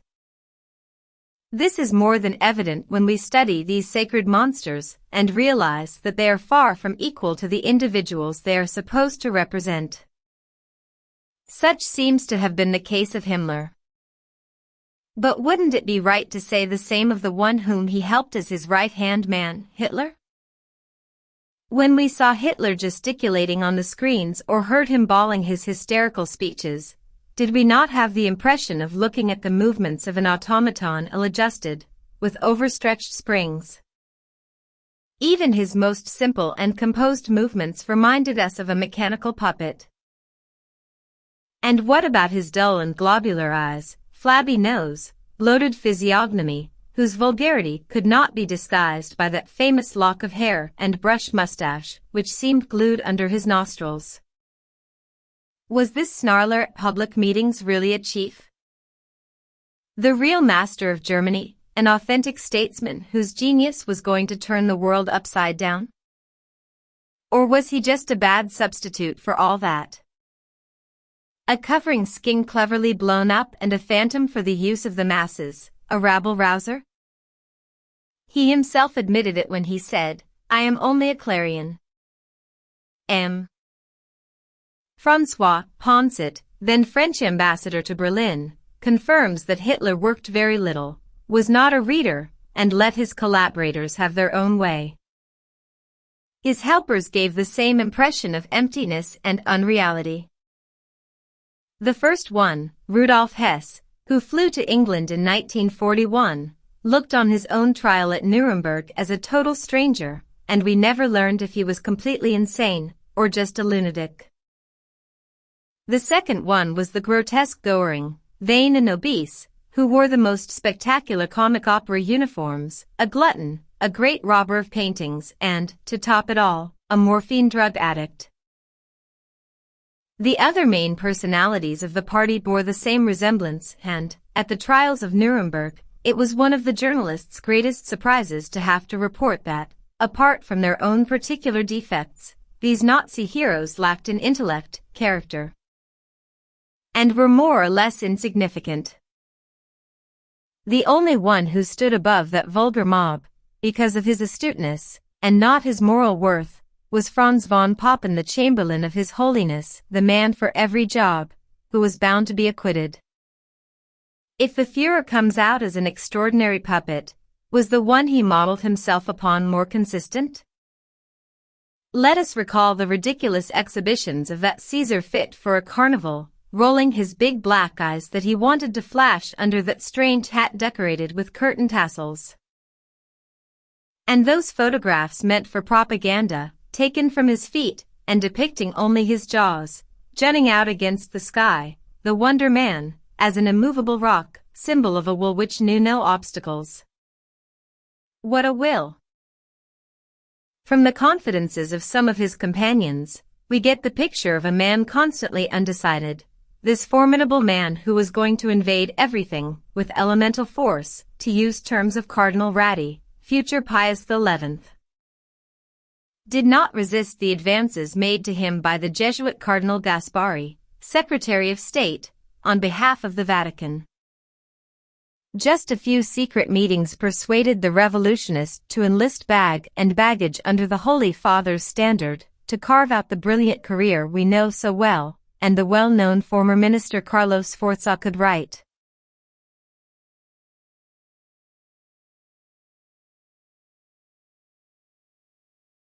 One day, when time will have attenuated the bitterness and hatred, it will be recognized, we hope, that the orgy of bloody brutalities, which turned Italy into a prison for 20 years, and ruins through the 1940 to 1945 war, found its origin in an almost unique historical case, the utter disproportion between the legend artificially created around a name, and the real capacities of the poor devil who bore that name, a man who was not obstructed by culture. This perfect formula is applicable to Hitler, as well as Mussolini, same disproportion between the legend and capacities. Same lack of culture in those two mediocre adventurers with almost identical pasts, their lightning careers can find an explanation only in their gift for haranguing the masses, a gift which brought them before the glare of publicity. That the legend was artificially created is evident enough when we know that, today, the Führer's retrospective apparition on the screens of Germany provokes nothing more than a huge laugh. But was not the obvious inferiority of these providential men the very reason for which they were chosen to be elevated to power? The fact is that the same lack of personal qualities can be found in all those the papacy elected to be its champions. In Italy and Germany, there were some real statesmen, real chiefs, who were able to take the helm and govern without having to resort to this delirious mystic. But these were too bright intellectually and not sufficiently pliable. The Vatican, and especially the Black Pope, von Ledochowski, could not have held them as a baton in his hand, according to the fiery formula, and made them serve his aims at all costs until catastrophe struck. We have seen how the revolutionist Mussolini was turned inside out, as one would do with a glove, by the Holy See's emissaries who promised him power. The unbending Hitler was to prove just as malleable. The Ledochowski's plan was, originally, to create a federation of the Catholic nations in Central and Eastern Europe, in which Bavaria and Austria, governed by the Jesuit disciple, would have had the preeminence. Bavaria had to be separated from the German Republic of Weimar, and, as by chance, the agitator Hitler, of Austrian origin, was then a Bavarian separatist. But the chance to realize this federation, and place a Habsburg at its head became more and more slim, whilst Monsignor Pacelli, the nuncio, who had left Munich for Berlin, became the more conscious of the German Republic's weakness, because of the poor support the Allies gave it. The hope to get hold of Germany as a whole was then born at the Vatican, and the plan was modified accordingly. The hegemony of Protestant Prussia had to be prevented, and as the Reich was to dominate Europe, to avert the Germans' federalism, a Reich had to be reconstituted in which the Catholics would be masters. This was enough. Turning completely round with his brown shirts, Hitler, who had been until then a Bavarian separatist, became overnight the inspired apostle of the Great Reich. Chapter 6. The Death Camps and the Anti-Semitic Crusade. To what extent the Catholics were masters of Nazi Germany soon became apparent, as also did the severity with which some of the papacy's high principles were applied. The liberals and Jews had plenty of spare time to find out that these principles were far from outdated, as the most orthodox voices confirmed it. The right the Church arrogates herself to exterminate slowly or speedily those who are in the way was put into practice at Auschwitz, Dachau, Belsen, Buchenwald, and other death camps. The Gestapo of Himmler, our Ignatius of Loyola, diligently performed these charitable deeds. Civilian and military Germany had to submit per ind ac cadaver to this all-powerful organization. No need to say that the Vatican washed its hands of these horrors. When giving an audience to Dr. Naren F. Gunn, a Swiss journalist who had been deported himself, and who wondered why the Pope had not intervened, at least by providing some assistance to so many unfortunate people, His Holiness Pius XII had the effrontery to answer. We knew that, for political reasons, violent persecutions were taking place in Germany, but we were never informed as to the inhuman character of the Nazi repression. And that at the time when the speaker of Radio Vatican, the R.P. Mischin, was declaring that overwhelming documentary proof concerning the cruelty of the Nazis had been received. Without any doubt, the Holy Father was not informed either on what was going on in the Ustachi concentration camps, in spite of his own legate's presence in Zagreb once, though, the Holy See was seen to take some interest in the fate of certain people condemned to deportation. They were 528 Protestant missionaries, survivors of all those who had been taken prisoners by the Japanese in the islands of the Pacific and interned in concentration camps in the Philippines. M. André Ribard, in his excellent book 1960, and the Secret of the Vatican, reveals the pontifical intervention on behalf of these unfortunates. The text appears under No. 1591, dated Tokyo 6th of April 1st 943, in a report from the Department for Religious Affairs in Occupied Territories. And I quote the following extract. It expressed the wish of the Roman Church to see the Japanese pursue their politics and prevent certain religious propagators of error to regain a freedom to which they were not entitled. From the Christian point of view, this charitable step needs no comment, but is it not most significant, politically speaking? In Slovakia, as we know, Monsignor Tiso, the Jesuit Gauleiter, was also free to persecute the separated brethren even though Germany, to which his state was a satellite, was mainly Protestant. It says a lot about the influence the Roman Church had in the Hitlerian Reich. We have also seen the part played in Croatia by the representatives of that church in the extermination of Orthodox believers. As for the anti-Jewish crusade, the Gestapo's masterpiece, it may seem superfluous to mention again the part played in it by Rome, as we have already related the exploits of Monsignor Tiso, the first provider of Auschwitz's gas chambers and crematoria furnaces. We will just add a few characteristic documents to this dossier. First of all, here is a letter from M. Leon Berard, ambassador of the Vichy government to the Holy See. Marshal Pétain, Sir. Hi, your letter dated 7th of August 1941, you honored me in asking certain information touching the questions and difficulties which could arise from the Roman Catholic point of view out of the measures your government took concerning the Jews. I have the honor to answer that nothing has been said to me at the Vatican which could be interpreted as a criticism or disapproval of the laws or directive deeds in question. The periodical L'Archi, when mentioning this letter in an article entitled The Silence of Pius XII, tells of a subsequent and complimentary report which M. Leon Berard sent to Vichy on the 2nd of September 1941. Is there a contradiction between the status of the Jews and the Catholic doctrine? Only one, and Leon Berard respectfully points it out to the head of state. It resides in the fact that the law of the 2nd of June 1941 defines the Jews as a race. The Church, wrote Vichy's ambassador, never professed that the same rights should be given to all citizens. As someone in authority at the Vatican told me, you will not find yourselves in difficulties over the status of the Jews.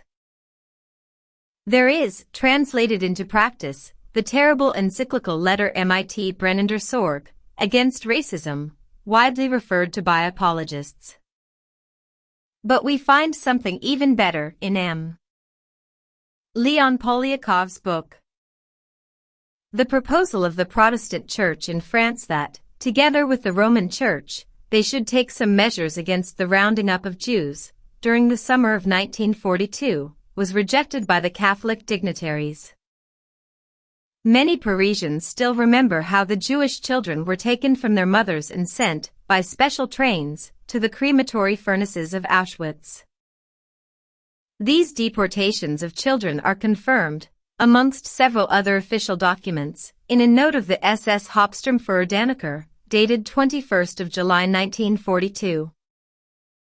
The awful callousness of the Roman Church, and of its chief in particular, inspired, not long ago, these revengeful lines from the aforementioned periodical L'Archi.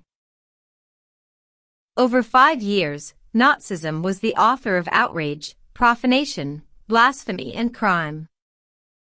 Over 5 years, it massacred 6 million Jews. Amongst these 6 million, 1,800,000 were children. Who said once, "Let the little children come unto me." And for what reason let them come unto me so that I can butcher them? The militant pope has been followed by a diplomatic pope. From occupied Paris, we go to Rome, occupied also by the Germans after the Italian collapse. Here is a message addressed to von Ribbentrop, Nazi Foreign Affairs Minister. German Embassy at the Holy See. Rome, 28th of October 1943. Even though urged on every side, the Pope has not expressed any demonstrative reprobation of the deportation of Jews from Rome. He can expect our enemies to reproach him in this attitude, and see it exploited by the Protestants of Anglo-Saxon countries in their propaganda against Catholicism. When considering this delicate question, the endangerment of our relations with the German government was the deciding actor. Signed, Ernst von Weizsäcker. When relating the career of this Baron von Weizsäcker, tried as a war criminal for having prepared extermination lists, Le Monde of the 27th of July 1947 wrote, preceding a German defeat, he had himself appointed at the Vatican, taking this opportunity to work closely with the Gestapo.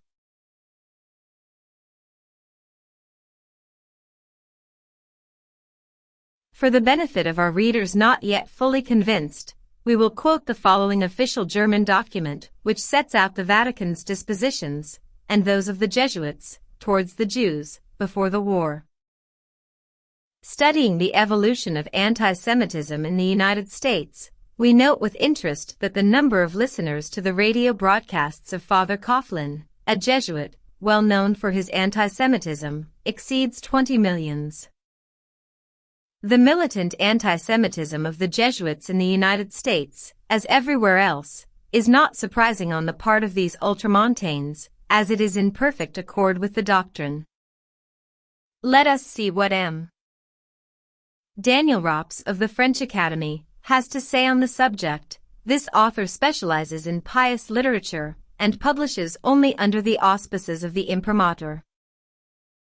We read in one of his best-known works, Jesus and His Times, published in 1944, during the German occupation.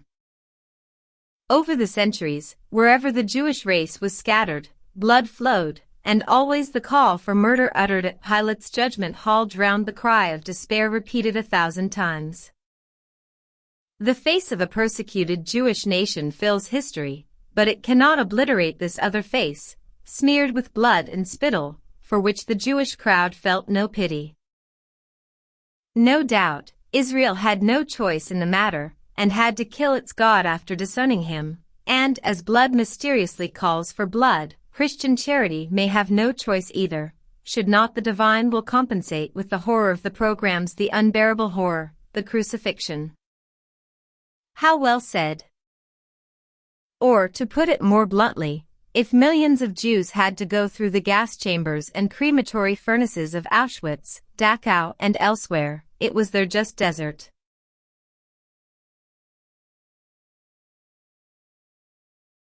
This adversity was wanted by the divine will, and Christian charity would err if turning towards them. The eminent Professor M.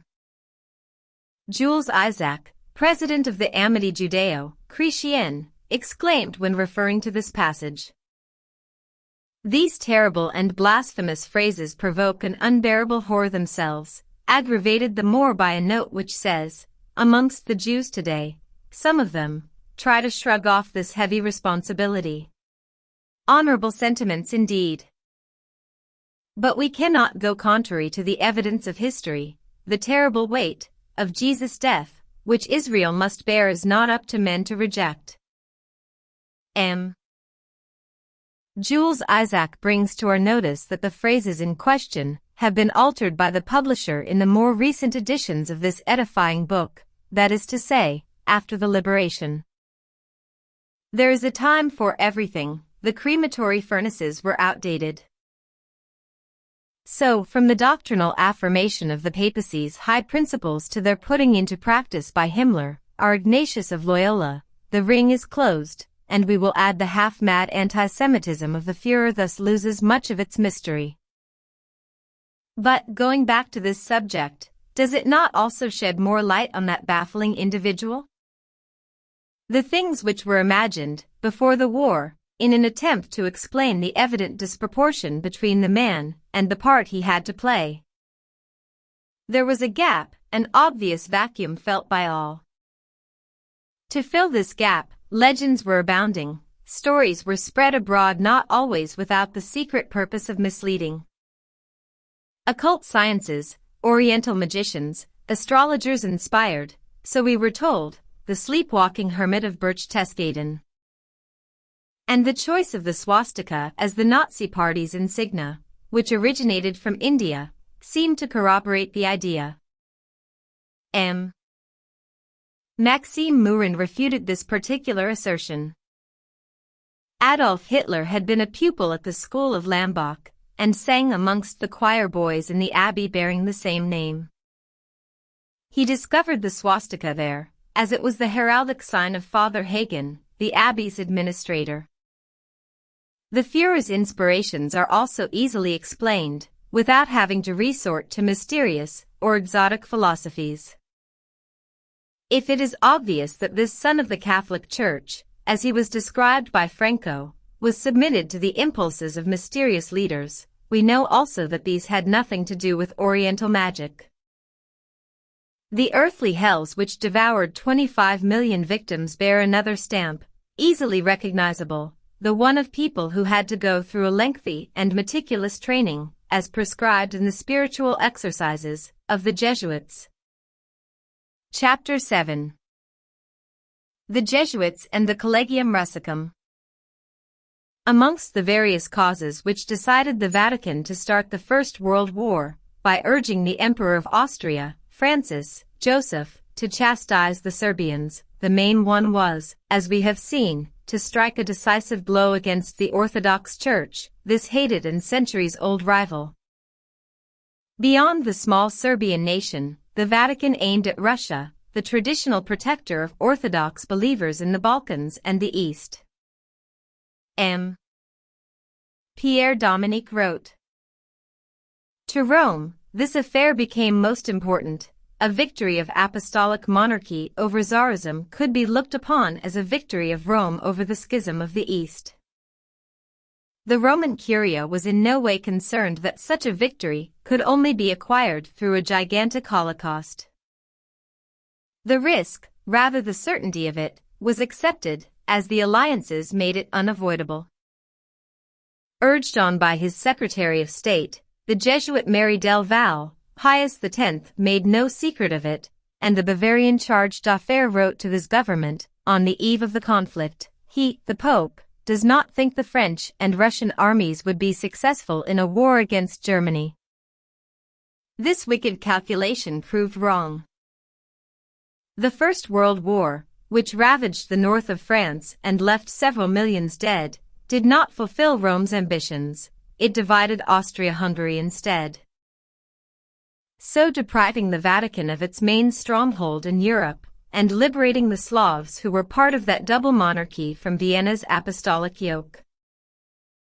In addition, the Russian Revolution liberated from the Vatican's control those Roman Catholics, for the most part of Polish origins, who lived in the Tsar's former empire. The defeat was total. But the Roman Church Patiens Kia Aeterna was going to pursue with fresh efforts her politics of the Drang nach Osten, the thrust towards the East which combined so well with the pan-German ambitions. For that, as we mentioned earlier on, the raising up of dictators and the Second World War with its retinue of horrors, the cleaning up of the Wartheland in Poland and the compulsory Catholicization of Croatia were two examples, especially atrocious, of these horrors. It was of no importance that 25 millions died in concentration camps, 32 million soldiers were killed on the battlefields, and 29 millions were wounded and maimed. These are the official statistics of the United Nations Organization, and show the magnitude of that carnage. This time, the Roman Curia thought her aims had been reached, and one could read in Basler Nachrichten of Ball. The German action in Russia poses the question of that country's evangelization. The Vatican is most highly interested in it. And this, from a book devoted to the glorification of Pius XII.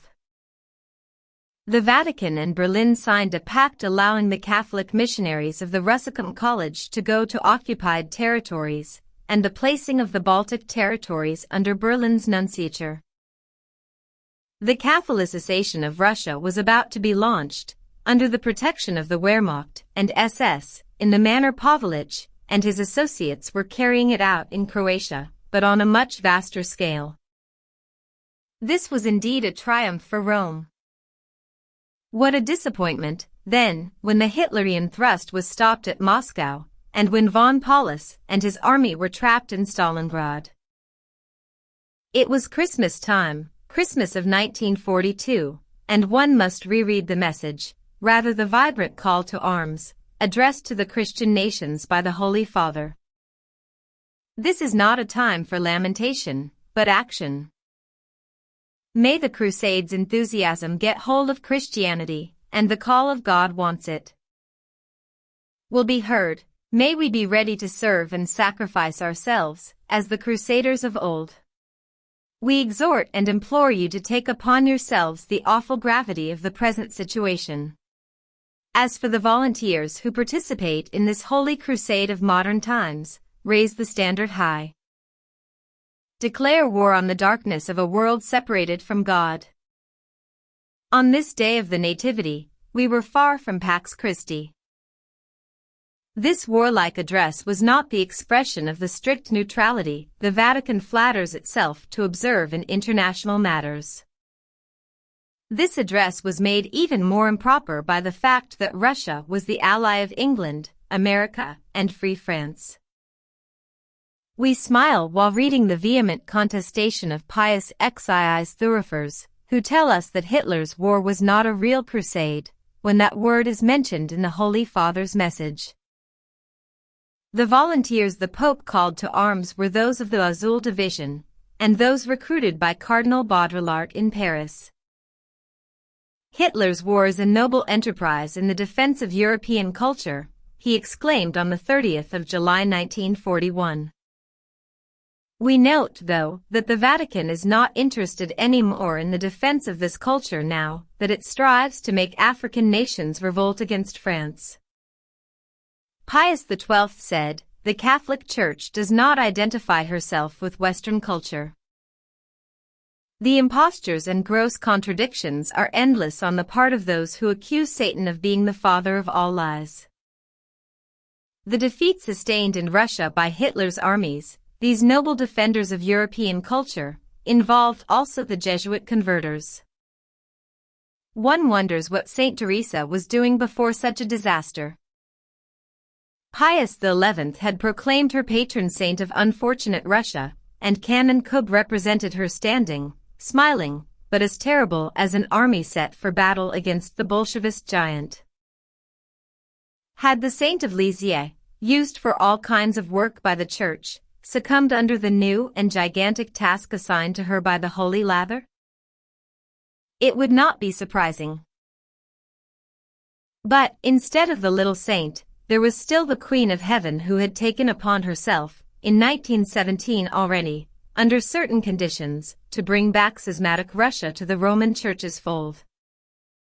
Let us read what Lacroix said about it. We will remind our readers that the Virgin of Fatima had herself promised the conversion of the Russians, if all Christians sincerely and joyfully practiced all the commandments of the evangelical law. We want to point out that, according to the Jesuit fathers, who are great specialists in miraculous matters, the celestial mediator recommended as especially effective the daily use of the rosary. This promise from the Virgin had even been sealed by a dance of the sun, a wonder which occurred again in 1951, in the gardens of the Vatican, for the benefit of His Holiness Pius XII only. Nevertheless, the Russians entered Berlin, in spite of the crusade called Tour by the Pope, and, until now, the fellow countrymen of Mr. Khrushchev have not shown any eagerness, as far as we know, to appear before the doors of St. Peter in penitent garb with the halters around their necks. What went wrong? Had Christians not told sufficient beads on their rosaries? Were heaven's requisite number of tens not fulfilled? We would be tempted to believe this to be the cause if there wasn't that rather scabrous detail in the wonderful story of Fatima. The promise of Russia's conversion, sensibly given to the clairvoyant Lucia in 1917, was revealed by her in 1941 only, when she had become a nun, and made public in October 1942 by Cardinal Schuster, a keen partisan of the Rome-Berlin axis. It was made public by request, or shall we say order, from Pius XII, this same Pius XII who, 3 months later, expressed the aforementioned call for a crusade. Very enlightening indeed. One of Fatima's apologists admits that, because of it, the matter evidently loses some of its prophetic value. 144. This is the least one could say about it. A certain canon, great specialist in the matter of the Portuguese miracle, tells us in confidence, "I must confess that, as far as I am concerned, it is only with great reluctance that I added to my first editions the text revealed to the public by His Eminence Cardinal Schuster." We certainly understand the good canon's feelings. So, the Holy Virgin told the shepherdess Lucia, in 1917, "If my requests are heeded, Russia will be converted," while charging her to keep this secret to herself. How, then, could the Christians have come to know these requests and meet them? Credible quia ineptum. It seems that, from 1917 until 1942, unfortunate Russia did not need to have prayers offered on her behalf, and that they were urgently needed only after the Nazi defeat at Moscow, and when von Paulus was trapped in Stalingrad. At least, it is the only conclusion this late revelation allows. The supernatural, as we have said already, is a powerful thing, but it must be handled with some care. After Montoire, the Jesuits' general, Hoch von Ledakowski, already spoke haughtily about the general meeting the company would hold in Rome, after England had capitulated, the importance and brilliance of which would not find an equal in all its history. But heaven had decided otherwise, in spite of Saint Teresa and the Lady of Fatima. Great Britain braced herself against the enemy. The United States entered the war. Even though the Jesuit Father Coughlin had worked so hard, the Allies disembarked in North Africa, and the Russian campaign was a disaster for the Nazis. For Ledochowski, it was the collapse of his great dream. Wehrmacht, SS, cleaner-ups and Jesuit converters were retreating together. The general's health did not stand up to such a disaster, and he died. Let us see, though, what this Russicum is which Pius XI and von Ledochowski added, in 1929, to the already so rich and varied Roman organization. With the Apostolic Constitution Quam Curum, Pius XI created this Russian seminary in Rome, where young apostles of every nationality would be trained, on condition that they adopt, before anything else, the Byzantine Slav rite, and that their minds were made up to devote themselves entirely to the task of bringing Russia back into Christ's fold. This is the aim of the Russian Pontifical College, alias Russicum, the Oriental Pontifical Institute, and the Roman College. These three centers are also administered by the Company of Jesus. At the Roman College, 45, Piazza del Gesù, we find the Jesuits' noviceship and, amongst the novices, some bear the name of Russipetes, as they are destined to patir Russiam, or go to Russia. Orthodox believers should watch out, for so many valorous champions are determined to crush them. We must point out, though, that the aforementioned Homme Nouveau affirms all these priests are certainly destined to go to Russia. But this project cannot be realized for the time being. According to this particular publication, the Soviet press calls these apostles the Vatican's parachutists. And, from the testimony of someone well informed on the subject, we come to the conclusion that this name fits them quite well. The person in question is no less than the Jesuit Alighiero Tondi, professor at the Gregorian Pontifical University, who repudiated Ignatius of Loyola, the spiritual exercises though not without a considerable row, and resigned from the famous company, together with its pomp and deeds. We can read the following, amongst other declarations, in an interview he gave to an Italian newspaper. The activities of the Collegium Russicum and other organizations linked to it are many and varied. For example, together with Italian fascists and what remains of German Nazism, the Jesuits organize and coordinate the various anti-Russian groups on the ecclesiastical authorities' order. The ultimate aim is to be ready, eventually, to overthrow the governments of the East. Finances are provided by the ruling ecclesiastical organizations. This is the work the leaders of the clergy apply themselves to. These same ones would readily tear their cassocks apart, out of grief, when they are accused of meddling in politics and urging the bishops and priests of the East to conspire against their governments. When talking to the Jesuit Andrei Arasov, I said that it was disgraceful to affirm in the Osservatore Romano, the Vatican's official voice, and in other ecclesiastical publications, that the unmasked spies were martyrs of the faith. Arasov burst out laughing. "What would you write, Father?" he asked me. "Would you call them spies, or something worse?" Today, the Vatican's politics need martyrs. But, at the moment, martyrs are difficult to find. So they are fabricated. But this is a dishonest game. He shook his head ironically. "You are ingenious, Father. Because of your work, you should know better than anyone else that the Church's leaders have always been inspired by the same rules." "And what about Jesus Christ?" I asked. He laughed. "One must not think of Jesus Christ," he said. "If we thought of him, we would end up on the cross.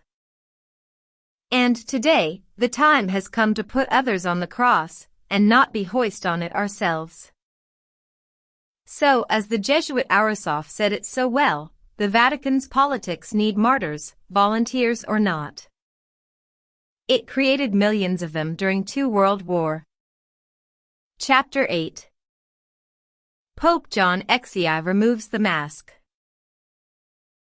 Out of all the fictions generally accepted in this world, the spirit of peace and harmony attributed to the Holy See is probably the most difficult to root up, as this spirit seems inherent to the nature of the apostolic magister itself. In spite of the lessons of history, not fully known or too quickly forgotten, the one who calls himself Christ's vicar must necessarily incarnate, in the eyes of many, the ideal of love and fraternity taught by the gospel. Does not logic, as well as sentiment, want it to be so? In reality, the events make us realize that this favorable presumption must be greatly abetted, and we believe that it has been sufficiently demonstrated. But the Church is prudent, as we are often reminded, and it is seldom that her real actions are not surrounded by the indispensable precautions which will take care of appearances. Bon renommé vaut mieux que cintre d'or, a good reputation is better than a golden belt, says the proverb. But it is even better to possess both. The Vatican, immensely rich, guides itself by this maxim. Its political lust for domination always assumes spiritual and humanitarian pretexts, proclaimed urbi and orbi by an intense propaganda which a gold-plated belt provides for, and the good reputation, thus preserved, maintains the inflow of gold to the said belt. The Vatican does not deviate from that line of conduct and, when the stand it takes in international affairs is clearly revealed through the attitude of its hierarchy. The legend of its absolute impartiality is kept alive by those solemn and ambiguous encyclical letters and other pontifical documents. Recently, the Hitlerian era multiplied such examples. But could it be otherwise of an authoritative power, which is supposed to be transcendent and universal at the same time? The instances when that mask was seen to fall are very rare. For the world to be a witness of such a spectacle, a contingency is necessary which to the Holy See's eyes endangers its vital interests. Only then does it throw aside all ambiguity and openly places all the credit at its disposition on one of the scales. This is what happened in Rome, on the 7th of January 1960, concerning the Summit Conference which was to bring together heads of Eastern and Western governments in an attempt to settle the conditions of a truly peaceful coexistence between the defenders of 2 opposite ideologies. Of course, the Vatican's position before such a project did not leave us in any doubt. In the United States, Cardinal Spellman demonstrated it plainly by urging Catholics to show their hostility to Mr. Khrushchev when he was the guest of the American president.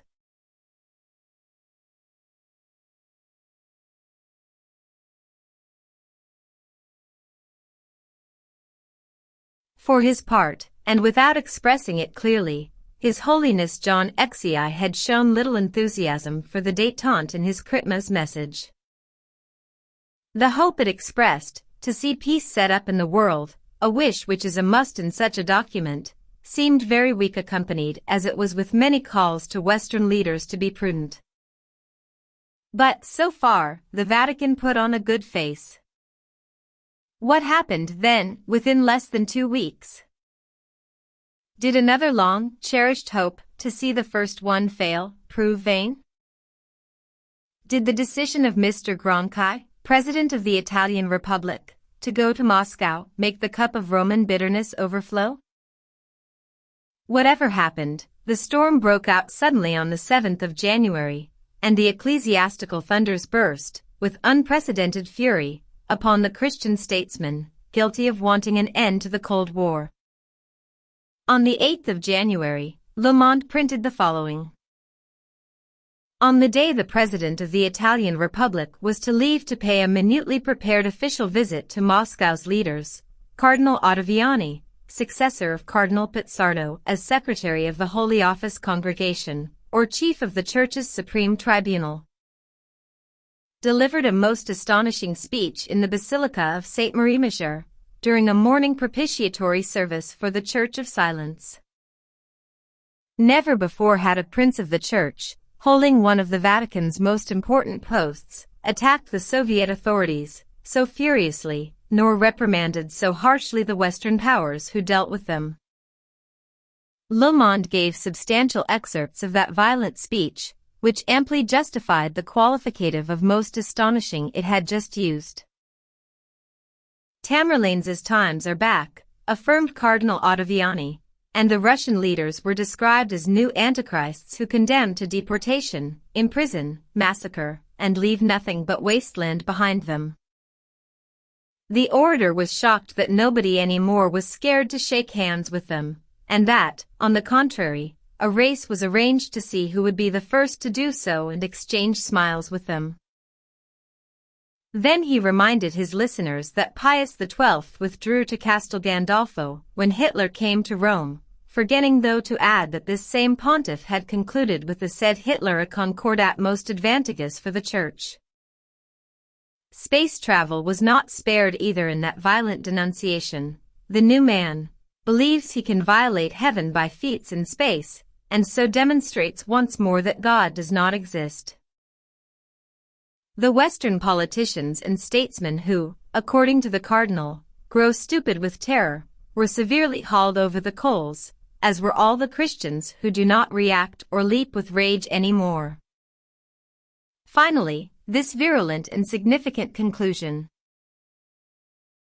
Can we declare ourselves satisfied with any kind of détente when, in the first place, there cannot be any sort of calm within humanity, unless we observe an elementary respect for conscience, our faith, the face of Christ covered once more with spittle, crowned with thorns and struck? Could we hold out our hand to those who do this? These dramatic words cannot make us forget that the Vatican can hardly speak of respect for consciences, as it shamelessly oppresses them in countries where it dominates, such as in Franco's Spain where the Protestants are persecuted. In fact, it is most impudent, on the part of the Holy Office Secretary especially, to demand that others observe this elementary respect when the Roman Church rejects it entirely. The encyclical letter Quanta Cura and the syllabus are explicit. Anathema on the one who says, every man is free to embrace or profess the religion his judgment considers to be right. Syllabus, Article 15. It is madness to think that the freedom of conscience and worship are mere rights to every man. Encyclical letter Quanta Cura. Judging by the way it treats heretics, it is no wonder that the Vatican systematically condemns all attempts to come to terms between Christian states and those who are officially atheistic. Non est pax impilis, no peace for the wicked. And the Jesuit Father Covelli, like many others before him, proclaims that this intransigence is the Roman Church's most imperative law. As a counterpart to this explosion of fury on the Cardinal's part, we will quote another article which appeared in the same number of Le Monde, on the 9th of January 1960. Humanity is approaching a situation where mutual annihilation becomes a possibility. In the world today, there is no other event which can be compared, in importance, to this.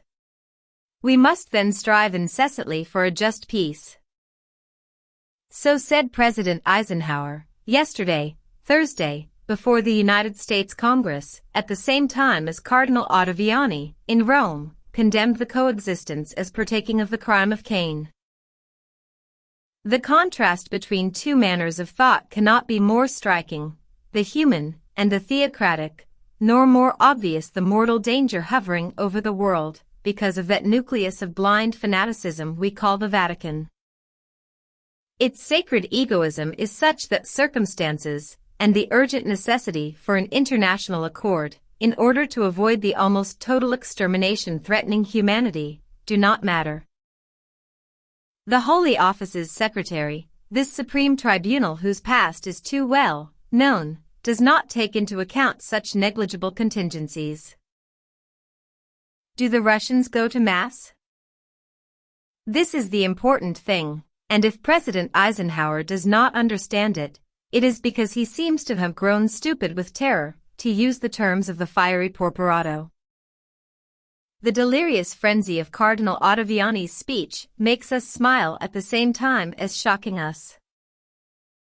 And many think that this firebrand will find it difficult to persuade Christians that the atomic bomb must be accepted gracefully. But we must be on our guard. Behind this spokesman of the Holy See, there is all the pontifical organization, and especially this secret army of Jesuits not made up of ordinary soldiers. All the members of that famous company work within the corridors of power, and their action, without making a great deal of noise, can be singularly effective, that is to say evil. A rumor was spread that Cardinal Ottaviani's brutal stand was not the exact reflection of the Holy See's thought, but only that of one of the so-called integrist clan. The Catholic press, in France at any rate, tried to attenuate the import of that violent speech, and La Croix, in particular, only printed a short extract from which all violence had been omitted. Wise opportunism indeed, but it could not deceive anyone. It is just impossible that such a sharp criticism, of an exceptional political importance, could have been uttered from the pulpit of St. Marie Major by the Holy Office's secretary, without the approval of that congregation's chief, of its prefect, the sovereign pontiff himself. And, as far as we know, he never disowned his eloquent subordinate. Pope John XI could not throw that bomb himself, but by making one of the most important of the curious dignitaries take his place, he wanted to make his connivance obvious to everyone. Moreover, and by a strange coincidence, a more modest explosion took place at the same time, in the form of an article in the Osservatore Romano, condemning once again socialism, even non-Marxist, as opposed to Christian truth. However, those who practice this political mistake are not excommunicated ipso facto like the communists. They still have the hope of escaping hell, but the threat of purgatory remains. By showing its opposition to any attempt at bringing together East and West so vehemently, was the Vatican expecting some positive results? Was it really hoping to intimidate the statesmen who pursue these politics of peace? Or was it at least hoping to provoke a move contrary to the détente amongst the faithful? As unreasonable as such a hope may seem, it may well have haunted these clerical minds. Their peculiar views are bound to produce such illusions. What's more, these soothsayers, they could not have forgotten a certain illusion used for so long to deceive those who trusted them, and which they apparently shared.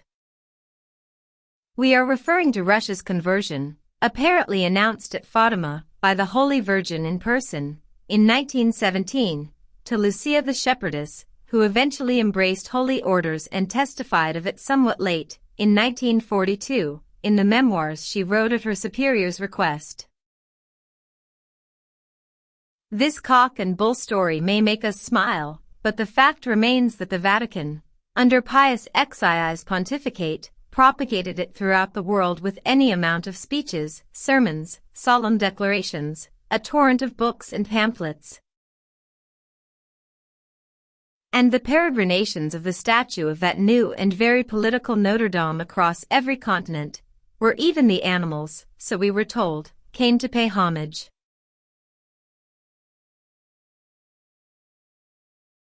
This noisy propaganda is still clearly remembered by the faithful, as are the wild affirmations, such as this one, printed on the 1st of November 1952 by La Croix.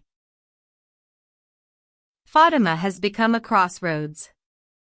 The fate of the nations can be decided better there than around tables. Its thoroughfares cannot find refuge in ambiguity anymore. The alternative is perfectly clear: détente or Cold War.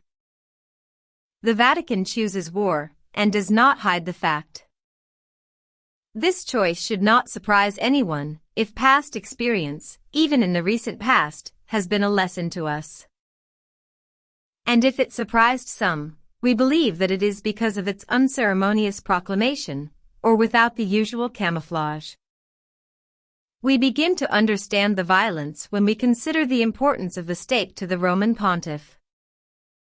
We would misjudge the Vatican by thinking it capable of renouncing a hope as old as the Eastern Schism itself, the one of bringing back Orthodox believers under her obedience through a military success.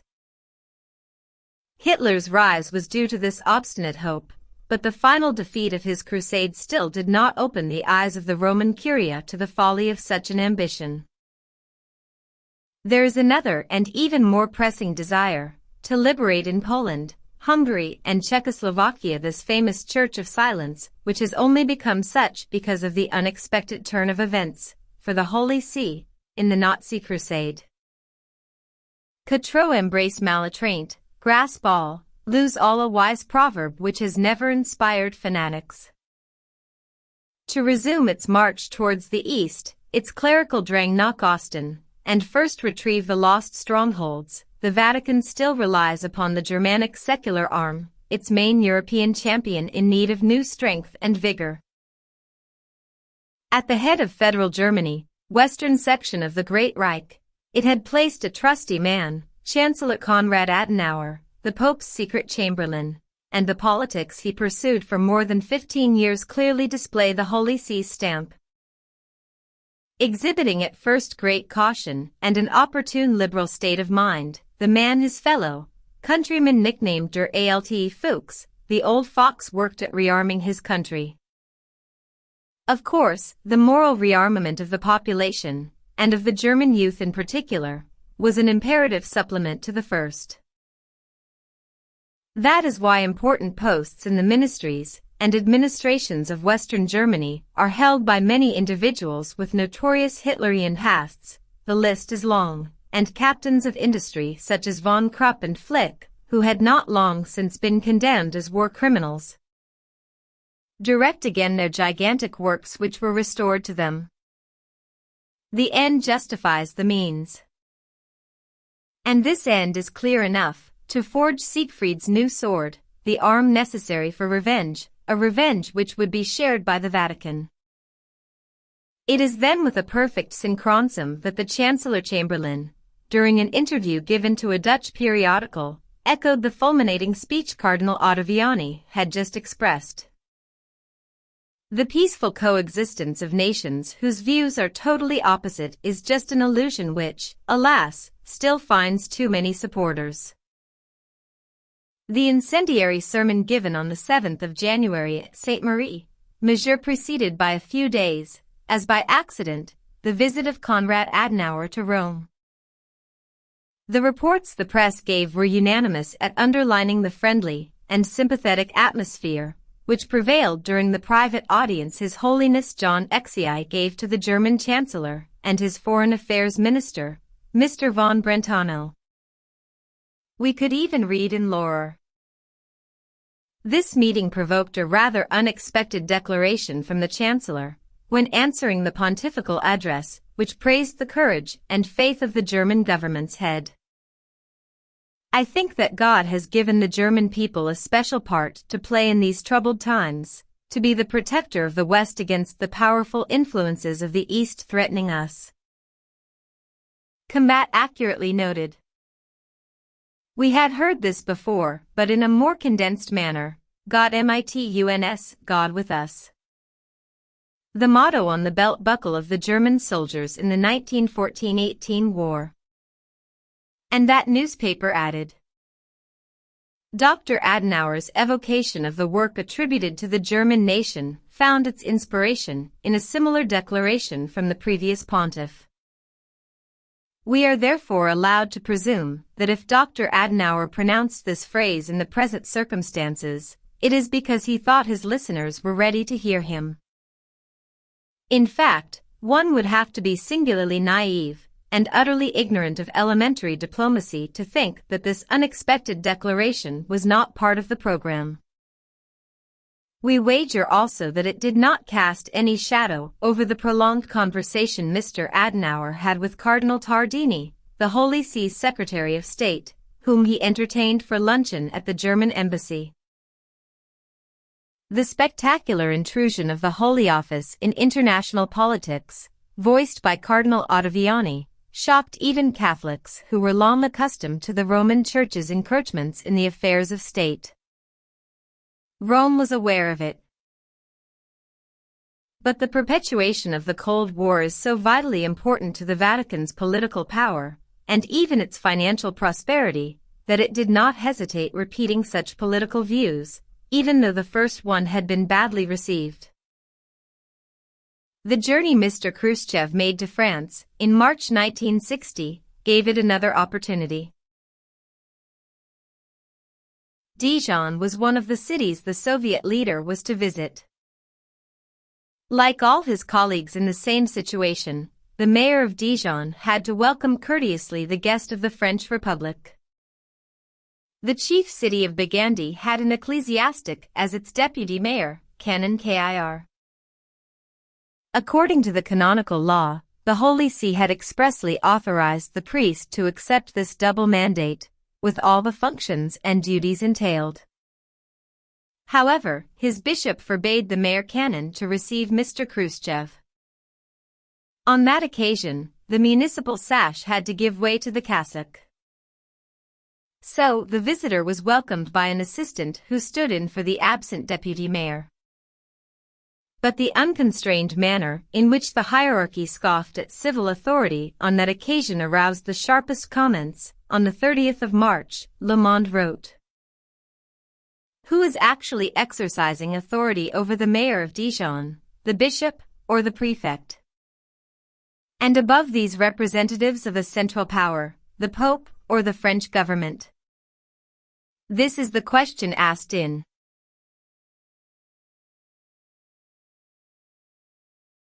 everyone. The answer is not doubtful. Theocracy first. But, from now on, to be received by a cassock-wearing mayor, will the guests of the French Republic have to be supplied with confession tickets?" In the aforementioned article, the editor of Le Monde also rightly says, "Beyond this French interior question, the Kir affair brings to our notice a larger problem. The Vatican's action is not concerned only with the relations between a mayor and his government. In the way it took place, it constitutes a direct and spectacular intervention in international diplomacy. This is certainly true, and the reactions this affair provoked nearly everywhere show that its import was clearly understood by world opinion. In the United States especially, the public, which had already witnessed the hostile demonstrations organized by the Cardinals Spellman and Cushing during Mr. Khrushchev's visit, started to question the real independence a Roman Catholic president could preserve with regard to the Holy See. Many feared, in that case, to see the foreign politics of the country bent in favor of the Roman Church's interests, to the prejudice of the nation's interests, no small danger in any circumstances, but above all in the present situation. The resistance to the move for an East-West détente was then organized openly, after the bomb thrown by Cardinal Ottaviani. A ridiculous instrument, some may say, compared with those which threatened to bury under ruins, sooner or later, nations mad enough to remain in the deadlock of a snarling antagonism.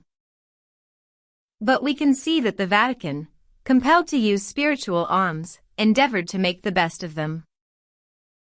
The Jesuits, who steer its diplomacy, were doing their uttermost to ward off the worst calamity which ever hovered over the Holy See, an international accord which excluded resorting to war. What would become of the Vatican's prestige, its political importance, and all the advantages, pecuniary and others, which proceed from it if, because of such an accord, it could not plot any more, use its influence, haggle over its cooperation with governments, favor some and bully others, oppose nations, create conflicts for the benefit of its own interests, and if, to serve its immoderate ambitions, it could not find any more soldiers? No one can be deceived, and the Jesuits even less than others. A general disarmament would toll the knell of the Roman Church as a world power, and the spiritual head itself would totter. We must then expect to see the sons of Loyola opposing with all their arsenal of tricks the desire for peace of nations and governments. To ruin the edifice whose foundations are tentatively laid, they will not spare their minds and counterminds. It is a war without mercy, a holy war, sparked off by Cardinal Ottaviani's mad speech.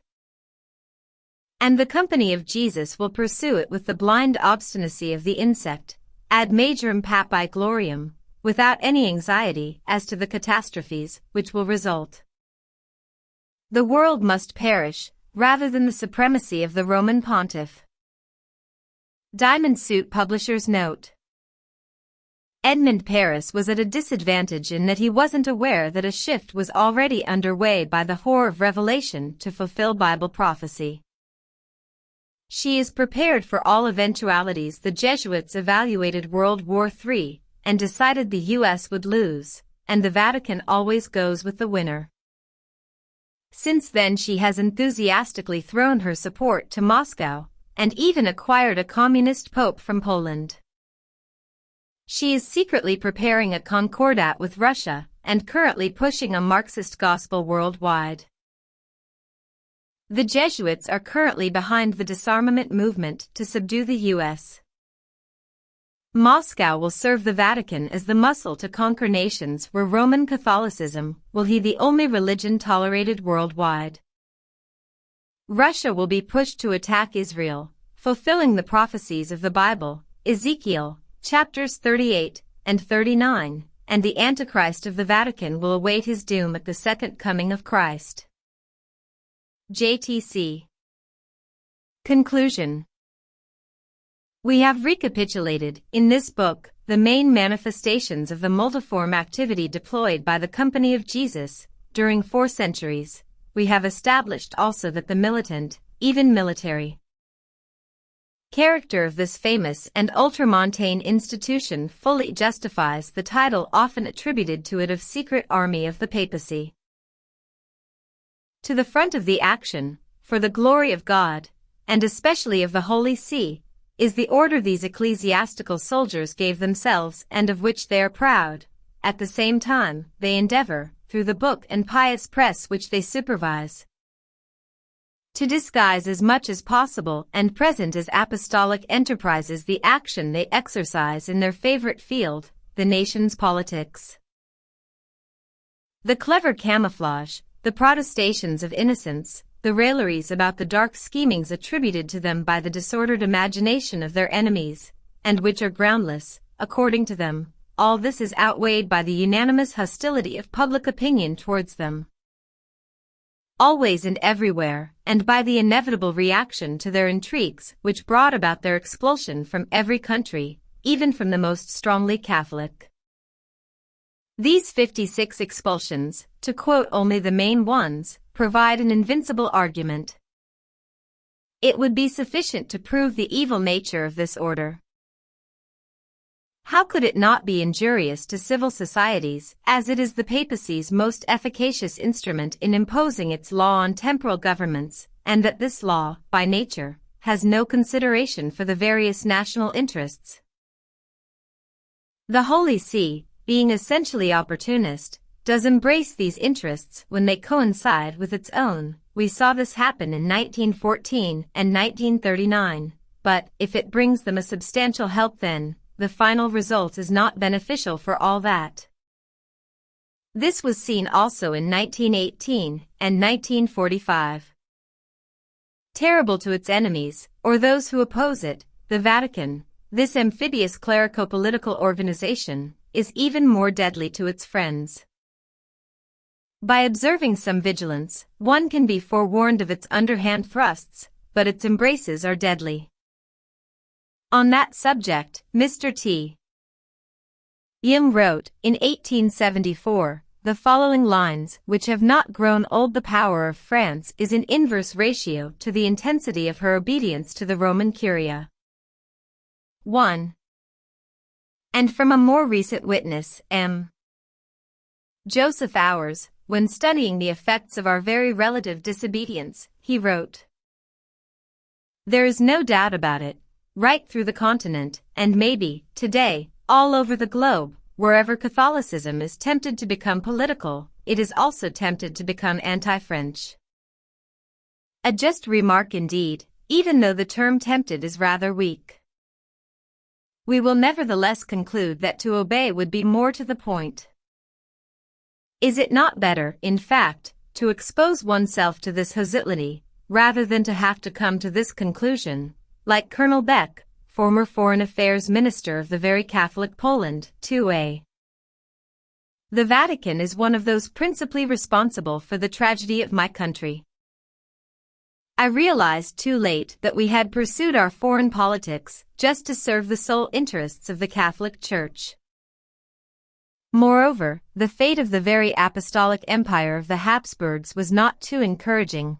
As for Germany, so dear to the hearts of popes, and especially pious exiles, she could not be pleased, finally, with the costly favors their holiness lavished on her. In fact, we wonder if the Roman Church reaped any profit at all from this mad aspiration to govern the world, a pretension kept alive by the Jesuits more than anyone else. In the course of 4 centuries in which these firebrands spread strife and hatred, slaughter and ruins in Europe, from the 30 Years' War until the Hitler Crusade, did the Church enjoy gain or suffer loss? The answer is easy. The clearest and most incontestable result is a continuous diminution of the heritage of St. Peter, a sad end to so many crimes. Did the Jesuits' influence obtain better results within the Vatican itself? It is very doubtful. A Catholic author wrote, "They always aim at concentrating the ecclesiastical power, which they control. The Pope's infallibility exasperates bishops and governments. They nevertheless ask for it at the Council of Trent, and obtain it at the Vatican Council, 1870.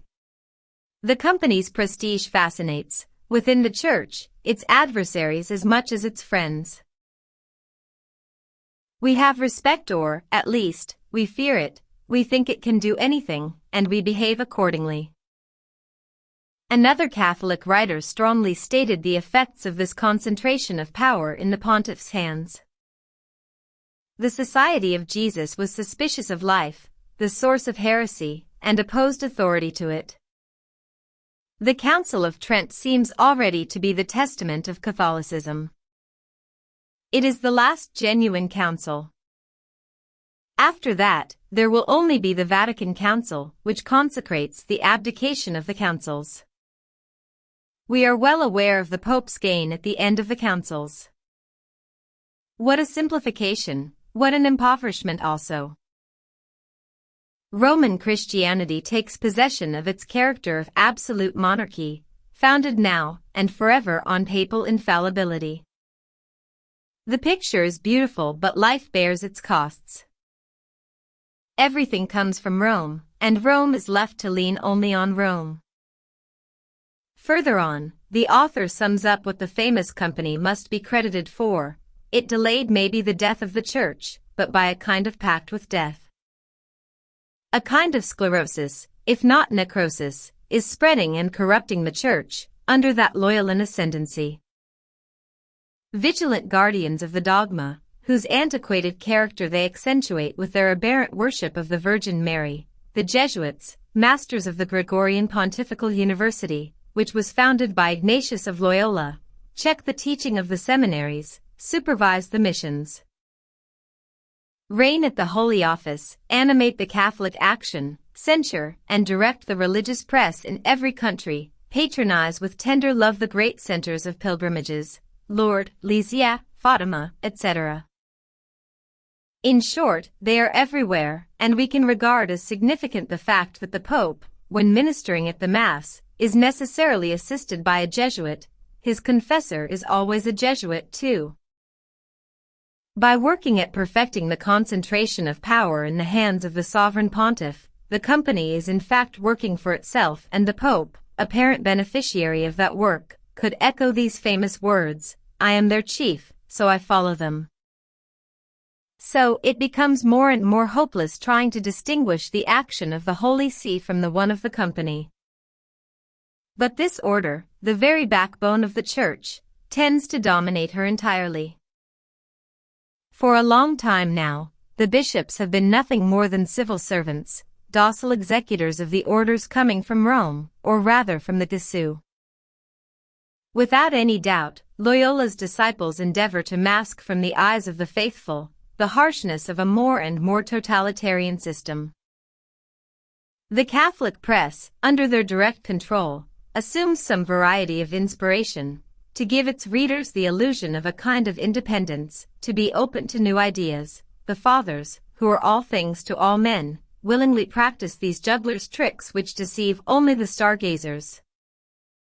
But, behind these petty amusements, the everlasting Jesuit is watching, about whom an aforementioned author wrote, "Intransigence is inborn in him." Capable of being a shuffler, because of his craftiness, he only excels at being stubborn. 6.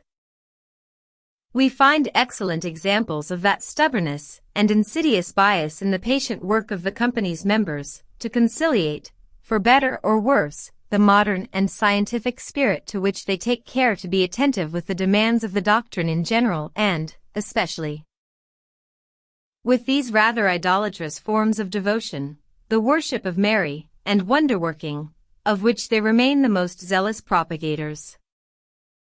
To say that these efforts are crowned with success would be an exaggeration. When blending water and fire, we obtain mainly steam. But even the inconsistency of these clouds is rather pleasing to certain subtle minds, even though warned about the dangers too much precision in the thoughts brings to a sincere piety. Vade retro, satanas. As far as that is concerned, German metaphysics are most helpful. We find in them everything we need, and even the opposite. There isn't any childish superstition which, after pedantic treatment, does not acquire some appearance of seriousness, and even depth. It is rather amusing to follow the game in the periodicals and bulletins of various cultural groups.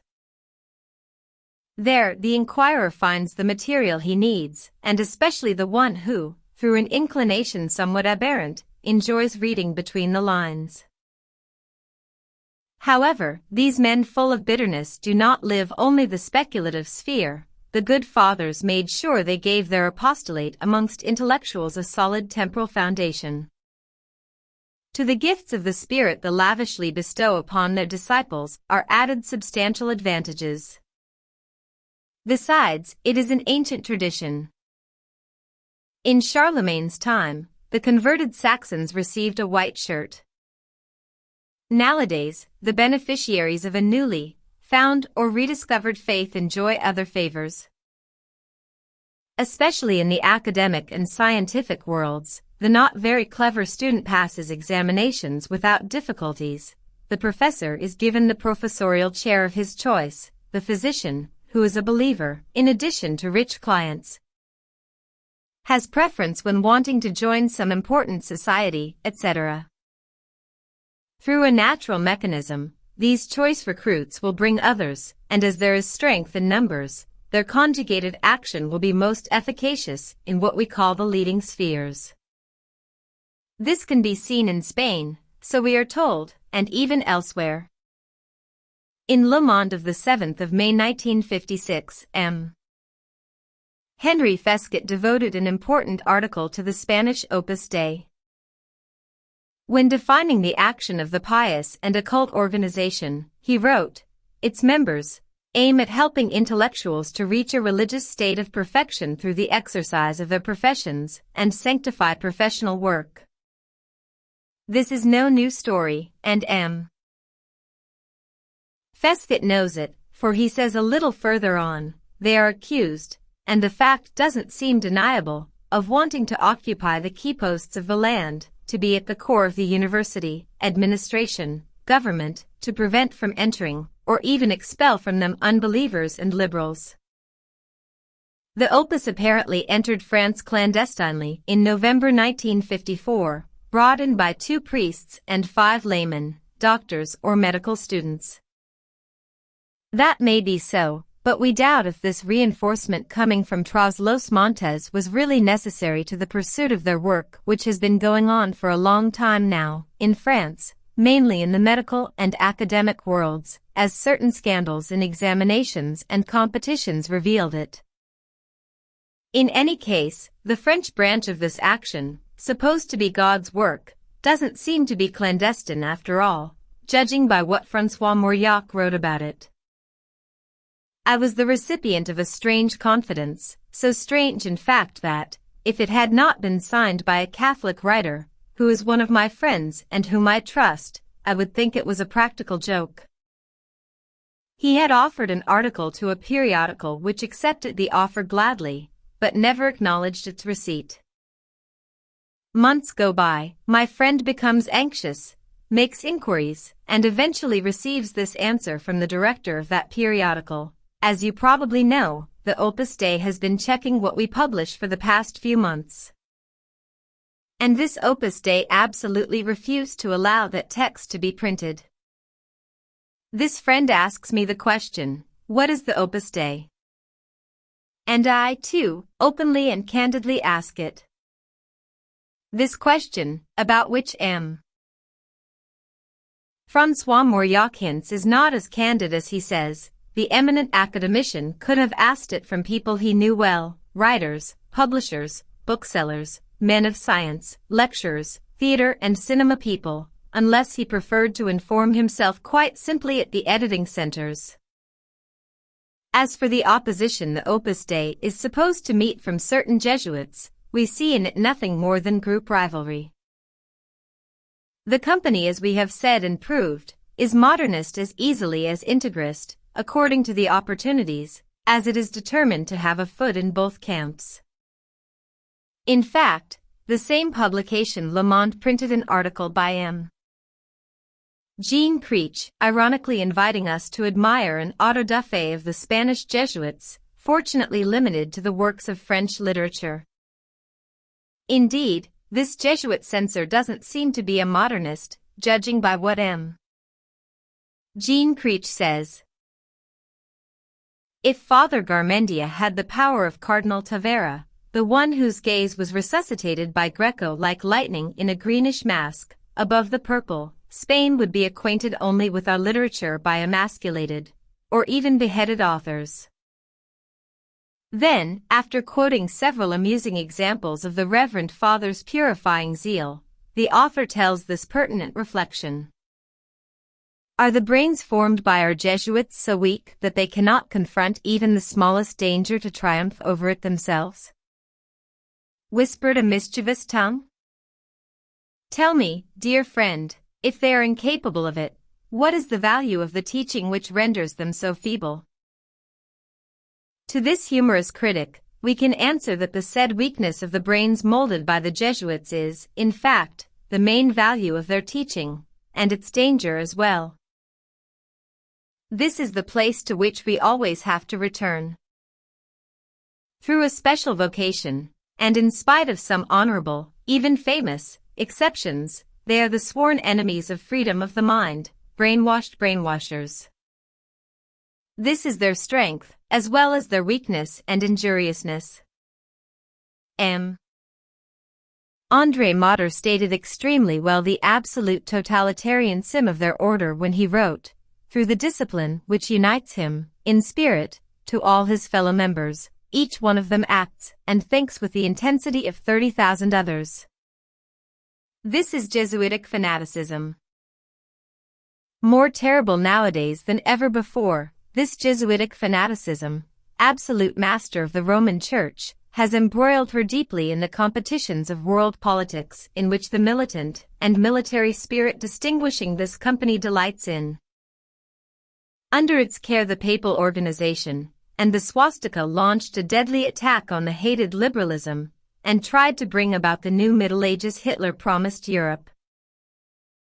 In spite of von Ledochowski's prodigious plans, in spite of Himmler, or Ignatius of Loyola, in spite of the slow death camps, in spite of the corrupting of minds by Catholic action and unrestrained propaganda of the Jesuits in the United States, the providential man's enterprise was a failure. And the heritage of St. Peter, instead of increasing in the East, was reduced by that much. An undeniable fact remains: the National Socialist government, the most Catholic Germany ever had, was also and by far the most abjectly cruel, without excluding from the comparison the barbarian epochs. Painful declaration indeed for many believers, but one it would be wise meditating upon. In the Ordersburgs, where the training was a copy of the Jesuitic method, the master, apparent, at least, of the Third Reich formed this SS elite before which, according to his wishes, the world trembled, but also vomited with disgust. The same causes produce the same results. There are disciplines too heavy for the human soul to bear, and which would utterly break a conscience. Crime of alienation of oneself masked by heroism. No commandment can be good if, first of all, it corrupts a soul. When one has engaged oneself fully in a society, other beings lose much of their importance. In fact, the Nazi chiefs had no consideration for the other beings. We can say the same as well of the Jesuits. They made obedience their idol. And this utter obedience was invoked by the accused of Nuremberg to excuse their awful crimes. Finally, we borrow from the same author, who analyzed Jesuitic fanaticism so well, this final judgment. We reproach the company with its skill, its politics and deceit. We ascribe to it all the calculations, all the hidden motives, all the underhand blows. We reproach her even with the intelligence of its members. Yet there isn't one country where the society has not experienced great disappointment, where it hasn't behaved in a scandalous manner, and drawn upon itself righteous anger. If their Machiavellism had the depth generally attributed to it, would these grave and thoughtful men constantly throw themselves into abysses human wisdom can foresee, into catastrophes they were bound to expect as the order experienced similar ones in all civilized states? The explanation is simple. A powerful genius governs the society, a genius so powerful that it thrusts it sometimes even against stumbling blocks, as if it could break them, ad majorem Dei gloriam. This genius is not the one of the general, of his advice, of the provincials, nor the heads of every household. It is the living genius of this vast body. It is the inevitable strength resulting from this gathering of sacrificed consciences, bound intelligences. It is the explosive strength and domineering fury of the order, resulting from its nature itself. In a great accumulation of clouds, lightning is powerful, and the storm is bound to break out. Between 1939 and 1945, the storm killed 57 million souls, ravaging and ruining Europe.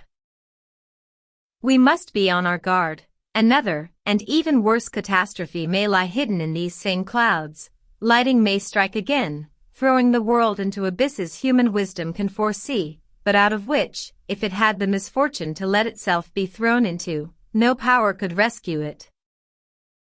In spite of what Rome's spokesman may say, it is not anticlericalism which prompted us to study carefully the Vatican's politics, or those of the Jesuits, and to denounce its motives and means, but the necessity to enlighten the public about the sly activity of fanatics, who do not retreat before anything. The past has proved this too often, to reach their aims. We have seen how, during the 18th century, the European monarchies united to demand the suppression of this evil order. Nowadays, it can concoct its intrigues in peace, and the democratic governments do not seem to appear concerned. The danger the world is exposed to because of this company is far greater today than at the time of the Family Pact, and even greater than when the two world wars broke out. No one can nurse any illusion, as to the deadly consequences another conflict would have.